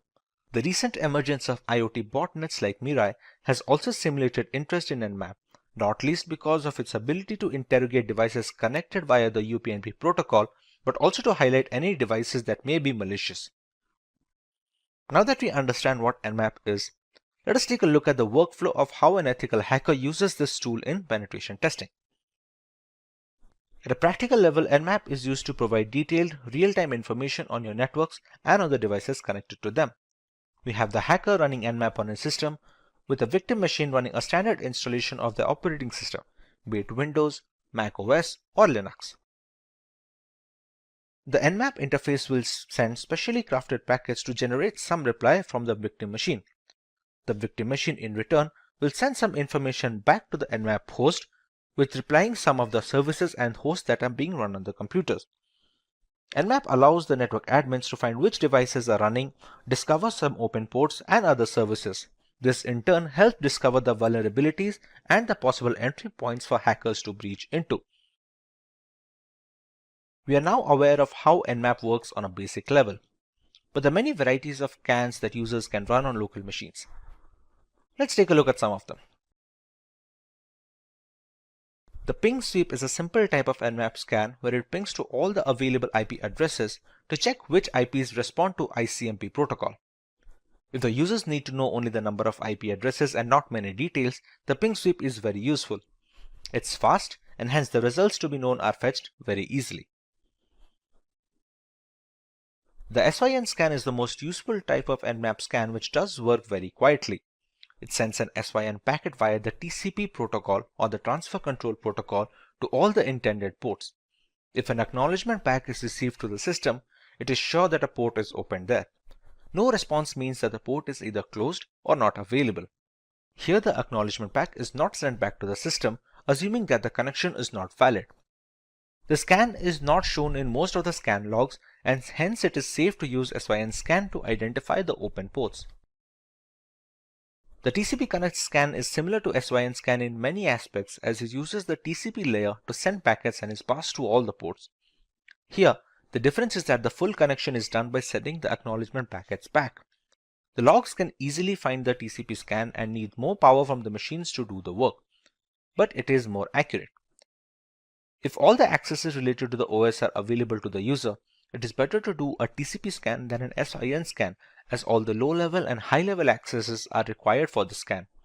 The network is also loaded more, and hence users must be careful about overloading the system and the networks. The idle scan is really used to check whether any malicious attacks are planned on any particular network.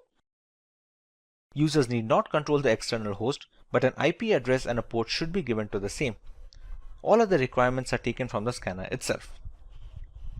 The RPC scans or remote procedure calls are done by hackers to make the system vulnerable to virus attacks.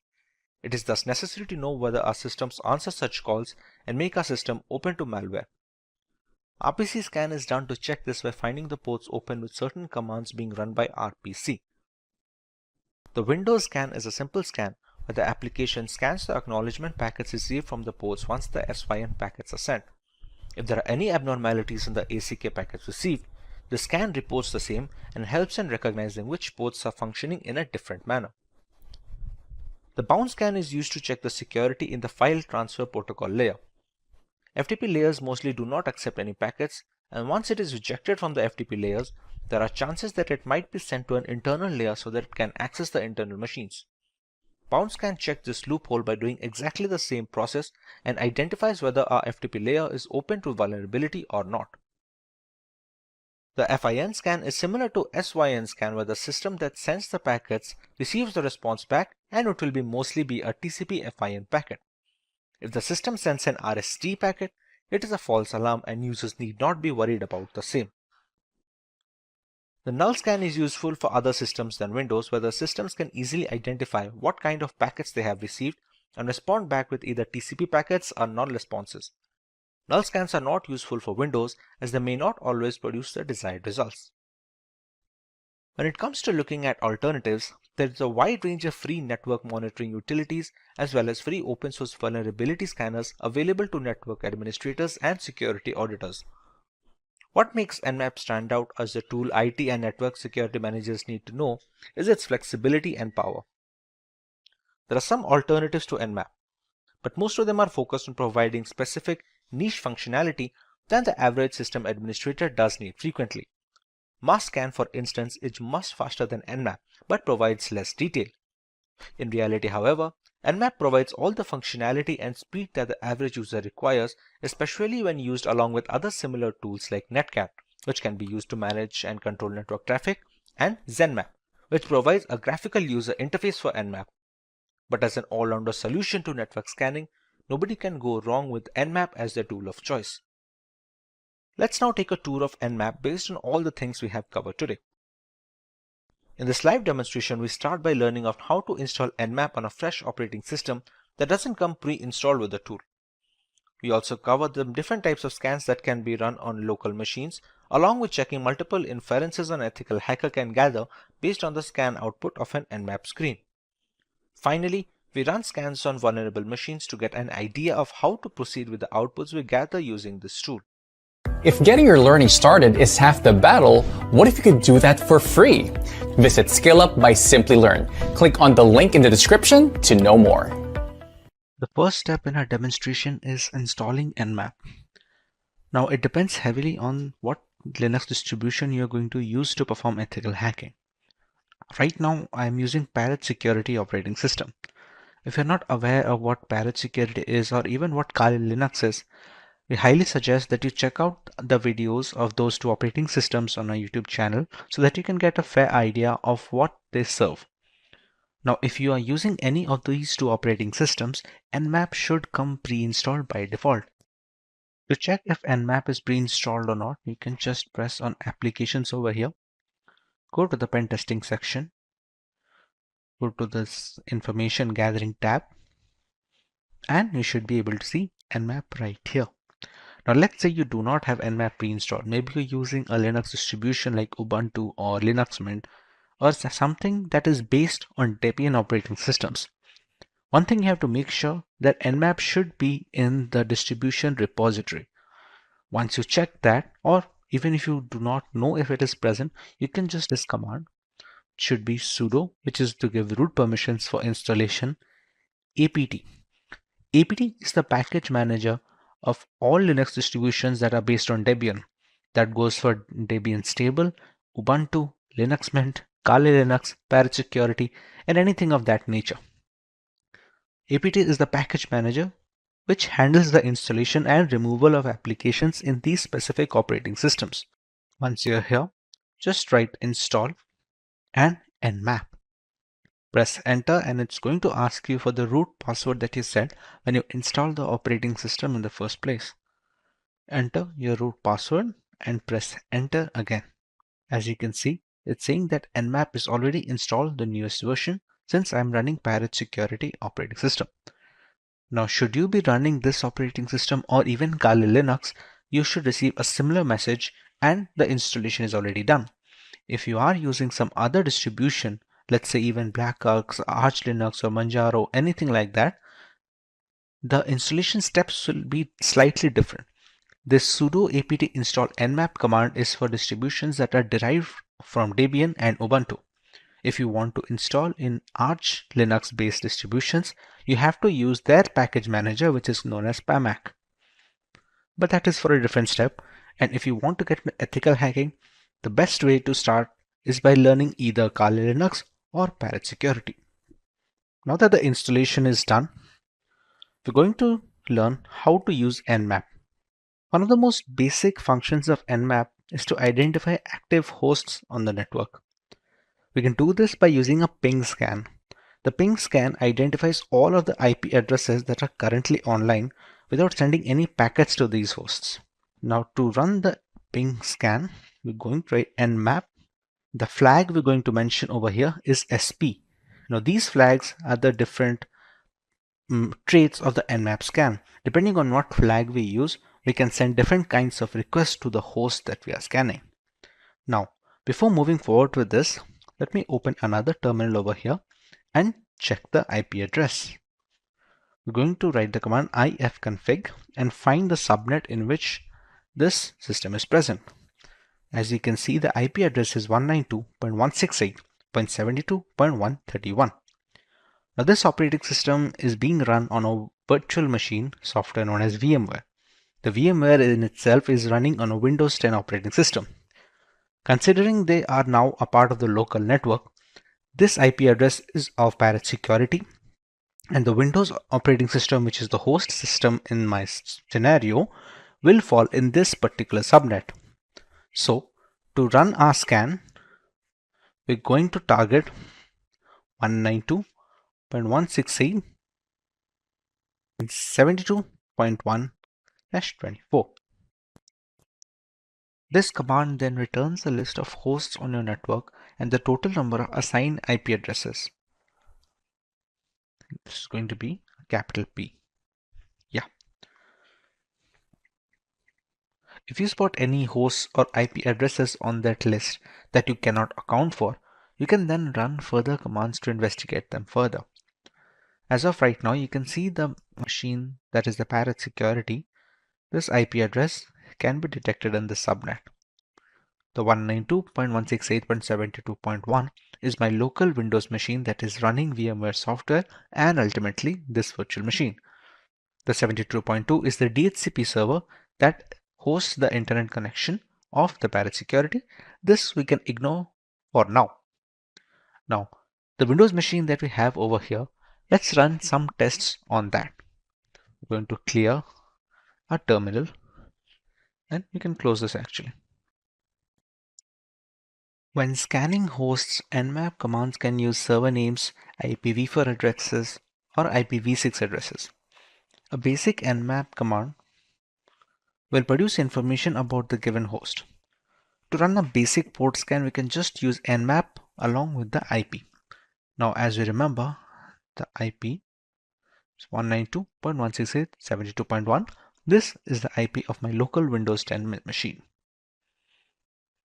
As you can see, it shows the ports that are open and the particular servers that these ports are running. Now, you can also have a detection of the operating system. Now, mind you, this is not 100% correct, and the reliability depends on the installation and what kind of fingerprinting measures are available. Now, since this does TCP/IP fingerprinting, it needs some extra permissions. The flag that we are going to use is nmap -o along with the same IP address. Like I said, since this does TCP/IP fingerprinting, it requires root privileges. Now, to provide root privileges, we're just going to add the nmap and sudo keyword. Going to repeat the same command that we wrote above.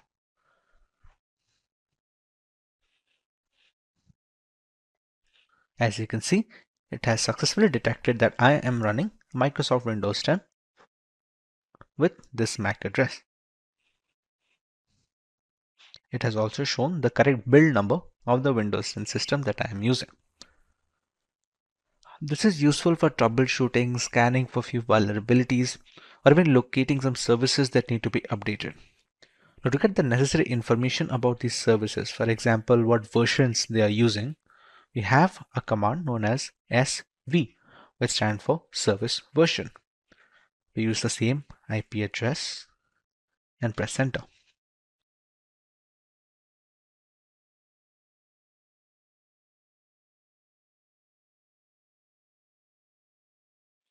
Now, as you can see, the scan is complete, and if you can check the results of the scan above here, we don't see any version number for the services. Here, we can actually check what version they are running. Now, this becomes helpful when we are trying to find specific versions to exploit. For example, if VMware Workstation 16.1.2 had some particular vulnerability, we can exploit it by checking this command. Apart from the host scanning, port scanning is one of the most basic utilities. There are a few ways that this command can be customized as well. For example, I have already checked that the 443 command is open, but I have found out after running this lengthy scan. Let's say I only want to check if the port 443 is open. Nmap. I'm going to use the flag of -p, which stands for port, and give 443 as an argument here, using the same IP address.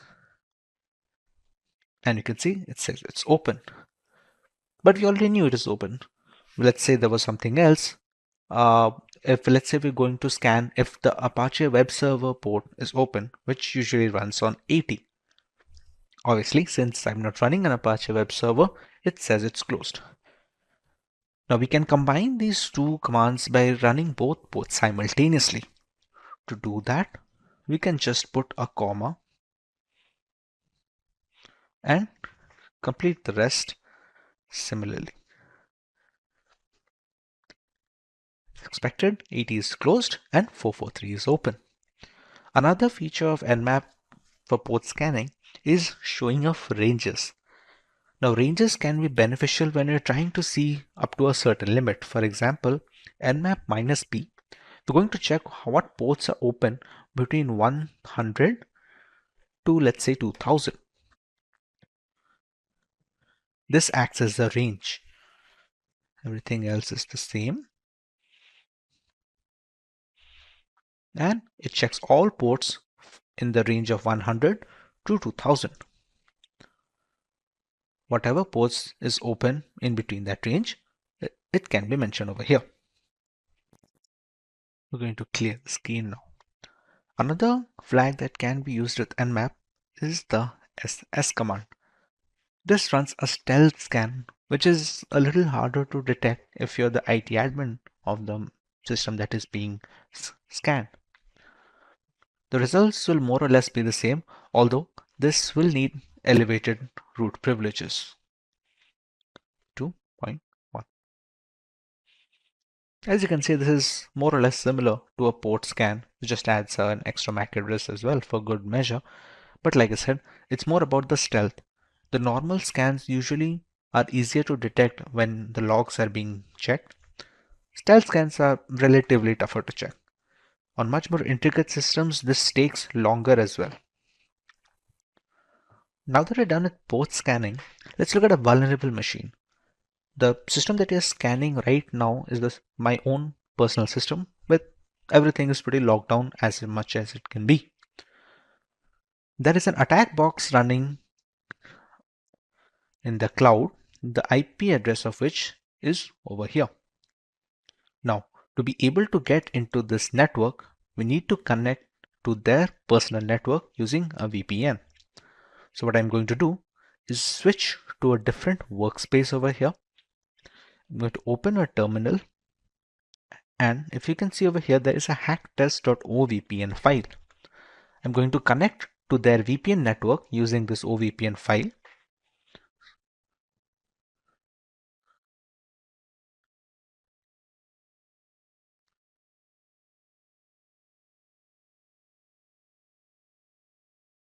And once we get the initialization sequence completed message, we know that the connection has been established. Like we discussed, this is the vulnerable device IP. We're going to copy this and we're going to try to ping this. Let's open a new terminal. We're going to try to ping this and check if we are able to reach this machine. And as you can see, we're getting a reply back, which means we are now part of the local network where the vulnerable machine is present. Let's run a service scan map with the respective versions. We ran the similar scan on my local machine, where we were able to detect what version each service was running. What we're going to do over here is by checking what kind of services are open on the machine running on the cloud, we're going to decide what we are going to do next, and we're going to see if Nmap alone can point us to a direction where we can gain access to the machine.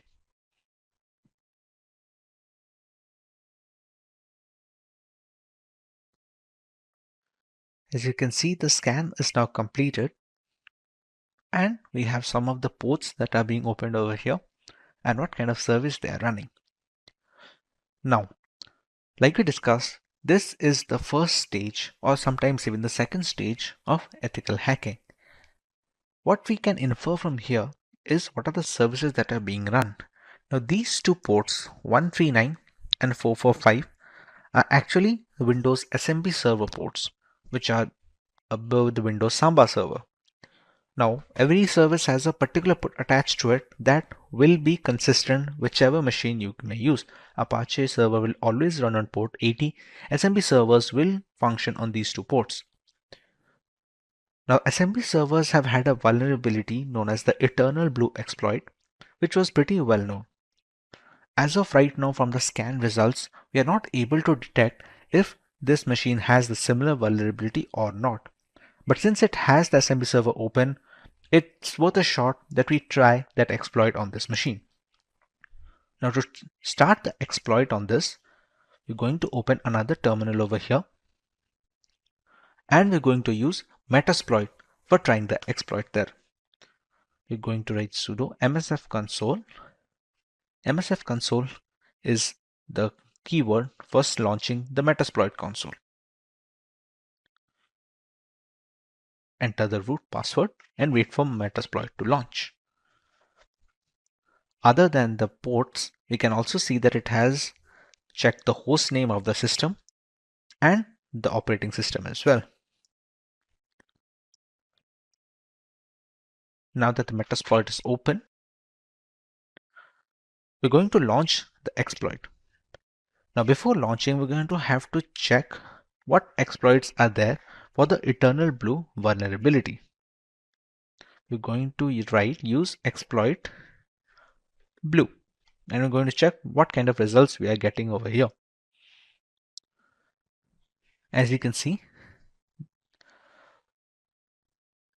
Serial number 9. Exploit Windows SMB MS17010 Eternal Blue. It was first disclosed in 2017 and SMB remote kernel pool corruption. Let's say we're going to use this particular exploit. Now all of this may be confusing if you're not aware of Metasploit, but remember, this is the next stage of ethical hacking, which comes into the gaining access part. We're going to use exploit number 9, as we found above, to use exploit number 9.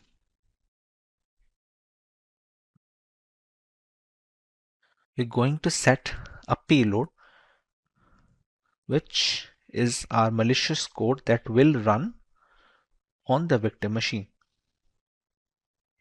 Now we're going to check some options.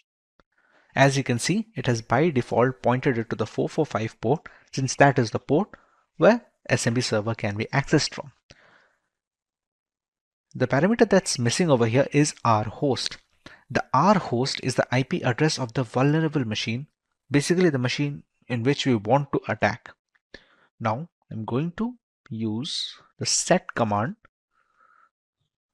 to set the IP address. Now if we check,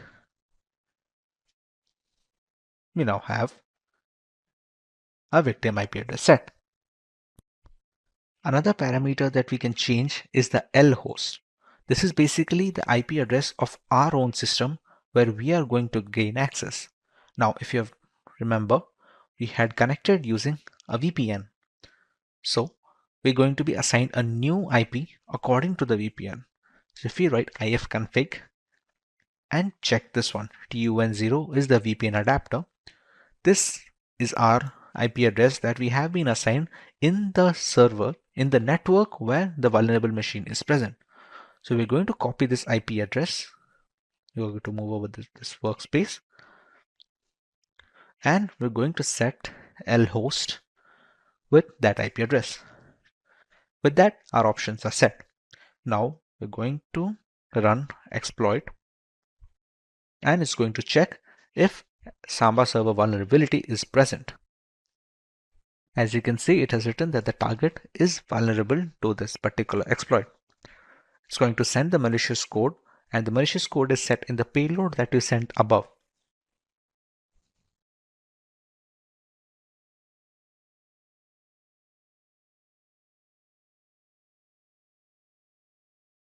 And we now have the shell command of the Windows machine. As you can see, C Windows System 32. To be sure that this is in fact this Windows machine that is being used, we're going to write ipconfig, which is a Windows only shell command. As you can see, this is the IP address that was assigned to the victim machine. Now, while the major part of this process was done on Metasploit, we would not have reached this stage had we not found out that the 139 and 445 ports are open, which basically pointed us that we can try the Eternal Blue exploit of the Windows Samba servers. Similarly, all the scans that we run serve as a preface to the actual stages or the actual hacking stages of the campaigns. This SV command was necessary because we could check what are the exact services that are being running. In some cases, if an Apache server is being run, there are particular versions which have particular exploits. Those exploits will not work on other versions. So we're going to have to check what particular version is being run and accordingly apply the exploit. That can be done in the Metasploit, or you can run some other tool. But what exact exploit we have to run and which vulnerability we have to target, that is where Nmap comes to help.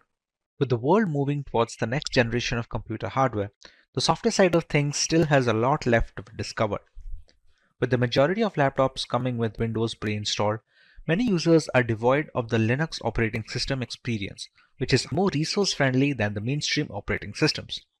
It can be attributed to the difficulty people used to face when installing a new operating system like Linux in the old days. However, a lot of these issues are fixed nowadays thanks to the big names like Debian and Ubuntu, who have been instrumental in making Linux-based operating systems as user-friendly as possible. But which one of them is better for you? Let's take a look at the topics to be covered today as we answer this question for you. We start by learning about the operating systems from a layman's perspective and uncovering the basic offerings of both entities. Next, we cover the unique features of both Ubuntu and Debian and how they stack up against each other and other industry counterparts. Moving on, we take a look at some pointers before installing each of these operating systems and the respective download links. Finally, we compare the contrasting features of both Ubuntu and Debian and infer the kind of users each OS caters to. So let's start by learning about Ubuntu and Debian in general.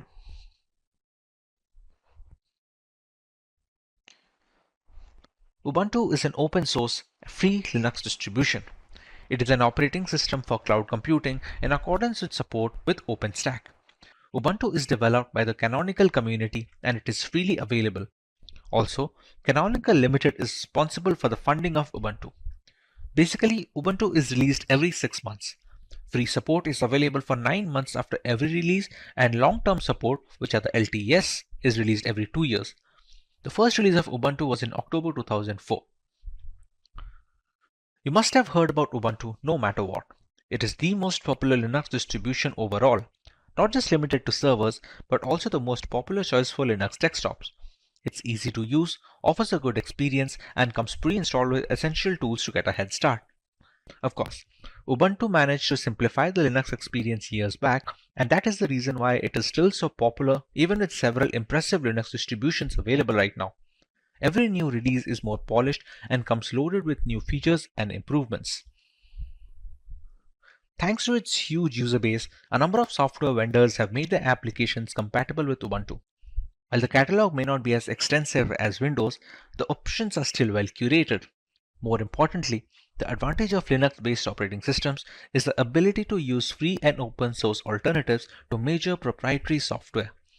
While lacking some polish and overall feature set, most alternatives are enough to get the job done for majority of the users. The never-ending community support also helps in troubleshooting should things go wrong at any point in time.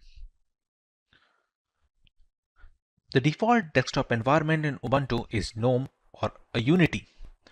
The Unity is a modern desktop environment with a powerful search tool for finding all your applications and documents with its base setup as GNOME.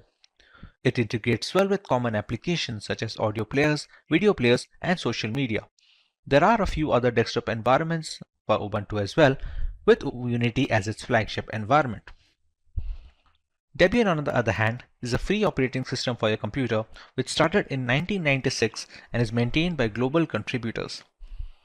If the operating system, a set of basic programs and utilities that make your computer run, its core is the kernel.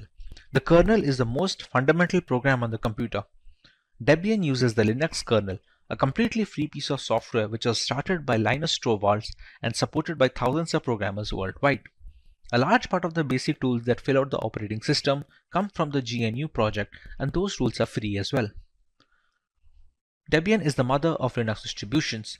Beginners always wonder why this not so good looking distro is so popular inside the Linux developers community, especially when there are a lot of modern distributions that are easy to use and have beautiful UI. Later on, they found out the power of Debian after using a bunch of distributions from other developers. You will be surprised to know that almost all other popular consumer level distros are based on Debian, even Ubuntu. It is so stable and feature rich that the developers find it easy to build their distros based on Debian rather than building it from scratch. Debian is run and maintained on its GitHub repository thanks to contributions from developers worldwide. The major decisions are taken up on the repository issues tab, leading to community-wide feedback and a holistic approach to open source development of the Debian operating system. Thanks to this variety of personnel, the source code of Debian comprises around 70 different programming and scripting languages. Debian supports all kinds of graphical environments, ranging from full-featured desktop environments to lighter alternatives and even minimalist window managers. Ubuntu ships with Unity Desktop by default, but the package manager can install the GNOME environment if needed, while also including Cinnamon, LXDE, XFCE, KDE, and Mate. On the other hand, Debian gives you the choice of choosing which desktop environment you want from the get-go by providing ISO files for each desktop environment individually. Now that we understand where both these operating systems stand, let us take a look at some of the best features offered by each of these distributions. Ubuntu is the closest thing to a household name among desktop Linux distributions. It is a great distribution to start with, and it's even a great distribution to keep using after you're more experienced if you're happy with it. It is user-friendly in a lot of ways. It provides a simple desktop, has an easy installer, and provides a checkbox during the installation process that will automatically install Flash plugins and various codecs that you will need for multimedia support.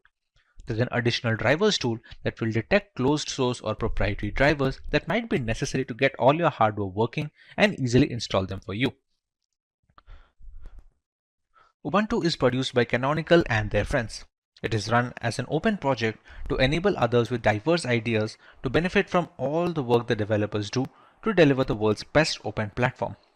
Still, Canonical is responsible for delivering 6 monthly milestone releases and regular LTS releases for enterprise production use. Enterprises can count on Canonical to support, secure, and manage Ubuntu infrastructure and devices. With more than 500 employees in over 39 countries, the company underpins the critical infrastructure for thousands of businesses and millions of Ubuntu users around the world.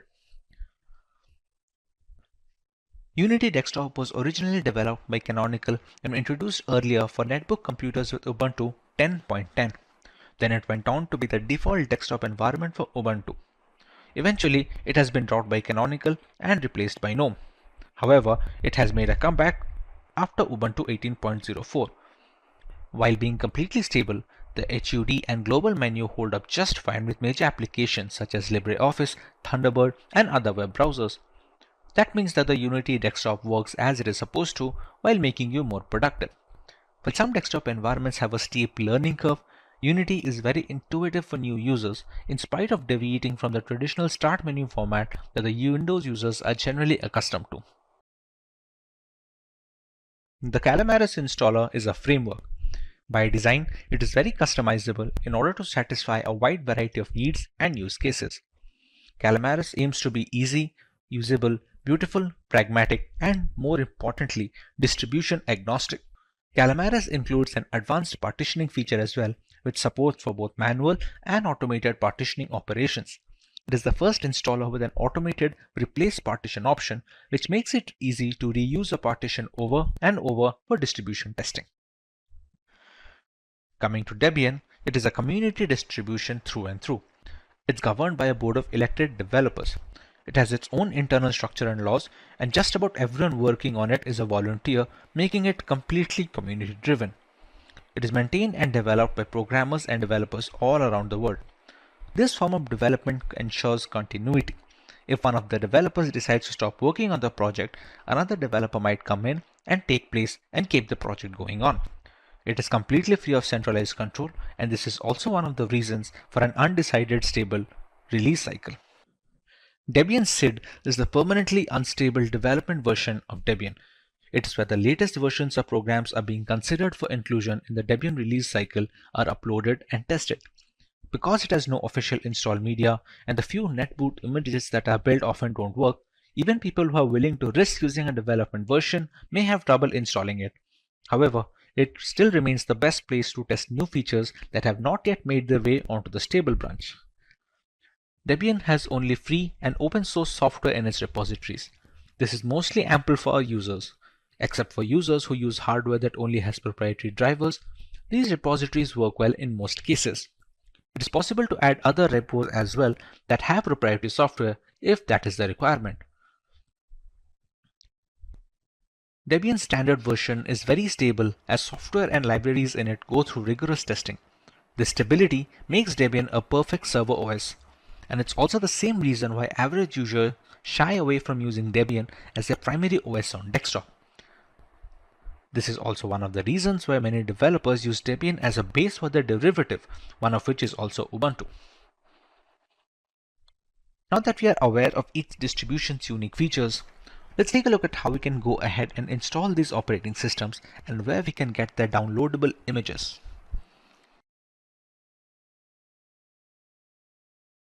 When it comes to Ubuntu, Ubuntu has dropped the support for 32-bit systems. Currently, it supports only 64-bit devices and ARM devices. Installation is easy with the Calamares framework coming into ISO pre-default, and the latest ISO can be downloaded from the link being shown on the screen right now. In the case of Debian, the support for multiple range of devices is still present. That can also include 32-bit systems and other smaller devices which are not modern. Even though it does not use the Calamares installer, even downloading the ISO file can be a bit hectic for newer users. Considering this is a distribution aimed at developers and intermediate users, finding the right link can be difficult, because of which we have mentioned the link on the screen below where you can get the latest ISO depending on which desktop environment you choose to go with. With the installation out of the way, let's take a direct comparison of the features between both Ubuntu and Debian. Debian is a community-driven open source Linux distribution and is primarily aimed to be robust, capable, and most importantly free. On the other hand, Ubuntu is also free and open source like Debian, but it's backed up and developed by a Canonical, which is a corporate company. Debian and Ubuntu are both fundamentally fast regarding performance. As Debian comes bare minimum and is not bundled or pre-packed with additional software and features, it makes it super fast and lightweight, at least when compared with Ubuntu directly. Both Ubuntu and Debian use the same apt software packaging management system, but provide a different software repository. Debian is more like promoting freedom of choosing free software. Thus, it does not include any proprietary software by default. You can always install the paid versions, but you have to enable it manually. Ubuntu focuses on usability, including all the software, including free, paid, open source, closed source, etc. Ubuntu also introduced a universal package management system called Snap. It will be used across distros and thus prevent more distro-based software fragmentations. As the Debian distro does not contain any proprietary blobs, there might be some problems with drivers and firmware. That means Debian lacks some of the essential proprietary firmware by default, but the users can enable the repository and install it manually like other paid software. On the other hand, Ubuntu does not care how much, whether it's paid, free, open source, or clone source, so it includes as many drivers and firmware as possible. Ubuntu also lets you install and configure the necessary drivers and firmware automatically during installation or afterward. If you are a gamer, then you will probably be concerned with the latest software, drivers, and hardware support. While Debian can potentially provide that, it is likely that you might end up breaking your installation. As mentioned before, Ubuntu supports certain proprietary packages as well, which often consist of graphic drivers, which are essential to gaming. Debian focuses on the open source aspect of the software.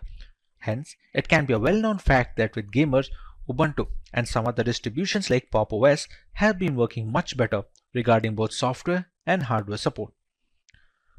Regarding the audience they cater to, both Ubuntu and Debian have their pros and cons. Ubuntu is a very good distribution for amateur users with little to no experience, and if they want to have the latest versions of packages and applications at all times on their systems. It is also for users who do not want a lot of customizability in spite of Unity being a very customizable desktop environment. It is also perfect for users with newer hardware since it comes updated with all the latest graphical devices and their respective drivers. Debian, on the other hand, is catered towards a little bit of experienced users who can fix some minor bugs on their own or with minimal community support.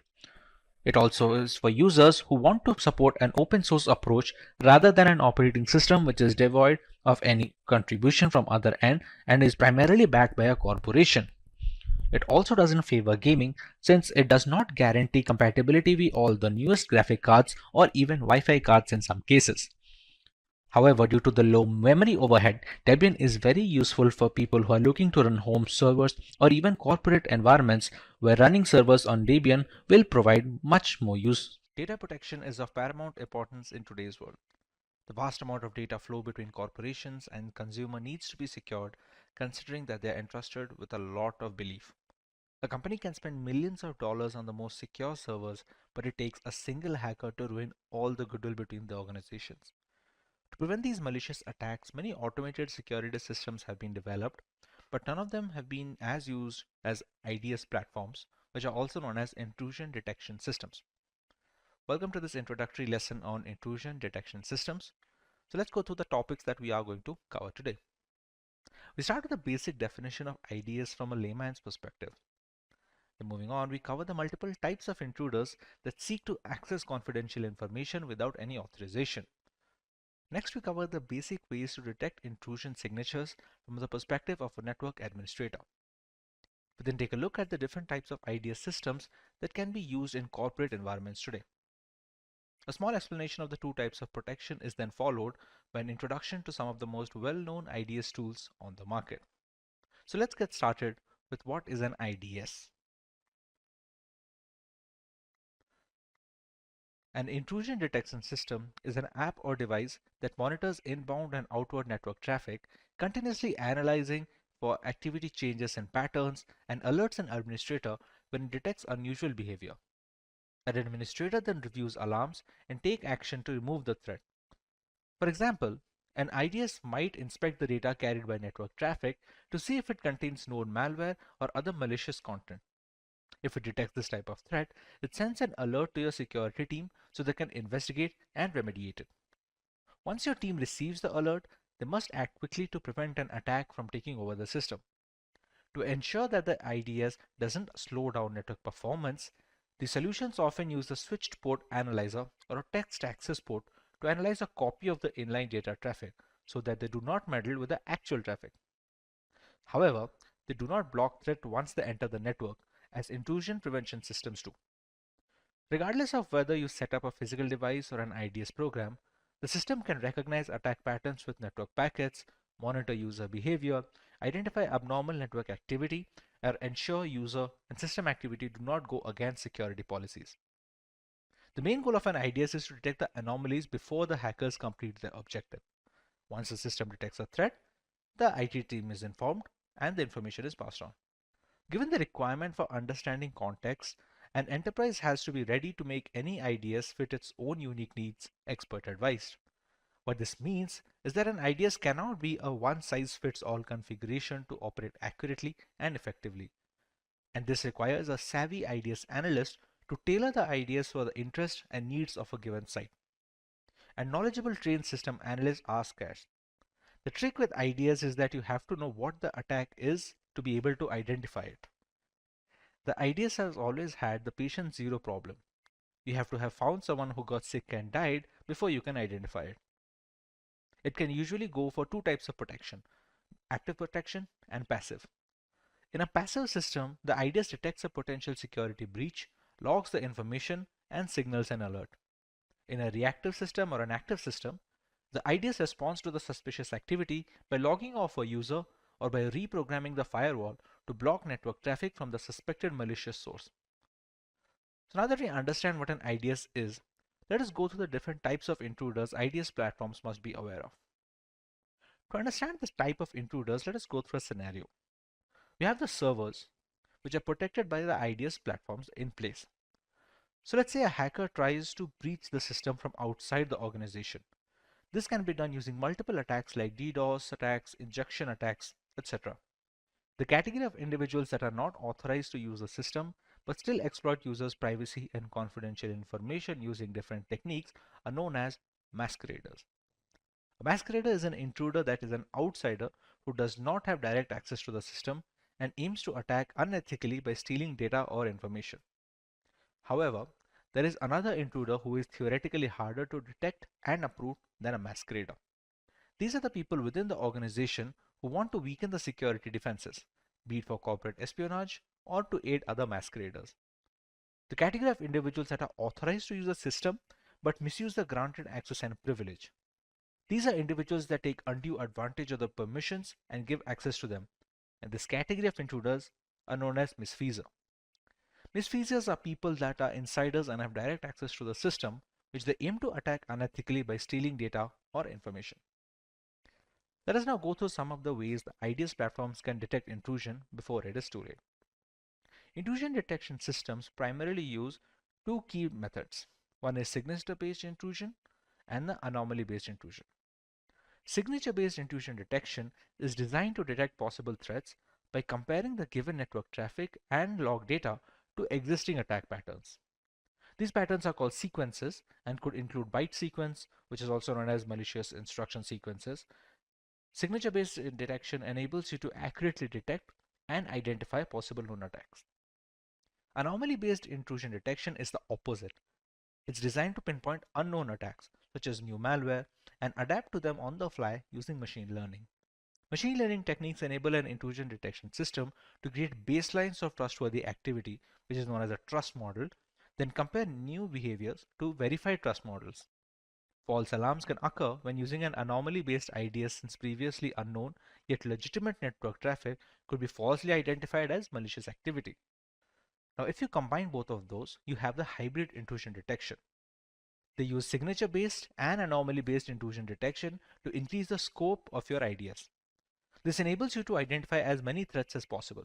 A comprehensive intrusion detection system can understand the evasion techniques cybercriminals use to trick an IDS to thinking there isn't an attack taking place.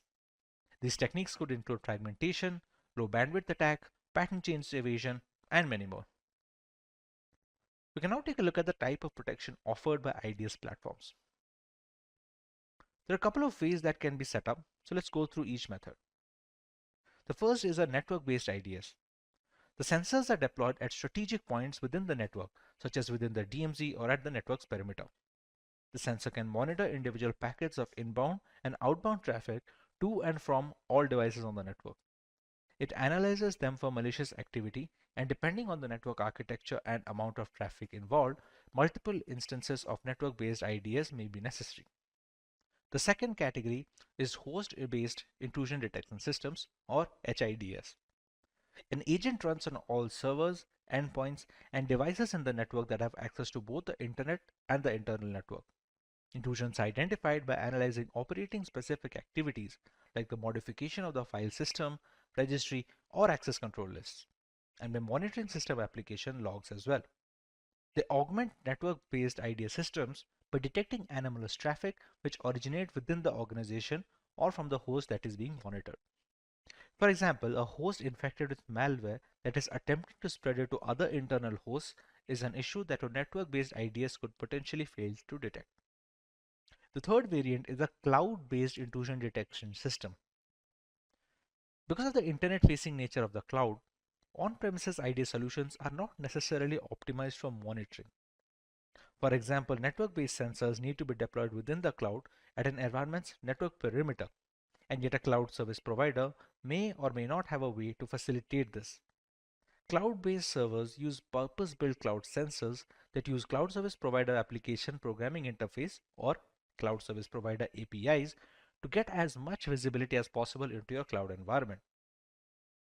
Now that we understand the different types of IDS deployment tactics, let us go through some tools that excel in this field, offering top-of-the-line implementations in a corporate and consumer environment.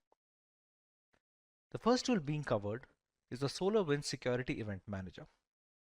The SolarWinds Security Event Manager is designed to integrate real-time log data from across your infrastructure, enabling it to act both as a network-based IDS system and a host-based IDS system.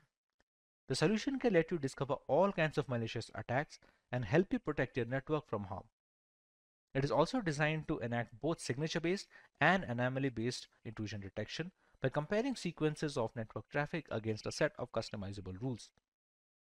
Next, we have the McAfee LifeSafe. McAfee LifeSafe is an intrusion detection system designed to bring real-time threat awareness to your physical and virtual networks. It uses signature-based intrusion prevention and anomaly-based intrusion detection, along with emulation techniques to spot and identify malicious activity. McAfee is also built to correlate threat activity with application usage, which can further prevent network issues stemming from cyber attacks. Next, we have Blumera. Blumera is a security information and event management platform built to enact threat detection and responses across your cloud and on-premises environments. It is designed to continuously monitor your IT infrastructure for suspicious activity and misconfigurations, both of which could result in data leaks and compliance breaches. It enables you to respond to an attack in progress and stop malicious actors in their tracks. Monitoring usage of corporate data and access to privileged information had been a daunting task before the advent of IAM. Encompassing numerous APIs, single sign-on frameworks, and data handling policies, IAM has established itself as a key component of every IT department. But how does it enforce these rules? And who are the key benefactors of these policies? What about the advantages of these frameworks and the workflow of these systems? We are here today to answer these questions. Let's take a look at some of the topics to be covered today.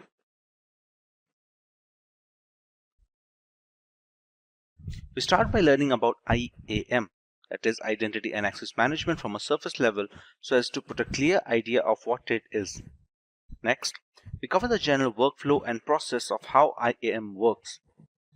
Moving on, we cover some of the tools that find their place in an IAM framework and are crucial components. Finally, we go through some of the advantages of the IAM, learning what makes them a lucrative deal for organizations.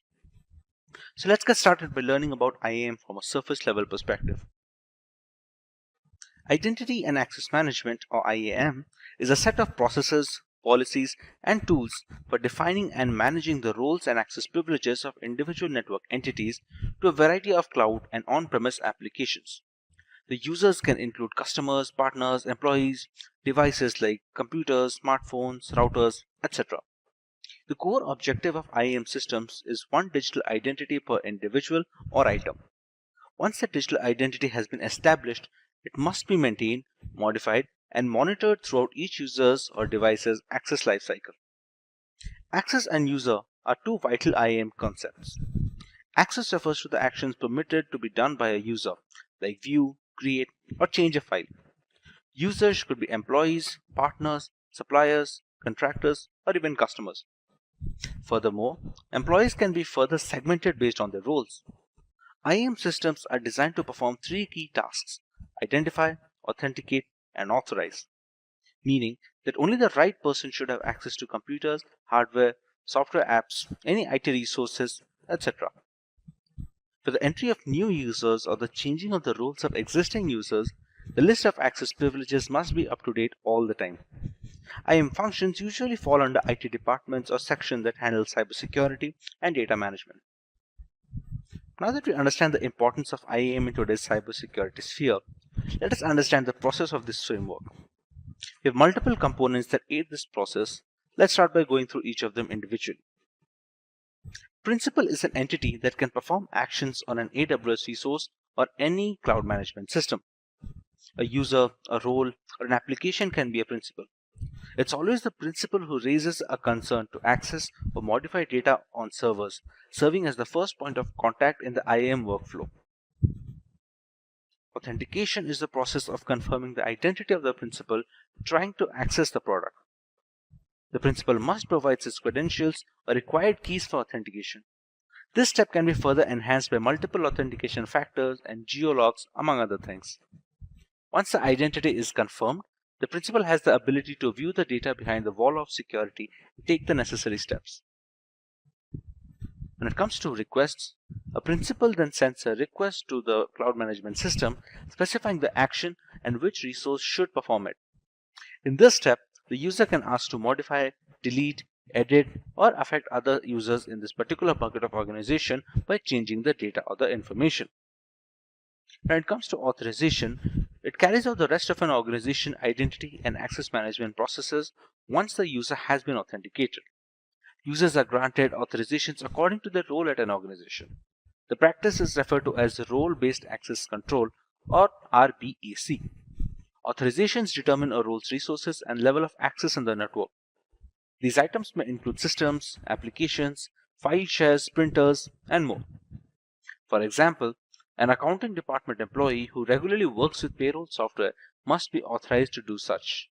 If authentication resembles a passport, these are the things your digital identity can access with it. While authentication is fully straightforward, authorizations and their management are far more challenging. Authorizations consist of a complex set of rules and policies and groups which are permitted explicitly configured per user account. With the working of IAM frameworks out of the way, let's cover some of the tools that these systems work on.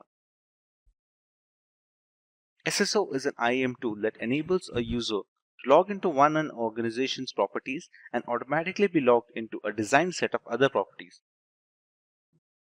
For example, when you log into Google, you're automatically logged into your Gmail and your YouTube accounts. Similarly, for users, single sign-on reduces friction since they don't have to keep track of different credentials for every application.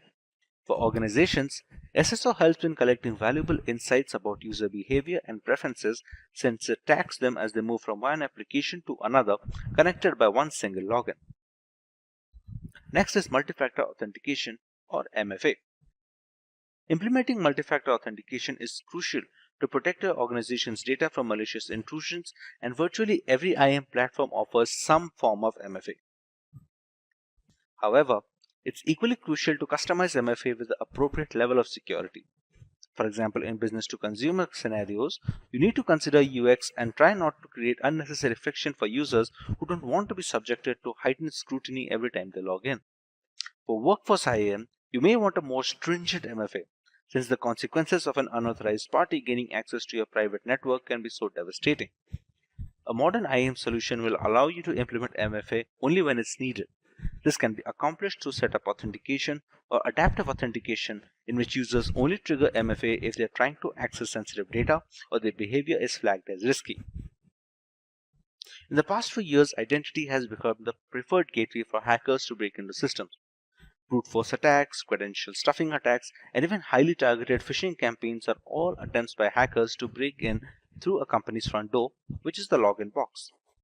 There are multiple ways IAM systems can help detect and mitigate these malicious attacks. IAM solutions detect attacks by monitoring signals such as the velocity of traffic, detection of login patterns that differ from a user's routine, use of a breached password, use of devices and IP addresses with a poor reputation, among other things. These are some of the most widely used tools when it comes to IAM frameworks. But why do we go through setting up so many tools and firewalls? Let's go through some of the advantages of using IAM systems in both corporate and consumer environments. IAM solution helps identify and mitigate security risks.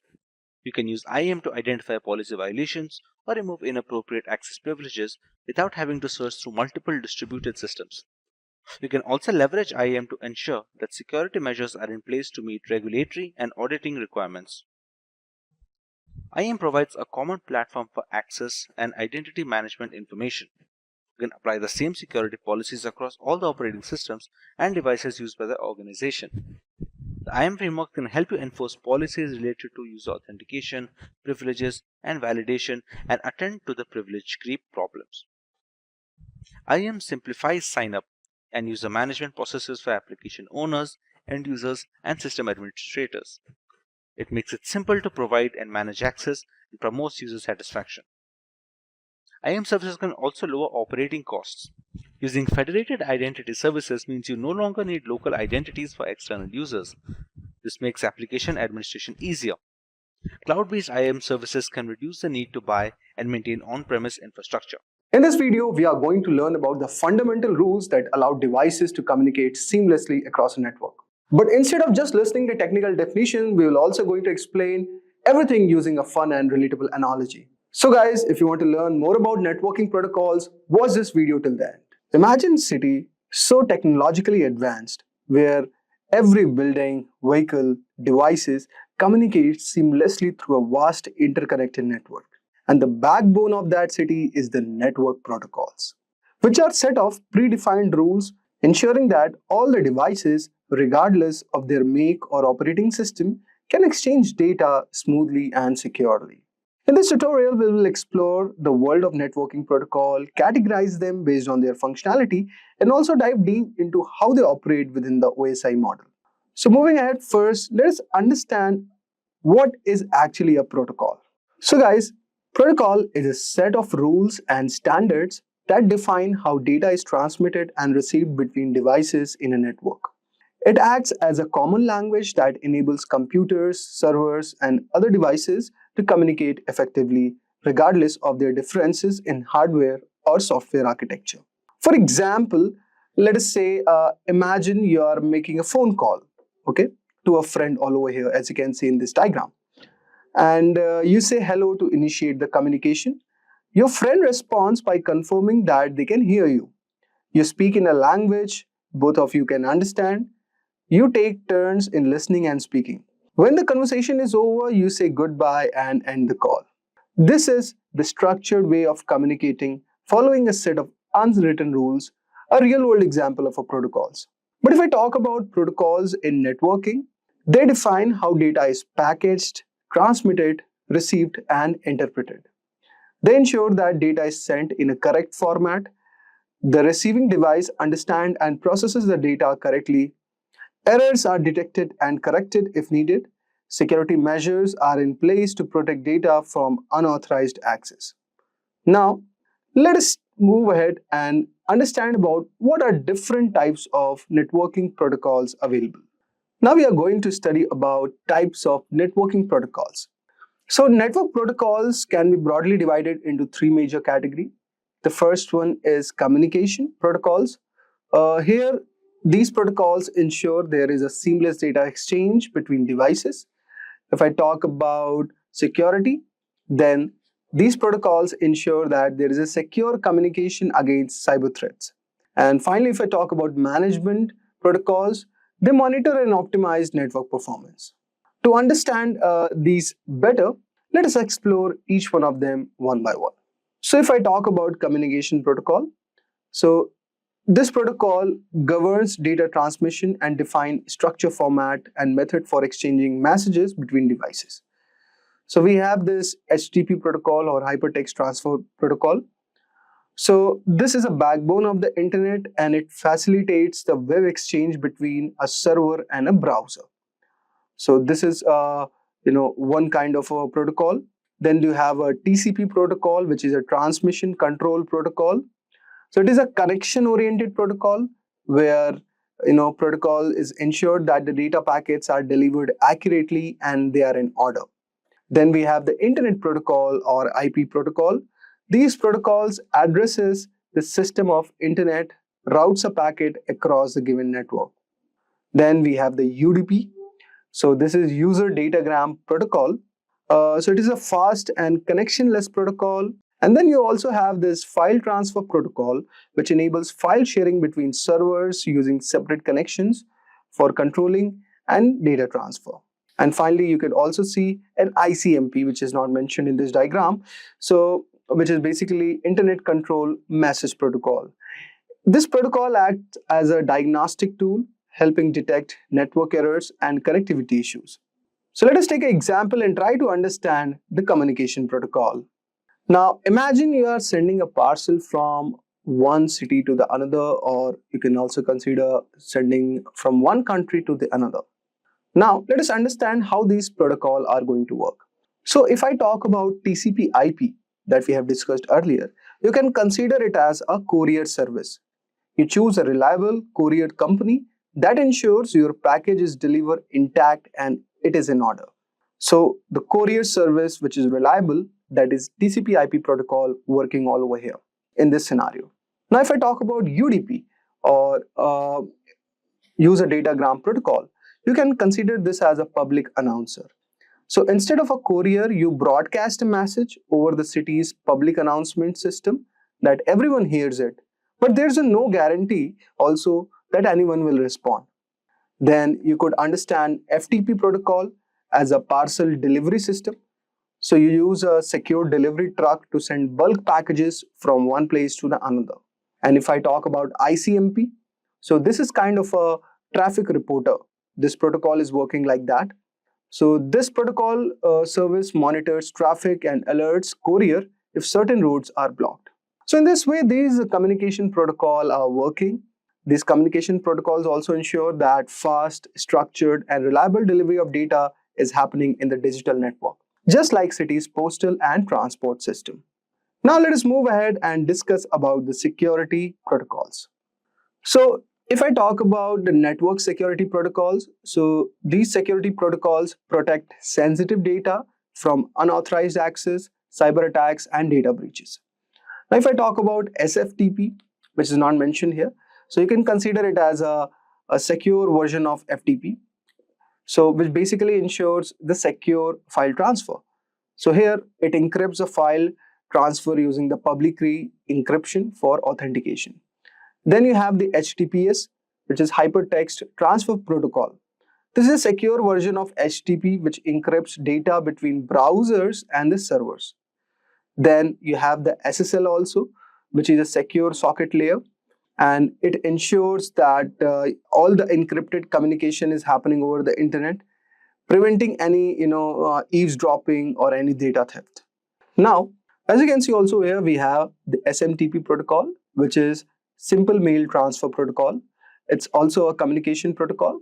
So it is ensuring that it sends email over the internet, and also it ensures that emails are properly formatted, routed, and delivered to the recipient's email server. This protocol works in very simple steps. Like first of all, when you send an email, SMTP performs these steps. First is compose the email. Okay, so you type email in your email client like Gmail or Outlook. Then it connects to a SMTP server when you hit send. So your email client communicates with an SMTP server.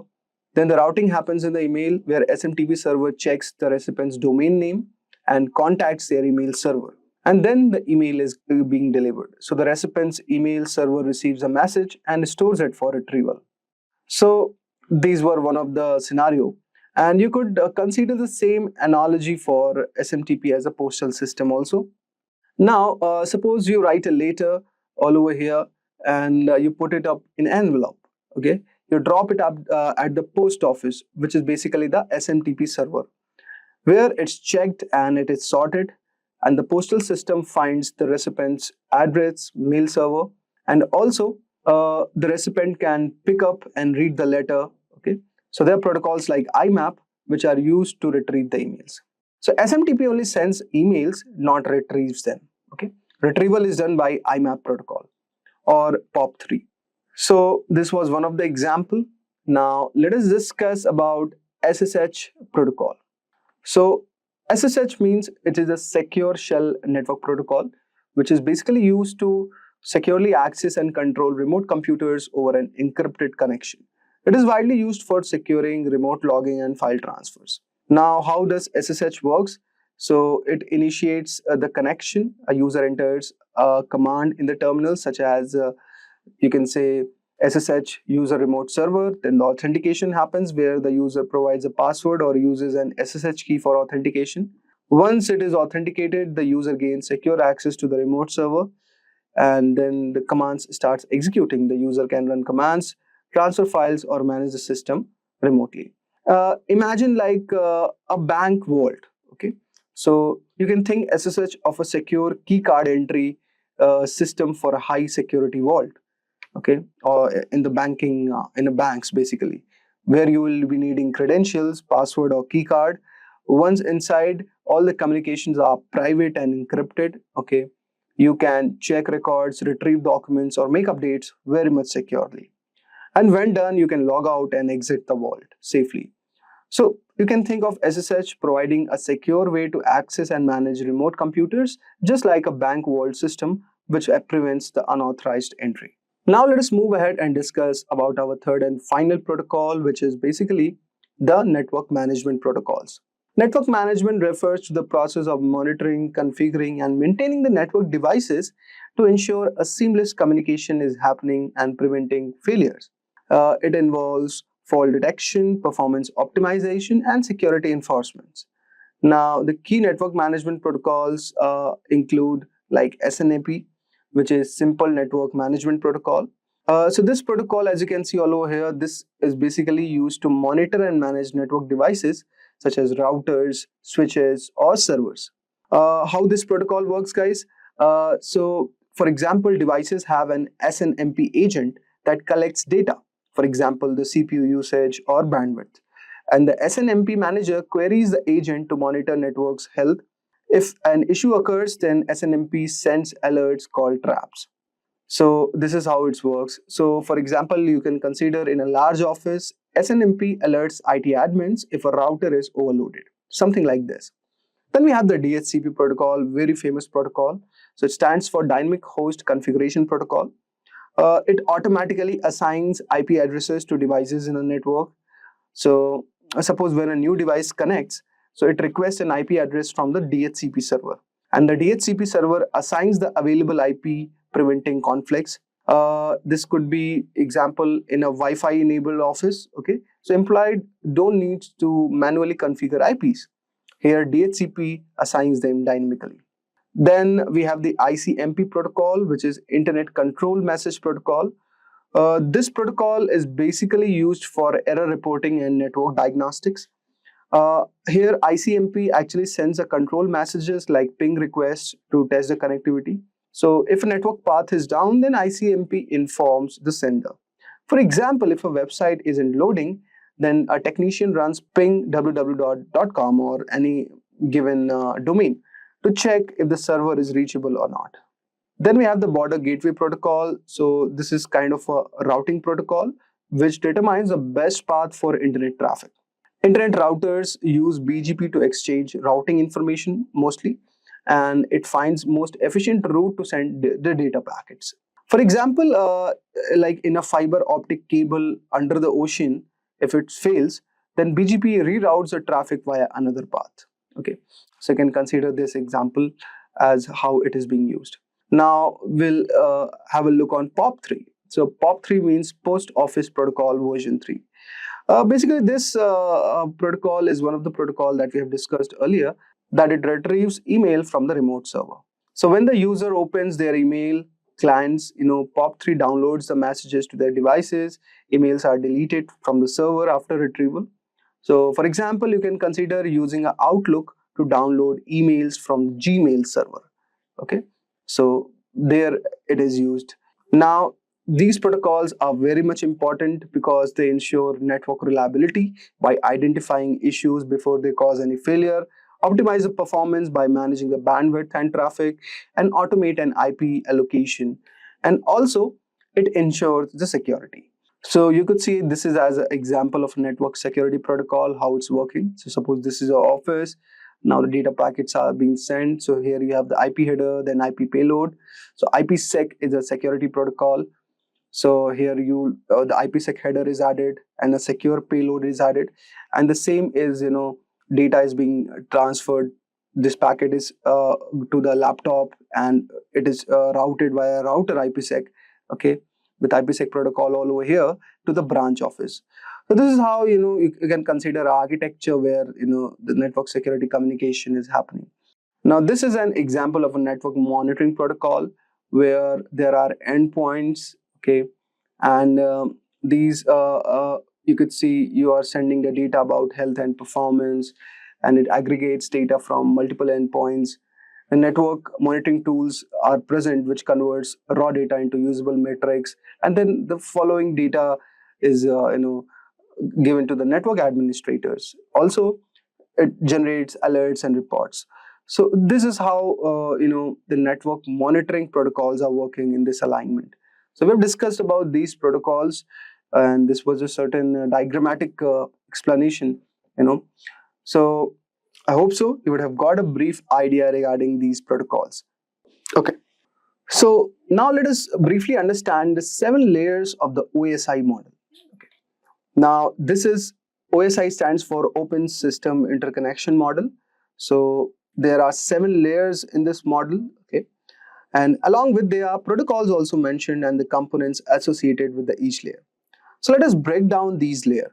So first of all, we have the physical layer, okay. The purpose of this layer is to define the physical structure of the network, such as cables, switches, and wireless transmission. Here, the function is that of this layer is that it converts data into electrical signals like radio or optic signals for transformation. It also manages bit rate control and transmission media.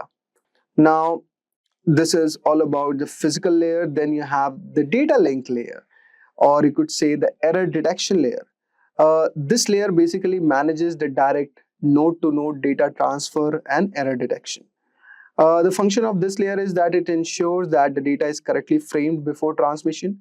It detects and corrects errors in transmission, and it basically uses MAC address for device identification.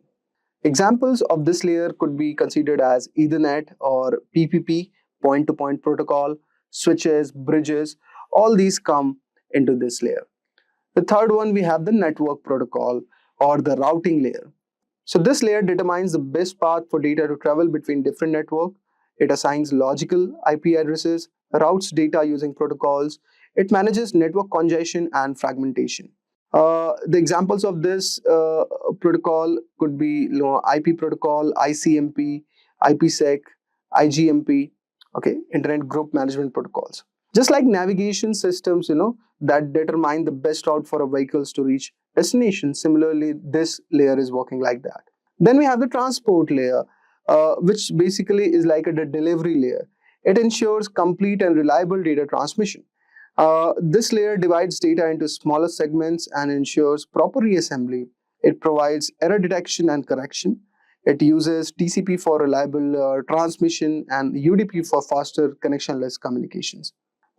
Examples could be, the TCP protocol or UDP protocol. So you can consider it like a couriers, that ensure that packages are delivered safely and in the correct order. So after this, the data is moved to the session layer, which is like the connection layer. It establishes, maintains, and terminates the communication sessions. It helps in managing sessions between applications. It handles authentication and any reconnections if needed. So for example, we have the API sockets all over here in this layer. So just like customer service representatives who handle call and ensure smooth communication between businesses, this layer is working like that. Then we have the presentation layer, which ensures that data is formatted properly for the application layer. It translates data formats like converts images, compresses file, encrypts and decrypts data for security. Then we have example of presentation layer like SSL, Secure Socket Layer, SSH, IMAP protocol, FTP. So you can consider these as a language translators who convert a message into a format that the recipient can understand. And finally, we have the application layer, which has a purpose of providing network services directly to the users. It manages data exchange between applications and the network. It enables browsing, email, and file transfer. So example of this layer include HTTP protocol, FTP, IRC, SSH, DNS. Okay, so you can consider something like this as these are the customer-facing employee in a company who directly interact with the users. Today, we are diving into a super important topic that affects everyone: phishing attacks. As cyber criminals get more sophisticated, it's important for us to stay one step ahead. So in this video, I'll be walking you through what phishing is, how it works, some famous examples of phishing attacks, different types of phishing, how to protect yourself, and what to do if you ever fall victim. So let's jump right in. What is phishing? To start, let's talk about what a phishing attack really is. In simple terms, phishing is a type of scam where hackers pretend to be legitimate people or companies to steal your personal information, whether it's your passwords, bank details, or even social security number. They typically do this through emails, text messages, or fake websites that seem genuine at first glance. But phishing attacks don't just rely on fake emails. They use a psychological trick known as social engineering. Now, social engineering is all about manipulating people into making poor decisions, like clicking on a malicious link or sharing personal information. Let's take an example. Imagine you work in a company and one day you get an urgent email from someone who looks like your boss. The email says, "I'm in a meeting right now, but I need you to send me the financial reports immediately. Click here to access a secure file." Because it's your boss and the message sounds urgent, you might not think twice and click the link. But that's where the trick is. The link wasn't real, and now the hacker has the access to the company's sensitive data. So social engineering works because it plays on human emotions like fear, urgency, trust, and leads you to make hasty decisions without double checking. So phishing attacks are serious business, and they have caused some of the most damaging data breaches in history. Let's take a look at some of the most famous examples. First, let's talk about the Sony Pictures hack in 2014. This is one of the most well-known phishing incidents. It all started when Sony employees received phishing emails that looked completely legitimate. Some employees clicked on the links in these emails, which gave hackers access to Sony's internal network. And the result? Over 100 terabytes of data were stolen, including unreleased movies, confidential employee information, and thousands of internal emails. The leaked data caused major damage to Sony's reputation and led to lawsuits. It was one of the most costly cyber attacks of its time. Another incredible phishing incident involved both Facebook and Google. Between 2013 and 2015, a single hacker managed to scam these tech giants out of over $100 million. How did he do it? The hacker, Evaldus, pretended to be a hardware supplier that both companies did business with. He sent phishing emails with fake invoices that looked exactly like the real thing. Because the emails were so convincing, the finance departments of the Facebook and Google didn't question them and wired the money directly to the attacker's account. So these famous examples show that phishing can affect anyone, from everyday people to major corporations. So let's talk about how they work step by step when hackers actually try to steal your information. So how does a phishing attack unfold? Let's break it into easy steps. Step 1. Phishing attacks typically start with a carefully crafted message, often in the form of an email or text. This message will look like it's from a legitimate company, like your bank, a popular service like PayPal, or even someone you personally know. Hackers usually use several techniques to make these emails look authentic. One common technique is domain spoofing. This is when hackers create a domain that looks almost identical to the legitimate website, but with subtle differences. For example, instead of paypal.com, they might use paypal1.com or pay-pal.com. Because most people glance at the sender's email address quickly, they don't notice the subtle change. The next step is to get the victim to visit a fake website. When you click on the link in the phishing email, you're often redirected to a website that looks exactly like the real thing. These fake websites are often designed to perfectly mimic the official login pages of services like your bank or email provider. To create these fake websites, hackers often use what's called a phishing kit. Now, phishing kits are pre-built tools that make it easy for attackers to clone real websites. The hacker then hosts the fake website on a malicious server or uses DNS spoofing, where they manipulate the DNS records to redirect users from the legitimate website to their fake version without the victim knowing. Now, once you land on the fake website, the next step is for the hacker to collect your information. So these fake pages are designed to look identical to the real ones. So when you enter your username and password, you think you're logging in securely. But hear what's happening in the background. Phishing sites use various methods to capture the information you type in. One common technique is form jacking, where the form on the website is modified to send the data directly to the attacker's server. Alternately, hackers can use key logging malware that records every keystroke you make, capturing usernames, passwords, and even credit card information as you type. So to make the fake site even more convincing, attackers often secure it with a real SSL certificate. Now, this means the website might show up as secure with a padlock symbol in your browser, making you believe it's legitimate. So this is why it's important to check more than just the HTTPS in the URL. Now, once the hacker has your data, they can use it in various ways. The most common method is using your stolen credentials to log into your accounts. This is known as credential stuffing. But they can also use your personal information for identity theft, or they might sell your data on the dark web. But phishing isn't a one-size-fits-all approach. Hackers use several different types of phishing attacks, and each one is designed for a specific target or method. So now let's talk about the different types of phishing attacks. First, we have general phishing, which is the most common and broad type. So in this type of attack, hackers send out thousands or even millions of phishing emails to random people, hoping that a small percentage will fall for the scam. For example, let's say you receive an email that looks like it's from a popular company like Netflix. The email says something like, your payment method has failed, click here to update your information. You click the link and it takes you to a fake Netflix login. When you enter your details, they are sent straight to the hacker. These attacks are sent out to as many people as possible. Whoever falls for it, falls for it. It's all about volume with general phishing. Next is spear phishing. So unlike general phishing, spear phishing is much more targeted. So the attacker picks a specific individual or company and tailors the attack to that person or group. So spear phishing requires some research and planning. So it's more sophisticated than general phishing. For example, imagine you work in the finance department of a company and you receive an email from someone pretending to be the CEO. The email says, he's unable to transfer the money to the partner company and asks you to transfer it. So since it appears to be from your boss and it sounds urgent, you might be tempted to complete the transfer without questioning it. That's the goal of spear phishing. Because the email is personalized and often uses real names or insider information, it's much easier to fall for it. So this makes spear phishing especially dangerous for businesses. Now let's talk about whaling, which is similar to spear phishing but with a bigger target. So whaling specifically targets high-ranking individuals like CEOs, CFOs, or other executives. So these attacks are often highly sophisticated because the stakes are so high. Let's say a hacker sends an email to the CFO of a large corporation, pretending to be a lawyer representing the company. So the email contains a fake warrant, asking the CFO to click a link to download important legal documents. Because it's a legal matter and appears highly official, the CFO clicks the link, which leads to malware being installed on the company's network.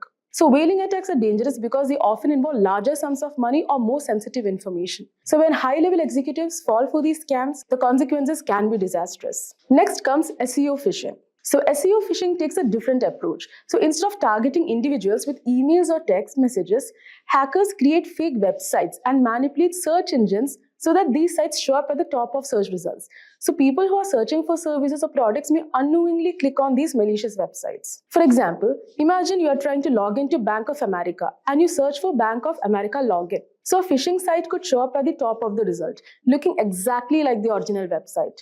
You fill out the form, entering your personal and payment information. But instead of going to the bank, all of that information goes straight to the hacker. So SEO phishing works because we trust search engines to lead us to legitimate sites. Hackers take advantage of that trust by manipulating search engine algorithms to display their malicious sites. And finally, there's smishing, which stands for SMS phishing. Smishing involves sending fraudulent messages through SMS or text. So these texts often appear to come from a trusted source, like your bank or a delivery service, and contain a link that leads to a phishing site. For example, let's say you get a text that looks like it's from a delivery company such as FedEx, telling you to set your delivery preferences. The message includes a link to do the same. When you click the link, it takes you to a fake FedEx site that asks for your name, address, and credit card information to cover delivery fees. So smishing is effective because people tend to trust text messages more than emails, especially when they're on the go and may not scrutinize the message as closely. Anyways, fortunately, there are several things you can do to protect yourself from phishing attacks. So first and foremost, always think before you click. If you get an email or text asking you to click a link, stop and think. Does this look suspicious? Hover over the link to see where it actually leads before you click. Next, don't upload personal information online. Be careful where you share your personal information online. Hackers often gather details from social media or public profiles to make their phishing attempts more convincing. So make sure to keep your software, operating system, and apps updated.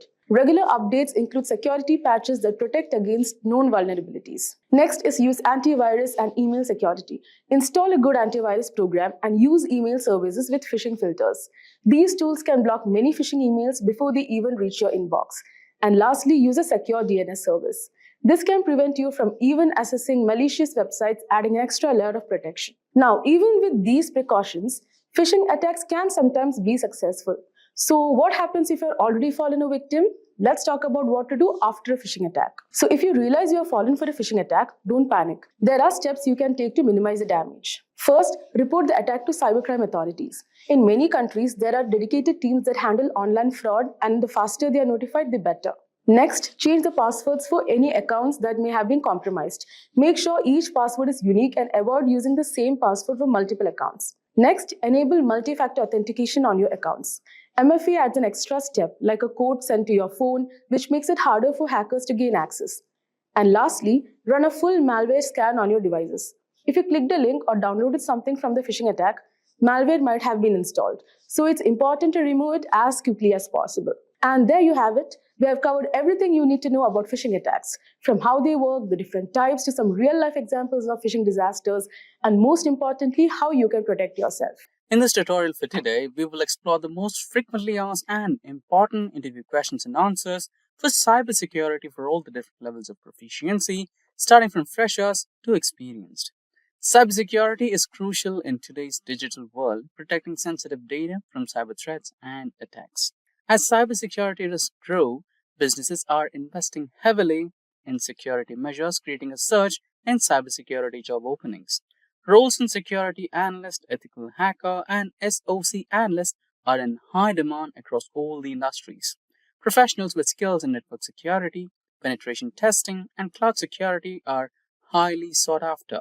Preparing for cybersecurity job interviews require knowledge of key topics like encryption, firewalls, threat detection, and risk management.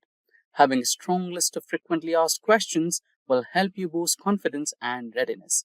Strong cybersecurity awareness also helps individuals and organizations stay safe in evolving threats.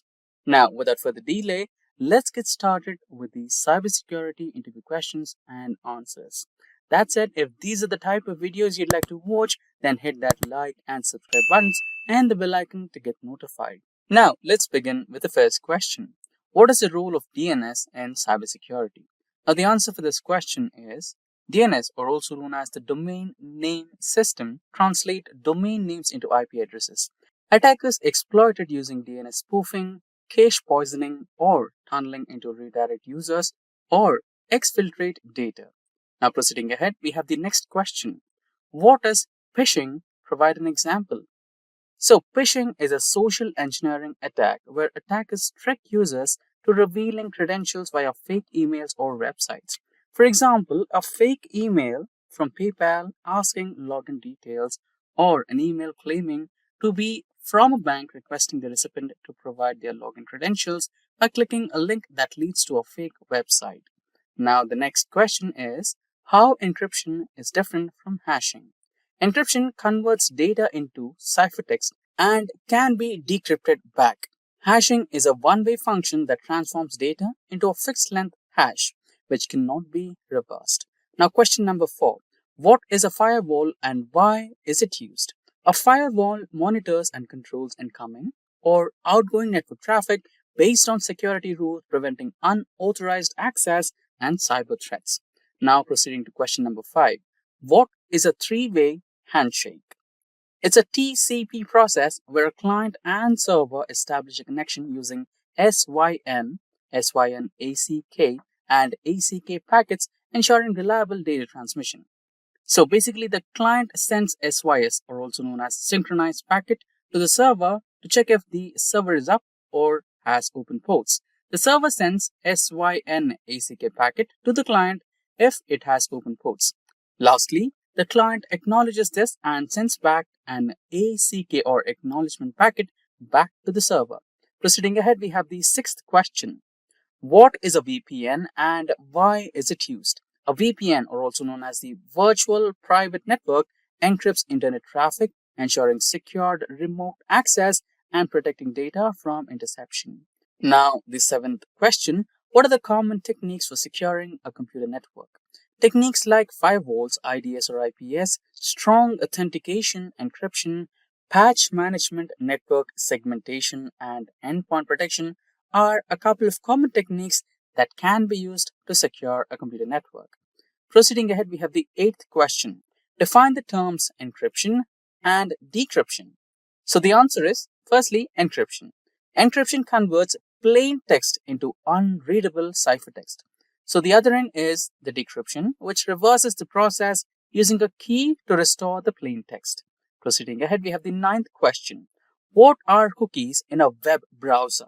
So you can consider cookies as some specific details that are stored by the website to help you navigate to the website when you revisit the same website. So the answer is cookies are small data files stored in the browser to track users' session, preferences, and authentication. Malicious cookies can be exploited for tracking and session hijacking as well. Now, proceeding ahead, we have the 10th question, which talks about what is the difference between IDS and IPS. So firstly, IDS. IDS is also known as Intrusion Detection System, which monitors traffic for threats, while IPS is Intrusion Prevention System, which actively blocks malicious traffic. Now, proceeding ahead, we have the 11th question. What is two-factor authentication? So for all of those you're already using Gmails or any of the email accounts and you want to log in from a remote location which kind of seems different to your browser, then you get a notification. Authenticate yourself via mobile or your phone, etc., right? Send an OTP or some secured questions. So that is known as two-factor authentication. The security method requiring two independent authentication factors like a password or a one-time code to verify identity is called as two-factor authentication. Proceeding ahead, we have the 12th question. What is SSL encryption? Secured sockets layer encrypted data between a web browser and a browser to prevent eavesdropping and tampering. Proceeding ahead, we have the 13th question. Explain a data security audit. So a security audit is an organization's security control, policies, and vulnerabilities to identify and mitigate risks. Now, the 14th question. Explain cross-site scripting and SQL injection. XSS. injects malicious scripts into web pages to steal data.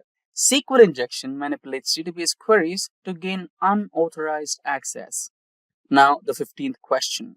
What is a zero-day vulnerability? So, it refers to a security vulnerability present in software or hardware that is undisclosed to the vendor and lacks an existing solution. This loophole can be leveraged by malicious actors before a remedy is created. So, proceeding ahead, we have our 16th question. Discuss the ISO 27001 and 27002 standards.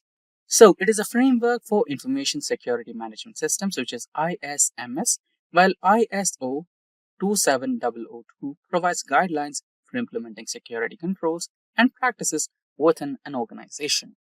Now, proceeding ahead, we have the 17th question. Explain the principles of ethical hacking. Ethical hackers identify vulnerabilities legally, following rules and engagement, ensuring data integrity, and reporting findings responsibly. Now we have the 18th question. What are the different types of network security? So the 18th question. What are the different types of network security? So the different types of network security includes firewalls, IDS or IPS, encryption, VPNs, endpoint protection, network segmentation, and access controls. Proceeding ahead, we have the 19th question. So moving ahead, we have the 19th question. Discuss the concept of risk assessment in cybersecurity. Risk assessment evaluates threats, vulnerabilities, and potential impacts to prioritize security measures. Now, moving ahead, we have the next question, which is what is the incident response and how is it managed? So, the answer is incident response is handling security breaches using a structured approach, which is detection, containment, eradication, recovery, and lessons learned. Now, moving ahead, we have the 21st question, which talks about what is the CIA triad in cybersecurity? So, CIA stands for C, confidentiality, which is data privacy, I for integrity, which is data accuracy, and A for availability, which is for data access when needed from the CIA triad. Proceeding ahead, we have the 22nd question. What is network sniffing? Capturing and analyzing network traffic using tools like Wireshark, which attackers exploit to intercept sensitive data, is called as network sniffing. Now, the 23rd question. How do you manage cryptographic keys? Using key management systems like KMS, rotate key regularly, use strong storage methods, and enforce least private access, you can manage the cryptographic keys. Now we have the 24th question. Define the terms virus, malware, and ransomware. So the answer for this question is, firstly, a virus. Virus replicates and spreads. Next is malware, includes all malicious software. And lastly, the ransomware, where data gets encrypted and the attacker demands payment for decrypting the data. Now, the 25th question. What is the difference between HIDS and NIDS? So, HIDS is host-based IDS, which monitors systems activity on a device, while NIDS is network-based IDS, which analyzes network traffic for threats. Now, proceeding ahead, we have the 26th question, which asks about explain data leakage. So, unauthorized data exposure via breaches, insider threats, or misconfigurations prevented by DLP or data loss prevention tools is known as data leakage. Now, proceeding ahead, we have the 27th question. What is port scanning? A technique used to identify open ports on a system, often used by attackers to find vulnerabilities, is called as port scanning. Proceeding ahead, we have the 28th question. How often should you perform patch management? So, standard-wise, the answer for this question is it should be done as soon as it is released. And in some cases, it should be done regularly based on risk-based approach, and typically for monthly standard patches and immediately for critical vulnerabilities. Proceeding ahead, we have the 29th question. How would you reset a password protected BIOS configuration? Now, the answer for this question is Since BIOS is a pre-boot system, it has its own storage mechanism for setting and preferences. A simple way to reset is by popping out the CMOS battery so that the memory storing the settings lose its power supply, and as a result, it will lose its setting. Now proceeding ahead, we have the 30th question. What is a botnet? So the answer for this question is a network of compromised devices controlled remotely to launch cyber attacks such as DDoS or spam campaigns is known as a botnet. Now the 31st question. What is the difference between a threat, a vulnerability, and a risk? So the answer is a threat is a potential danger. A vulnerability is a weakness. And lastly, a risk is a probability of exploitation. Now 32nd question. What is cognitive cybersecurity? AI-driven cybersecurity that uses machine learning and natural language processing to detect and respond to threats is known as cognitive cybersecurity. Now, the 33rd question.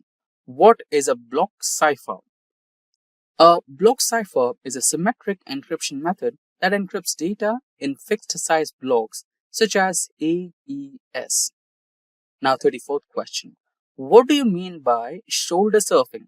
So, it's a very simple answer. Basically, someone which is observing your screen or keypad to steal credentials or sensitive data is called as shoulder surfing. Now, 35th question. What do you mean by system hardening? So the answer for this question is strengthening a system's security by removing vulnerabilities, disabling unused services, and enforcing strict policies is known as system hardening. Now, the 36th question for the day. How to prevent MITM? So the answer is, to prevent MITM, you have to use SSL or TLS VPNs, multi-factor authentication, and avoid untrusted networks to prevent man-in-the-middle attacks. Now, 37th question is, what is a ransomware? So, the answer for this question, before we get started, we briefly had a discussion about ransomware in our previous questions. Now, let's have a detailed explanation for this one. Ransomware is a type of malware that encrypts data to make it inaccessible to computer users. Cybercriminals use it to extort money from the individuals and organizations as well that hack the data and hold the data hostage until a certain amount of ransom is paid. Now, proceeding ahead, we have the 38th question. What is public key infrastructure? So, the PKI, or also known as the public key infrastructure, issues digital certificates to secure communication, protect data, and provide unique identities. It uses public-private key pairs, requiring a strong infrastructure to safeguard public keys from the attackers. Now, 39th question. What is a proxy firewall? A firewall that filters traffic at the application layer, acting as an intermediary between users and the internet, is called as the proxy firewall. Now we have the 40th question. What do you mean by penetration testing? So a penetration testing is a simulated attack on systems to identify vulnerabilities before real attackers exploit them. Now the 41st question. Explain what a cybersecurity policy is. So basically, a cybersecurity policy is a set of rules and guidelines to protect an organization's information and systems. Now, 42nd question. How does a rootkit work and how would you detect it? So the answer is, rootkits hide malware and avoid detection. In order to find one or detect one, you need to use rootkit scanners, behavioral analysis, and integrity checks to detect them. Now, the 43rd question. Explain the principle of least privilege. So, the users and processes should have the minimum permissions needed to perform their tasks to reduce security risks. So, this particular principle is known as least privilege. Now, 44th question. What are the key elements of a strong security policy? So, the answer to this question is access control, encryption, incident response, audit logging, risk management, and compliance requirements. So these are the key elements for a strong security policy. 45th question. Explain the concept of a digital signature. a cryptographic method ensuring the authenticity and integrity of digital messages using public key encryption is known as a digital signature. Now, the 46th question. What is a honeypot in cybersecurity? So the term honeypot is self-explanatory. So in terms of cybersecurity, it is a decoy system designed to attract the monitor attackers, helping identify the attack methods and also sometimes observe their behavior in order to understand what are their intentions. Now, 47th question. What are the common cybersecurity threats today?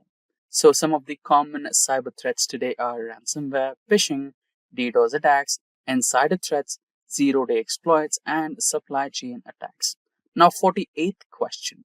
How can you prevent a man-in-the-middle attack or MITM attack? So for that, you need to use encrypted communications like TLS or SSL, use VPNs, strong authentication, and avoid unsecured networks. 49th question. What is a DDoS attack and how does it work? So the answer for this question, firstly, DDoS, it is called as distributed denial of service, and DDoS overloads a system with excess traffic using a botnet, causing service disruption. So basically, it's kind of blocking the service. And with this, we come to the final question of today's session, which is, what is the difference between black hat, white hat, and gray hat hackers? So the answer for this question is, let's begin with the black hats. Black hats are malicious hackers. They exploit vulnerabilities for illegal purposes. And then we come with white hat. So ethical hackers who help to identify and fix vulnerabilities who have positive ethics are called as the white hat hackers, and gray hat, a kind of a mix and match between the both black hat and the white hat. So these hackers help identify vulnerabilities without malicious intent, but may not always have authorization. Once you dive into the world of cybersecurity, it becomes clear that there are many certifications to choose from. Some of these are relatively easy to obtain, while others are known to be extremely challenging. The difficulty of these exams basically depends on few things, like how much you know, how much time you put into studying, and the hands-on experience you have in the field. Some people breeze through the tougher certification without breaking the sweat, while others might struggle with them. But here's the thing, it's really hard to rank how difficult a certification is, because testing organizations don't always share the pass rates for their exams. Despite this, there is plenty of talk in the industry about which certification is the hardest one. So based on the discussions and insight from cybersecurity experts, we have put together a list of 8 most challenging cybersecurity certifications. So guys, without further ado, let's get started. So guys, the first certification in our list is, in the decreasing order that we have, is AWS Certified Security Specialty. Our list basically begins with the AWS Certified Security. This specialty certification is a must-have for cloud security professionals. This certification focuses on especially security in the Amazon Web Services cloud environment. In this certification, you will learn about AWS security concepts like the shared responsibility model, data protection, and secure internet protocols. You will also cover topics like identity and access management, incident response, and infrastructure security. The exam itself lasts for 170 minutes and consists of 65 multiple choice and multi-response questions. While there are no official prerequisites for this certification, it's recommended that you have at least 5 years of experience in designing and implementing IT security solutions and 2 years of hands-on experience with AWS. Most candidates who attempt these exams usually have the other AWS certification under their belt, such as the AWS Certified Solutions Architect. AWS Associate also works, and also the AWS Certified Solution Architect Professional. These certifications basically provide a strong foundation in the AWS concepts, making the AWS Certified Security Specialty kind of easier to tackle. But still, it's a tough exam, and passing it will make you a valuable asset to any organization that uses AWS. Now, let us move to the next one. The next one we have is CompTIA Advanced Security Professional Practitioner Certification, or CASP+. So guys, this is one which is aimed at cybersecurity professionals who work at more advanced level. The CSP Plus focuses on enterprise security, risk management, and security operations. The exam itself consists of maximum of 90 questions and you have 165 minutes to complete it. It covers basically 4 main areas: security architecture, security operations, security engineering, and cryptography. Also, it covers governance, risk, and compliance. Each area requires you to have a deep understanding of complex topics, making these exams quite comprehensive. The CSP Plus is often compared to the Certified Information Systems Security Professional or CISSP certification exam, and it is an alternative for certain US Department of Defense roles. If you are aiming for a career in the government cybersecurity, then this could be the certification for you. Now let us move on to our next certification. So guys, our next certification is GIAC Certified Incident Handler Certification or GCIS certification. This is for those candidates who are focused on incident handling and response. The GIAC Certified Incident Handler is a key certification. With cybersecurity threats becoming more sophisticated, the ability to handle incidents effectively is very critical. This certification teaches you how to respond to incidents, investigate computer crimes, and understand common hacks and exploits. The GCIS exams include 106 questions and last for 4 hours. You will need to have scored at least 70% to pass this certification exam. It is a certification that's perfect for people working on the front lines of cybersecurity, such as system administrators, security experts, and security architects. This certification will give you a hands-on experience with tools like Nmap, Metasploit, and Netcat, which are basically used to carry out some of the most common hacks. So if you are a part of first response team in the cybersecurity, then this certification will be extremely useful for you. Now, let us move to our next certification. That is CISM or Certified Information Security Manager certification. So guys, the Certified Information Security Manager certification is highly valued for those aiming to move into leadership roles within the cybersecurity. It is specifically focusing on the management side, making it ideal for professionals who want to lead and govern an organization's information security program. Rather than diving deep into the technical aspects, CISM is all about managing the overall security infrastructure, accessing risk, and also implementing policies that ensure security at the organizational level. To earn the CISM certification, candidates must have at least 5 years of work experience in the field of information security, with at least 3 years of those as an information security management role. The exam is going to test your knowledge in the 4 key areas: information security governance, risk management, information security program, and incident management. This ensures that you are well versed in both designing security systems and managing them within a real-world business environment. The exam consists of 150 multiple choice questions and the candidates are given 4 hours to complete it. The scoring system is based on a scale of 200 to 800 and you will need to achieve at least 450 to pass this exam. This means that not only do you need to be well prepared, but you will also need to manage your time efficiently to complete all the questions within the allocated time. Although guys, the CISM focuses more on the management side than the technical cybersecurity. The experience required to even sit for these exams makes it one of the most challenging certification exams to earn. You will need to demonstrate your ability to assess risk, develop comprehensive security strategies, and manage a security program in a business context. For those aiming for a higher level of management role, this is a must-have certification that you should go for. Now, let us move to our next certification. That is Certified Information Security Professional Certification. The CISSP certification is often considered the gold standard in the field of information security. It is one of the most respected and recognized certifications worldwide, both in the private sector and within the government institutions. If you are aiming to establish yourself as a serious cybersecurity professional, then the CISSP can be a career-defining certification. The CISSP is designed for experienced professionals who create and manage security policies and procedures. It's not an entry-level certification, but it also requires a high degree of expertise and experience. To even qualify for the exam, you need to have at least 5 years of relevant work experience in the field of information security.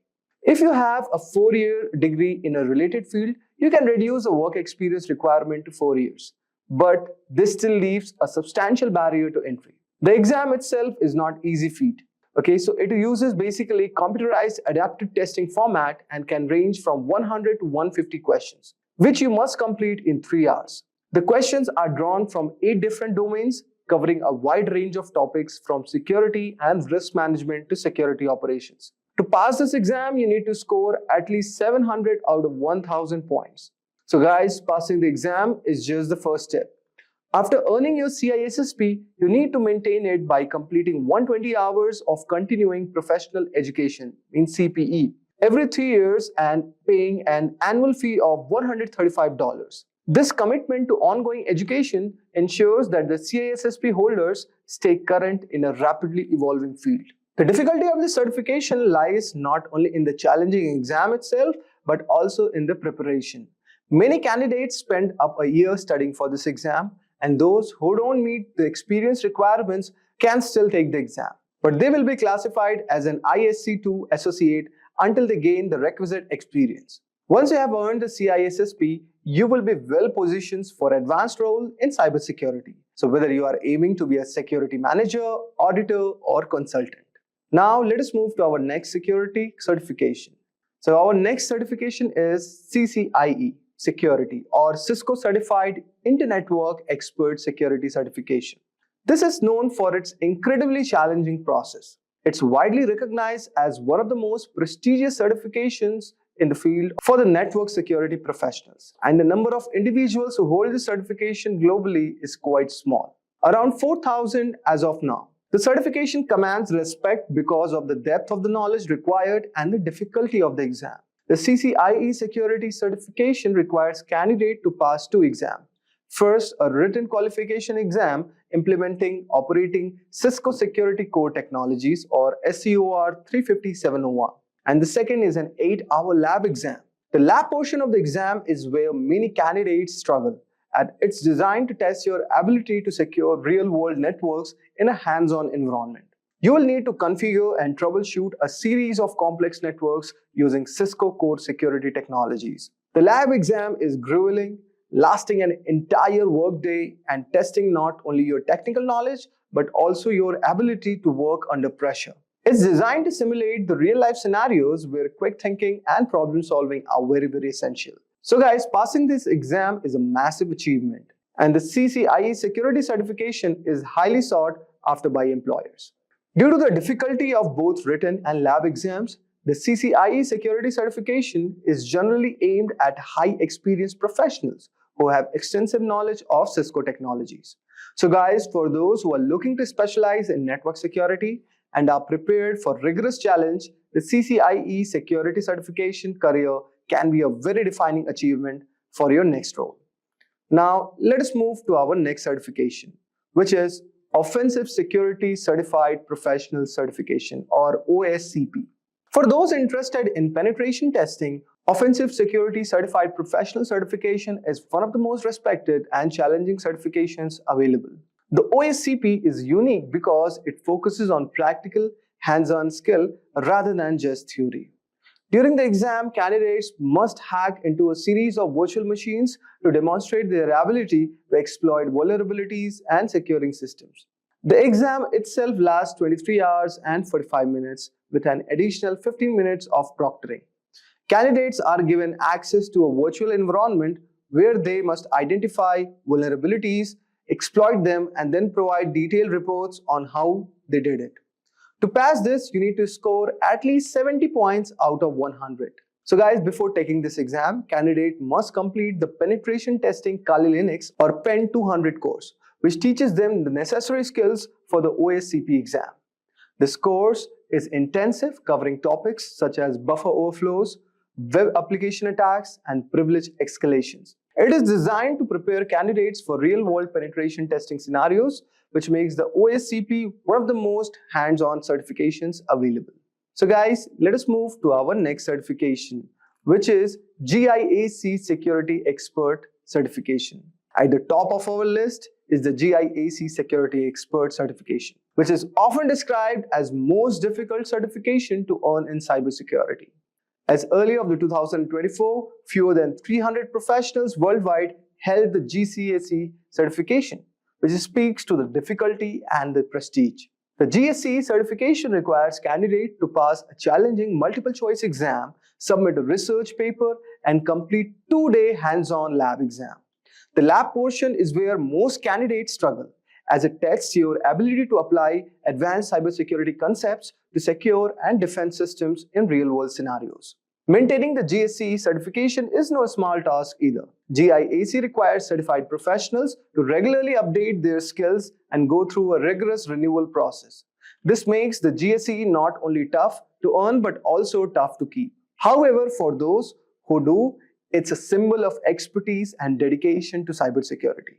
So guys, these were some of the top 8 toughest cybersecurity certification which one can pursue for. And we all know that there's no doubt that the demand for cybersecurity professionals is growing, and certifications are one of the great ways to prove your skills. So we covered 8 of the toughest cybersecurity certification which you can pursue, each with its own set of challenges. Imagine waking up one morning to find your company's critical data locked away by ransomware, or your personal email account flooded with suspicious login attempt. It's a scenario no one wants, yet it's becoming all too common in today's interconnected world. Now picture yourself equipped with the right tools that allow you to detect vulnerabilities before attackers do, simulate phishing attempts to train your teams, or analyze networks for hidden threats. Sounds empowering, right? This is where the cybersecurity tools comes in. So guys, in today's video, we are going to step up into the top 10 free cybersecurity tools that you should know. So let us discuss our first tool. Our first tool is AirCrackNG. AirCrackNG is a comprehensive suite of tools for Wi-Fi security auditing and penetration testing.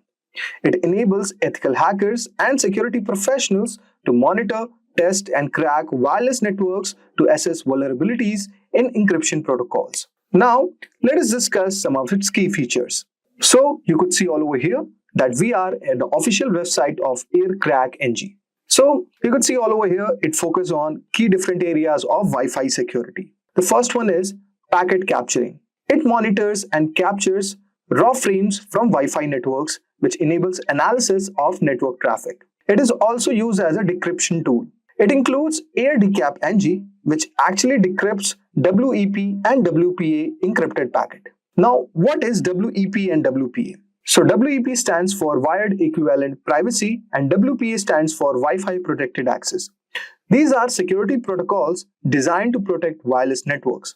They ensure data transmitted over Wi-Fi is encrypted and secure from unauthorized access. Next one, it helps in injection testing. It has this Packet Forge NG through which users can create custom packets to test a network's susceptibility to injection attacks. You could also do network scanning. It has AeroDump NG, which identifies available networks, their encryption protocols, and connected devices. And finally, if you want to crack encryption keys, you can use this tool. It is going to recover weak WEP keys and also WPA pre-shared keys using advanced algorithm. Now, in what scenario you could use this? So suppose you are doing penetration testing to test the strength of enterprise or home Wi-Fi networks to identify vulnerabilities. So you could use this tool. Next one, if you are performing any educational demonstration, in that scenario you could also use it. And mostly, it is used in network security audits. It helps IT teams to ensure Wi-Fi networks are properly secure with modern encryption protocols. Now, let us discuss our next tool, which is Burp Suite. So Burp Suite is a popular tool for testing the security of web application. It allows users to intercept, analyze, and manipulate HTTP traffic to uncover vulnerabilities such as SQL injection and cross-site scripting. So guys, this is the official website of Burp Suite. Now, what are its key features? First of all, you could intercept proxy. So basically, with the help of Burp Suite, you could capture HTTPS traffic between browser and the server, which enables real-time inspection and modification. Second, you could do automated crawling. The spider feature maps out all the pages and structures of web app, aiding comprehensive testing. Third one, request repeater. This allows testers to resend and tweak HTTP requests to identify weaknesses in application logic. Fourth one, you have session token analysis. It evaluates the randomness and security of session tokens to prevent unauthorized access. So guys, this tool comes in free and paid versions. The community edition provides essential tools, while pro version adds automated scanning and advanced capabilities. Now, in what scenario you could use this tool? Suppose you are doing web application testing. So you could discover security weaknesses such as input validation flaws or session hijacking risk. Next, you could use it for compliance checks, which ensures apps meet security standards. Third one, you could use it for developer debugging. It helps refine web app authentication mechanism and improve session handling. Now, let us discuss about our third tool, which is Defendify. Defendify is an all-in-one cybersecurity platform designed for small and medium-sized businesses. It provides comprehensive tools for risk assessment, phishing simulations, and employee training, consolidating cybersecurity efforts in a single solution. So as you can see all over here, I have navigated to official website of Defendify. Now, there are certain key features of Defendify. First of all, risk assessments. It identifies vulnerabilities in all the networks, applications, and practices, providing actionable recommendations. Second, if you want to do phishing simulations, then you could use this tool. It is going to test employee susceptibility to phishing with realistic and customizable campaigns. Third one, you could use it for cybersecurity training. It offers engaging modules to educate employees on recognizing threats. Fourth one, it has incident response plan. It provides pre-designed action plans to handle breaches effectively. Fourth one, it has threat alerts. Finally, it is used for threat alerts. It monitors and notifies users of emerging cyber threats in real time. Now, in what scenario you could use this tool? So, you could use it for small businesses security, okay, and employee awareness training, and also if you want to streamline cybersecurity management. So, in these scenarios, you could use this tool. You could go on this tool. So, it says start the tool. Just click on it, and you can explore this tool all over here, what it includes. Now, let us move on to our fourth tool, which is GoPhish. GoPhish is an open source phishing simulation toolkit that allows organizations to assess employee awareness of phishing attacks. It enables users to create and track phishing campaigns in a controlled environment. So you could see all over here, I have navigated to the official website of GoPhish. Now, let us discuss about some of the key features of this tool. First of all, customizable campaigns. Users can design phishing emails using realistic templates tailored to their organization. Second, user response tracking. It can track metrics such as email opens, link clicks, and submitted credentials. Third of all, detailed reporting. It provides analytics on campaign outcomes, helping identify training needs. And it is also very easy to use. It offers an intuitive interface for creating and managing campaigns without needing advanced technical skills. And finally, it is open source, which is fully customizable and free to use for organizations of any size. Now, what scenario you could use this tool? So suppose you are going for employee security awareness. So in that scenario, you could use this tool. Or if you want to improve security culture, then you could use simulation results to reinforce best practices for email security. In that scenario, this tool works perfect. Now let us move ahead and discuss about our fifth tool. Our fifth tool is Have I Been Pwned? So it is basically a free web service that allows users to check if their email addresses, usernames, or passwords have been exposed in a known data breaches. It's a simple yet powerful tool for staying informed about compromised accounts. So guys, this is the official website of Have I Been Pwned? Now, let us discuss about some of the key features about this tool. First of all, for credential research. Users can input email addresses or usernames to see if they appear in public breach databases. Second of all, for real-time alerts. It offers subscription-based notifications for users to receive update about new breaches. Third, it is used for comprehensive database. It contains billions of leaked credentials from past data breaches. Fourth one, API integration. Organizations can integrate the service to their workflows for automated breach monitoring. Now, basically you could use this tool for personal security, where individuals can monitor their account and take actions if credentials are compromised. Second one, for enterprise account management. IT teams can track employees' credentials to prevent unauthorized access. And third one, promoting password hygiene. It helps users adopt stronger password by highlighting the risk of credential use. So what do? Just type your email address and just check whether you have been pwned or not. It is a very amazing and free open source tool. Now, let us discuss about our next tool, which is Kali Linux. Kali Linux is a Debian-based Linux distribution designed specifically for security professionals. It provides an extensive collection of tools for penetration testing, digital forensics, and security auditing. Now, this is the official website of Kali Linux. You could download Kali Linux from all over here, and it has certain key features also. First of all, it has 600 plus pre-installed tools, which includes Nmap, Metasploit, Wireshark for tasks like network scanning, vulnerability exploitation, and packet analysis. Second of all, for customizable environment. It is fully configurable to meet specific penetration testing needs. Third of all, for live boot compatibility. It can run directly from a USB drive, leaving no trace for the host system. Fourth, it has extensive community support. It offers extensive documentation and resources for security professionals. Now, you could use this tool in certain scenarios. First of all, if you are trying to do penetration testing, you can simulate attacks on networks and systems to uncover vulnerabilities. If you are going to do digital forensics, then this tool works perfectly. You could investigate cyber incidents by analyzing system logs and data. And for education and training purposes, this tool can also be used. Now let us discuss about our next tool, which is Nmap. Nmap is a powerful open source tool used for network discovery and vulnerability scanning. It helps administrators identify devices, open ports, and running services on a network. So guys, this is the official website of Nmap. You could download Nmap from here. Now, the key features of this tool are as follows. First of all, it is used for device discovery. It can detect all devices connected to a network. Secondly, open port identification. It can identify open and vulnerable ports. Third one, if you're trying to do operating system fingerprinting, it can determine the operating system and software versions of the devices. Fourth, you could go for scriptable scans. It can automate scans using scripts for complex network environments. Now, you could use this tool in certain scenarios. First of all, for network inventory. You could map all devices and services in a network. If you're going for security audits, this tool can be amazing.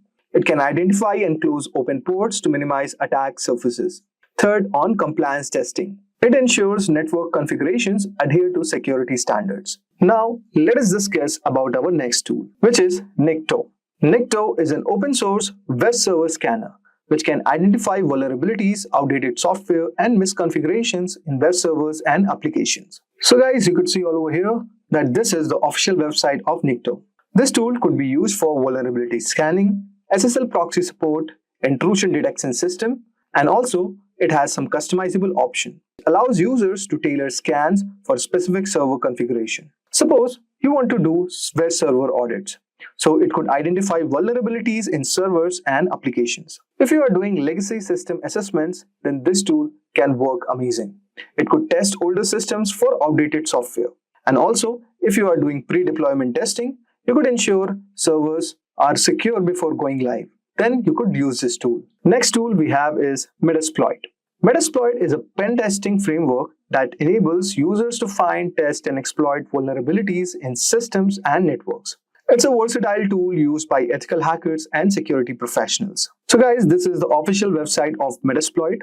So guys, if you're looking to exploit database, then you could use this tool. It has over 1500 preloaded exploits for testing vulnerabilities. Second, if you are doing payload generation, it provides customizable payloads for post-exploitation activities. It could also be integrated with other tools. It works seamlessly with tools like Nmap for comprehensive testing. It has community and pro versions. The free framework edition is suitable for beginners, while Pro edition offers some advanced features. If we talk about use cases, then it could be used in vulnerability testing. If you are doing red team exercises, then this tool could be amazing. You could conduct simulated attacks to improve organizational defenses. Third of all, for security research, you could develop and test new exploits in a controlled environment. Now, our final tool is Open Vulnerability Assessment Scanner, or OpenVAS. OpenVAS is a vulnerability scanner that comprehensively tests networks, systems, and applications for security flaws. So guys, this is the official website of OpenVAS. The key features of this tools are as follows. If you are looking for daily update, then you could use this tool. You would receive updated vulnerability feeds for detecting new threats. If you're looking for customizable scans, then you could use this tool. You could configure scans to meet specific organizational needs. Third of all, for authenticated testing, you could scan systems with user credentials for deeper insights. Fourth, for detailed reporting. It could generate reports for compliance and mitigation planning. So guys, you could use this tool in certain scenarios like for enterprise security audits where you want to test scale networks for vulnerabilities. Second of all, for compliance testing, if you want to ensure that system meets regulatory standards. Third, if you're looking for continuous monitoring, you could automate periodic scans to maintain secure environments. So guys, this was the top 10 free cybersecurity tools that you should know. Today, we are going to talk about some really interesting and powerful hacking gadgets you should know about in 2024. But remember, this is just for learning. We don't want anyone getting into trouble. So moving on. The best way to keep your computers and devices safe is to know about the risk. So some risks are easy to cater, using strong passwords, and don't download from bad websites and don't hand your unlocked device to strangers. But there are also hidden dangers that can cause big problems. Some tools look innocent but can be very dangerous. Here are 7 gadgets that look normal but are actually powerful hacking tools. These tools are made for security experts to test systems, but they can be misused. So let's kick things off with a device that's small but incredibly powerful. That is Raspberry Pi. So Raspberry Pi is a compact and affordable computer that has revolutionized the tech world. Originally designed for educational purposes, it has become a favorite among hobbyists, makers, and even professionals. Despite its small size, it boasts impressive capabilities, including multiple USB ports, HDMI output, and support for various operating systems like Linux and Windows 10 IoT Core. The Raspberry Pi can be used for a wide range of projects, from simple programming and gaming to complex IoT systems and home automation. The Raspberry Pi can also be a dangerous hacking tool. With the right software, it can be used to perform a variety of hacking tasks. For example, it can run Kali Linux, a popular operating system for penetration testing. This allows it to be used for network scanning, password cracking, and even setting up rogue access points to intercept data. Its small size makes it easy to hide, and its affordability means it's accessible to many. In the wrong hands, this innocent-looking device can become a powerful tool for malicious activities. Now that we have seen the potential of the Raspberry Pi, which by the way is one of the personal favorites for tinkering, let's move on to another seemingly simple but powerful device, the Wi-Fi adapter. So Wi-Fi adapter might seem like a simple device used to connect to wireless networks, but it can be a potent hacking tool in the wrong hands. These adapters, when paired with the right software, can intercept and monitor wireless communications, making them invaluable for network analysis and penetration testing. For example, they can be used with tools like AirCrack-NG to crack Wi-Fi passwords. Hackers can use Wi-Fi adapters to perform attacks such as packet sniffing and man-in-the-middle attacks. These activities can lead to unauthorized access to networks, data theft, and severe security breaches. It's like having a digital spy in your pocket. While essential for legitimate security testing, it's crucial to be aware of their potential misuse and to secure your own wireless networks against such threats. Speaking of Wi-Fi, you won't believe how sneaky this next device is. Let's take a look at a device that takes wireless hacking to a whole new level, the Wi-Fi Pineapple. The Wi-Fi Pineapple looks like a standard router, but it is a sophisticated device used for hacking wireless networks. It allows attackers to create rogue Wi-Fi access points, tricking users into connecting and revealing their login credentials. Imagine connecting to what looks like a free public Wi-Fi only to have your data intercepted. This device is capable of advanced man-in-the-middle attacks, monitoring, and recording data from all connected devices. Additionally, the Wi-Fi Pineapple can capture Wi-Fi handshakes, which can then be used to crack network passwords. Its powerful feature makes it a favorite among penetration testers for assessing network security, but in the wrong hands, it can be used for malicious activities, highlighting the importance of robust wireless security. So from Wi-Fi to Bluetooth, which is everyone these days, right? let's now explore a powerful tool for Bluetooth hacking, the Ubertooth One. The Ubertooth One is an open source Bluetooth testing tool that appears to be a simple USB dongle. Despite its unassuming appearance, it can monitor and analyze Bluetooth communications, making it a valuable asset for those testing the security of Bluetooth devices. Think of it as a spy for Bluetooth traffic. The Ubertooth One can capture Bluetooth packets, perform Bluetooth attacks, and even explore vulnerabilities in Bluetooth networks. Its ability to dissect Bluetooth traffic makes it a powerful tool for both legitimate security research and potential misuse. Understanding its capabilities helps highlight the importance of securing Bluetooth-enabled devices against unauthorized access and attacks. Continuing with radio frequency tools, which honestly sounds like something out of a spy movie. So let's discuss the Hack RF1 and its versatile capabilities. So the Hack RF1 is a versatile software-defined radio SDR platform that can transmit and receive radio signals from 1 MHz to 6 GHz. It looks like a standard electronic device, but can be used for a wide range of hacking activities. Imagine being able to capture and manipulate signals across a broad spectrum. With the Hack RF1, users can capture and analyze various radio signals, jam frequencies, and even spoof signals to manipulate communication systems. This tool is particularly useful for exploring and testing the security of wireless communication systems. While it serves an essential role in legitimate research and development, the Hack RF1 also demonstrates the need for robust security measures to protect against radio frequency-based attacks. So now let's look at a tool that takes advantage of a computer's trust in USB devices. And trust me, this one's sneaky, the USB rubber ducky. So the USB rubber ducky is a device that looks like a regular flash drive but acts like a keyboard, typing commands into any computer it's plugged into. Hackers use it to execute pre-programmed scripts that can steal data, install malware, or take control of the target device. It's like a tiny digital ninja. This tool exploits the trust computers have in USB devices, making it a potent weapon for cyber attacks. It's a reminder to be cautious about plugging in unknown USB devices, as they could be rubber duckies in disguise, ready to unleash harmful commands and compromise your system security. So finally, we have got a real undercover gadget here. Let's uncover the secret capabilities of the LAN turtle.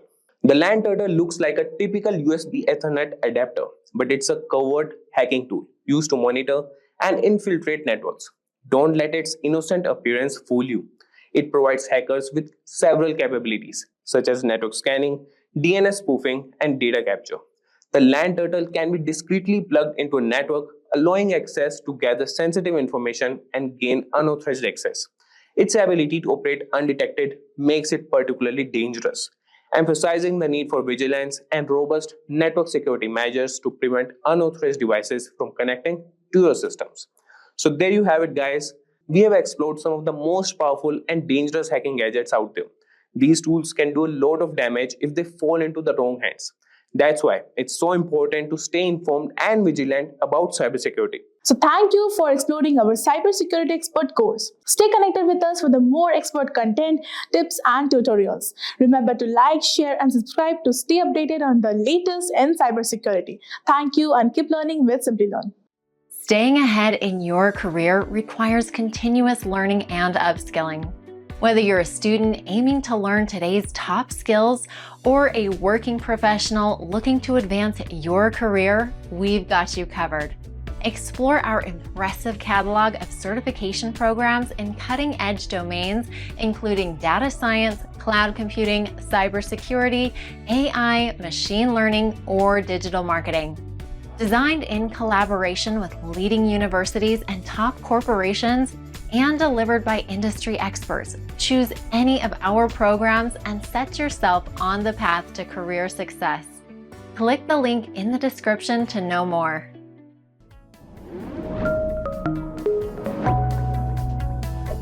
Hi there, if you like this video, subscribe to the Simplilearn YouTube channel and click here to watch similar videos. To nerd up and get certified, click here.